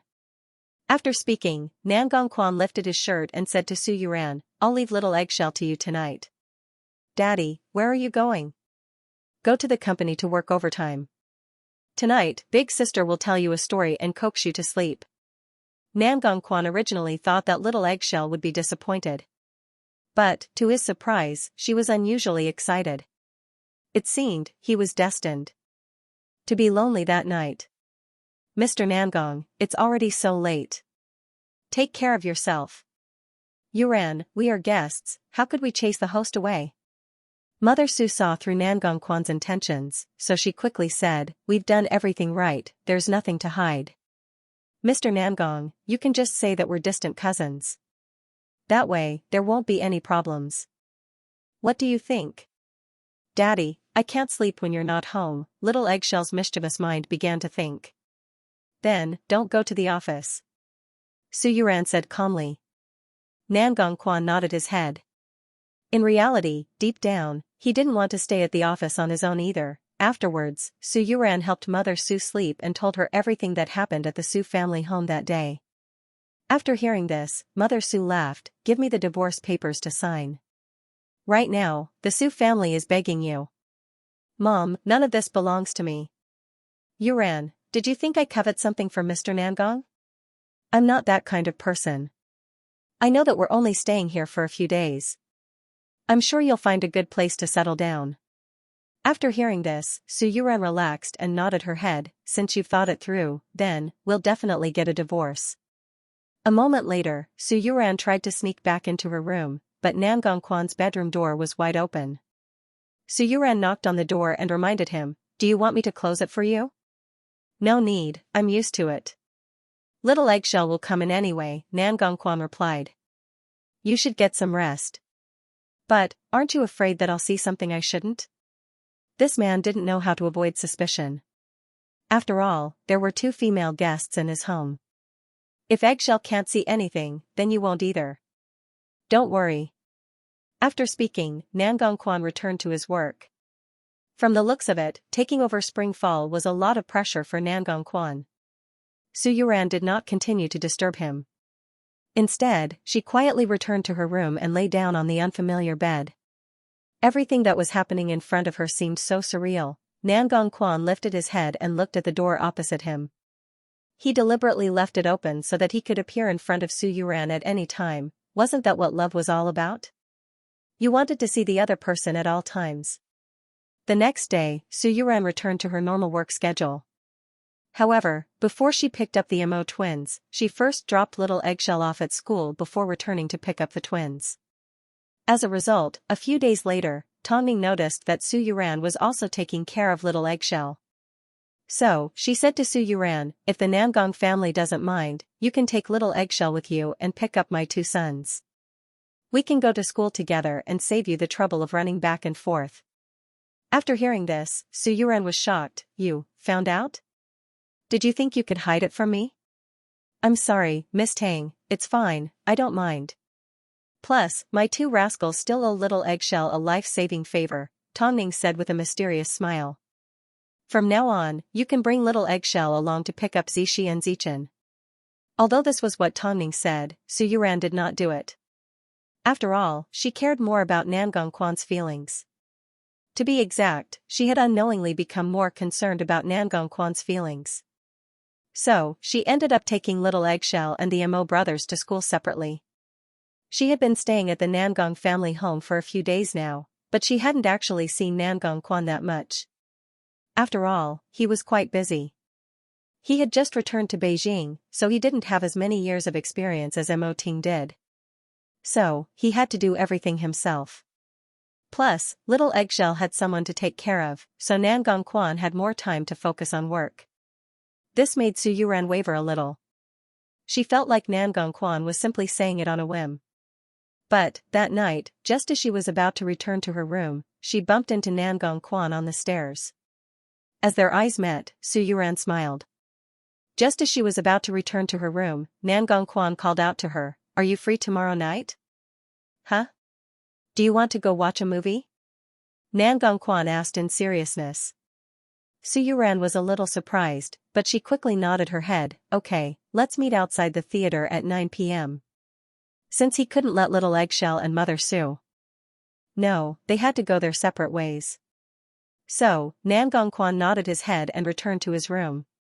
Watch a movie. Su Yuran was a little annoyed by Nangong Quan.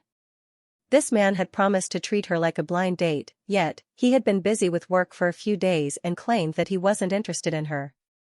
Now, he was asking her to watch a movie. Was this a man's trick? Was he playing hard to get? Regardless, Su Yuran still dressed up a little. She put on a little black dress and even tried on high heels. Although it was difficult to walk, she still arrived at the theater punctually at 9 p.m. By this time, Nangong Quan had already arrived. Although he did not say a word when he saw Su Yuran dressed up like this, it was obvious that he was more used to her t-shirt and jeans. She looked more energetic that way. "From now on, let's not go out like this." After hearing this, Su Yuran nodded her head. "Okay." She also hated high heels.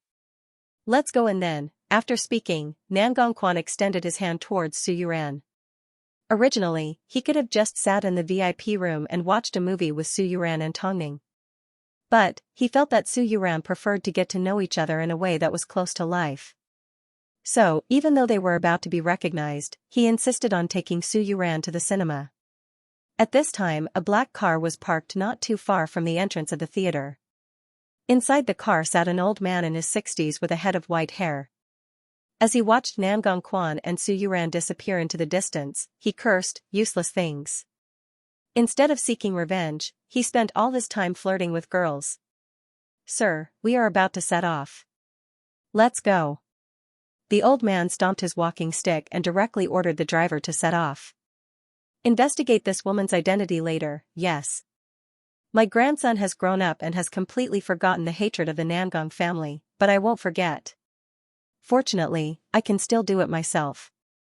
If I wait for the Nangong family to avenge me, I probably won't be able to do it in this lifetime." Looking at Nangong Quan now, it was obvious why Qiu Jin was so useless back then. So, he deserved to die. At this time, Tongning and Mo Ting did not receive any news that Elder Nangong had already been released from prison.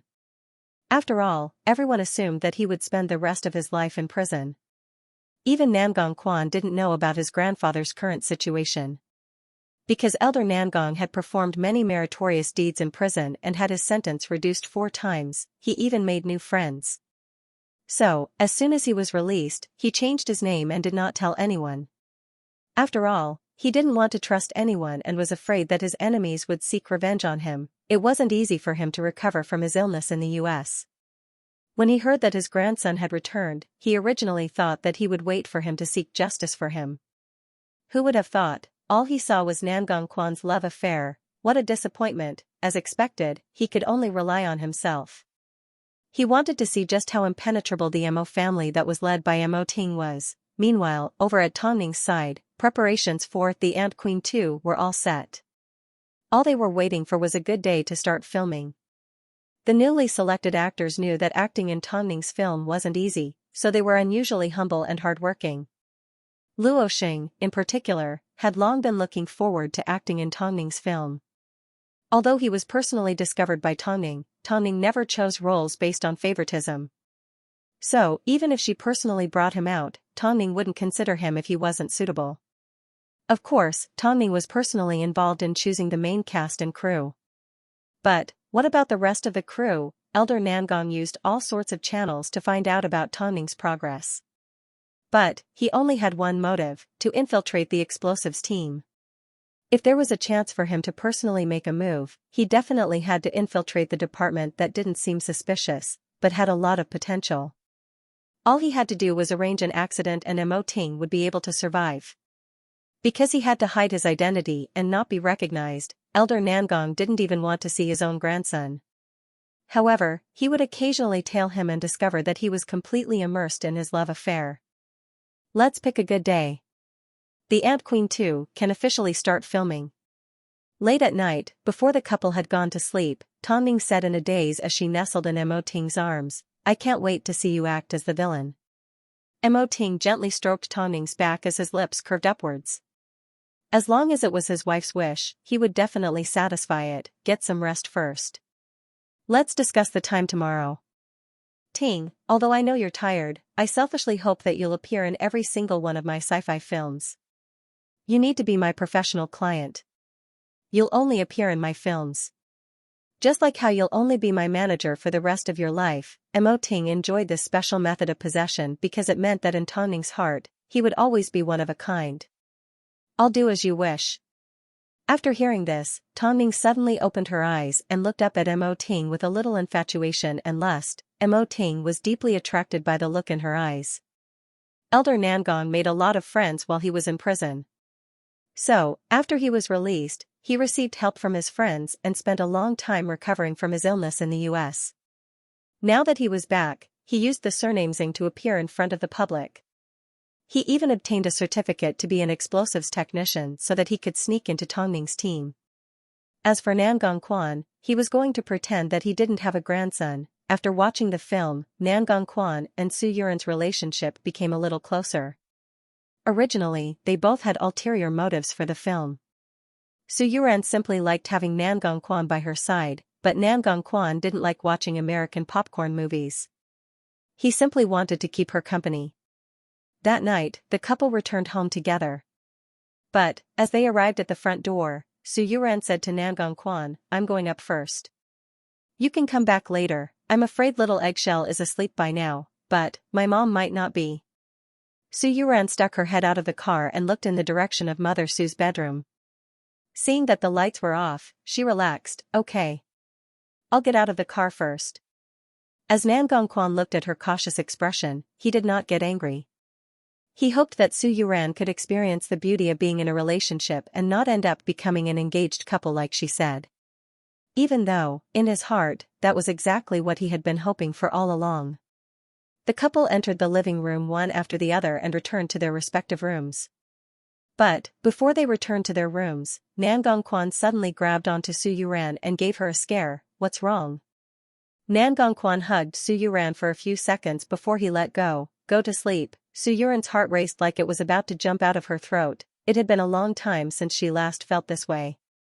It wasn't that she didn't admire people when she was in the military, but she only admired them. She never thought about actually getting close to someone. But, after being hugged by Nangong Quan, Su Yuran truly felt that she was in a relationship. She was in a relationship. Nangong Quan's embrace was extremely comforting. That night, the couple lay in their own beds, tossing and turning, unable to fall asleep. They were afraid of the sudden urge, so they tried their best to control themselves. As a result, Su Yuran woke up the next morning with a cold. But, she still insisted on taking little Eggshell to school and planned to pick up the two rascals at the Mo family home. But, Nangong Quan stopped her. "Take little Eggshell with you, I'll take you there." "But I still need to go to Hyatt Regency." "I'll take you there." Nangong Quan replied smoothly before he pushed Su Yuran into the car. After his daughter and girlfriend settled into their seats, he finally drove off. "I've met Mo Ting before. From my standpoint, I don't want to be enemies with him." It wasn't that Nangong Quan didn't have any hatred in his heart, but he knew that the Mo family wasn't the main culprit. Su Yuran looked at Nangong Quan from the side and felt that this man was truly magnanimous. At least, if she was in his position, she might not be able to completely let go. "Little Eggshell, Daddy is great, right?" Su Yuran asked. "But, I despise my daddy because he's not handsome enough," Little Eggshell said as she rested her chin on her hand.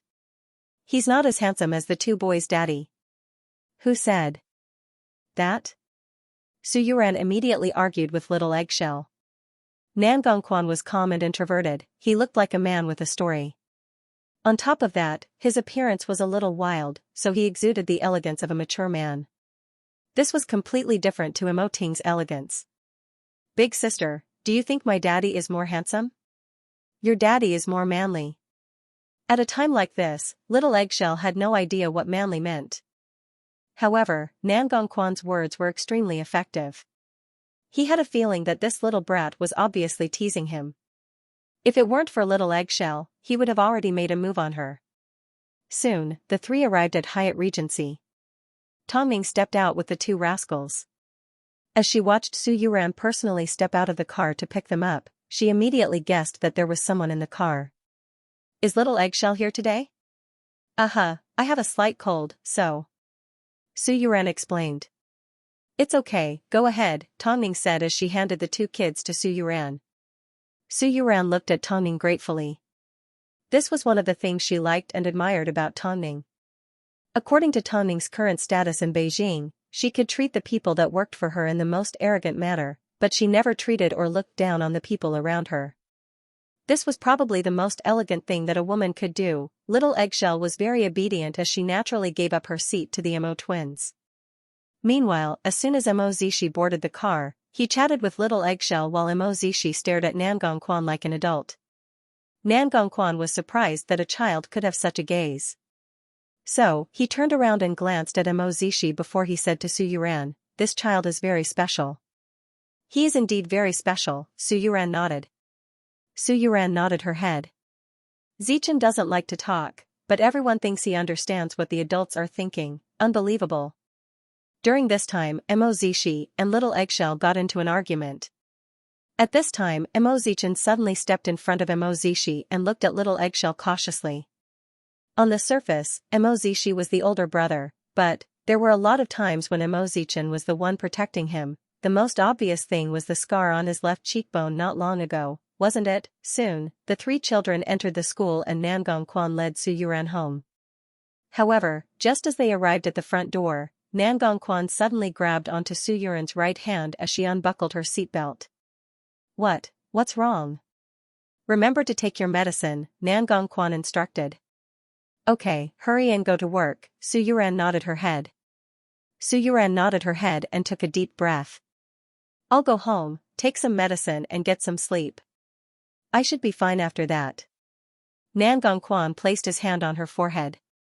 Before she could react, he had already stepped out of the car and carried her out. You have a fever. I'm really fine, Su Yuran quickly explained. I used to have a lot of colds in the past. I'll be fine after a while. That was in the past. But, you have me now.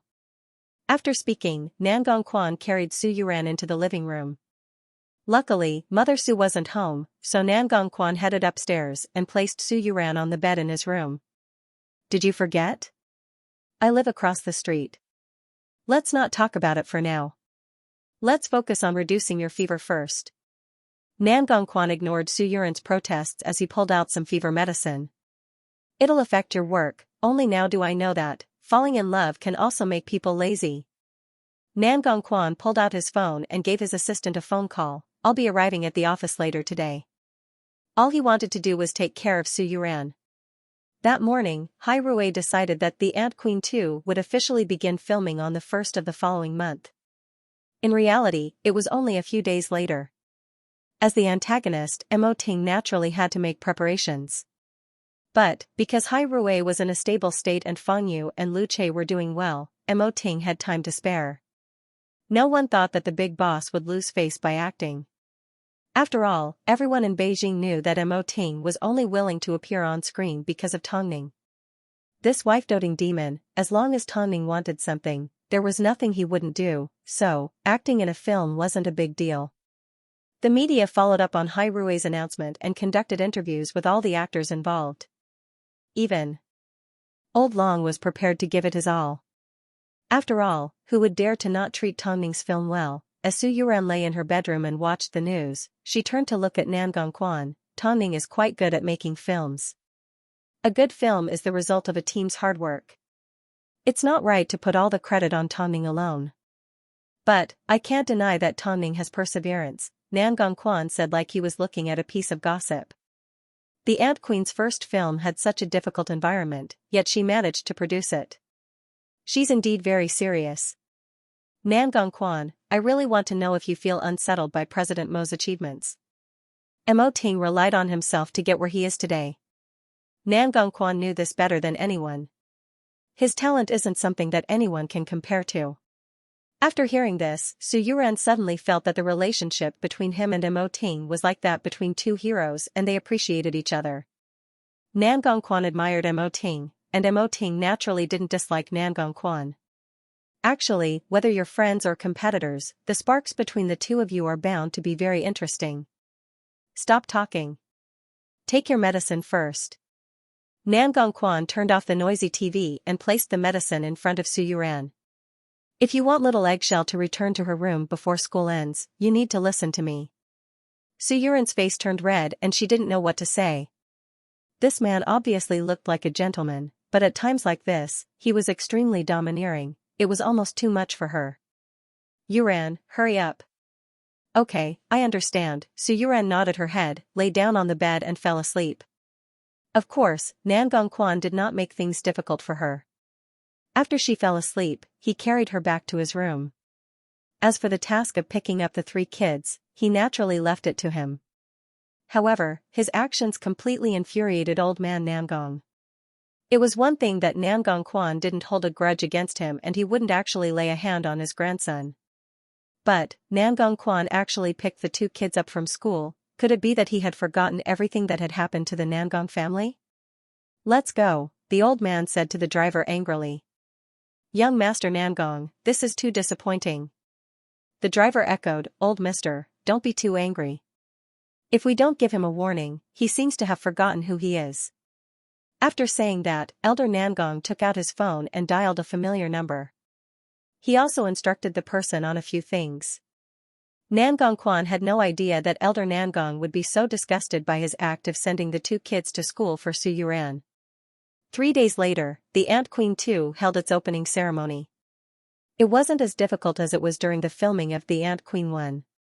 Now, Tongming could easily get her hands on any resources she wanted. But, she still treasured her actors and actresses. During the opening ceremony, Old Long was dressed in a white shirt, but it couldn't hide his perfect figure. Standing in the middle of the stage were a few new actors, while Tongming was seated on the left.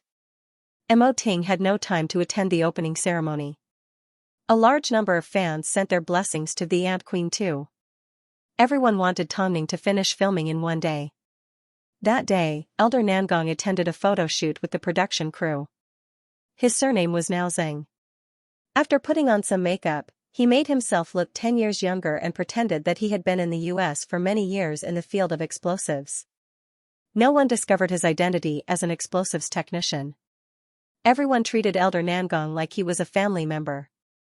Meanwhile, Elder Nangong looked at the main cast on stage and revealed a friendly smile.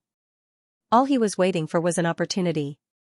Even though he couldn't contain his excitement and wanted to blow up the entire set, for the sake of the Ant Queen 2, Hai Rue invested a lot of effort and money.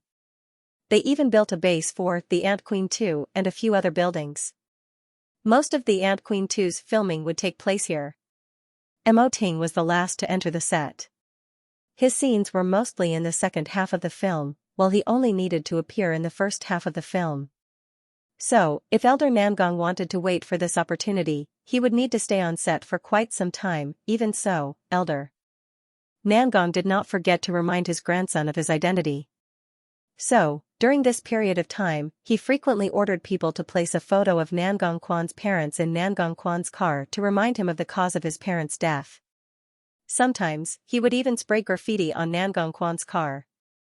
In short, he wanted his grandson to remember everything that Nan Gongquan had forgotten. Have you found out who did it? Su Yuran noticed that Nan Gongquan had been quiet lately because of the photo, so she couldn't help but ask, why did these photos suddenly appear in my car? Nan Gongquan put away the photo and replied, it's probably because someone was bored. Who would play a prank like this? I refuse to believe that the person behind this has no ulterior motives. This is a reminder.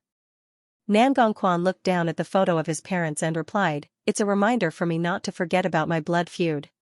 But, Qiu Jin is already dead, I will find out who did it. Don't worry, Nan Gongquan comforted. As long as you and Little Eggshell are safe, leave everything else to me. I'm just worried about you, Su Yuran comforted. Su Yuran held on to Nan Gongquan's hand and said, it wasn't easy for you to forget everything. Nan Gongquan did not say a word, because, just like Su Yuran said, it wasn't easy for him to forget everything. he didn't want to remember everything again. Because of this, Nangong Quan investigated the person that placed the photo in his car. But, because the person was extremely cautious, he did not find any clues. Elder Nangong was, after all, an experienced man.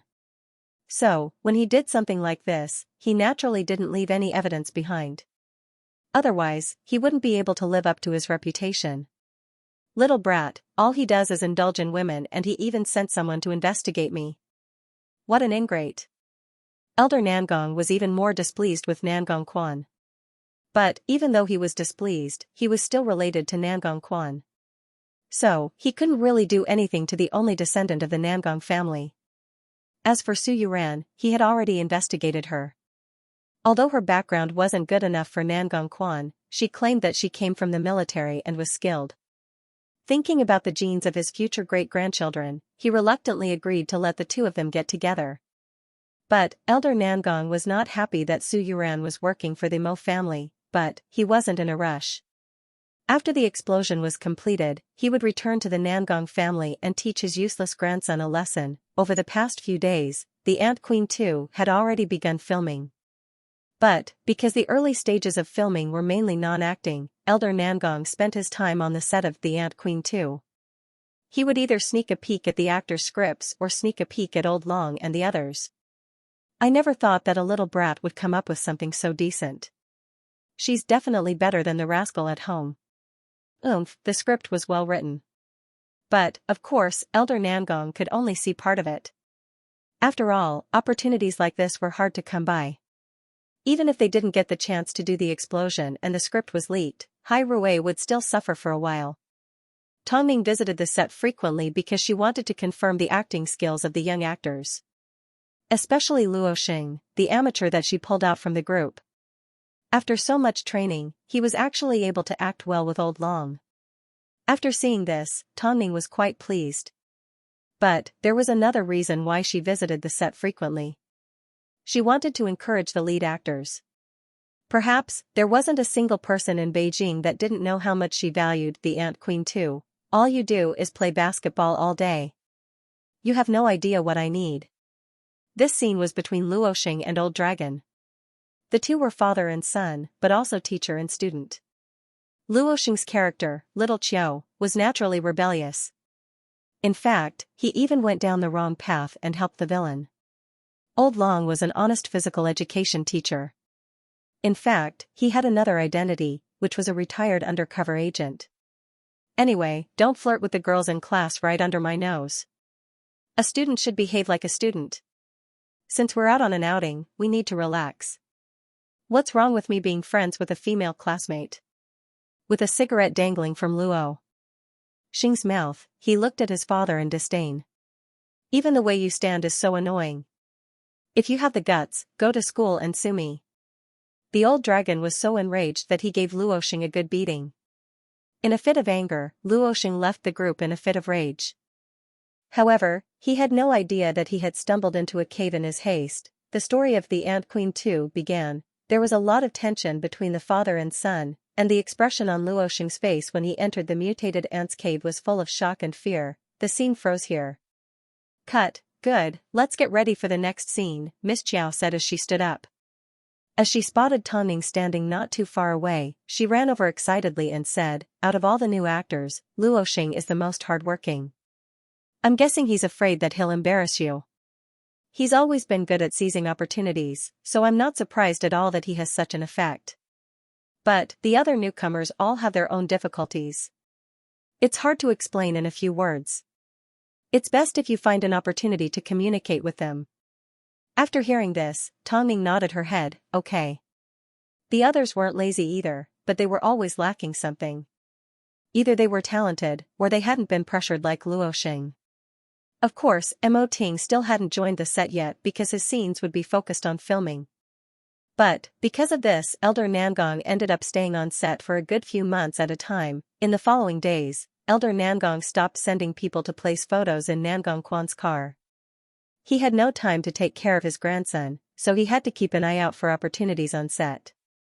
But, Nangong Quan did not give up on his search for the person who placed the photos. Over the past few days, the Su family had reached the end of their road. Father Su couldn't find any funds, so he couldn't turn the Su family around. Meanwhile, Su Yuran's auntie wasn't doing too well either. Nan Gongquan had promised to hire a team of lawyers to deal with the situation, and he did just that. By now, Su Yuran's auntie's reputation was completely ruined because she seduced her brother-in-law and tried to kick her sister out of the family. On top of that, she was in charge of divorce cases. She was an unscrupulous scumbag. Because of this, Father Su contacted Su Yuran and Mother Su multiple times to avoid his debts, but they ignored him. Left with no choice, Father Su had no choice but to pawn the Su family home. Otherwise, he would have no way out. As soon as Nan Gongquan heard that the Su family was going to auction off the property, he naturally wanted to buy it. At least, he felt that Su Yuran and Mother Su would love it. He was just wondering what gift to give Su Yuran, but now, he had one, but, because he found out that Nan Gongquan was the buyer, Father Su went straight to Spring Fall and begged Nan Gongquan to see Su Yuran and Mother Su. Although Nan Gongquan didn't want to see the scumbag, he did not make the decision himself. Instead, he personally gave Su Yuran a phone call. "Mr. Su is currently at my agency. Would you like to see him? Let's meet outside. I'm afraid he'll dirty your territory." Su Yuran replied. "Dress yourself up before you come out to see him," Nan Gongquan cautiously reminded. At least, he needed Su Yuran to act like a rich woman that had married into a rich family. That way, Father Su would be devastated. Su Yuran nodded her head. Not only did she dress herself up, she also dressed up Mother Su. They agreed to meet at a place not far from Spring Fall because it was the safest way. Papa Su would never have imagined that after leaving him, the mother and daughter were living like fish in water. They were covered in jewels and jewels, as if they had become the wives of nobles. "Why did you want to see us? Speak." After arriving at the cafe, Su Yuran said coldly to Father Su, "Why isn't my good auntie here?" "Yuran. I'm at my wit's end. Please save me," Father Su said as he knelt in front of Mother Su. Papa Su knelt in front of Mama Su and begged, "I know you have money now. You can save Daddy." "Save you? Why should I? Look, you've married into a rich family and you don't have to worry about food and clothes, but I don't even have a place to sleep." Father Su cried. "Yuran, I've wronged you and your mother in the past, but you can't just stand by and watch me die. You're allowed to wrong us, but we can't wrong you." Su Yuran's eyes turned red. "Dad, this is the last time I'm going to call you Dad." Afterwards, she pulled out a few $100s from her wallet and placed it in front of Father Su. "This is my last mercy." After speaking, Su Yuran turned her head and looked elsewhere. Seeing that his daughter's request was useless, Father Su turned to Mother Su and begged, Wifey, save me. "Don't forget, we've already signed our divorce papers," Mother Su said realistically. Mother Su told Father Su very realistically, "So, my suggestion is that you look for my sister. After all, you guys have been together for so many years. She will definitely save you. Wifey, don't look for me or Yuran again. I'd rather die than help you. So, even if you die on your knees in front of me, it's useless." Mother Su suddenly yelled. "Indeed, Yuran has a good boyfriend, but it has nothing to do with you. Do you remember how you've treated Yuran all these years?" Father Su was stunned as he knelt in front of the mother and daughter helplessly. "You guys are my only hope. When you were being intimate with that SL*T in front of me, why wasn't I your only hope? When you called that SL*T and kicked me over and over again, why didn't you say that I was your only hope? If you still had a bit of conscience, you wouldn't have ended up like this today. Hope? That's something that no longer exists between us." After hearing this, Su Yuran suddenly regretted taking out a few $100s. She had never seen her mother explode in anger, nor had she ever heard her cry out for help. What right did this jerk have to receive help from others? "Yuran, wifey, if you don't help me, I'm going to die," Father Su shamelessly threatened to kill himself. But, at this time, Nan Gongquan walked into the cafe dressed in a smart suit and approached the mother and daughter. "Have you come to an agreement?" Su Yuran pointed at Father Su with her chin and humphed. He said, "Without us, he would die." From Su Yuran's eyes, Nan Gongquan could tell that she couldn't bear to watch. So, he patted her on the shoulder and comforted, "Take Auntie out first, I have something to say to Mr. Su." Su Yuran glanced at Father Su and nodded her head, "I'll leave it to you then." After speaking, Su Yuran pushed Mother Su out of the cafe. As soon as the mother and daughter left, Nan Gongquan sat down in front of Father Su. "I know Yuran is very kind, but I'm not. Mr. Su, I'm sure you've heard that I killed someone in the US." Nan Gongquan deliberately used this incident to threaten Father Su. When Papa Su heard this, his palms began to sweat. "So, paying off your debt is my bottom line. As for you asking for millions or even tens of millions, are you willing to live the rest of your life without worries? I'm sorry, that's not possible. I'm only doing this for Yuran's sake. If you continue to pester Yuran and her mother, you can forget about anything else. What do you think, Mr. Su? But, what am I going to rely on in the future?" Father Su still wanted to live a good life. "That's up to you. Whether you want to work or beg, it's up to you." After speaking, Nan Gongquan stood up without saying another word to Father Su. This jerk didn't even deserve to be called a human. All Tong Ning hoped was that from now on, he would distance himself from Su Yuran and her mother. Father Su sat on the floor dispiritedly, but there was nothing he could do. At least, Nan Gongquan had paid off his debt for him, so he no longer had to hide. As for how he was going to live from now on, he would have to look for his old mistress. At the very least, she was a lawyer. But, he had no idea that Su Yuran's auntie had locked herself up at home for 3 days straight. It was simple, she was too ashamed to do anything. She seduced her brother-in-law and abused her sister. She did all of the disgusting things she did. Of course, the bugs had to stick together to prevent them from harming others. Afterwards, even though Father Su's matter was resolved, Su Yuran was not happy. Seeing that she did not say a word after returning home, Nan Gongquan began to tell her about his past. "When I was in my teens, my family was turned upside down and my parents passed away. To protect my life, I had no choice but to leave my hometown and go to the US. I worked in a poor area on my own as an apprentice in a store. Then, I accidentally beat a local tyrant to death. As soon as I went to prison, I felt like my life was going to end like this. The first 30 years of my life were a blur. It wasn't until little Eggshell was born that I saw myself clearly. I wanted to raise this child well and she was my only motivation to live. So, Yuran, you're much luckier than me. At least, Auntie treats you wholeheartedly."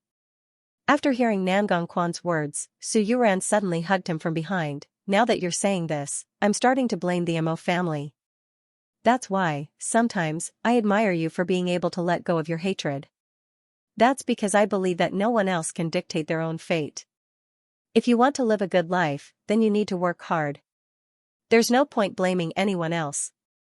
The Mo family didn't do anything wrong, even if they destroyed my family." "Don't say any more," Su Yuran hugged him tighter. "Don't say any more. My heart hurts. From now on, you won't just have little Eggshell, you'll also have me. We'll both be by your side." Nan Gongquan honestly revealed the dark side of his life. He even included the part where he went to prison. He wanted Su Yuran to understand everything about him. Su Yuran admired Nan Gongquan's breadth of mind. Because of this, she began to understand and cherish Nan Gongquan even more. "I will definitely help you protect little Eggshell and make sure she grows up healthy and happy. In that case, you need to help her have a happy family first." Nan Gongquan said with a deeper meaning, "Yuran, marry me. After we get married, we can slowly fall in love. I can make up for everything that you're missing. But, I'm almost 40 years old. Can you understand the psychological crisis of an old man? But, what if I change my mind? If one day, you feel like I'm not treating you well and want to leave, you can leave at any time. I won't force you," Nan Gongquan promised. "But I won't give you the chance to regret. In that case, I'll take a gamble." Su Yuran replied decisively. "Gamble," Su Yuran used such a reckless word.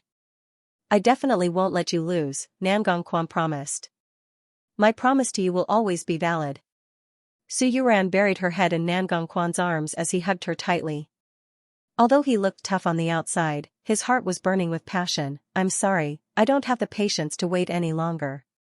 I want to marry you right now." As soon as their marriage was decided, Su Yuran personally arrived at Hyatt Regency the next day to resign from Tongning. Although Nangongquan didn't care, she cared a lot. When she thought about Nangongquan's lonely life, she couldn't help but blame the Mo family. So, she couldn't continue working for Tongning. Can I ask why? Tongning asked even though she already knew the answer. In reality, she wanted to know how far their relationship had progressed. But, because it wasn't easy to find a good person like Su Yuran, she naturally cared a little more about her. If Miss Tang is worried about the kids' safety, I can recommend my friend. I'm sure she can do the job.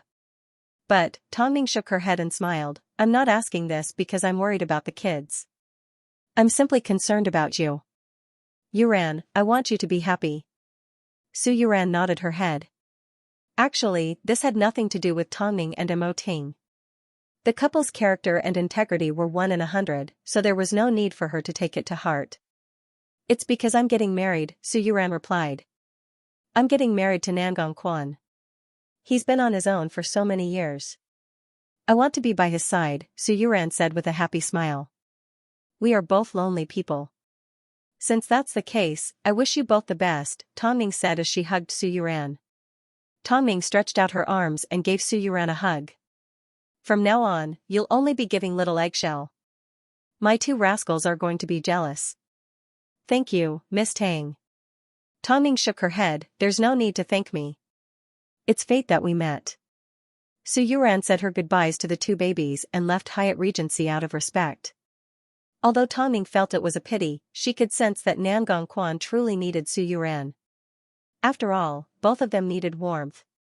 That night, Mo Ting returned home and Tongning told him about what had happened. When the time comes, send him a congratulatory gift, even though Nangongquan might not necessarily want it. Mo Ting held on to his 2 sons as he listened to his wife. When the time comes, get Lu Che to make arrangements. By the way, I will be joining the crew tomorrow. I know. Daddy, Big Sis doesn't want us anymore, Mo Zishi said with a pout. Of course, Mo Zichin didn't say much, nor did he express his displeasure. After all, it wasn't like he could make the decision. It's not that Big Sis doesn't want to abandon you. Big Sis also has the right to be happy, Tongning comforted her sons. Mommy will carry you, okay? Dad has to film tomorrow and it will be very tiring. Let him have a good rest. Mo Zishi looked at his brother and then at his father. He then slid out of Mo Ting's arms and led his brother to the playroom. After the 2 rascals left, Mo Ting wrapped his arms around Tongning and placed a kiss on her forehead. The 2 rascals are very sensible. Of course, don't you know who taught them that? Okay, I'm going to go wash up. I'll be joining the crew tomorrow morning. Tongning nodded her head and planted a kiss on Mo Ting's lips. My villain, I'm looking forward to your performance.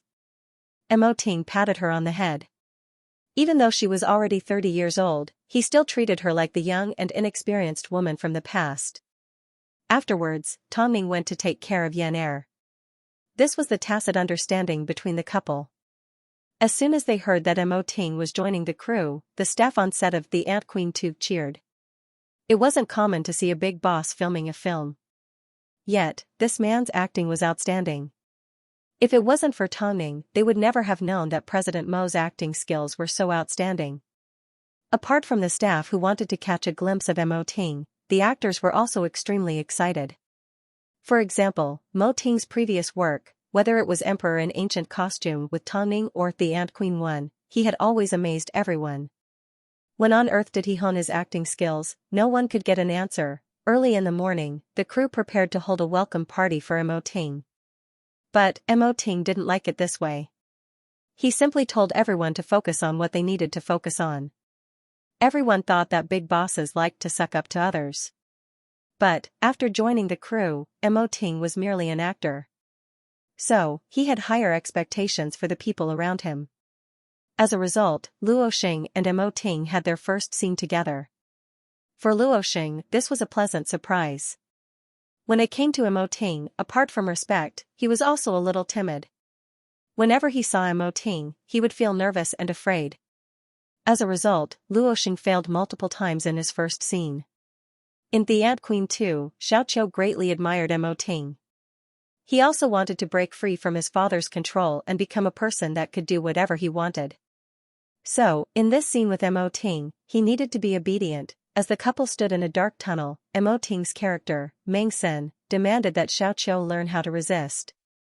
But, Xiaoqiu was very timid, so, Meng Sen continued to provoke him. Hit me. Hit me hard. Pretend that I'm your father. Take out all the pain you've suffered on me. As soon as Mo Ting got into character, he went from a respectable CEO to a gangster-like hooligan. His entire body emitted an unbearable sense of danger. Just from looking at his eyes, one could feel a sense of eeriness and fear. Cut. Luoxing, you don't look too good, Xiao Man said as she helped him up. Don't be nervous, I'm sorry director, please give me some time. Mo Ting was too powerful for Luoxing to handle. Mo Ting noticed Luoxing's state, so after he finished touching up his makeup, Mo Ting approached him and asked, do you know what the highest level of acting is? Transcendent. After hearing this, Mo Ting shook his head. Where can I find perfection? It's simple. You need to live like this person. Only when you become Xiaoqiu will you no longer be acting. Whether it's me, Tongning, Lin Xing or Bei Chendong, as soon as you get into character, you will become that person and no longer be yourself. Let me show you a demonstration. I will now act as Xiaoqiu. Mo Ting said to Luoxing. In that case, do you need someone to help you? Mo Ting shook his head as he stood up and walked over to a sandbag. At this time, Old Long spoke up for Mo Ting. Hit me hard. Mo Ting immediately put on a submissive expression as he raised his hand and walked over to the sandbag. As if it was someone he was acting with, he gave it a probing punch.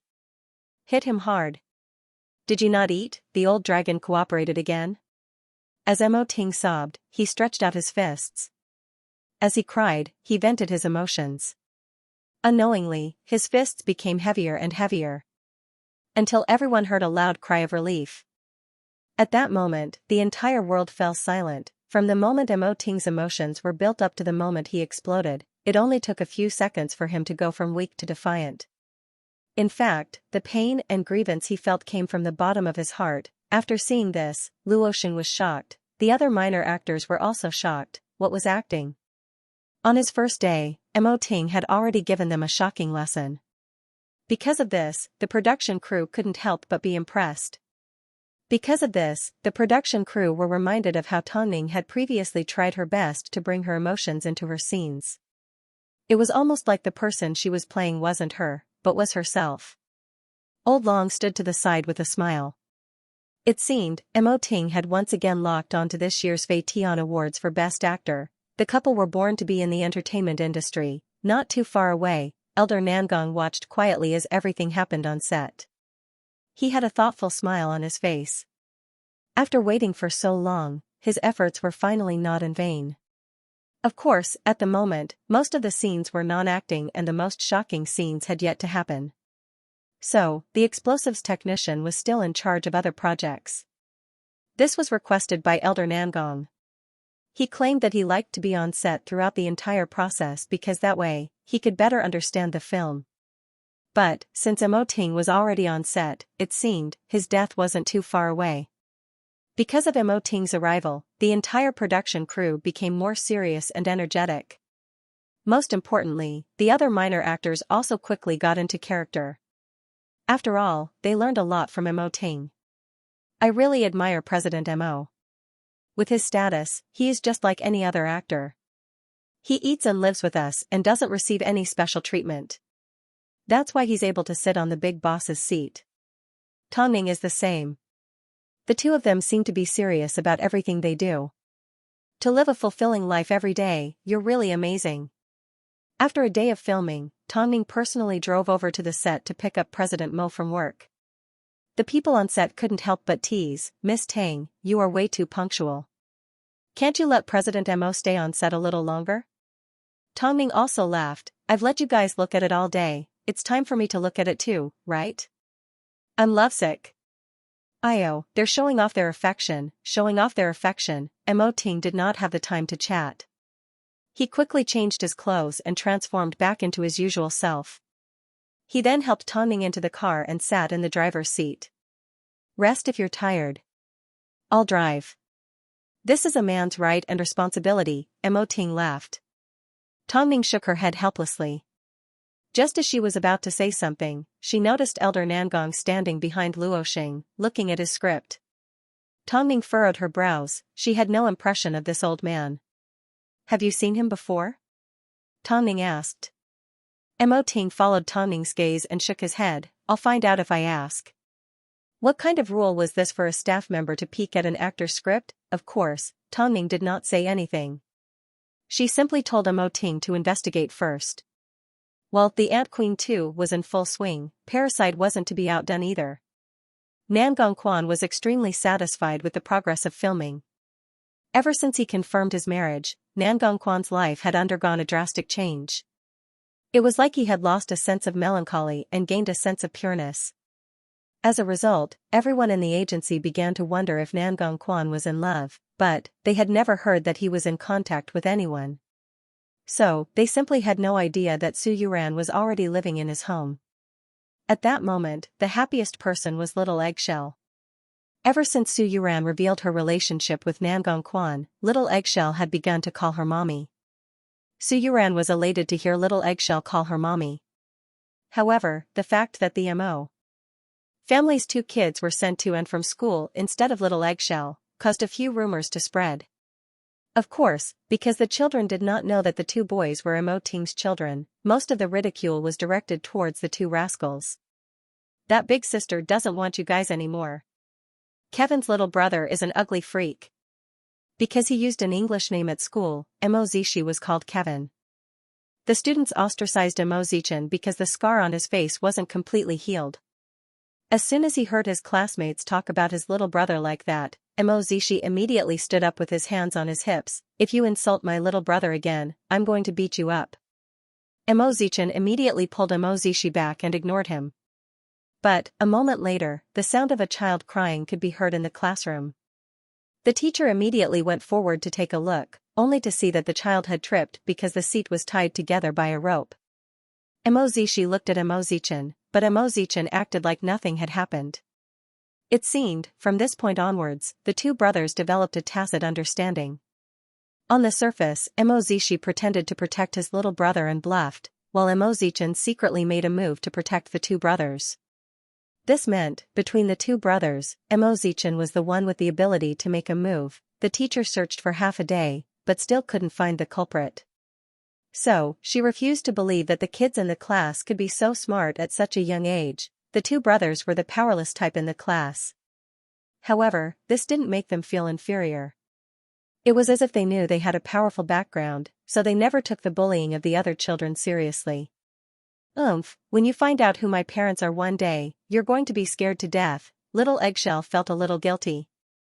After all, she was the one who stole Su Yuran away, causing the 2 brothers to be the target of criticism from their classmates. They even said that their tutors didn't want them. So, Tongning found someone else to pick the 2 brothers up. This time, it was a young man that had just retired from the army. This young man was simple and honest, but he was able to make a lot of handmade products and was able to come up with a variety of styles to satisfy the Mo brothers. Apart from being simple and honest, he also had a girlfriend that he had been dating for 3 years. To help his girlfriend live a stable life, he accepted Tongning's offer to be the 2 brothers' bodyguard. Su Yuran finally relaxed when she saw that the 2 treasures of the Mo family had someone to pick them up. But, Little Eggshell couldn't help but care about the 2 brothers. So, every time she picked up a candy or a new toy, she would look for Mo Zishi after class. Mo Zichen rarely interacted with others. Even when Little Eggshell approached him, he would let his guard down, but he would never initiate a conversation. But, the person that Little Eggshell cared about the most was Mo Zichen.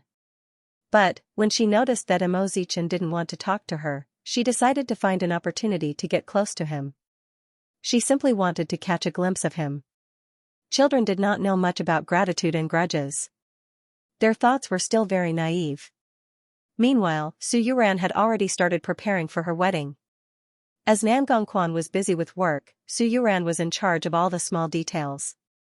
At this time, news of Nangong Quan's marriage finally arrived. Everyone was shocked. Didn't this eligible bachelor just return to Beijing not too long ago? The industry was filled with beautiful women, but he didn't interact much with any of them. Yet, he was getting married. Soon, Su Yuran's identity was revealed. She was the daughter of the previously bankrupt Su family. Although she wasn't rich, she wasn't poor either. But, to everyone's surprise, no one had heard anything about this beforehand. This could be considered as another Cinderella, flying into the branches of a rich and powerful family. Although everyone was suspicious, the two of them had not interacted with each other before, and now suddenly got married. What was the reason behind it? Nan Gongquan was afraid that the attention would cause trouble for Su Yuran. But, Su Yuran wasn't affected by the outside world. Instead, she continued to take care of little Eggshell, plan her wedding, and choose what she liked. I was afraid that the media would scare you. Hearing Nan Gongquan's explanation, Su Yuran shook her head. I was prepared to be exposed a long time ago, so the current situation isn't too bad. But, if you have time, when can we go pick out a dress and wedding dress? Thinking that little Eggshell and Mother Su were already asleep, Nan Gongquan wrapped his arm around Su Yuran's waist. Since the wedding is just around the corner, you can stay in my room from now on. Faced with such a direct invitation, Su Yuran's face turned red. She knew what it meant. But, could it be that you're not used to my existence? This is different. Su Yuran said as she covered her face. I'm nervous and I don't know what to do. Seeing Su Yuran's naive reaction, Nan Gongquan laughed as he held onto her hands. Let's just go with the flow, okay? Su Yuran thought about it for a moment. Although Nan Gongquan was almost 40, he still maintained his figure well. His physique was already bigger than Mo Ting's to begin with. With the addition of the muscles that he had previously trained overseas, he was definitely going to be a looker. Moreover, she was no longer a little girl of 10 years old. She was still so pure. Now that they were engaged and living in the same room, what was there for her to reject? In the end, Su Yuran nodded her head with a red face. Don't bully me. Ever since little Eggshell's mother passed away, Nan Gongquan had not touched another woman. Now that she thought about it, he had been abstinent for 5 years. Su Yuran never imagined that the man that had endured for so long would be so terrifying when he regained control of his body. That night, after the couple had their showers, they lay down together. Su Yuran was still a little nervous, but Nan Gongquan simply hugged her from behind and whispered in her ear, "Go to sleep. It's been a tiring day. You've also worked hard preparing for the wedding." Su Yuran finally relaxed as she closed her eyes and fell asleep. Meanwhile, Mo Ting ordered Lu Che to investigate Elder Nangong. But, Lu Che didn't find anything. According to the information, the explosives technician is 50 years old and has just returned from overseas. He has a lot of experience with explosives. Apart from that, there's nothing else. President, do you think there's anything wrong? 50 years old? He doesn't have a family? Mo Ting asked. According to the information, he's divorced and has been living on his own ever since. He has a son who lives in Los Angeles. After hearing this, Mo Ting nodded his head. Since that's the case, there's no need to investigate further. However, he still needed to remind the actors to take care of the things in their hands. The Ant Queen 2 Foot was currently being filmed, so they couldn't afford to make any mistakes. Tongning had already experienced enough hardship, so Elder Nangong didn't want her to encounter so many obstacles every time she did something. But, Elder Nangong wasn't going to let Mo Ting get what he wanted. Since the investigation didn't find anything, it meant that Elder Nangong was no longer a suspect. So, he could do whatever he wanted on set with ease. Elder Nangong seemed to know that someone was investigating him. His anti-investigation skills were too strong, so he was extra careful on set. I never thought that this young couple would be so observant. At least, they're better than the rascal, Nan Gongquan. However, he had no idea that Nan Gongquan was still investigating Qiu Jin's suicide. At this time, the crew were currently filming the climax of The Ant Queen 2. In other words, they were just about to start filming the scary part. So, it wasn't long before Elder Nangong got his revenge. But, strangely, Nan Gongquan sent someone to investigate Qiu Jin's neighbors and discovered something important. According to the auntie living on the top floor, she ran into Uncle Qiu with an old man when she was walking down the stairs. I looked at the time and saw that it was half an hour before Uncle Chiu committed suicide. Can you describe the old man's appearance? Nan Gongquan asked his assistant. The auntie said she couldn't remember clearly, but she remembered the old man had a black scar on the back of his hand. She saw it when she was walking down the stairs. Black scar. Hearing this name, Nan Gongquan's expression turned a little ugly. Are you sure? The auntie said she's sure. It's not easy to forget something like that, his assistant replied. Call Beijing prison, Nan Gongquan said anxiously. Nan Gongquan said anxiously.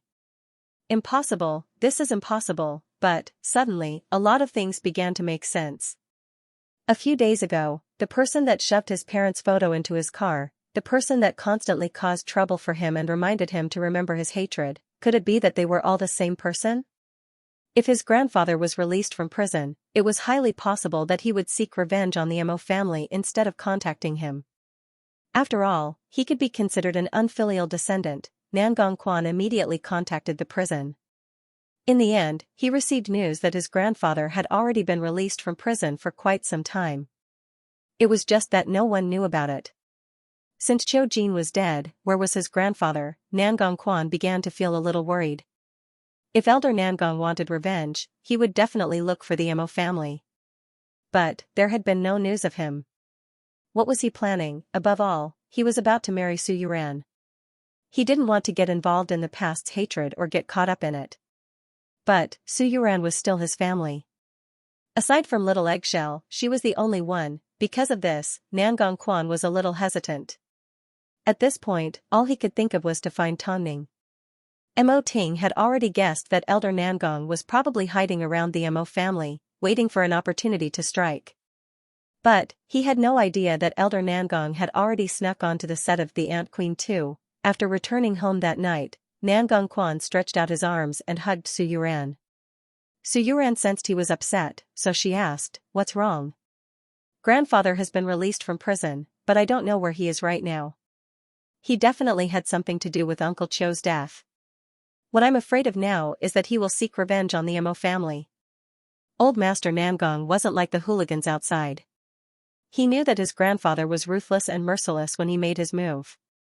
If he really had the chance to deal with the Mo family would definitely suffer a heavy blow. After hearing Nan Gongquan's words, Su Yuran fell silent. She understood how Nan Gongquan felt. He didn't want his grandfather to continue killing, but he didn't know how to stop him. "Quan, I know you're in a difficult position, but you should step out and stop them. At least, don't drag innocent people into this mess. As you know, the Mo family currently have 3 kids. If something happens to Mo Ting or Tongning, what will happen to them? Think about Little Eggshell. She lost her mother when she was young. How painful was that?" Nan Gongquan took a deep breath and nodded his head. "I'll find an opportunity to warn the Mo family. You have to pay attention to yourself. Didn't you collect a lot of photos a while ago? From the looks of it, your grandfather won't even let you off. If he finds out that you're ruining his plans, the consequences will be unimaginable. When that time comes, can't you protect me?" "Huh?" Nan Gongquan did not forget Su Yuran's skills. "Of course I will protect you with my life." After hearing this, Nan Gongquan laughed. "Silly, I don't need your protection. As long as you protect yourself and Little Eggshell, I won't have any weaknesses." Su Yuran hugged the man tightly. The more she understood him, the more she doted on him. Ever since he was young, he had carried a blood feud with him, but he had never blamed anyone. His breadth of mind wasn't something that others could compare to. Even Mo Ting wouldn't be able to do the same. Because of this, Nan Gongquan ended up meeting up with Mo Ting the next day. Just like last time at Dynasty Hotel, the 2 men sat down quietly. This time, Mo Ting had completely let down his guard around Nan Gongquan. "I asked you to meet up today because my grandfather has been released from prison." Mo Ting paused for a moment before his lips curved upwards. "Why did you tell me? You must be hoping that I don't know anything." "I don't know how he's going to hide around you. You and Tongning need to be careful." "That's all I can do to help," Nan Gongquan said. "Mo Ting, I've said it before, I didn't return to Beijing for revenge and I don't hate you. I simply don't know how to face the Mo family. Sometimes, I can't help but want to target them. You should be careful too. If your grandfather hasn't contacted you, it means that you are a possible target. Nangong Quan, I must admit that you are worthy of my respect. At least, if I was in your shoes, I wouldn't be able to not pursue the matter. In that case, let's swap places for you in our next life. The couple quickly ate lunch and went their separate ways. Afterwards, Mo Ting told Tong Ning about the news that Nangong Quan brought. Nangong Quan told me that Elder Nangong has been released from prison. In fact, I don't know where he's hiding right now, but he's preparing to do something to us. Did Nangong Quan tell you that? Mo Ting nodded his head. He sure is broad-minded, Tong Ning laughed.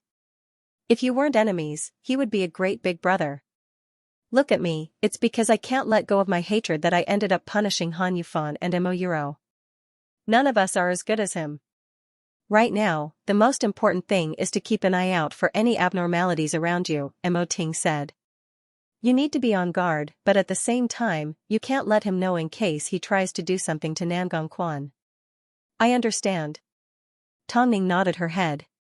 With this, she would be more careful about her own safety. However, they still hadn't paid attention to the film crew. However, even after a while, Elder Nangong still did not make a move. Everyone couldn't help but be impressed by his patience. Meanwhile, the filming of The Ant Queen 2 was about to begin with all sorts of special effects. In other words, when it came to explosives, it was time. Because Mo Ting wasn't present in the previous few scenes, Elder Nangong had completed his task well. As a result, his actions did not arouse any suspicions. But, according to the upcoming filming schedule, there was going to be an important scene between Mo Ting and Old Long in 2 days. That would be the perfect opportunity to make a move. After waiting for so long, his efforts weren't in vain. Meanwhile, apart from the Mo family, Nangong Quan was also searching for Elder Nangong. Seeing how anxious he was, Su Yuran had no choice but to help him. Isn't President Mo currently filming? Could it be that Grandpa is hiding in the crew? Hearing Su Yuran's words, Nangong Quan immediately understood, but Mo Ting definitely won't recognize Elder Nangong. Even if he has a black scar on the back of his hand, he could still be faking it. That's why I need you to go. I don't think President Mo will reject a request like this. Although it's a little awkward for you to enter The Ant Queen 2 with your identity, it's for the sake of their safety. Thank you, Yuran, for thinking of this. After speaking, Nangong Quan stood up and gave Mo Ting a phone call. And, of course, Mo Ting couldn't reject. At this time, there was less than a day left until the explosion scene. To eliminate suspicion, Mo Ting brought Nangong Quan to the set of The Ant Queen 2. Of course, to avoid alerting anyone, no one knew that Nangong Quan was hiding in Mo Ting's black Rolls-Royce. But, Nangong Quan scanned through everyone on set, but he did not spot his grandfather, nor did he spot the old man with the black scar on the back of his hand. Because, there wasn't a single man on set that matched his age. No. Did you look through everyone? Mo Ting reminded. If even you can't recognize Elder Nangong, then no one can. I haven't seen my grandfather in a long time. Nangong Quan said coldly. In the past 20 years, I've only seen him 3 times. Since that's the case, I'll take you home, Mo Ting said. Wait. Nangong Quan's gaze was suddenly drawn to a tall and skinny man. From the back, they looked similar. But, when the man turned around, Nangong Quan realized that he was in his early 20s. However, his back looked a little weathered. In the end, he had no choice but to give up. Let's go. Mo Ting rolled up his car window and drove out of the set. But, as soon as he left, Elder Nangong appeared at the spot where he parked his car. The 2 rascals were indeed alert and cautious. But, it wasn't going to be easy for them to find him. After spending so many years in the underworld, Elder Nangong's skills weren't learned for nothing. While he was in prison, a good friend had told him that Nangong Quan already knew that he had been released from prison and predicted that he would do something to the Mo family. That's why he got into Mo Ting's car and drove to the set of The Ant Queen 2. What a traitor! Of course, it was impossible for Nangong Quan to recognize him. After all, not only did he make himself look 10 years younger, he also made a huge change to his appearance. Did these two rascals think they could recognize me? They must be dreaming. The old man lowered his head and worked on set.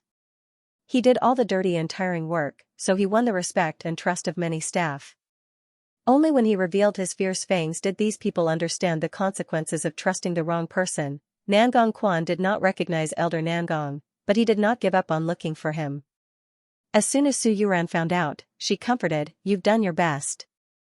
If I had visited him a few more times while he was in prison, perhaps things wouldn't be like this," Nangong Quan said as he sat on the sofa with a hint of regret in his eyes. "This isn't your fault," Su Yuran said as she hugged Nangong Quan. "That's enough, don't blame yourself. You've already done enough." Nangong Quan felt like something wasn't right, but he couldn't figure out what it was. For some reason, he felt a sense of familiarity with some of the staff on the set of The Ant Queen 2. But, he couldn't pinpoint who it was. The old master must be there, it was just that he didn't recognize the person at the moment. After Mo Ting returned home, Tongming asked Nangong Quan how he went to identify the person on set, but she didn't find anything. Tongming smiled and comforted, "If you're already in a state of fear, how are you going to survive? Let's just be careful." Mo Ting did not say a word. In reality, he was simply glad that he was the one filming The Ant Queen 2 and not Tongming. So, Tongming didn't need to appear in a dangerous place. This was a relief. No matter what Elder Nangong's plan was, as long as Tongming was fine, he had no weaknesses. After all, Tongming was his biggest weakness in this world. The next day, the crew prepared for an explosion scene. As an explosives technician, this was Elder Nangong's most excited and emotional moment. He wanted to use the perfect setup to create the most perfect mistake. As long as Mo Ting stepped on it, he would be blown to smithereens on the spot. That morning, as soon as Mo Ting left the house, Tongming felt a little uneasy. But, she couldn't explain why. Lin Qian had just arrived at Hyatt Regency to tell her about Superstar Media's situation. But, Tongming's mind was elsewhere. "Ning Jia, what's wrong?" Lin Qian asked. "Did something happen?" Tongming waved her hand, gesturing for Lin Qian not to speak. "Let me think about it. Doesn't President Mo have important scenes to film in the next 2 days? Does the thing that you forgot have anything to do with this?" After hearing Lin Qian's reminder, Tongming woke up from her daze and immediately gave the production crew a phone call to Qiao Man. "Qiao Man, can the explosion scene be dealt with in post-production? If your post-production team is at this level, then there's no need. At least, we don't need any actors. In that case, can we cancel all of the recent explosion scenes?" Tongming asked anxiously. Although Qiao Man didn't know why Tongming was interfering with filming, she had no reason to reject Tongming's request. Today's scene has already been set up. Let's finish filming first. We won't film the rest for now. Qiao Man, I feel like something's not right. Can we also cancel today's scene? What's wrong? Listen to me, I'll explain to you later. Although Qiao Man didn't know why Tongming was stopping them from filming the explosion scenes, she knew that Tongming wasn't an unreasonable person. Since Tongming made a request like this, Qiao Man had no choice but to stop filming for the day. Today's explosion scene will be pushed back, so let's film the next scene first, Qiao Man informed the crew. Qiao Man informed the stage supervisor and the other crew members. Especially the explosives technicians. Remove the hidden safety hazards and clean the set. The set had already been set up, yet Qiao Man suddenly wanted to stop filming? Director Qiao, what's the reason? You need to explain it to everyone. Otherwise, everything we prepared today will go to waste. This is what the producer wants. If you have any questions, you can ask her directly. Qiao Man said this because she didn't know what Tongming wanted to do and why she was interfering with filming. But, as Mo Ting and the other actors were preparing in the waiting room, they looked at each other and asked, why did they suddenly change their scenes? Ning Jia doesn't normally interfere with filming. I think there's a reason behind it. Don't guess, just listen to the arrangements. Tongming didn't have time to discuss this matter with Mo Ting over the phone because she didn't want Mo Ting to be in any danger. Since Elder Nangong had his eyes on them and they couldn't find him, then they shouldn't give him any chances. Especially when it came to the explosion scenes. They couldn't give Elder Nangong any chance to escape. After the explosion scene was cancelled, Elder Nangong's expression was naturally not good. After all, this was a rare opportunity that he had been waiting for. Who would have thought, he was just one step away from killing Mo Ting. But, a phone call from Tongning completely destroyed everything he had planned. Most importantly, the explosives that he had set up were a huge safety hazard. After all, he had no intention of leaving Mo Ting with a chance of survival. But, now that filming had been cancelled, he had to clear out all the traps that he had set up. Otherwise, he would definitely alert the enemy. In reality, this wasn't because of Tongning's intuition, but because of her cautiousness. The explosion scene was such a big scene. If someone tampered with it, who could guarantee her husband's safety? But, because Chow Man was about to film the next scene, she instructed the miscellaneous items team to clear out the set. So, before Elder Nangong appeared, she had to clear out the other traps first. But, unexpectedly, she triggered the switch that Elder Nangong had set up. All that was heard was a loud bang. The entire film studio was shaken by the loud bang. Afterwards, there was a strong explosion of fire and debris. Everyone was still in shock. But, as they watched the terrifying scene, a thought suddenly popped into their heads. An explosion. The entire set was filled with screams, arguments and questions. Afterwards, Mo Ting immediately called Lu Che to report in and called the police. In an instant, the explosion at the film studio spread like wildfire. Online, all sorts of rumors and guesses began to appear. How many people died?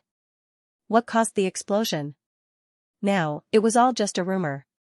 But, only Mo Ting and a few others knew the real cause of the explosion. After the police arrived, they quickly cleaned up the scene and verified whether there were any casualties. Luckily, even though the trap had been triggered, the person that triggered it jumped into a nearby pit in time, so he did not suffer any serious injuries. As for the staff closest to him, he only suffered superficial injuries. How lucky, no one was seriously injured. Where's the explosives technician? Where's the person in charge of the explosion? Did he start working without any identification? The police questioned the staff on set. At this time, everyone realized that Elder Nangong was nowhere to be found. At this time, he received a phone call from Nangong Quan. I've thought about it for a long time, but I couldn't figure it out. But now, I finally know who to watch out for, the explosives technician. Your phone call was late. Didn't you see the news? Mo Ting asked. Nangong Quan furrowed his brows and gestured for his assistant to hand him his phone.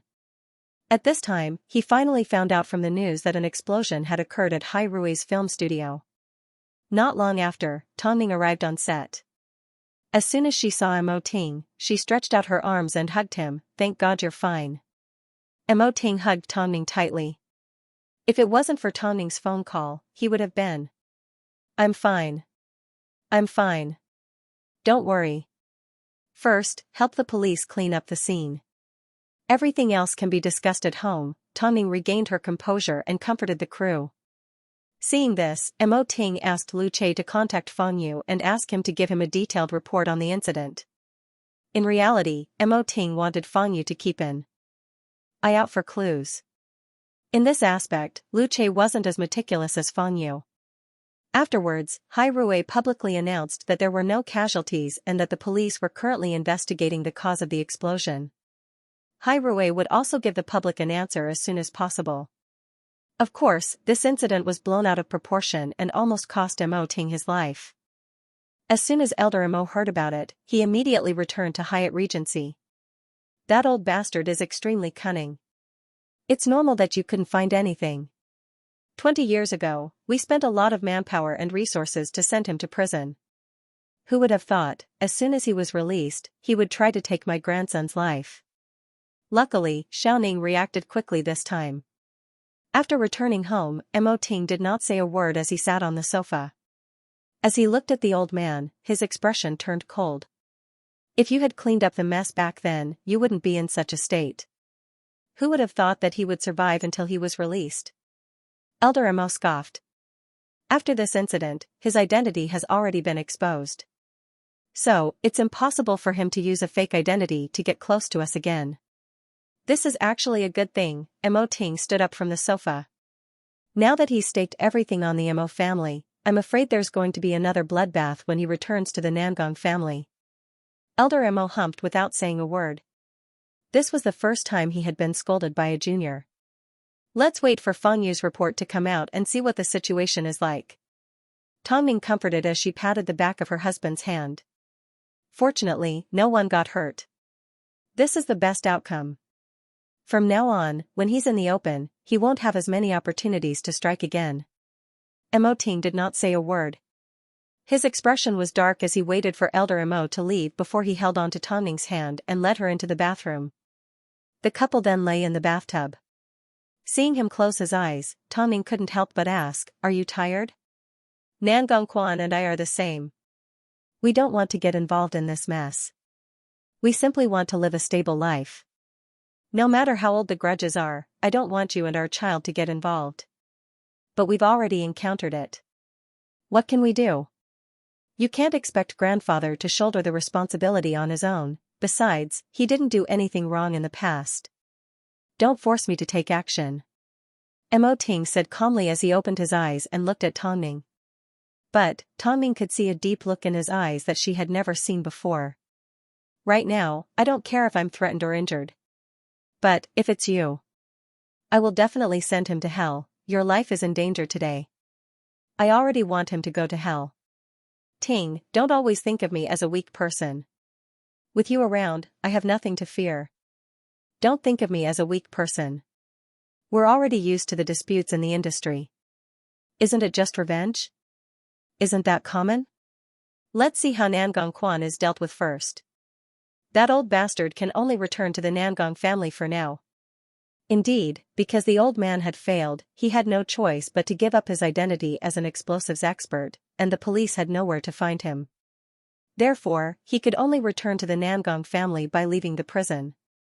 But, was Nangong Quan happy? Not at all. It wasn't because he didn't want to see his grandfather, but because his grandfather had just placed a bomb in someone else's territory. What was even more frightening was that his grandfather didn't think what he did was wrong. He didn't respect life at all. It was only natural for Elder Nangong to return to the Nangong family. Everyone was well aware of the explosion at Hai Rui's film studio. But, since there were no casualties, Elder Nangong's efforts were for nothing. He never expected that Mo Ting's woman wasn't as naive as a rich family's wife. She was so cautious. Afterwards, Xiao Man asked Tongming, who had come to visit on another set, "When you called me to cancel the explosion scene, was it because you thought it would be dangerous?" Tongming gently nodded her head. "To be honest, I recently encountered a small problem. Luckily, no one on set got hurt." After hearing this, Xiao Man laughed. "Can you guarantee that the crew is safe right now?" Tongming was silent for a few seconds before she finally nodded her head. "Don't worry. Nowadays, everyone that enters and exits must go through a strict inspection. Even if it's an extra, they will be very picky. There won't be any more security issues. Since you've said it, I trust you. As for personal grudges, you guys can resolve it yourselves. By the way, the person that caused the problem was the explosives technician, right?" Tongming nodded her head again. "I never expected that the competition in the industry would be so vicious." Xiao Man thought it was a result of competition, so Tongming did not explain further. Since Elder Nangong was no longer in the dark, things were a lot easier to handle. Because of this, Mo Ting became even stricter with Hai Rui's staff. So, Feng Yu's report was quickly placed on Mo Ting's desk. "President Mo, here's what you wanted. You must have heard that Elder Nangong has been released from prison. Use your connections and keep a close eye on him. At least, don't let him have another chance to make a move," Mo Ting instructed. "Feng Yu, this is an important matter. I'm sure you understand that it concerns the Mo family's safety." Feng Yu nodded his head as he crossed his arms with a serious expression. "Since you've decided to bypass Lu Che and leave this matter to me, I've already realized the seriousness of this matter. If there are any signs of trouble, immediately eliminate them at all costs." "Understood," Feng Yu replied in seriousness. The reason why Mo Ting didn't allow Lu Che to get involved was because Elder Nangong would keep a close eye on Lu Che's movements and it wouldn't be beneficial to his work. Most importantly, Lu Che was more loyal than Feng Yu. In other words, his reaction speed wasn't as fast as Feng Yu's. This was also the reason why Feng Yu was able to be the director of PR for so many years and was known by the public as the reason there was no news he couldn't handle. Feng Yu was currently the vice president of Hai Rui. But, more importantly, he had been entrusted with an important task by Mo Ting. After Feng Yu left, Mo Ting walked over to the floor-to-ceiling window and looked out into the distance. He didn't know why, but the current him was so cautious. If this was in the past, he would have already razed the Nangong family to the ground. Because of Tongning, he had to restrain himself. Afterwards, Hai Rui released the results of their investigation to the public.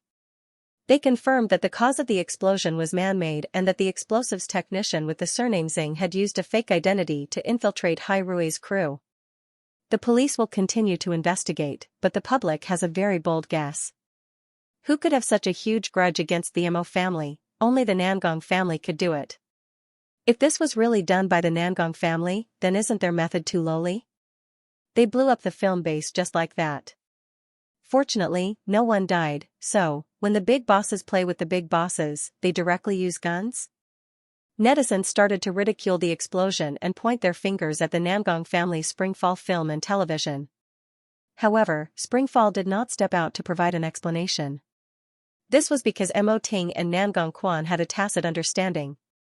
At least, they had to attract the public's attention so that Elder Nangong would behave himself. Nangong Quan imagined countless scenarios where he would see his grandfather again. But, he definitely wouldn't see him like this. He was sitting in his office with a disdainful expression and a cigarette in his hand. Of course, without his disguise, Elder Nangong's hair was white and the black scar on the back of his hand was revealed, making him look like a gangster. "My dear grandson, grandfather is back. But, you don't seem happy." Nangong Quan put down the documents in his hands and looked at Elder Nangong. He then got straight to the point. "Grandfather, I'm already in my 70s. It's time for me to enjoy my old age. It's a pity. My muscles and bones are still strong, so I can still move." Elder Nangong laughed. "I know my grandson is about to get married and he has an adorable daughter. Yet, you're complaining that an old man like me is a hindrance and shouldn't have been released from prison. Grandfather, apart from little Eggshell, you are my only relative. But, I can't agree with you seeking revenge on the Mo family. Do you still want to go back in prison? The Mo family owes me that. They should still be. No one owes you anything. This world doesn't allow evil to exist. Don't you know what you've done in the past? Even if it wasn't the Mo family, there was still the Zhang family and the Li family. Destruction is your only way out," Nangong Quan said coldly. "What I want to do is none of your business, you rascal. My abilities are indeed limited, but I won't sit idly by," Nangong Quan replied firmly. "Don't force me to put justice before family."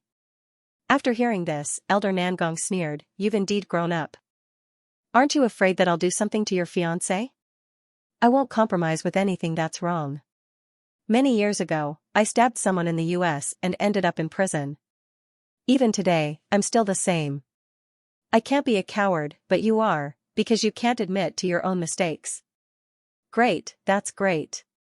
The grandfather and grandson glared at each other. But, in the end, Elder Nangong backed down. "You weren't the one in prison. You can't understand how I feel."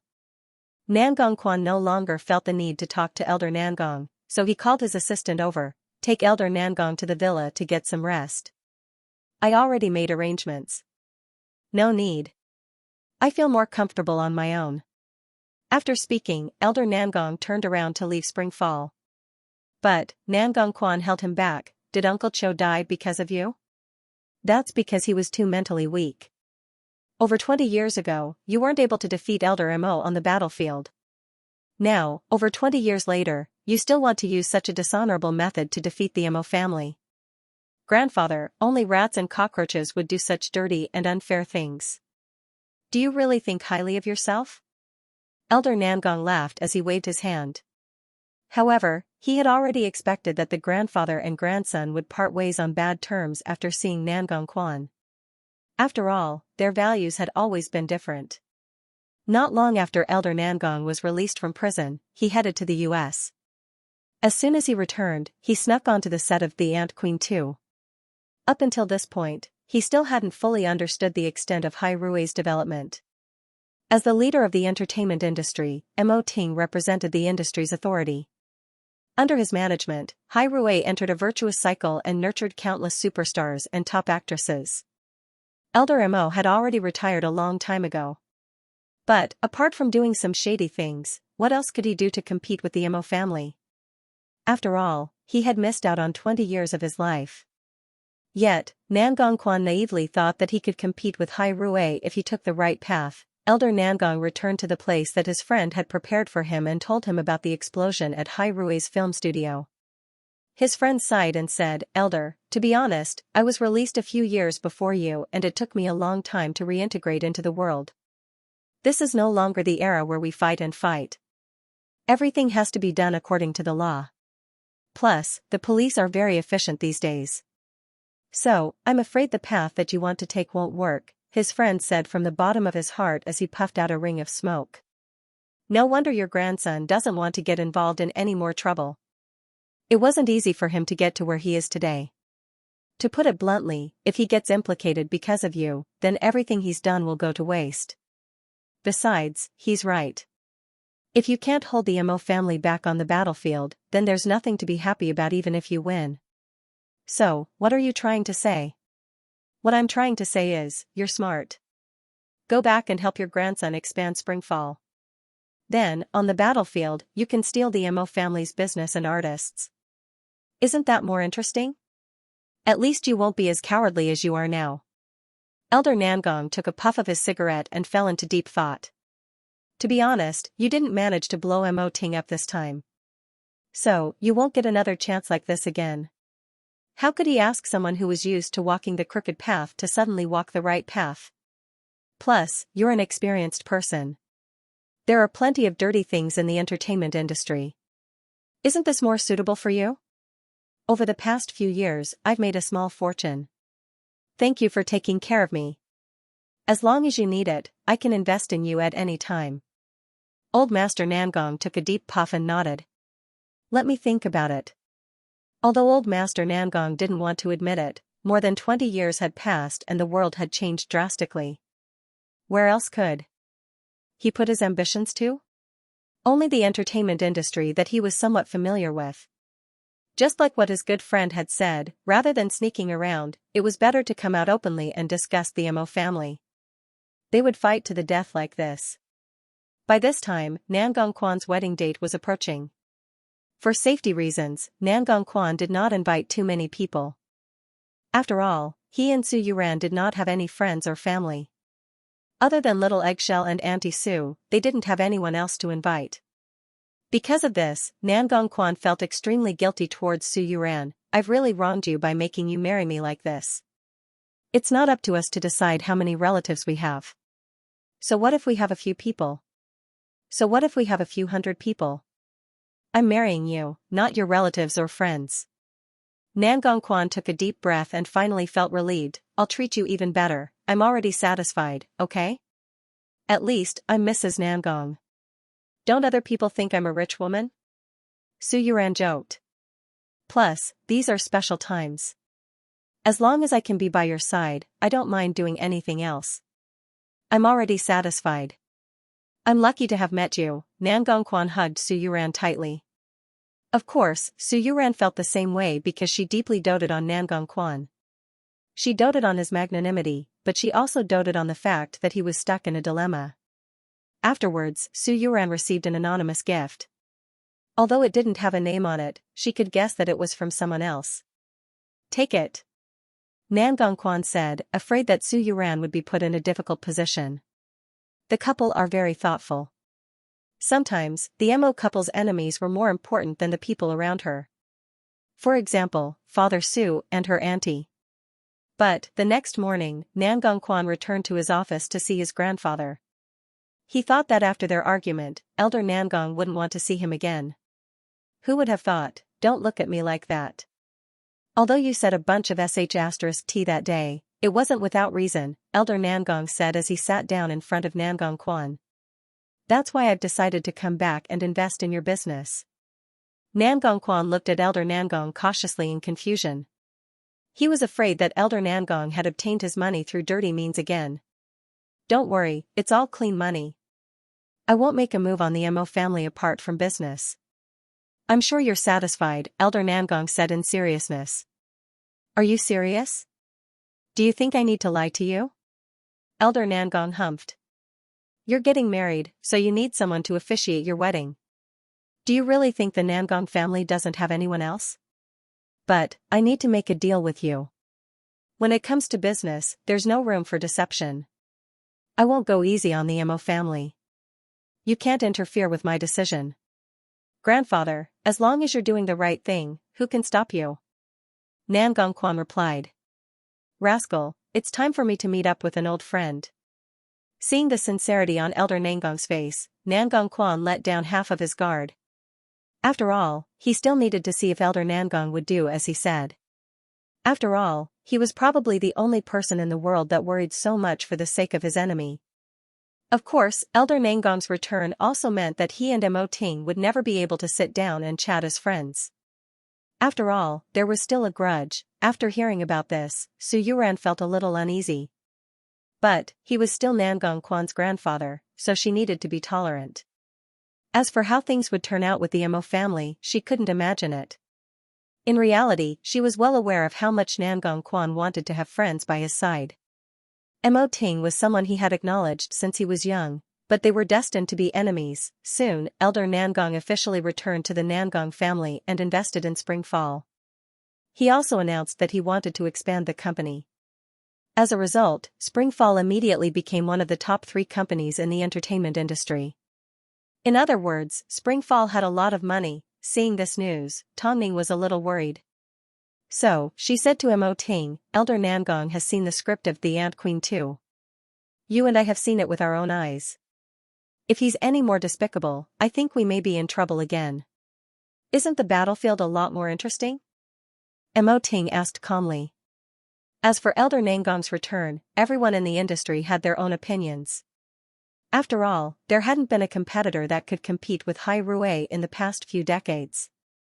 So, Springfall's development was obviously meant to reshuffle the industry. Mo Ting had been the big boss for so many years, so someone was bound to challenge his authority. But, right after Hai Rui's film studio exploded, Elder Nangong announced that he was investing in Spring Fall and officially returning to the entertainment industry. This timing was indeed a bit of a coincidence. The Mo family and Nangong family were bitter enemies and they were both competitors in the entertainment industry. So, a battle between the big bosses was bound to be even more exciting. It wouldn't be as simple as destroying Hai Rui's film studio. In short, the public simply had to sit back and enjoy the show. Elder Nangong had indeed looked through parts of The Ant Queen 2's script, but he only looked at the scenes of individual actors. If it was someone else, they wouldn't be able to do anything about it. But, he was different. Although he had agreed not to make a move against the Mo family in other aspects of the business, he was still very good at making his opponents suffer. The Ant Queen 2 was Hai Rui's most important project next year. After all, Tongning relied on her reputation to bring The Ant Queen 2 to the international stage. So, apart from making Parasite a hit, Elder Nangong's other important task was to make The Ant Queen 2 fail. Of course, there was no need for him to replicate it. All he had to do was spend a large sum of money to contact an overseas team and share his understanding of The Ant Queen 2 with them. Then, with the help of Hollywood's post-production, he could produce a new film. That way, The Ant Queen 2 would clash with an overseas film next year. That would be a spectacular scene. Would Tongning be the one copying Hollywood, or would Hollywood be the one copying Tongning? As long as the American film studio refused to admit to it, Tongning would always be the one copying Hollywood. After all, did anyone believe that a Beijing producer could produce a film that Hollywood would copy?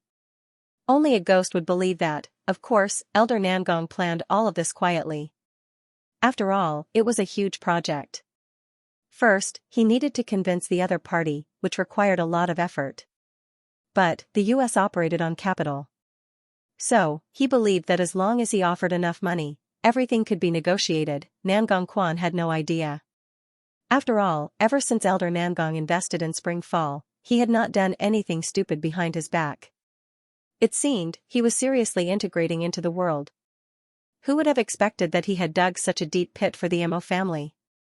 Soon, it was time for Nangong Quan and Su Yuran's wedding.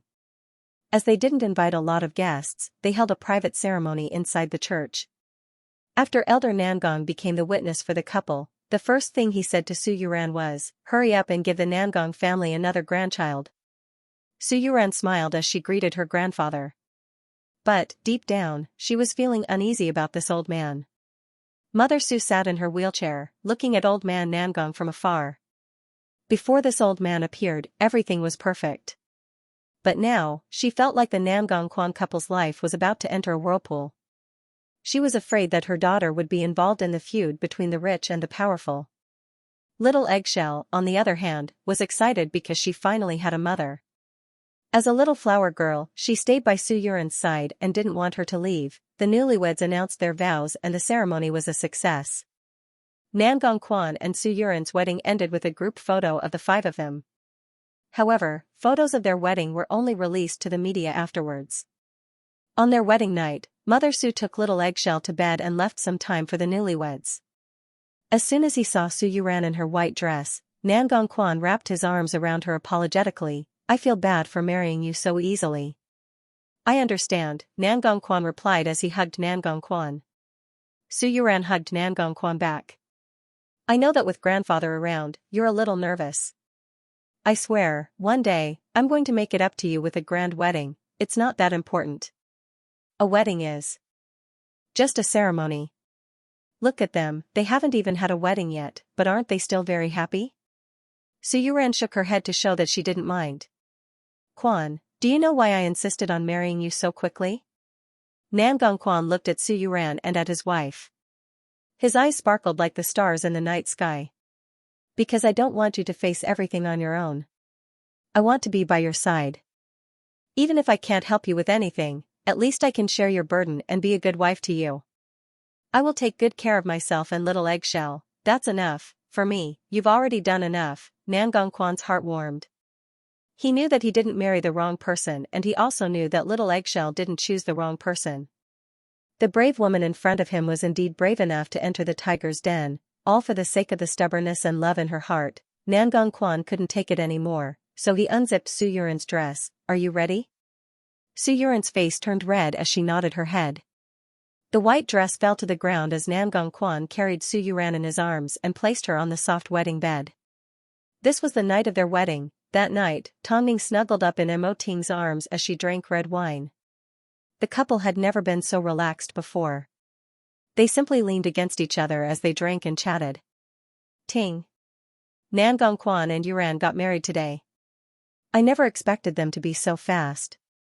As long as they need each other, they can't wait to be together." Mo Ting stretched out his hand and stroked Tongning's chin as he lazily closed his eyes. "I heard from Fengyu that Elder Nangong is interested in contacting a Hollywood film company." After hearing this, Tongning immediately flipped over. "What does he want to do?" "I don't know yet. The only thing I'm sure of is that he will continue to make small moves in the future. But, no matter what he wants to do, I will tell him that the entertainment industry is no longer the same as it was 22 years ago. This industry is no longer ruled by him, but by me." Tongning lay back down and wrapped Mo Ting's arm around her neck. "Since he wants to play, then let's play with him. His unyielding spirit is very commendable." "Tired?" Mo Ting asked after seeing that Tongning had stopped moving. Seeing that she didn't respond, he reached out for a blanket and wrapped it around her. So, he allowed Tongning to lean against him. Even if his entire body was numb, it didn't matter. He couldn't bear to let her go. The next morning, Su Yuran woke up early to take little Eggshell to school.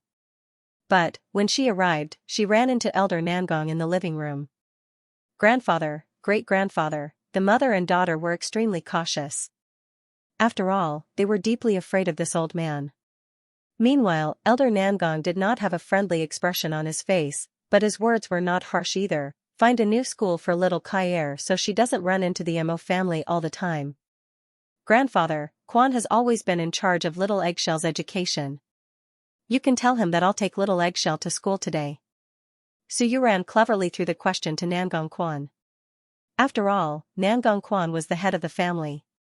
After receiving Su Yuran's response, Elder Nangong did not say anything else. He simply nodded his head and watched as the mother and daughter left. This rascal's daughter and wife were still wary of him. After boarding the car, little Eggshell grabbed onto the corner of Su Yuran's shirt in fear. "Mommy, why is great-grandfather so scary?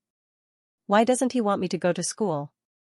It's not that great-grandfather doesn't want little Eggshell to go to school, it's just, for some adult reasons, great-grandfather doesn't want little Eggshell to get too close to the twins, Su Yuran explained. Then, I promise I won't look for them again. Does that mean great-grandfather will agree not to transfer little Eggshell to another school? It was an adult grudge, yet it involved a child. Su Yuran felt helpless, so, she stretched out her arms and hugged little Eggshell. "Little Eggshell, you need to remember, this isn't your fault, okay?" Little Eggshell lowered her head in disappointment. In the end, she compromised. "Okay, Mommy." Whether or not little Eggshell would transfer to another school depended on Nangong Quan's decision. Unfortunately, she ran into the Mo family's twins that day. As soon as the twins saw little Eggshell, they approached her. Meanwhile, Mo Zishi approached to talk to little Eggshell, but she quickly avoided him. Mo Zishi looked hurt and confused, but Mo Zichen acted like he didn't care. The young man that drove the twins looked at Su Yuran in confusion. So, Su Yuran explained, "The kids were scolded at home today, so they're not in a good mood." The other party understood and nodded. "It's alright. Let alone an adult, even a child couldn't handle the sudden changes in temperature and distance. Especially since Mo Zishi was a brave and lively child. But, after being rejected by little Eggshell that morning, he was unhappy until lunchtime. Seeing that his brother didn't respond, Mo Zichen secretly handed him the cake that the teacher had given him earlier that afternoon. But, as soon as Mo Zishi saw the cake, he looked disinterested. As soon as the chubby boy saw the cake, he playfully stretched out his hand and knocked Mo Zishi to the ground. This time, Mo Zishi was furious. "My little brother gave me this cake. I'm going to beat you up." After saying that, she swung her fist over. To the children, this was the battle of the century. By the time the teacher arrived, the chubby boy was already lying on the ground with a bloody nose. The teacher was so shocked that she pointed at Mo Zishi and yelled, "Call your parents over tomorrow." Mo Zishi glanced at Mo Zichen, but Mo Zichen seemed indifferent. "Are you sure? Did she want to see their parents?" It didn't take long before the chubby boy's mother found out that her son had been beaten up at school. Since her family had some power, she immediately went to the classroom and confronted Mo Zishi. "You were the one that beat my son up last time. You're doing it again today. Let go of me. Let go of me. He was in the wrong first. Do you think you're in the right for hitting someone? Let me tell you, I'm going to call your parents over and make them apologize to my son in front of everyone. Otherwise, you can kneel down and apologize to my son right now." "I don't want to." Mo Zishi struggled. I don't want to. Perhaps because the scene was too ugly, the parent did not follow through with what she said. Instead, she caused a scene in the principal's office and demanded that the matter be dealt with seriously. At the very least, she wanted the Mo brothers to be kicked out of the school. That was the only way to appease her anger. After all, Mo Zishi's nose was bleeding. How serious was this? The homeroom teacher was also furious. So, she turned to the young man that came to pick the two brothers up from school and said, "Tell the parents to come to my office tomorrow morning. Otherwise, they will be expelled." The young man didn't understand. After a while, he tried to understand the truth. In the end, he found out that his little brat had hit someone again. "Okay, I'll go back and tell the parents," the young man said to the homeroom teacher. Although he felt that Mo Zishi wasn't wrong to retaliate against the bullying, Mo Zishi often underestimated the strength of his fists. As for the chubby kid, he thought that because his mother was on the school board, he could do whatever he wanted. At such a young age, he already knew how to use his background to bully his classmates. He deserved to be beaten up. Even so, he was now famous in the school. As the young man drove the two brothers home, he explained the entire incident to Tongning. After hearing the story, Tongning burst into laughter. "Did he hit someone again? Plus, the school has requested that the parents report to the homeroom teacher's office tomorrow," the young man said as he scratched his head. "Junie, go home first. I'll give you the day off tomorrow, Tongning smiled. Okay, the young man nodded. After driving the kids home, he returned to his home. Seeing Mo Zishi's guilty expression, Tongning knelt down and said, "You didn't do anything wrong. Why are you afraid?" Because, Zishi, it's okay to protect your brother, but don't go overboard. Do you know what going overboard means? Just grab onto the person, don't hit him. You know it's wrong to hit someone, right? Mommy, it's okay this time. You've learned from experience. Next time, don't hit someone. Promise mommy, okay? Tongning asked patiently. Mo Zishi looked at his son and the two brothers nodded their heads. We'll listen to mommy. However, the troublesome thing was, the chubby kid had a nosebleed, the little rascal. Was a little ruthless. That night, Mo Ting returned home and Tongning told him about the incident. Mo Zishi immediately rubbed his hands together and explained, Mommy, he fell down. Tongning understood. The chubby kid must have been bleeding from the fall. Either way, it seems we have to go to school tomorrow. I'll go, at least I can be gentle. If you go, you'll definitely scare someone. Tongning said to Mo Ting. How dare you bully the Mo family's children? Mo Ting scoffed. You'll find out tomorrow, Tongning laughed. Originally, she wanted the two rascals to keep a low profile. Who would have thought they would cause so much trouble? In such a short period of time, this was the second time they had hit someone. After the parent-teacher conference tomorrow, I will ask Lu Che to help them transfer schools. There's no need for that, Tongning laughed. I'll go while the school is in session. I don't think too many people will find out. As long as we keep a low profile, it shouldn't be a big problem.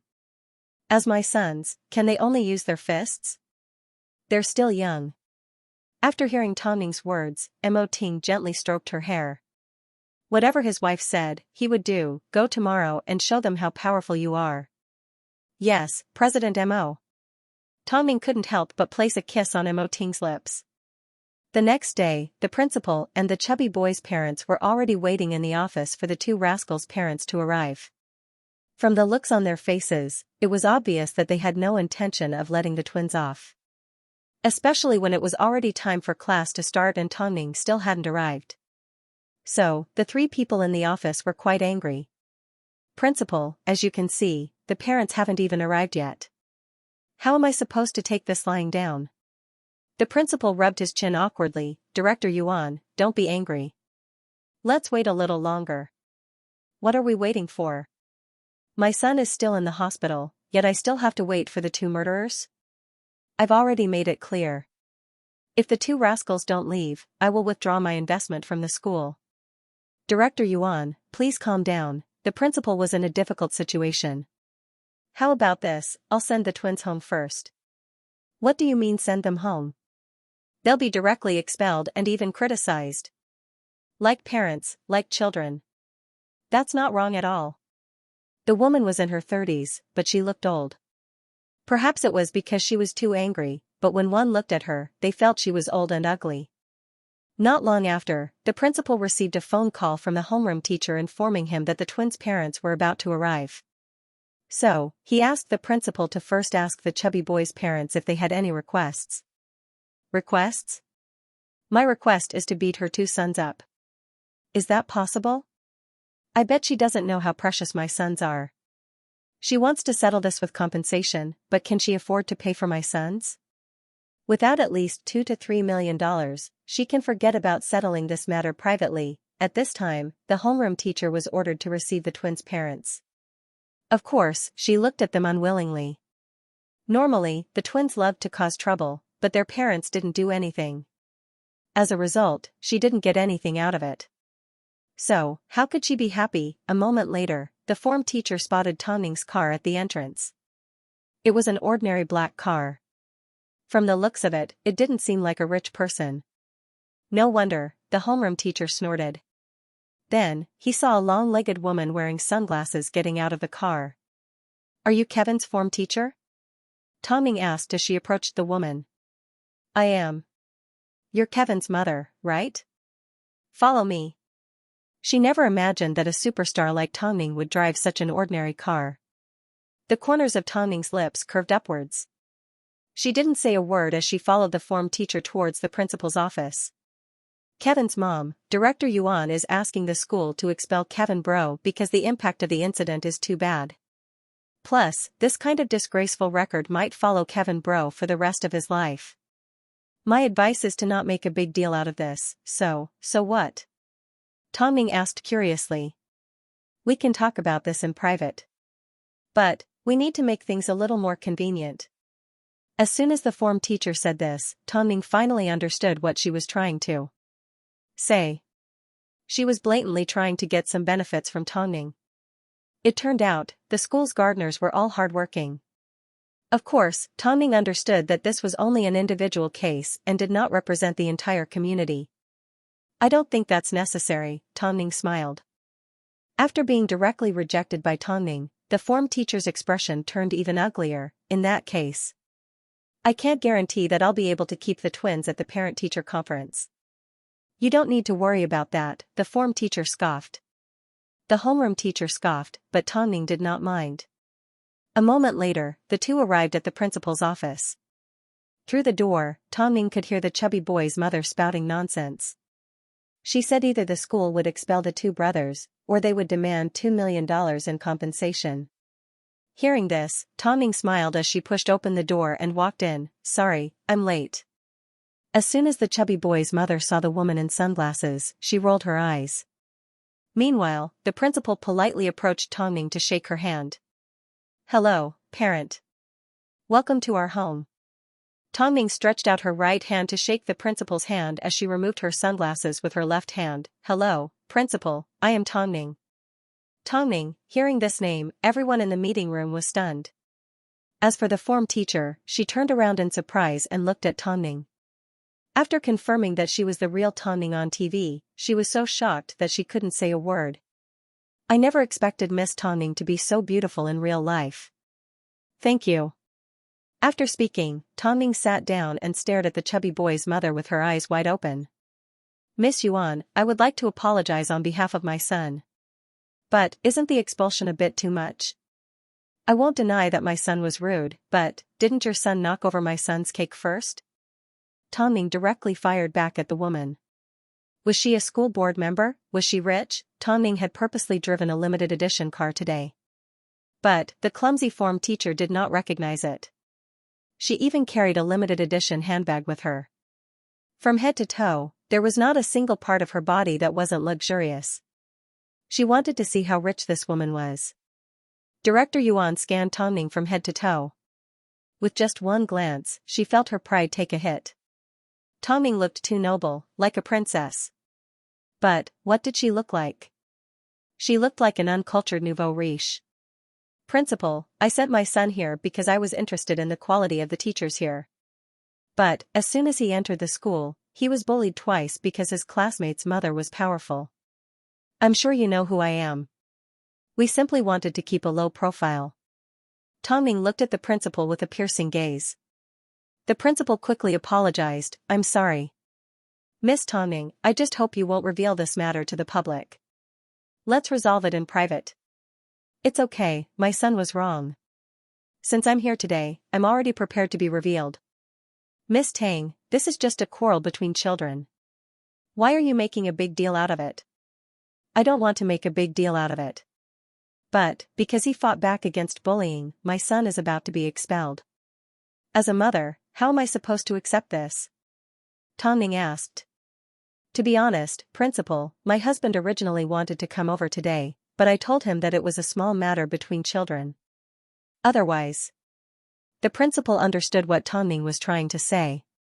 If Mo Ting was here, he wouldn't have given anyone a chance to explain themselves either. He would have beaten them up first. Miss Tang, thank you. Thank you so much for not telling President Mo about this.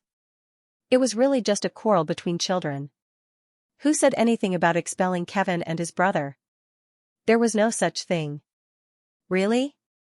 But, I also heard that they will have to pay $2 million as compensation, Tongming laughed.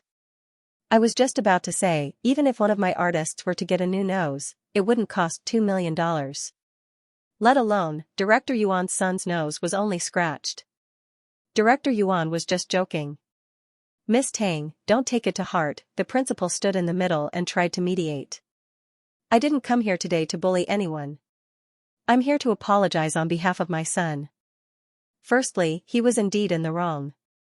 I won't deny this. But, Chairman Yuan, shouldn't you reflect on your son's behavior in school? Shouldn't you discipline him a little? Secondly, Director Yuan's son was indeed injured. The Mo family has already paid for his medical fees at the hospital. We have also paid for your son's subsequent checkups in advance. If there's anything else that you're not satisfied with, feel free to tell me. But, $2 million. Forgive me for being straightforward, but I can give it to you if you dare to ask for it. After hearing Tang Ning's words, who would dare to ask for it? Director Yuan could take away $2 million, but Tang Ning could also destroy her reputation in Beijing. No matter how she looked at it, this wasn't a good deal. So, no matter how dissatisfied Director Yuan was, she had no choice but to nod her head. You've already done enough. Chairman Yuan, you said it yourself. Director Yuan didn't get anything out of this, so she wanted to leave. But, Tang Ning suddenly spoke up and stopped her. Please wait, Director Yuan. I've settled my son's debt, but what about yours? Director Yuan looked at Tang Ning in shock. She didn't quite understand that Tang Ning had always been polite before resorting to force. If I find out that your son is bullying another person at school, I won't go easy on him because of his young age. If this gets exposed, don't blame me for not warning you beforehand. At this moment, Tang Ning's expression was cold and sharp, not allowing anyone to refute. What else Director Yuan could do? She could only leave in anger. No matter how uncomfortable she felt, what could she do to Tang Ning? Seeing this, the principal and the homeroom teacher standing at the door started to feel a chill down their spines. If they knew that those two brothers had such a strong background, they wouldn't have courted death like this.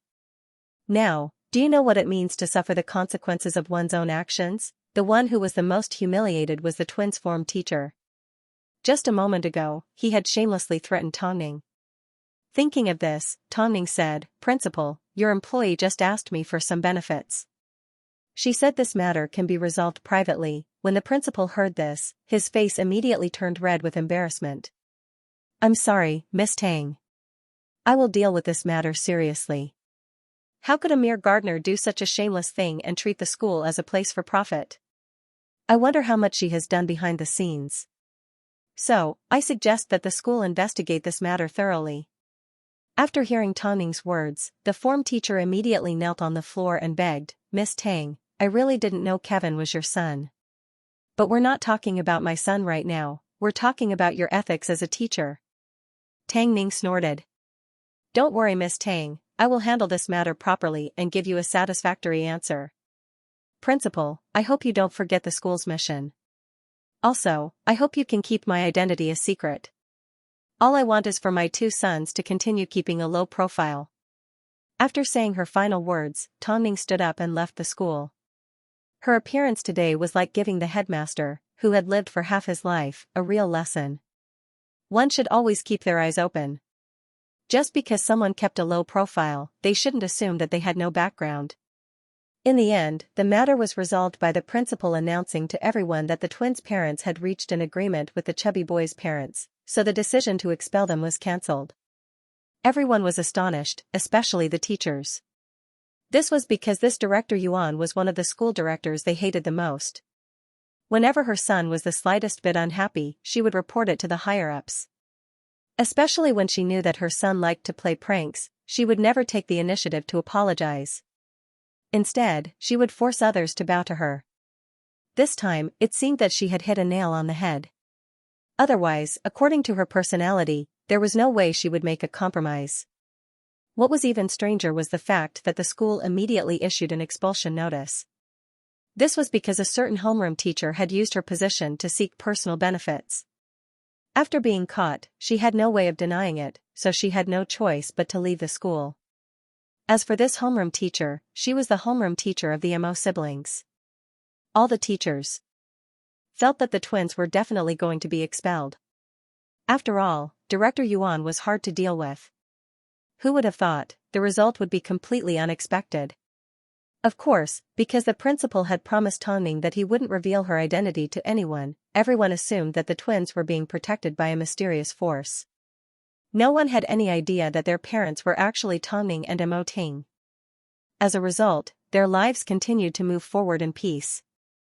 After the matter was resolved, the twins felt the greatness of their mommy and were extremely happy. However, that day after school, Mo Zishi's originally happy mood was replaced by sadness when he saw little Eggshell at the school gates. Why did the little missy suddenly ignore them? Mo Zishi looked at his brother, while Mo Zichin looked at his older brother in disdain. Why was he so useless? If she doesn't care about you, then you don't need to care about her either. Little Eggshell had actually spotted the twins from afar and heard that they were almost expelled. But, in order not to put her mother in a difficult position, little Eggshell controlled her urge to comfort them and left the school. When the mother and daughter returned home, they bumped into Elder Nangong. Seeing little Eggshell's depressed expression, Elder Mo asked Su Yuran, "What's wrong with Kair?" "He must have argued with his classmates at school," Su Yuran explained. "Hurry up and get some rest." Elder Nangong waved his hand.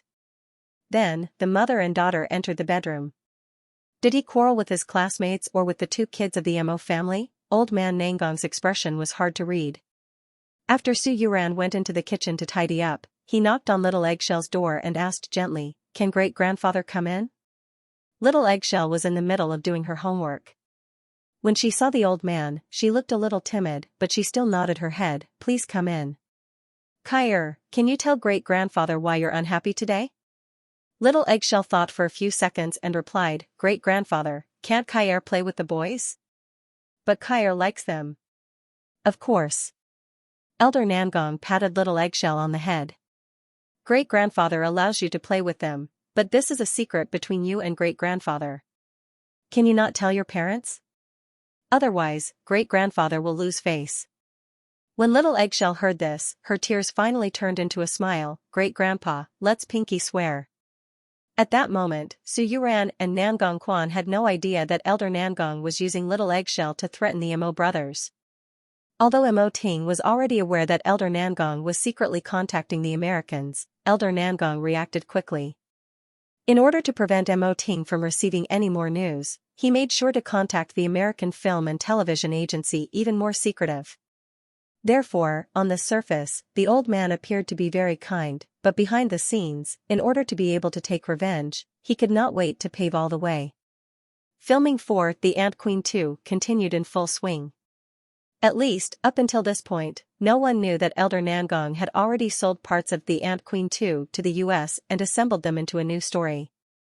As for what kind of good show would be released next year, they would have to wait and see. Not long after, Baijun announced that filming for the first part of Parasite was nearing completion and that the original Glory team had already begun post-production. Out of everyone on set, Elder Nangong was the most satisfied with Glory's discovery. After all, this was a team that Tongning had personally trained. To be able to snatch it over was a huge win for him. Afterwards, the production team for Parasite continued to promote the film. Watching the footage from the shoot, the public had reason to believe that Spring-Fall would become Hairui's strongest competitor in the sci-fi industry. Of course, for film fans, this was the best news they could get. At this time, Hairui's top singer, Song Linlin, was exposed to the scandal of interfering in someone else's marriage. On top of that, a large number of indecent photos were posted online. In just one night, she was on the headlines of all the major newspapers. Song Linlin could be considered a senior in the music industry. She had always kept a low profile, but this time, the scandal was exposed because she was tricked by the first wife. It didn't take long before Hairui began their PR. But, too many photos had been leaked and most netizens had already seen them. So, it was impossible to clarify the matter. Inside Hairui's meeting room, the higher-ups were holding an emergency meeting. Of course, the meeting wasn't about a singer like Song Linlin. It was about the man that she had interfered with, the son-in-law of a domestic boxing champion. That night, the man was sent to the hospital by the boxing champion.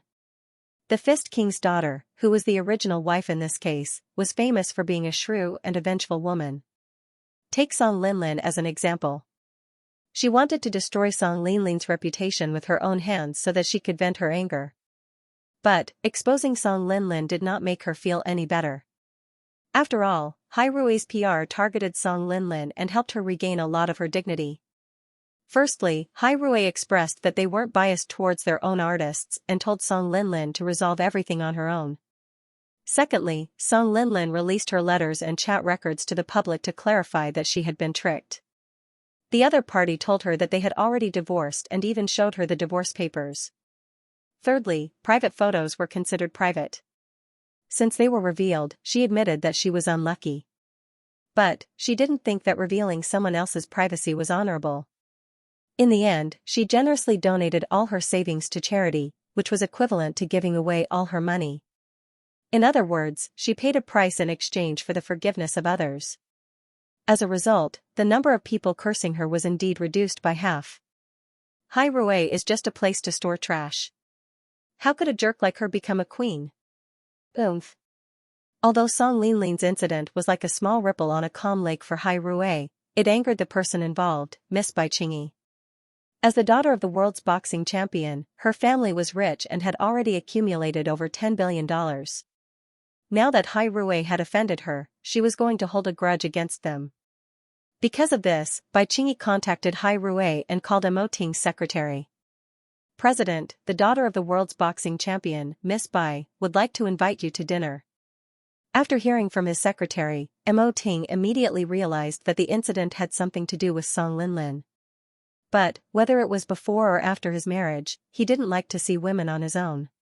So, with Tongning around, he needed to avoid arousing suspicion. Ask Miss Bai what she wants.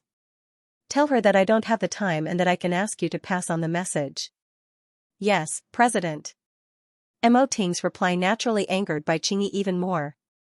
She simply told Hai Rui not to get involved and that she would expose Song Linlin's incident. But, she never expected that Mo Ting would treat her so coldly. As someone who had been born with a silver spoon in her mouth, how could she endure such humiliation? Afterwards, Bai Qingyi said to Mo Ting's secretary over the phone, President Mo is going to regret this. Song Linlin had already paid the price for her actions. Although she managed to salvage some of the criticism after the press conference, she had still been reduced from a queen to a slut. So, if she wanted to go out and do some events now, she would only be embarrassing herself. However, Bai Qingyi felt that without Hai Rui's protection, Song Linlin would be a street rat that everyone wanted to beat up. Since others wanted to make her unhappy, why should she make them happy? Afterwards, Mo Ting returned home and discussed Bai Qingyi's phone call with Tongning. Tongning laughed, aren't you afraid that the daughter of the boxing champion will hold a grudge against us? There are already enough people that hold a grudge against us. I don't care about one more. After all, Song Linlin belonged to Hai Rui, so Mo Ting naturally had to protect her. If he were to hand her over, wouldn't his authority as the CEO of Hai Rui be completely gone?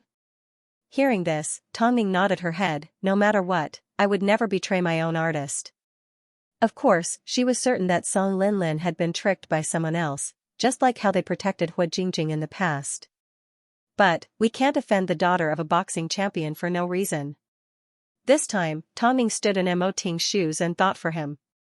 You may be used to it and don't care, but the person Song Linlin offended this time isn't a normal person. He is one of the titans of the sports world.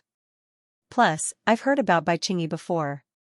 She's famous for her explosive temper and her methods. If it's not convenient for you to see her, then I'll go. What do you think?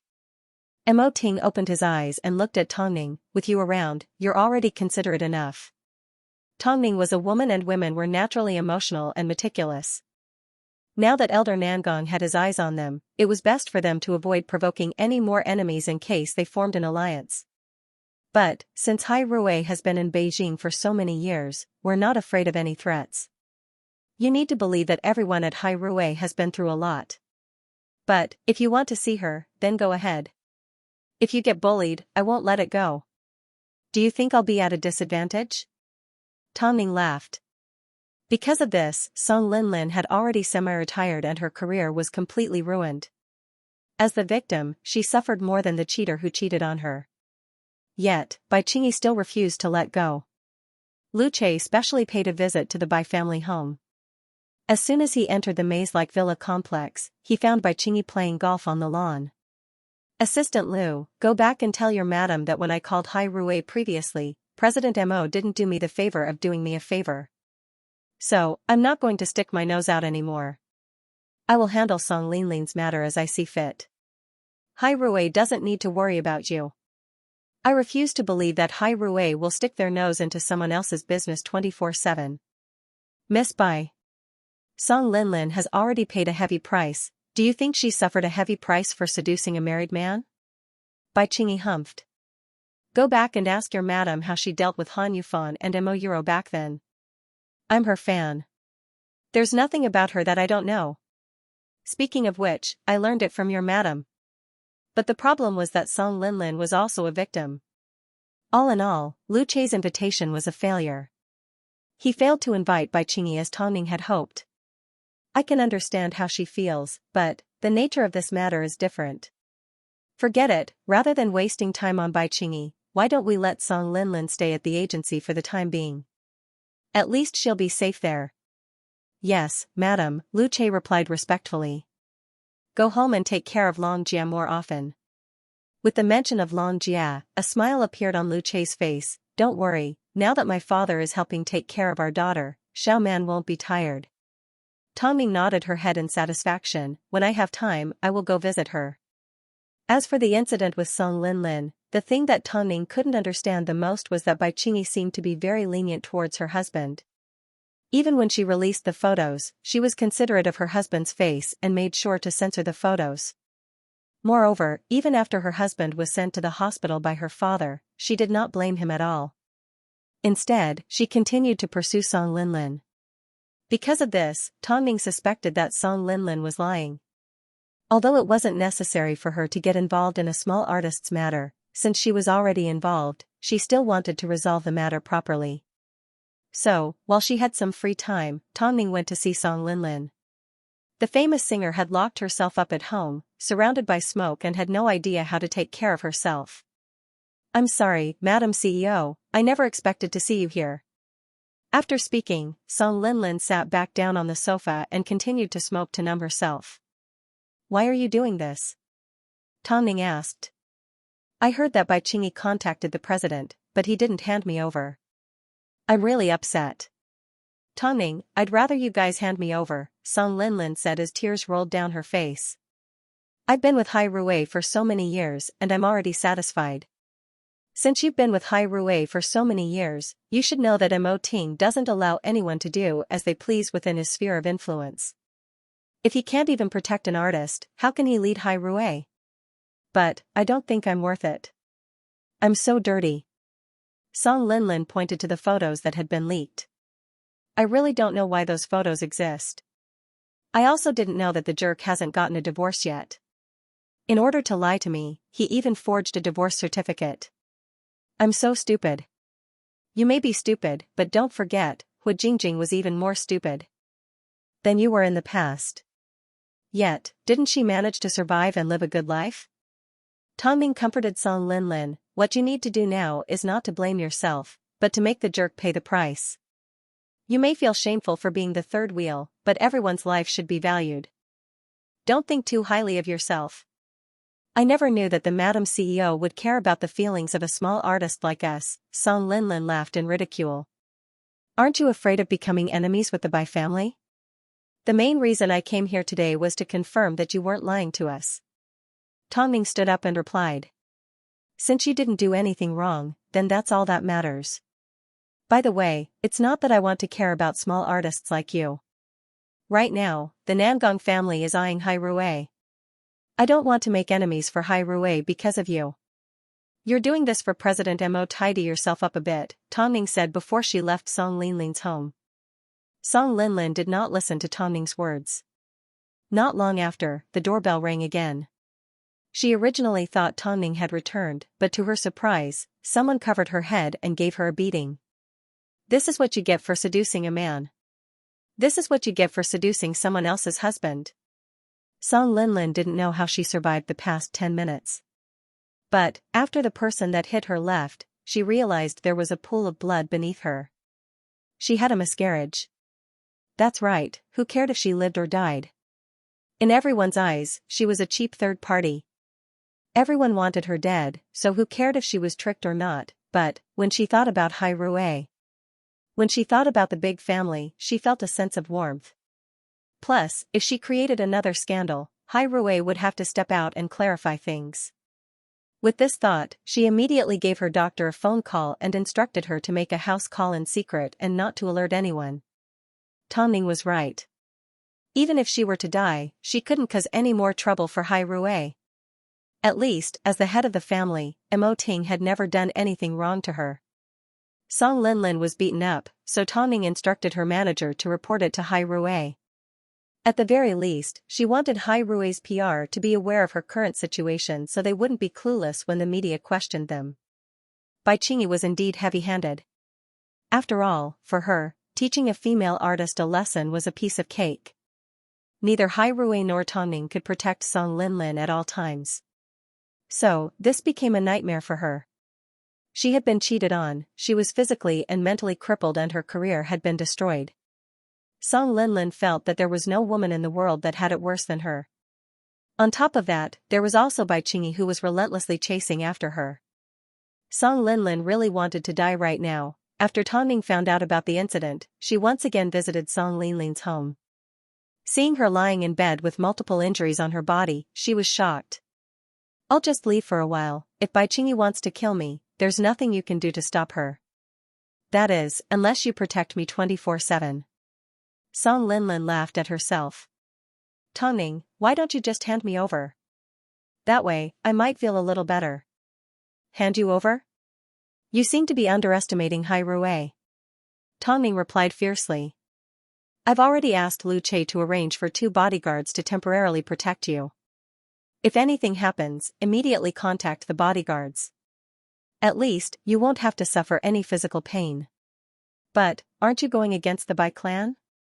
Didn't you say that you were afraid of making enemies for President Mo? Just because I'm afraid of making enemies doesn't mean I have to give in to a matter of principle, Tongning said in seriousness. I've always. If people don't offend me, I won't offend them. Song Linlin chuckled as she continued, but, you have no way of getting involved in this matter.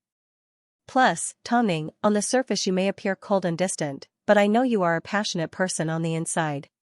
You are willing to do anything for your friends. Only a lucky person can be your friend. You don't need to sigh. Bai Qingyi has ways to cause trouble for you, but I also have ways to make her lose. Just because you're rich doesn't mean you can do whatever you want. According to Bai Qingyi's method of causing trouble, it seemed like she wanted to force Song Linlin to her death. Otherwise, not many normal people would be able to withstand her coercion and beatings. But what about her scum of a husband? Originally, Bai Qingyi was the victim, but now, everything seemed to have changed. Even if Song Linlin had unknowingly hurt her, it wasn't a reason for her to kill Song Linlin. This kind of fighting style was clearly trying to take someone's life. After visiting Song Linlin, Tongning returned to Hai Rui and entered Mo Ting's office. Without a word, she sat down on the sofa. Mo Ting sensed her aura, so he raised his head and asked, "Are your injuries serious?" "It's not serious, she's half dead." Tongning replied. Ting, Bai Qingyi has crossed the line. From Bai Qingyi's point of view, it was natural for her to teach the mistress a lesson. But, she had to have her own bottom line. Back then, even though she hated Han Yufan and Mo Euro so much, she never physically hurt them. Because, she knew, it was impossible to conquer their hearts. Of course, Bai Qingyi didn't seem to care. She just wanted to make herself happy. In that case, what do you want to do? Mo Ting asked gently. Or do you want to do things the same as before? Of course. The couple's conversation was simple and clear because they understood each other. Mo Ting knew what Tongning wanted to do, and Tongning wanted his support. The couple hit it off. Since Song Linlin was still an artist of Hai Rui had the responsibility to ensure her safety. Since Bai Qingyi didn't know when to stop, Tongning had no choice but to give her a tooth for a tooth. So what if she was the daughter of a boxing champion? She had to deal with the things that needed to be dealt with. When had they ever been afraid of anyone? So, Tongning decided to plan a special PR campaign for Bai Qingyi. It was similar to what she did at Superstar Media. She was going to pretend that Song Linlin was at her lowest point and she was going to pull her out of the abyss. Because of this, Tongning, Fang Yu and Hai Rui's PR team held a meeting in the conference room. This incident will be dealt with in 3 steps. First, we will announce to the entire internet that Song Linlin did not deliberately interfere in someone else's marriage. We will also post the records of her conversation with the jerk as evidence. Second, we need to divert the public's attention onto the jerk. This is the price he should pay. After everyone's attention is focused on the jerk, we will announce that Bai Qingyi hired someone to hurt Song Linlin. Third, and the most important step, if the boxing champion wants to suppress the news, we will make Bai Qingyi a hot topic for a week. If Bai Qingyi comes out crying and claims that she made the wrong decision because she was too sad, we will arrange for an interview with Song Linlin and reveal to the public that Bai Qingyi threatened her.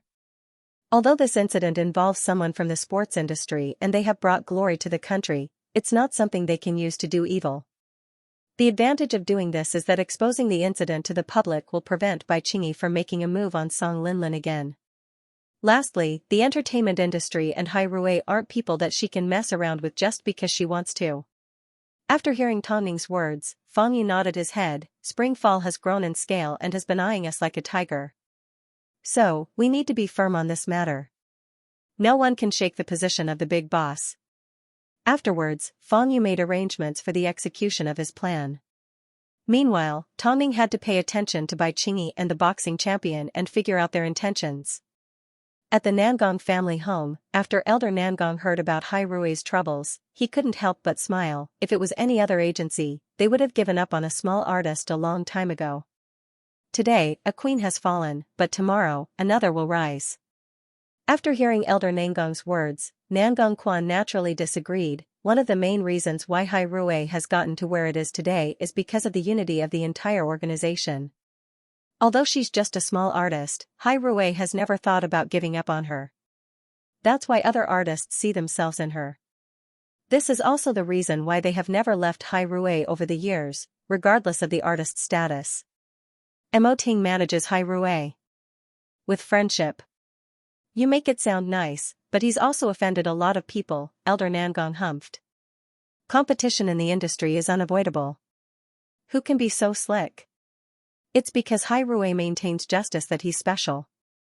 You seem to agree with the Mo family. How do you manage Hai Rui? Elder Nangong understood the meaning behind Nangong Quan's words, so he was a little displeased. That's the truth. After saying this, Nangong Quan turned and left, leaving Elder Nangong's artist to drink in the living room. Does Mo Ting think that he can succeed in everything he does? Let's see how they perform this time. No matter who won or lost, it was a good opportunity for him to recover.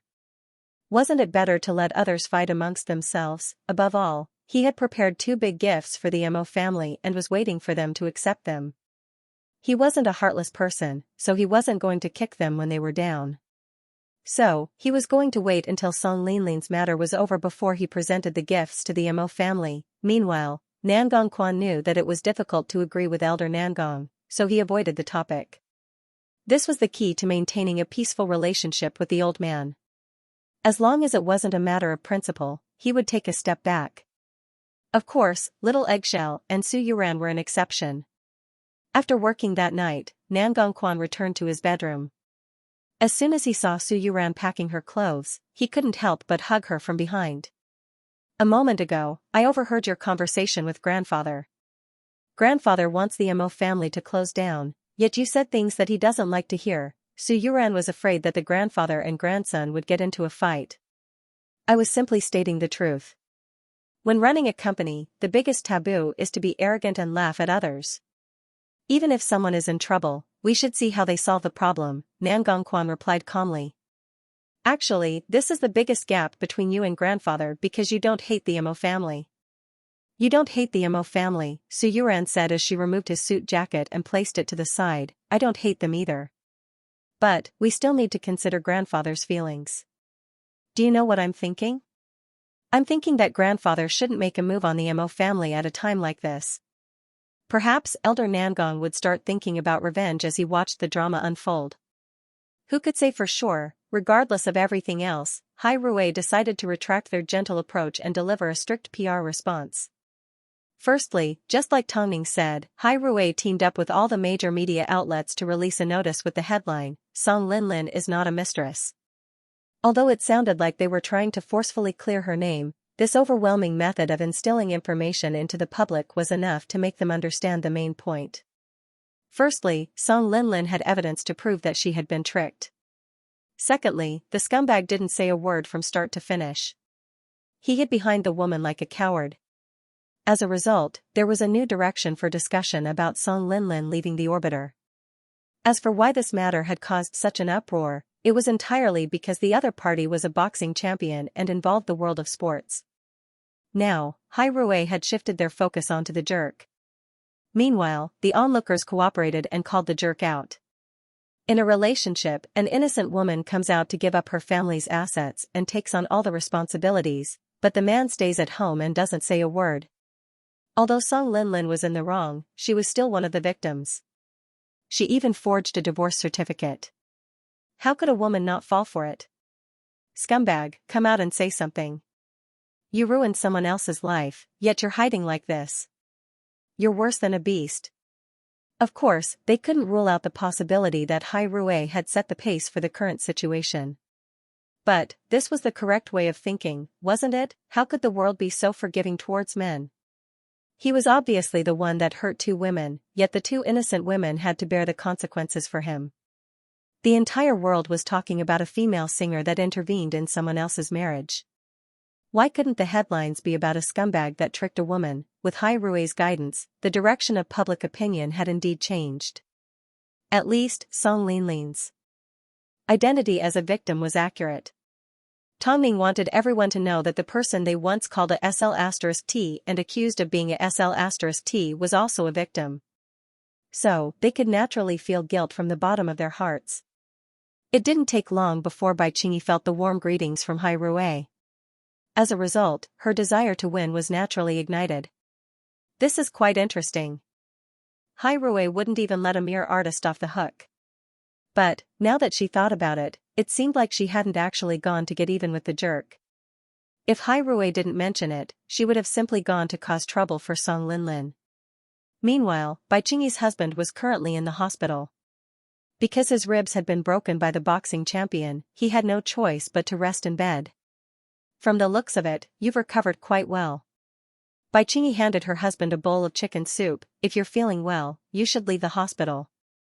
The media is currently all over the hospital waiting for you. Bai Qingyi, what do you want to do? Just say it. Don't beat around the bush. Aren't you tired? The slightly chubby man asked as he stared at Bai Qingyi. Perhaps it was because he was getting on in years, but it wasn't hard to tell from the heroic spirit in his eyes that he was indeed handsome when he was younger.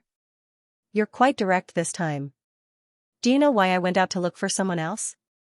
It's because you think you're God because you're acting like this. Bai Qingyi hated chewing gum the most.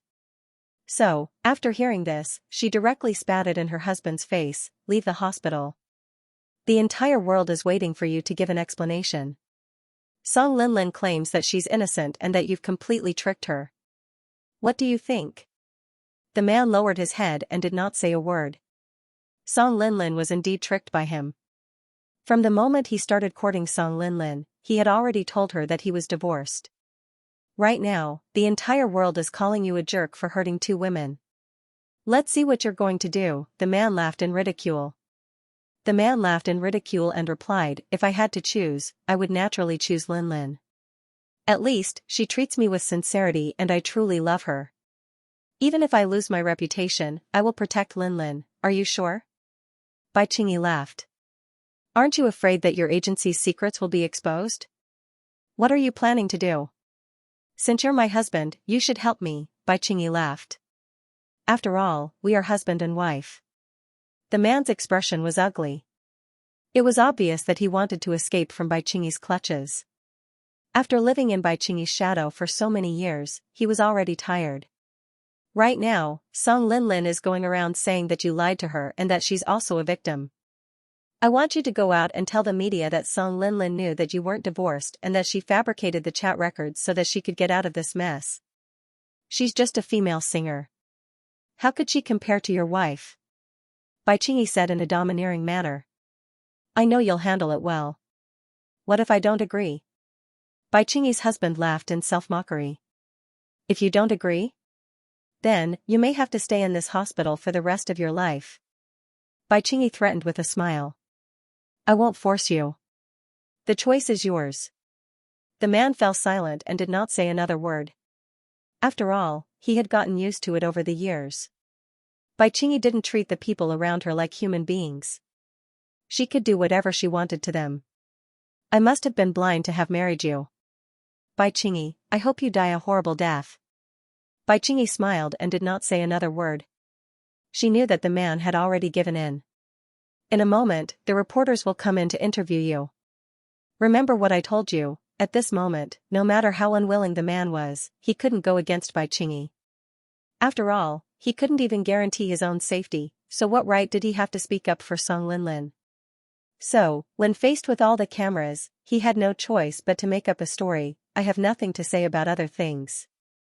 I was indeed cheating, but I never lied to Song Linlin. If you don't believe me, you can check her chat records, they are all fake.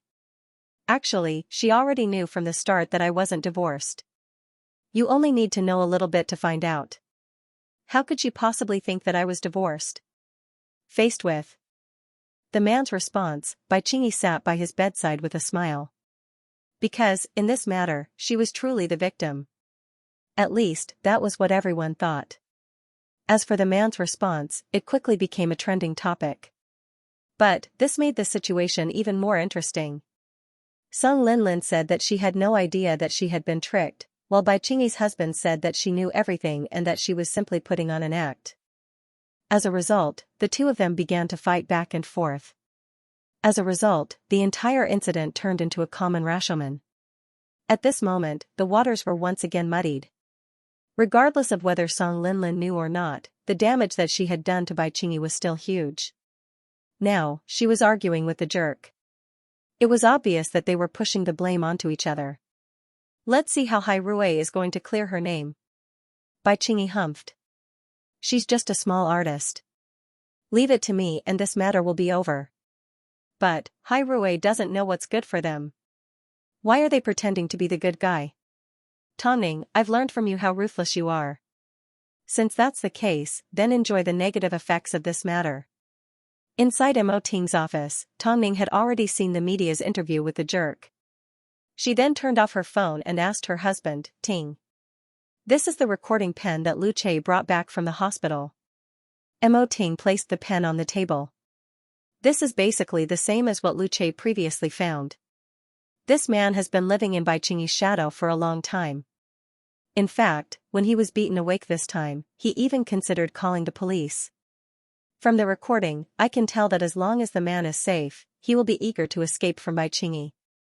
Have you arranged everything? I've already arranged it yesterday. From the moment Song Linlin's PR plan was decided, Mo Ting had already instructed Lu Che to follow up on Bai Qingyi's husband. Lu Che's men waited at the hospital for quite some time. In the end, they managed to get their hands on the conversation between the couple. Afterwards, Hai Rui released a few medical reports on Song Linlin's injuries. They claimed that Bai Qingyi had attacked Song Linlin, causing her to be covered in injuries and broken ribs. Although, many people felt that it was reasonable for the wife to find someone to teach the mistress a lesson and that Hai Rui shouldn't have brought it up, some people also felt that Bai Qingyi was too ruthless. But, some people felt that Bai Qingyi was too ruthless. Of course, Bai Qingyi did as she always did and pretended that nothing had happened. What lesson? Do I need to find someone to teach her a lesson? What status do I have and what does she have? Even though I'm angry, I have no intention of causing trouble for her. Didn't you see? Even though my husband treated me like this, I've never gotten angry at him. By the way, are you sure that she didn't direct and put on an act? I've already tolerated enough of my husband cheating. I never thought that I would have to endure this kind of humiliation. Bai Qingyi was good at putting on an act, but it wasn't because she was forced. She simply loved acting. When the media heard her cry, they naturally felt a little pity for her. After all, she was the daughter of a sports star and came from a wealthy family. So, there was no need for her to cause trouble for Song Linlin and lower her status. It seems like every cell in her body is playing along with her act, Tongning laughed as she watched the video of Bai Qingyi's interview. After watching Bai Qingyi's interview, Tongning couldn't help but laugh. If she joined the industry, I'm sure no one would be able to compete with her for the title of Best Actress. Bai Qingyi was different from others. It was in her nature to like things that were fake. Lu Che has already coordinated with the hospital. We'll be able to get her out tonight, Mo Ting replied as he read through some documents. I'm at the entrance of the hospital. I've contacted all the mainstream media to interview Bai Qingyi's husband. In that case, will there be a surprise tonight? Since Bai Qingyi wasn't afraid of scandals, they had no choice but to expose her. But, apart from her father, who else in the world understood her the most? That was her husband, to be exact. Not only Bai Qingyi, but even the boxing champion, Bai Qingyi's husband, was going to be accused, as Song Linlin watched Tongning and Mo Ting do everything they could. To help her recover, she suddenly felt a little emotional. Apart from the jerk that occasionally showed concern for her, no one else had treated her with such sincerity. If only she could be of some use. Unfortunately, there was nothing she could do at the moment. No, she really wanted to repay Tongning and Mo Ting. But, she was a fallen singer. What could she do for the king and queen? With this thought, Song Linlin grabbed the pen and paper on the bedside table. Perhaps, she could write a song specifically for the two of them. No, she could write the theme song for their upcoming The Ant Queen too. But, that wasn't enough. She wanted to be their professional singer. She wanted to do anything for them, to repay them for a lifetime of kindness. That way, she would at least prove that she was still of some use. Meanwhile, at the hospital, Bai Qingyi's husband was anxiously waiting for someone to pick him up. Even in his dreams, he wanted to leave Bai Qingyi, the madwoman that wrote and directed everything. He never thought about why he married a woman like her. Bai Qingyi didn't cheat or fool around, but she didn't want to live a normal life either. Plus, the things that she did always hurt him. This made him feel terrified. So, as soon as he saw the understanding Song Linlin, he fell in love with her uncontrollably. He was willing to pay any price to be with her. However, he never expected that Song Linlin would end up in such a pitiful state. If he could turn back time, he would rather die than get involved with Song Linlin. After all, without him, Song Linlin would still be an A-list singer with a limitless future in Hai Rue. With this thought, he became even more determined to escape. In the middle of the night, Bai Qingyi's men were still guarding the patient's room. But, the man lying on the bed was already sweating profusely. A moment later, the sound of a conversation could be heard outside the door. The man sat up in bed and saw two tall men dressed in black helping him into a wheelchair. Wait, help me bring the laptop under my bed. There are a lot of videos of me enduring domestic abuse at home. The men in black followed his instructions and handed the laptop to him. Afterwards, the three men left the hospital. At this time, Bai Qingyi's men chased after them. What are you doing? But, the men in black simply turned around and glanced coldly at the man in black. With a single glance, the man in black could tell that the man in front of them wasn't someone to be trifled with. They were filled with a murderous aura. Seeing this, Bai Qingyi's husband finally let out a sigh of relief. This meant that he was about to leave that woman. He could give up everything. All he wanted now was to fight for his own freedom. In a moment, after you leave the hospital, President Mo has arranged for a large number of media outlets to interview you. You can tell them all about your grievances and provide them with evidence. The man held onto the laptop and nodded his head. Okay. Mo Ting was afraid that he would go back on his word. But, of course, there was another reason. He was afraid that Bai Qingyi would take action as soon as she found out that her husband had run away. Soon, the three men arrived at the entrance of the hospital. The media, who had already been notified, immediately swarmed towards them. Mr. Rong, we heard that you have some big news to reveal tonight. Mr. Rong, why did you run away from the hospital in the middle of the night? Don't panic, I will explain everything to you, the man said as he held on to the laptop tightly. The man hugged his laptop tightly as he spoke to the media. He waited for the media to establish a good order before he spoke again. Rong Xiuyuan, during the interview with the reporters today, everything I said, including accusing Song Linlin, was because I was threatened by Bai Qingyi. Song Linlin had no idea that I wasn't divorced because I had indeed forged a divorce certificate. Song Linlin has been dragged down by Bai Qingyi from the beginning. Whether it's in terms of feelings or now that she's being retaliated against by Bai Qingyi. Perhaps everyone doesn't know this, but from the moment I married Bai Qingyi, this woman has never treated me like a normal man. She does whatever she wants. If I don't do what she wants, she complains to her father and I end up getting beaten up. I know that no matter what I say, there's nothing I can do about it. But, you probably don't know how much I want to get a divorce. But, I don't have the courage to say it, because I get beaten and scolded at every turn. My hospitalization this time is considered light. In that case, Mr. Rong, are you trying to accuse your wife and father-in-law of domestic abuse? The reporters began to help him get to the point. Yes, the man nodded. In fact, it's been going on for years. Song Linlin didn't forge any chat records. You lied to her, didn't you? Yes, Linlin had no idea from the beginning to the end. In that case, what evidence do you have to prove that the Bai family has been abusing you? Do you know the price you will have to pay for slandering the Fist King? Evidence? Of course I have evidence. After speaking, Rong Shuyuan raised the laptop in his hands. I've saved a lot of evidence on my laptop. I will soon send it to the media and reveal the truth to the public. The media immediately snapped furiously at the laptop in his hands. After all, this incident didn't just involve Song Linlin's innocence, it also implicated the representative of the country's honor, boxing champion Bai Xiaoyu, for abusing someone. The man was brave. After all, he was ready to fight the Bai family to the end. But, at this critical moment, Bai Qingyi arrived at the hospital after receiving a call. She squeezed past the reporters, grabbed her husband's laptop and smashed it. Everyone watched as the scene unfolded. Wasn't Bai Qingyi a weak person? Why did she suddenly change into a different person? As she stood in front of the reporters, she did not say a word. She simply smiled sweetly. "Hubby, you should take your medicine. You're quite sick." Her meaning was obvious. She asked for evidence, but now that it was destroyed, what else could she do? Bai Qingyi, you've resorted to all sorts of methods to cover up the truth. Hubby, this is a family matter. You shouldn't expose it in front of others and make a joke of yourself. Plus, is it evidence just because you say it's evidence? Who can prove it? You've already smashed the evidence, so of course there's nothing left. I'm sorry about that. Rong Shuyuan glared at Bai Qingyi. In the end, she had no choice but to say to the bodyguards behind her, "Let's go." Of course, Bai Qingyi couldn't force her husband to stay in front of the public. But, she had already destroyed the evidence. She wanted to see what other tricks Hai Rui had up their sleeves. The reporters looked at the shattered laptop on the floor and looked at Bai Qingyi in surprise. If she wasn't guilty, why was she afraid of her husband exposing the video?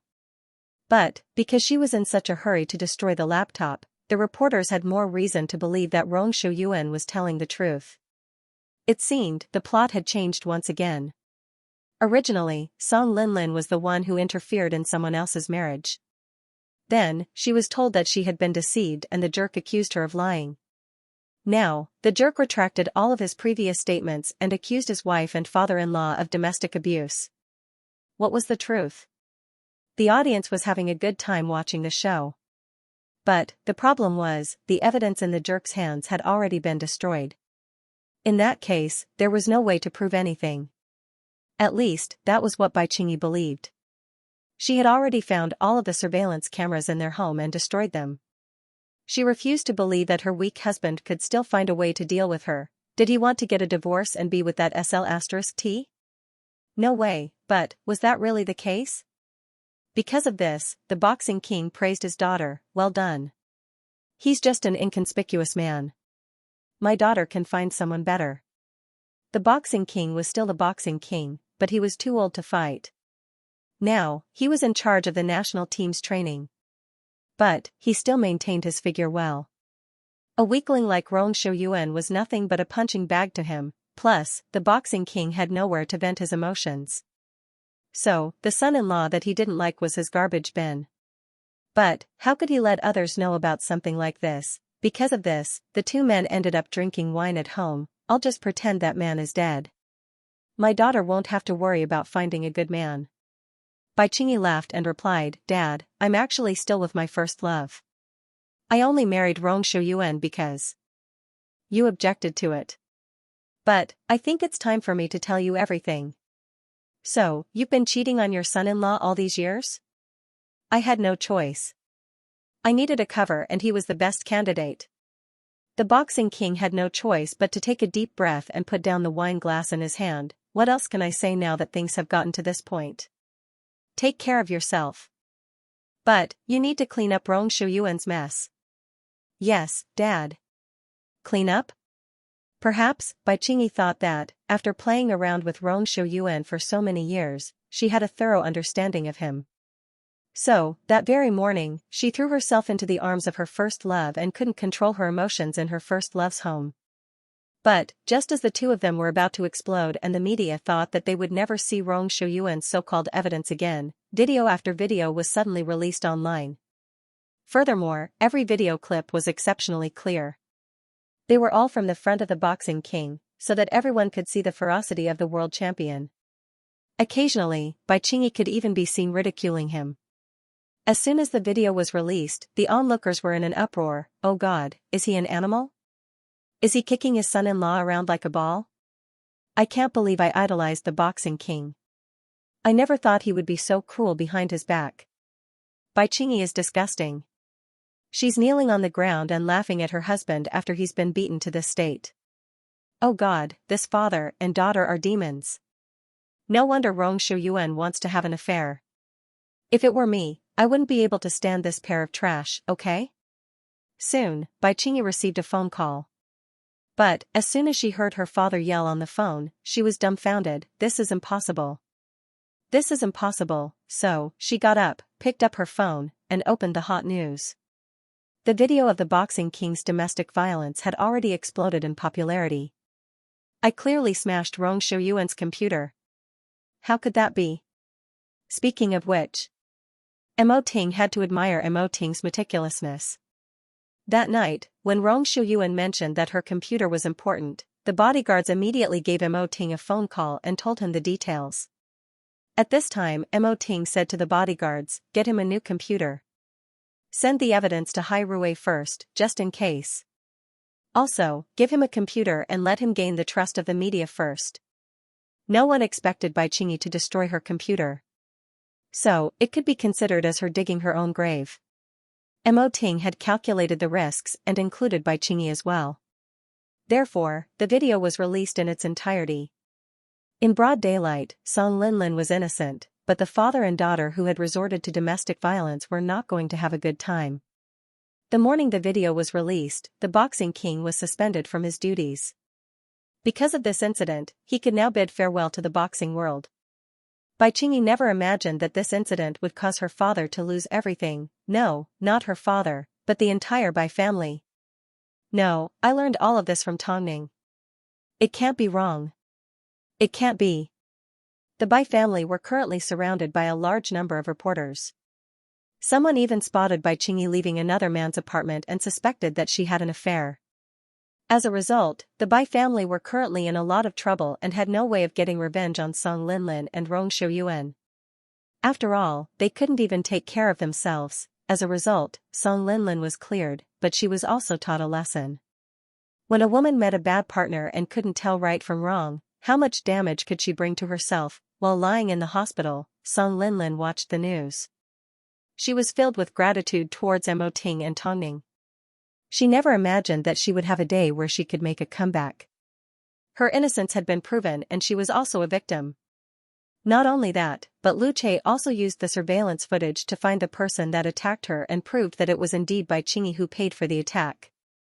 So, she was now standing on the side of the victim and received a lot of sympathy. After Rong Shuyuan regained her freedom, the first thing she did was rush to the hospital to see Song Linlin.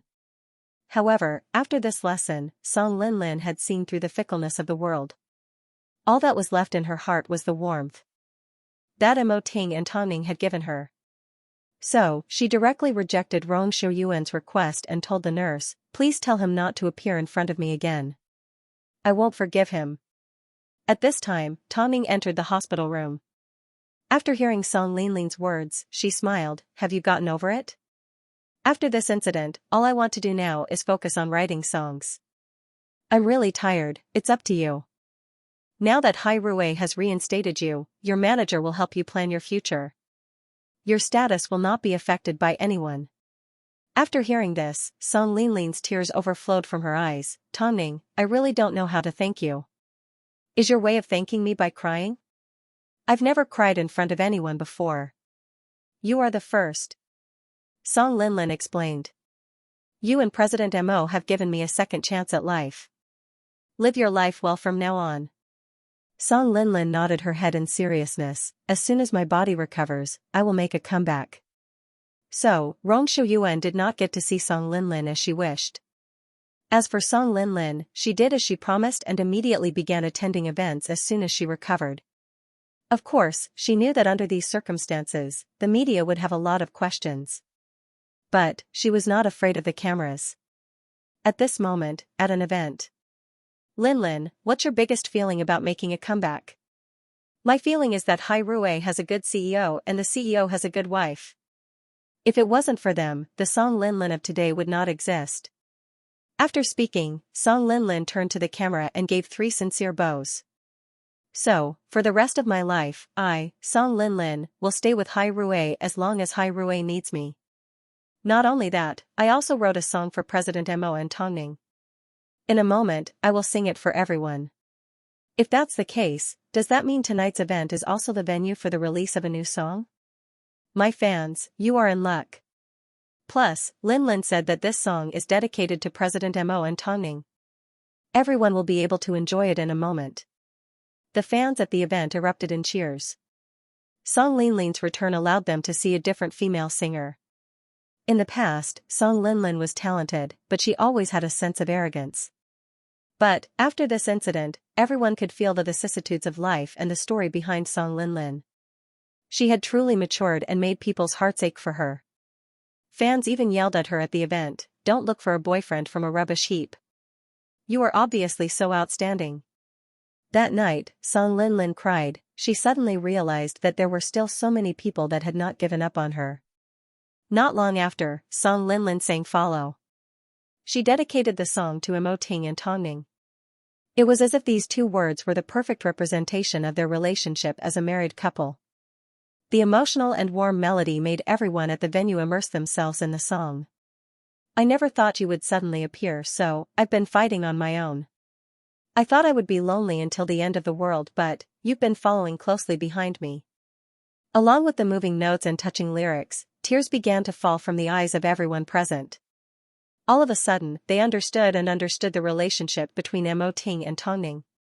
How they relied on each other for survival. That night, Tong Ning and Mo Ting leaned against each other as they hugged Yen Air and watched Song Linlin perform. Hearing the song, Tong Ning revealed a slight smile. She really put her heart into it.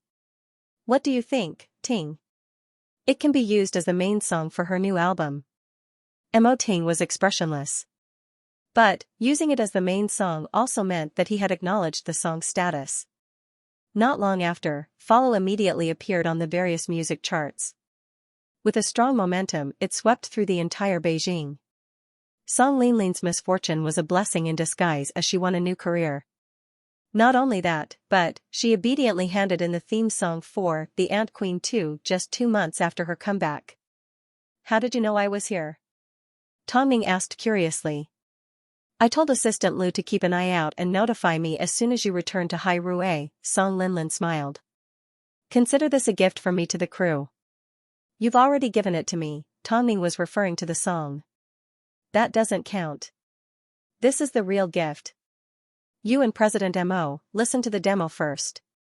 As Tong Ning held on to the samples, her heart was filled with mixed emotions. Who could have predicted this? Back then, she didn't help Song Linlin because of these gifts. So, after putting down the demo, she said to Song Linlin, you don't need to work so hard for me and Ting. From now on, as long as you have better taste in men and don't cause any more scandals, we will be satisfied. Don't worry, it won't happen again. After Song Linlin left the office, Tong Ning handed the demo to Mo Ting. give it a try. Who knows, the film might not be popular, but the theme song might be. Mo Ting looked at Tong Ning dotingly and handed the demo to Lu Che. He then handed it to the professionals to handle. Song Linlin was indeed considerate. Of course, by this time, the Bai family had already fallen. After being exposed to multiple scandals, the father and daughter finally shed their mask of kindness. In the end, the boxing champion was kicked out of the national team and Bai Qingyi was found to have cheated on her husband. In fact, she was even crazier than Rong Shuyuan and it happened even earlier. But, no matter what happened, it had nothing to do with Hai Rui and Song Linlin. After all, Tong Ning wasn't interested in stepping on a fallen dog. Elder Nangong watched as Hai Rui dealt with the crisis and couldn't help but admit that Mo Ting was indeed capable. If Springfall was in their place, they definitely wouldn't be able to elevate Song Linlin to new heights. But, it didn't matter as long as it didn't hinder the development of Parasite, otherwise, he would show the Mo couple the true meaning of ruthlessness. With this thought, Elder Nangong couldn't help but pat little Eggshell on the head. Have you been happy at school lately? Kai Great-grandfather, I've made up with my two buddies. That's why Kai is happy every day. As long as you're happy. Elder Nangong said with a deeper meaning. As long as Kai is happy, I'm happy too. Seeing the grandfather and granddaughter getting closer, Nangong Quan felt both relieved and dangerous. He still hadn't let down his guard against Elder Nangong. He was afraid that Elder Nangong would one day use little Eggshell because of his hatred towards the Mo family. Su Yuran noticed the worry in Nangong Quan's eyes, so she comforted, you can't possibly tell little Eggshell to hide from grandfather, right? That would be too hurtful. But, I still have to be cautious. Nangong Quan said as he held onto Su Yuran's hand. You won't understand how much I treasure this family that I've worked so hard to build. But, the human heart is so hard to control. Su Yuran sighed and shook her head, I don't know when grandfather will truly let go. I'm afraid it'll be difficult. After hearing Nangong Quan's words, Su Yuran wanted to do something, but she realized there was nothing she could do. The next day, Elder Nangong offered to take little Eggshell to school. Su Yuran was naturally terrified because she was afraid that Elder Nangong would find out that little Eggshell was close to the Mo brothers. Grandfather. I can handle something like this, the office is free today anyway, so I have nothing to do. Kai do you want great-grandfather to take you to school? Little Eggshell glanced at Su Yuran and then at Elder Nangong. In the end, she nodded her head, I like it. Mommy, just agree to it. Seeing this, Su Yuran had no choice but to nod her head. Little Eggshell was still so young, so Su Yuran didn't want her to be dragged into an adult's grudge. Hopefully, Elder Nangong simply wanted to take little Eggshell to school and had no other motives. Nangong Quan understood that Su Yuran was worried, so he said, if you're worried, I can send someone to follow her. I'm worried that grandfather will find out about the Mo brothers, don't think that way. Leave this matter to me. The grandfather and granddaughter duo knew what their parents were talking about, but they both winked at each other in unison. After all, little Eggshell had received permission from great-grandfather, so their parents were worrying for nothing. But, they had no idea. After all, little Eggshell was still young. How could she know that she was being used? Nangong Quan sent someone to follow Elder Nangong and little Eggshell. Of course, this did not escape Elder Nangong's eyes. Although he was a little disappointed, he understood that Nangong Quan loved his daughter so much. Soon, the grandfather and grandson arrived at the school gates. As Elder Nangong had left the school at the right time, he bumped into the two Mo brothers. Little Eggshell was excited as she dragged Elder Nangong forward, great-grandfather, look, they're over there. Mo Zishi heard little Eggshell's voice as he turned around excitedly. As soon as he saw little Eggshell dragging an old man over, Mo Zichin was left standing in the same spot. Kevin, look, I brought my great-grandfather here. Little Eggshell said excitedly as she pointed to Elder Nangong. Mo Zishi glanced at Elder Nangong and hurriedly greeted politely, hello, grandfather. No wonder little Eggshell couldn't even think about food or tea because of these two brothers. Just based on their similar looks to Mo Ting's, they were enough to attract girls. Hello, little rascal. Great-grandfather, you can drop us off here. I'll go in with them. Little Eggshell said to Elder Nangong before she naturally held on to Mo Zishi's hand. Okay, I'll be going then. Elder Nangong scoffed as he looked at the two holding hands. If it wasn't for the incident in the past, he might have been able to pick a Mo family member to be his grandson-in-law. But, with a vengeance in front of him, he couldn't allow his great-granddaughter to have anything to do with these two brothers. Moreover, his great-granddaughter could totally deserve a better one. Elder Nangong did not notice that not too far away, a pair of mischievous eyes were staring at him. From the beginning, Mo Zichen remained uninvolved and never approached Little Eggshell. He would only say a few words from time to time. But, he knew when to draw a line. Because, he finally understood what it meant to have an enemy. From the numerous conversations between Mo Ting and Tongning, Elder Nangong was well aware that Elder Nangong was his enemy. As a result, he had always been indifferent towards Little Eggshell. Of course, it seemed he was always indifferent towards everyone. Because of this, Mo Zishi asked his brother in private, "Lil bro, do you not like Little Eggshell?"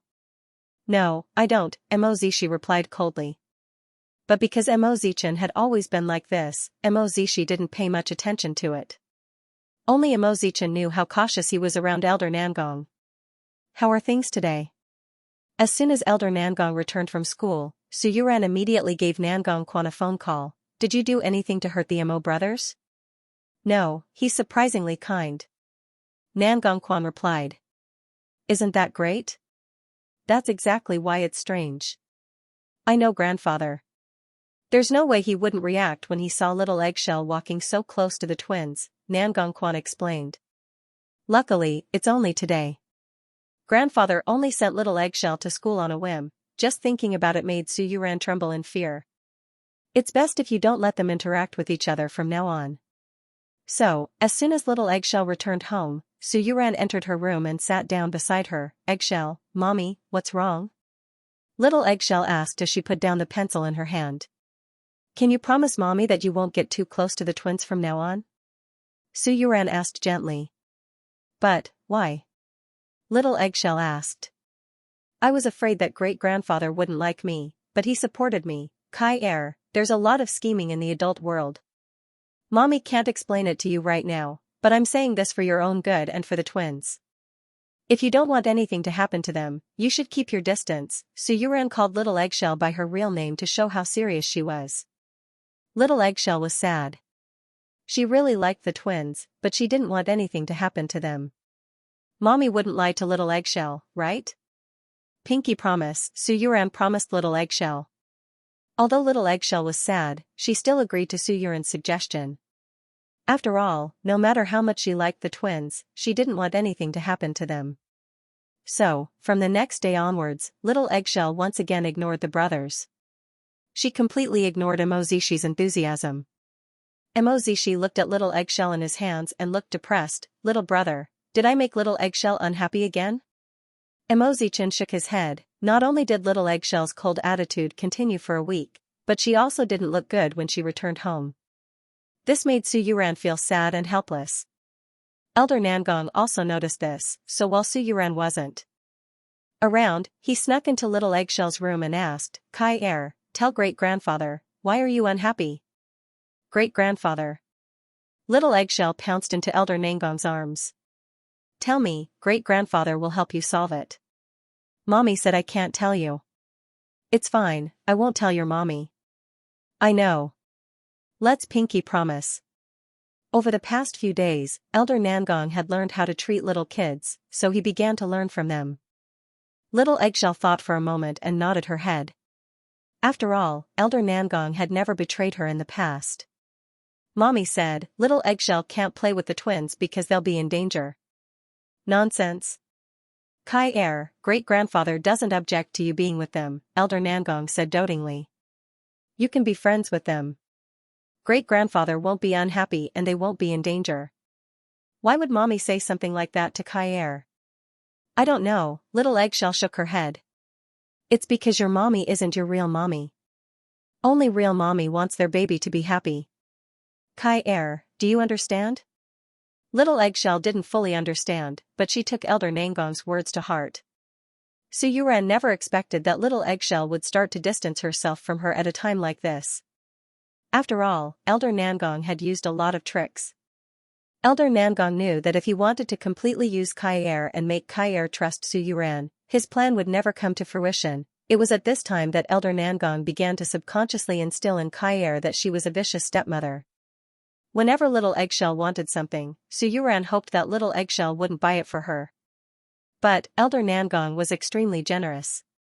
Little Eggshell wanted to play games with the Mo brothers, but Su Yuran didn't allow it. Yet, Elder Nangong continued to find opportunities for her. In the end, even though Little Eggshell and Su Yuran were still close on the surface, she never told Su Yuran her secrets. Instead, she told Elder Nangong everything. She knew that her great-grandfather truly doted on her and gave her everything she wanted. Nangong Quan gradually noticed the change in Little Eggshell, so he tried to talk to his daughter. But Little Eggshell simply ignored him. "Daddy, you're so annoying." In the past, the father and daughter depended on each other, so Little Eggshell's heart ached for her father. But now, with so many people in the family doting on her, it was inevitable for her to change. But the biggest change was that Elder Nangong was now the person that she clung to. Su Yuran was obviously the mother that she fancied. Because of this, Su Yuran was quite troubled. She could sense that Little Eggshell was slowly becoming more guarded against her, but she didn't know how to communicate with her. Was it because she told Little Eggshell not to play games with the Mo brothers that she made her unhappy? Su Yuran told Nangong Quan, "I feel like our daughter is slowly drifting away from us. Haven't you noticed?" After hearing this, Nangong Quan smiled helplessly. "I've already spoken to Little Eggshell, but she doesn't want to talk to me. How did things become like this in such a short period of time?" Su Yuran blamed herself. If she hadn't said what she did, Little Eggshell might not have left her side. "Don't think too much about it. I'll speak to Little Eggshell later."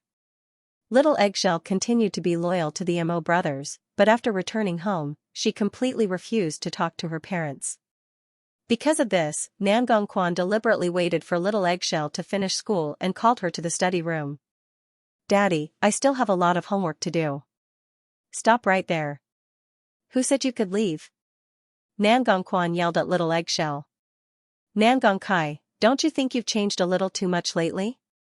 You're not close to Mom or Dad now. Do you treat Mom and Dad as enemies?" After hearing this, Little Eggshell turned around and looked at Nangong Quan pitifully, because Daddy isn't the same Daddy either. "You're still so young, what do you know? Did you think I don't know?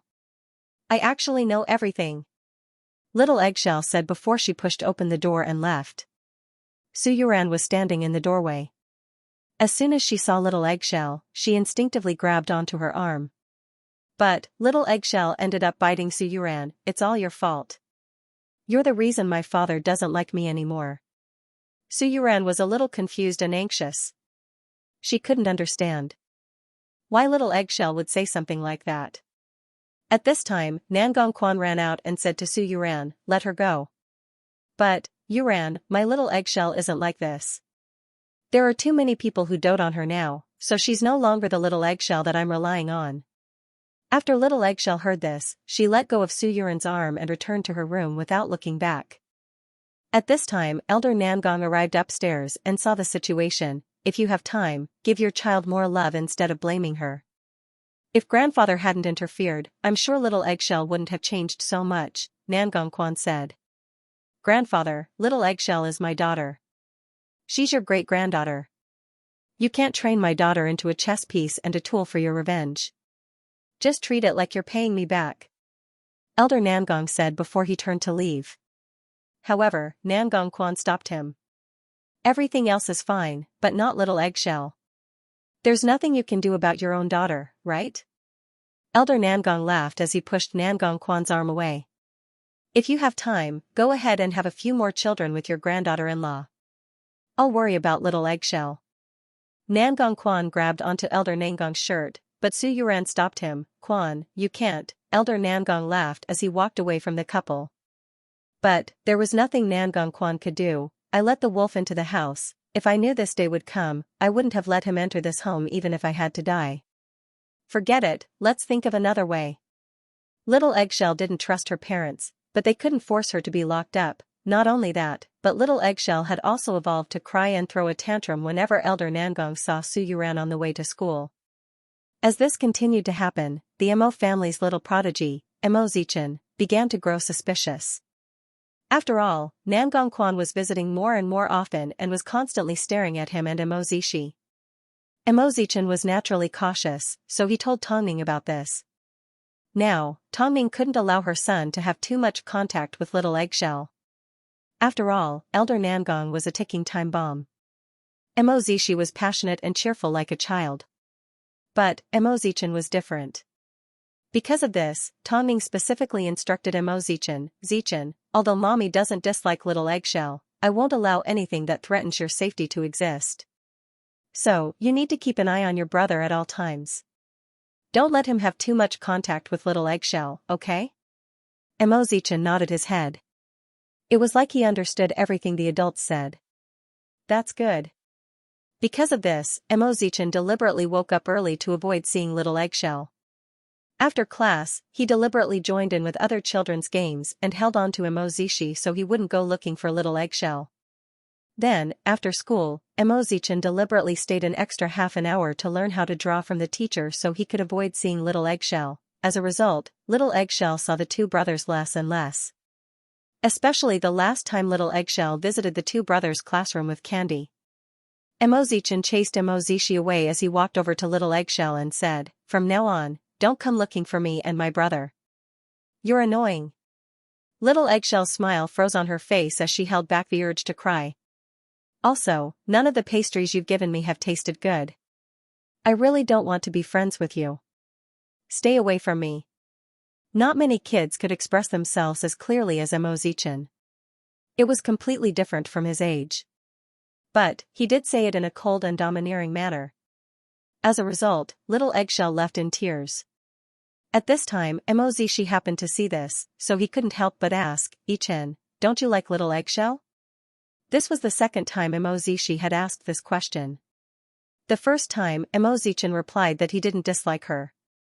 Now that he was caught red-handed, how could he say he didn't dislike her? Mo Zichin nodded his head. It's a little annoying. Although Mo Zishi was a little disappointed, he still stood by his brother's side. Okay, since you don't like her, I don't like her either. Mo Zichin glanced at his brother.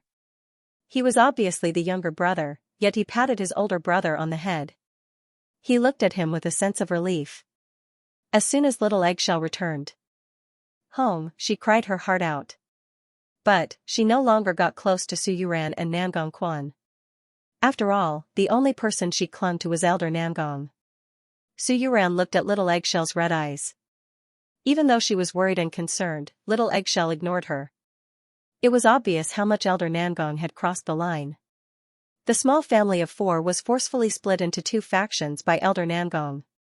Unfortunately, little Eggshell was still young, so Su Yuran couldn't explain things to her. Even if she did, she wouldn't believe her. After all, Elder Nangong doted on her and satisfied all her needs. For some reason, Su Yuran suddenly thought of Tongming. Although she didn't think it was right, she didn't want to be stuck in a dilemma any longer. She needed to find a way to win back little Eggshell's heart. Otherwise, it would be too late. So, she told Nangongquan that she wanted to meet up with Tongming. Although Nangongquan wanted to say something, he swallowed his words. Go ahead. I'll get someone to take you there. Not only did he have a bad relationship with his daughter, but he was also putting his wife in a dilemma. Nangongquan never expected that Su Yuran would put so much effort into little Eggshell. So, he couldn't allow Elder Nangong to continue spoiling little Eggshell like this. But, he still agreed to let Su Yuran see Tongming. After all, he felt that Tongming was a master at comforting people. There were some things that a woman wouldn't say in front of a man. But, when it came to another woman, a woman had endless complaints that needed to be vented. Afterwards, Nangongquan gave his assistant a phone call, "Pick Kair from school right now." "But we're in class right now." "Take some time off," Nangongquan said. If he was late, Elder Nangong would pick him up again. "Yes, President." The assistant immediately got to work. In reality, Tongming never expected that Su Yuran would one day ask her out again. Although, from her perspective, she could completely ignore Su Yuran, since she was already at her doorstep, there was no reason for her to ignore her. As soon as she stepped into Hyatt Regency, Su Yuran was a little nervous. After all, she was now Nangong Quan's wife, yet she was visiting the wife of her enemy. It didn't seem right. But, apart from Tongning, she didn't know who else in the world could help her. Just act like you used to. You don't need to be restrained, Tongning reminded. Yuran, have you encountered any difficulties? Ningjia, I need your help with something. Su Yuran gathered her courage and explained everything that happened at the Nangong family home to Tongning. Kaier doesn't listen to me and her father at all. We're all worried. The old man is trying to drive a wedge between us because little Eggshell has a good relationship with the two rascals at home, Tongning said straightforwardly. So, it's understandable that you came looking for me. I really don't know what to do right now. Elder Nangong has ulterior motives. It's impossible for me not to be prepared, Tongning smiled. I'm just afraid that Elder Nangong plans to treat Kaier like a chess piece and keep her by his side for a long time. If worst comes to worst, my two mischievous brats will just transfer to another school. But, what about you? That's why I came looking for you. Su Yuran looked at Tongning sincerely. Can you teach me how to win back Kaier's heart? Tongning thought for a moment and smiled. Logically speaking, little Eggshell is a girl, so you should understand how a girl thinks. Elder Nangong may have a lot of tricks up his sleeves, but he can't understand a little girl's heart. If you want to coax a child, there's only one thing you can do: cater to their interests. Capture little Eggshell's little secret and help her keep it a secret. That way, the two of you will be on the same side. This is the method that Elder Nangong is using to deal with the two of you. From little Eggshell's reaction to the two of you, it's obvious that he's taught her a lot about the two of you. Of course, the most important thing is Nangong Quan. That afternoon, Tongning shared a lot of her parenting experiences with Su Yuran. Combined with her own experiences, Su Yuran learned a lot about interacting with children. Of course, Tongning never imagined that she'd end up being a parenting tutor. But, Su Yuran was a person with principles. If she wasn't pushed to the limit, she would never have come looking for her. From this, Tongning could tell that the Nangong family was currently in a mess. As long as Elder Nangong was around, she shouldn't try to smooth things over and allow the Mo brothers to appear at the same school as little Eggshell. Since they weren't fated to be together, they shouldn't step on the dangerous path. If Elder Nangong actually used little Eggshell to harm the twins, it would be too late for regrets. So, Tongning called Mo Zichen over and tucked the little rascal between her legs. Why don't mommy transfer you to another school? How about that? Mo Zichen didn't have any objections, so it was obvious that Mo Zishi cared more. Mo Ting, on the other hand, wanted to finish the preschool period.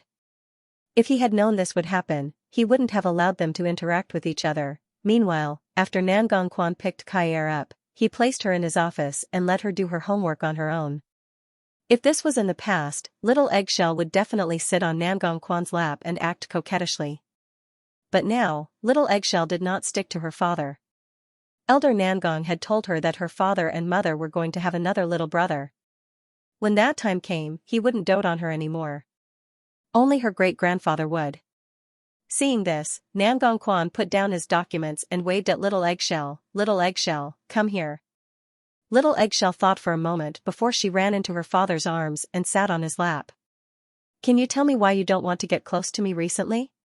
Great-grandfather said that you and mommy are going to have a little brother and that you won't care about little Eggshell anymore. Great-grandfather just told you that, and you believe him? Little Eggshell, you've lived with Daddy for 5 years. When has Daddy ever mistreated you? Daddy dotes on you so much, yet you only trust him. How can Daddy not be sad? Sorry. Daddy, little Eggshell lowered her head guiltily. Daddy doesn't need your apology. Daddy wants you to tell me, why do you trust great-grandfather so much? Daddy, I'm hungry. Little Eggshell suddenly changed the subject. Nangong Quan did not allow little Eggshell to change the subject. Instead, he said, Kaier, let Daddy make things clear to you today. If you continue to be with great-grandfather, then you don't want Daddy anymore. Other kids don't have to worry about this because their grandfathers are loving, but your great-grandfather isn't. Daddy, great-grandfather is very kind. Little Eggshell immediately spoke up for Elder Nangong. Fine. If you want to choose great-grandfather, then go live with him. From now on, Daddy won't have Kair anymore. To protect you, there are some things that Daddy can't tell you. For your own good, there are some things that I can't let you do. But, if you think that great-grandfather treats you better, then you can go with him. As soon as little Eggshell heard this, her eyes turned red. Daddy, you don't want Eggshell anymore. Eggshell doesn't want Daddy anymore. How much does Mommy worry about you every day? Yet, you don't appreciate it and you still treat Mommy with such an attitude. Kair, you should have known right from wrong a long time ago, but you're not like this now. You've disappointed Daddy. Nangongquan was very gentle and considerate as he said a lot to little Eggshell. Daddy won't blame you for choosing great-grandfather. But, I'm sure I'll be sad for a long time that my own daughter doesn't trust me. Daddy, I don't want to be separated from you. I don't want to. But, you don't trust Daddy. You don't trust Daddy anymore. Little Eggshell began to cry and sob. Nangongquan did not force her. Instead, he waited for her to stop crying before he allowed her to explain everything, including how much Elder Nangong had instilled in her during this period of time. He also told her that a stepmother wasn't as good as a real mother. After hearing this, Nangongquan did not say a word, but his heart was in turmoil. Afterwards, little Eggshell fell asleep on Nangongquan's lap. When he finished work, he carried her home. But, as soon as he entered the living room, he saw Elder Nangong waiting for him. Seeing that he was carrying little Eggshell, she immediately said, "Let me carry her, I know how to take care of my own daughter." Nangongquan rejected firmly. But now, Kai likes to stick to me. That was yesterday. Nangongquan said coldly, "Grandfather, since things have already gotten to this point, let me make things clear. Stop trying to drive a wedge between me and Kair. Kair is my daughter, so don't even think about using her as a chess piece. You'll have to step over my dead body first." Interesting. The old man chuckled. Nangongquan ignored him as he carried little Eggshell back to her room and placed her on the bed. But, at this time, little Eggshell suddenly sat up and hugged Nangongquan. "Daddy, I woke up on the way here. I heard everything you and great-grandfather said. Although I still don't understand what a chess piece is, I know it's definitely not a good thing. Daddy, I'm sorry, stay away from great-grandpa in the future. Do you hear me? Okay. Go to sleep." Nangongquan laid his daughter down and waited for her to fall asleep before he left the room. However, Elder Nangong was still sitting in the living room. Looking at his back, he looked lonely and cold. This was what it meant to be pitiful. There was bound to be something hateful about him. When they thought about the things that he did and the words that he said, it was impossible for anyone to sympathize with him. "Grandfather, I'm telling you right now, I won't seek revenge because I don't think the Mo family did anything wrong. I'll say it again, this is the last time I'm going to tolerate you. If you continue to hurt my family, then don't blame me for being unfilial." "I am not your family?" "Yes, you are my family." "Since you are my family, why did you hurt my wife and daughter?" Nangongquan asked. "If you want revenge, go ahead. If you want to find a chess piece, there are plenty of others out there. But, don't touch my family. You didn't even let go of a 5-year-old girl, let alone your own granddaughter." Elder Nangong did not respond. After all, ever since he returned to the Nangong family, he did not feel like he had received any respect. Even in this family, Nangongquan was constantly on guard against him. Since they were incompatible, why should he force it? "From now on, we are simply partners. Don't go overboard no matter what I do." After saying this, Elder Nangong turned and left the Nangong family home. Although Nangongquan's heart ached, there was nothing he could do. From afar, Su Yuran could hear the two arguing. In order not to cause any more trouble, she hid in the doorway and waited for the old man to leave before entering the house. "Don't be angry." Nangongquan took the opportunity to hug Su Yuran and apologized. "I'm sorry for making things so difficult for you after marrying me. Don't worry, to prevent something like this from happening, Ningjia will transfer the kids to another school next semester. As long as they don't see little Eggshell, Elder Nangong will have no reason to use her," Su Yuran comforted. "Plus, I didn't seem to be of much help. I didn't take good care of little Eggshell. Your job is to take care of my heart, while my job is to take care of you and little Eggshell." After hearing this, Su Yuran wrapped her arms around Nangong Quan tightly. However, she didn't know what extreme things he would do after his argument with Elder Nangong. Of course, Mo Ting and Tongning weren't afraid. Originally, Elder Nangong planned to use Little Eggshell to make a move on the Mo brothers. But, now that Little Eggshell's plan had failed, what else did he have left? All he had left was the collaboration with an American film company. Because of their hostile relationship, Little Eggshell and the Mo brothers drifted further and further away from each other. It was impossible for them to cross paths. Although Little Eggshell was sad, with her father and mother by her side, she didn't seem to be missing anything. It was just that a good period of childhood sweethearts had come to an end just like that, but the reality was, Elder Nangong had not given up on harming the Mo brothers. But he wasn't in a rush. Instead of wasting his time, he decided to take advantage of the time before the Ant Queen 2 was released and threaten them. If he failed this time, Elder Nangong didn't have the energy to continue fighting. But, this time, he was going to make the Mo family feel pain. Just in case, the two brothers of the Mo family finally transferred schools. However, even after the two of them left school, the students at school still didn't know who their parents were. So, the two kids were transferred to a prestigious school near Hyatt Regency. At a school like this, the teachers didn't care who your parents were. As long as you were sent there, you would receive the best education and the most gentle treatment. For the first few days, Mo Zishi was depressed. But, as soon as he integrated into the new environment, he returned to his original lively and cheerful self.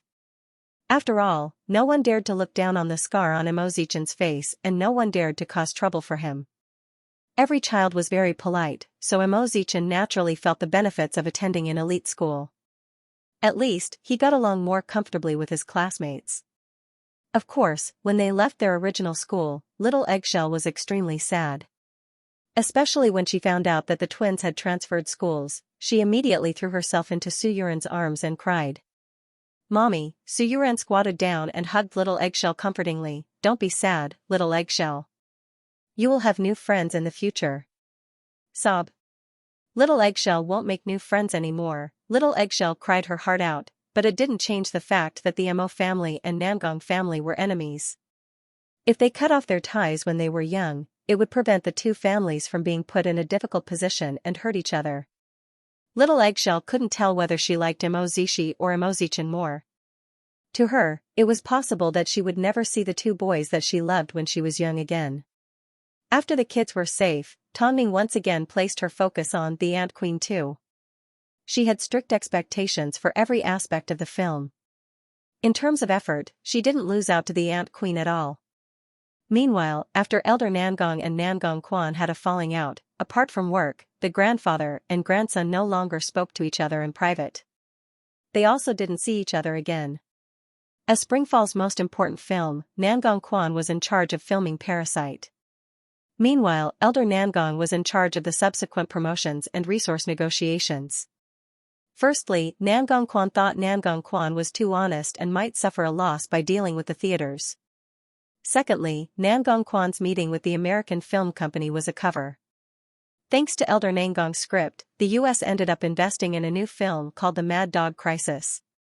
The story was based on parts that Elder Nangong had plagiarized from the Ant Queen and pieced together the story.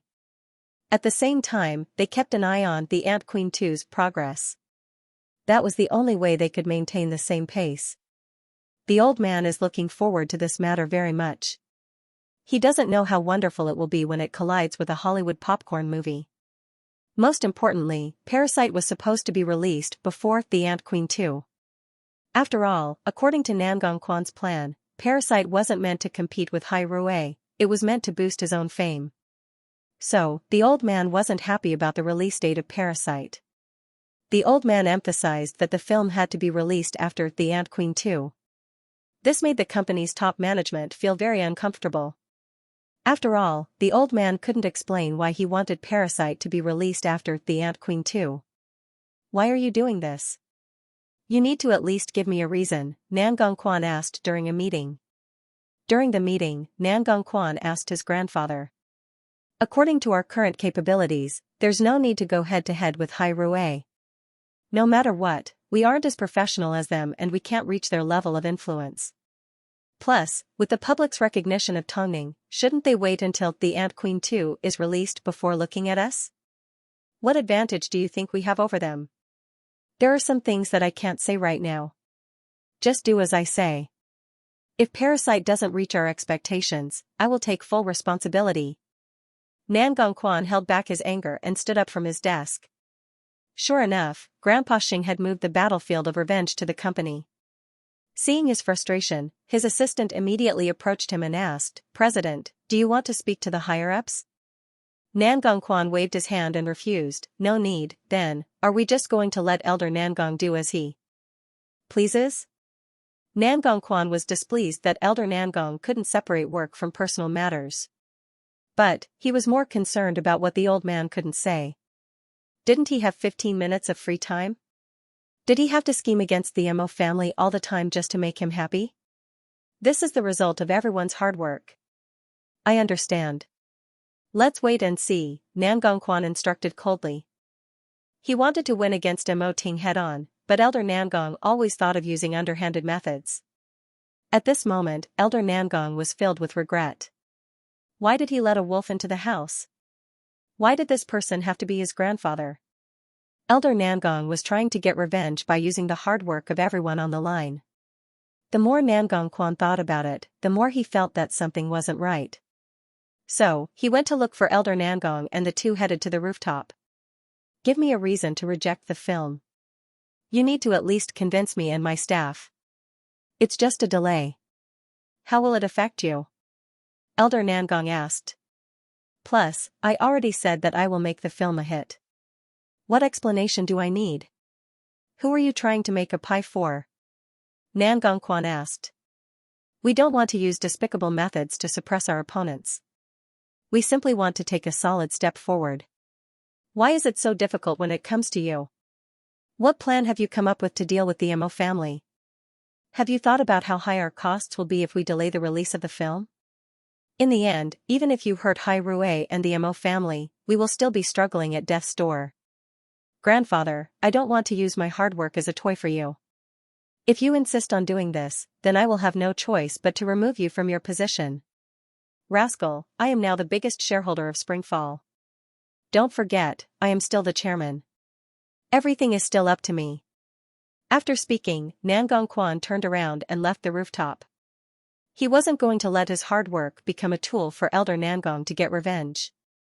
Of course, Elder Nangong's constant obstruction made Elder Nangong feel even worse.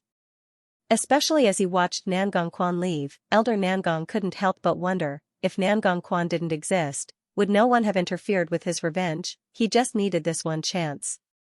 Why didn't Nan Gongquan give it to him? After all, this was his grandson. Why couldn't he be considerate? End of chapter 1170.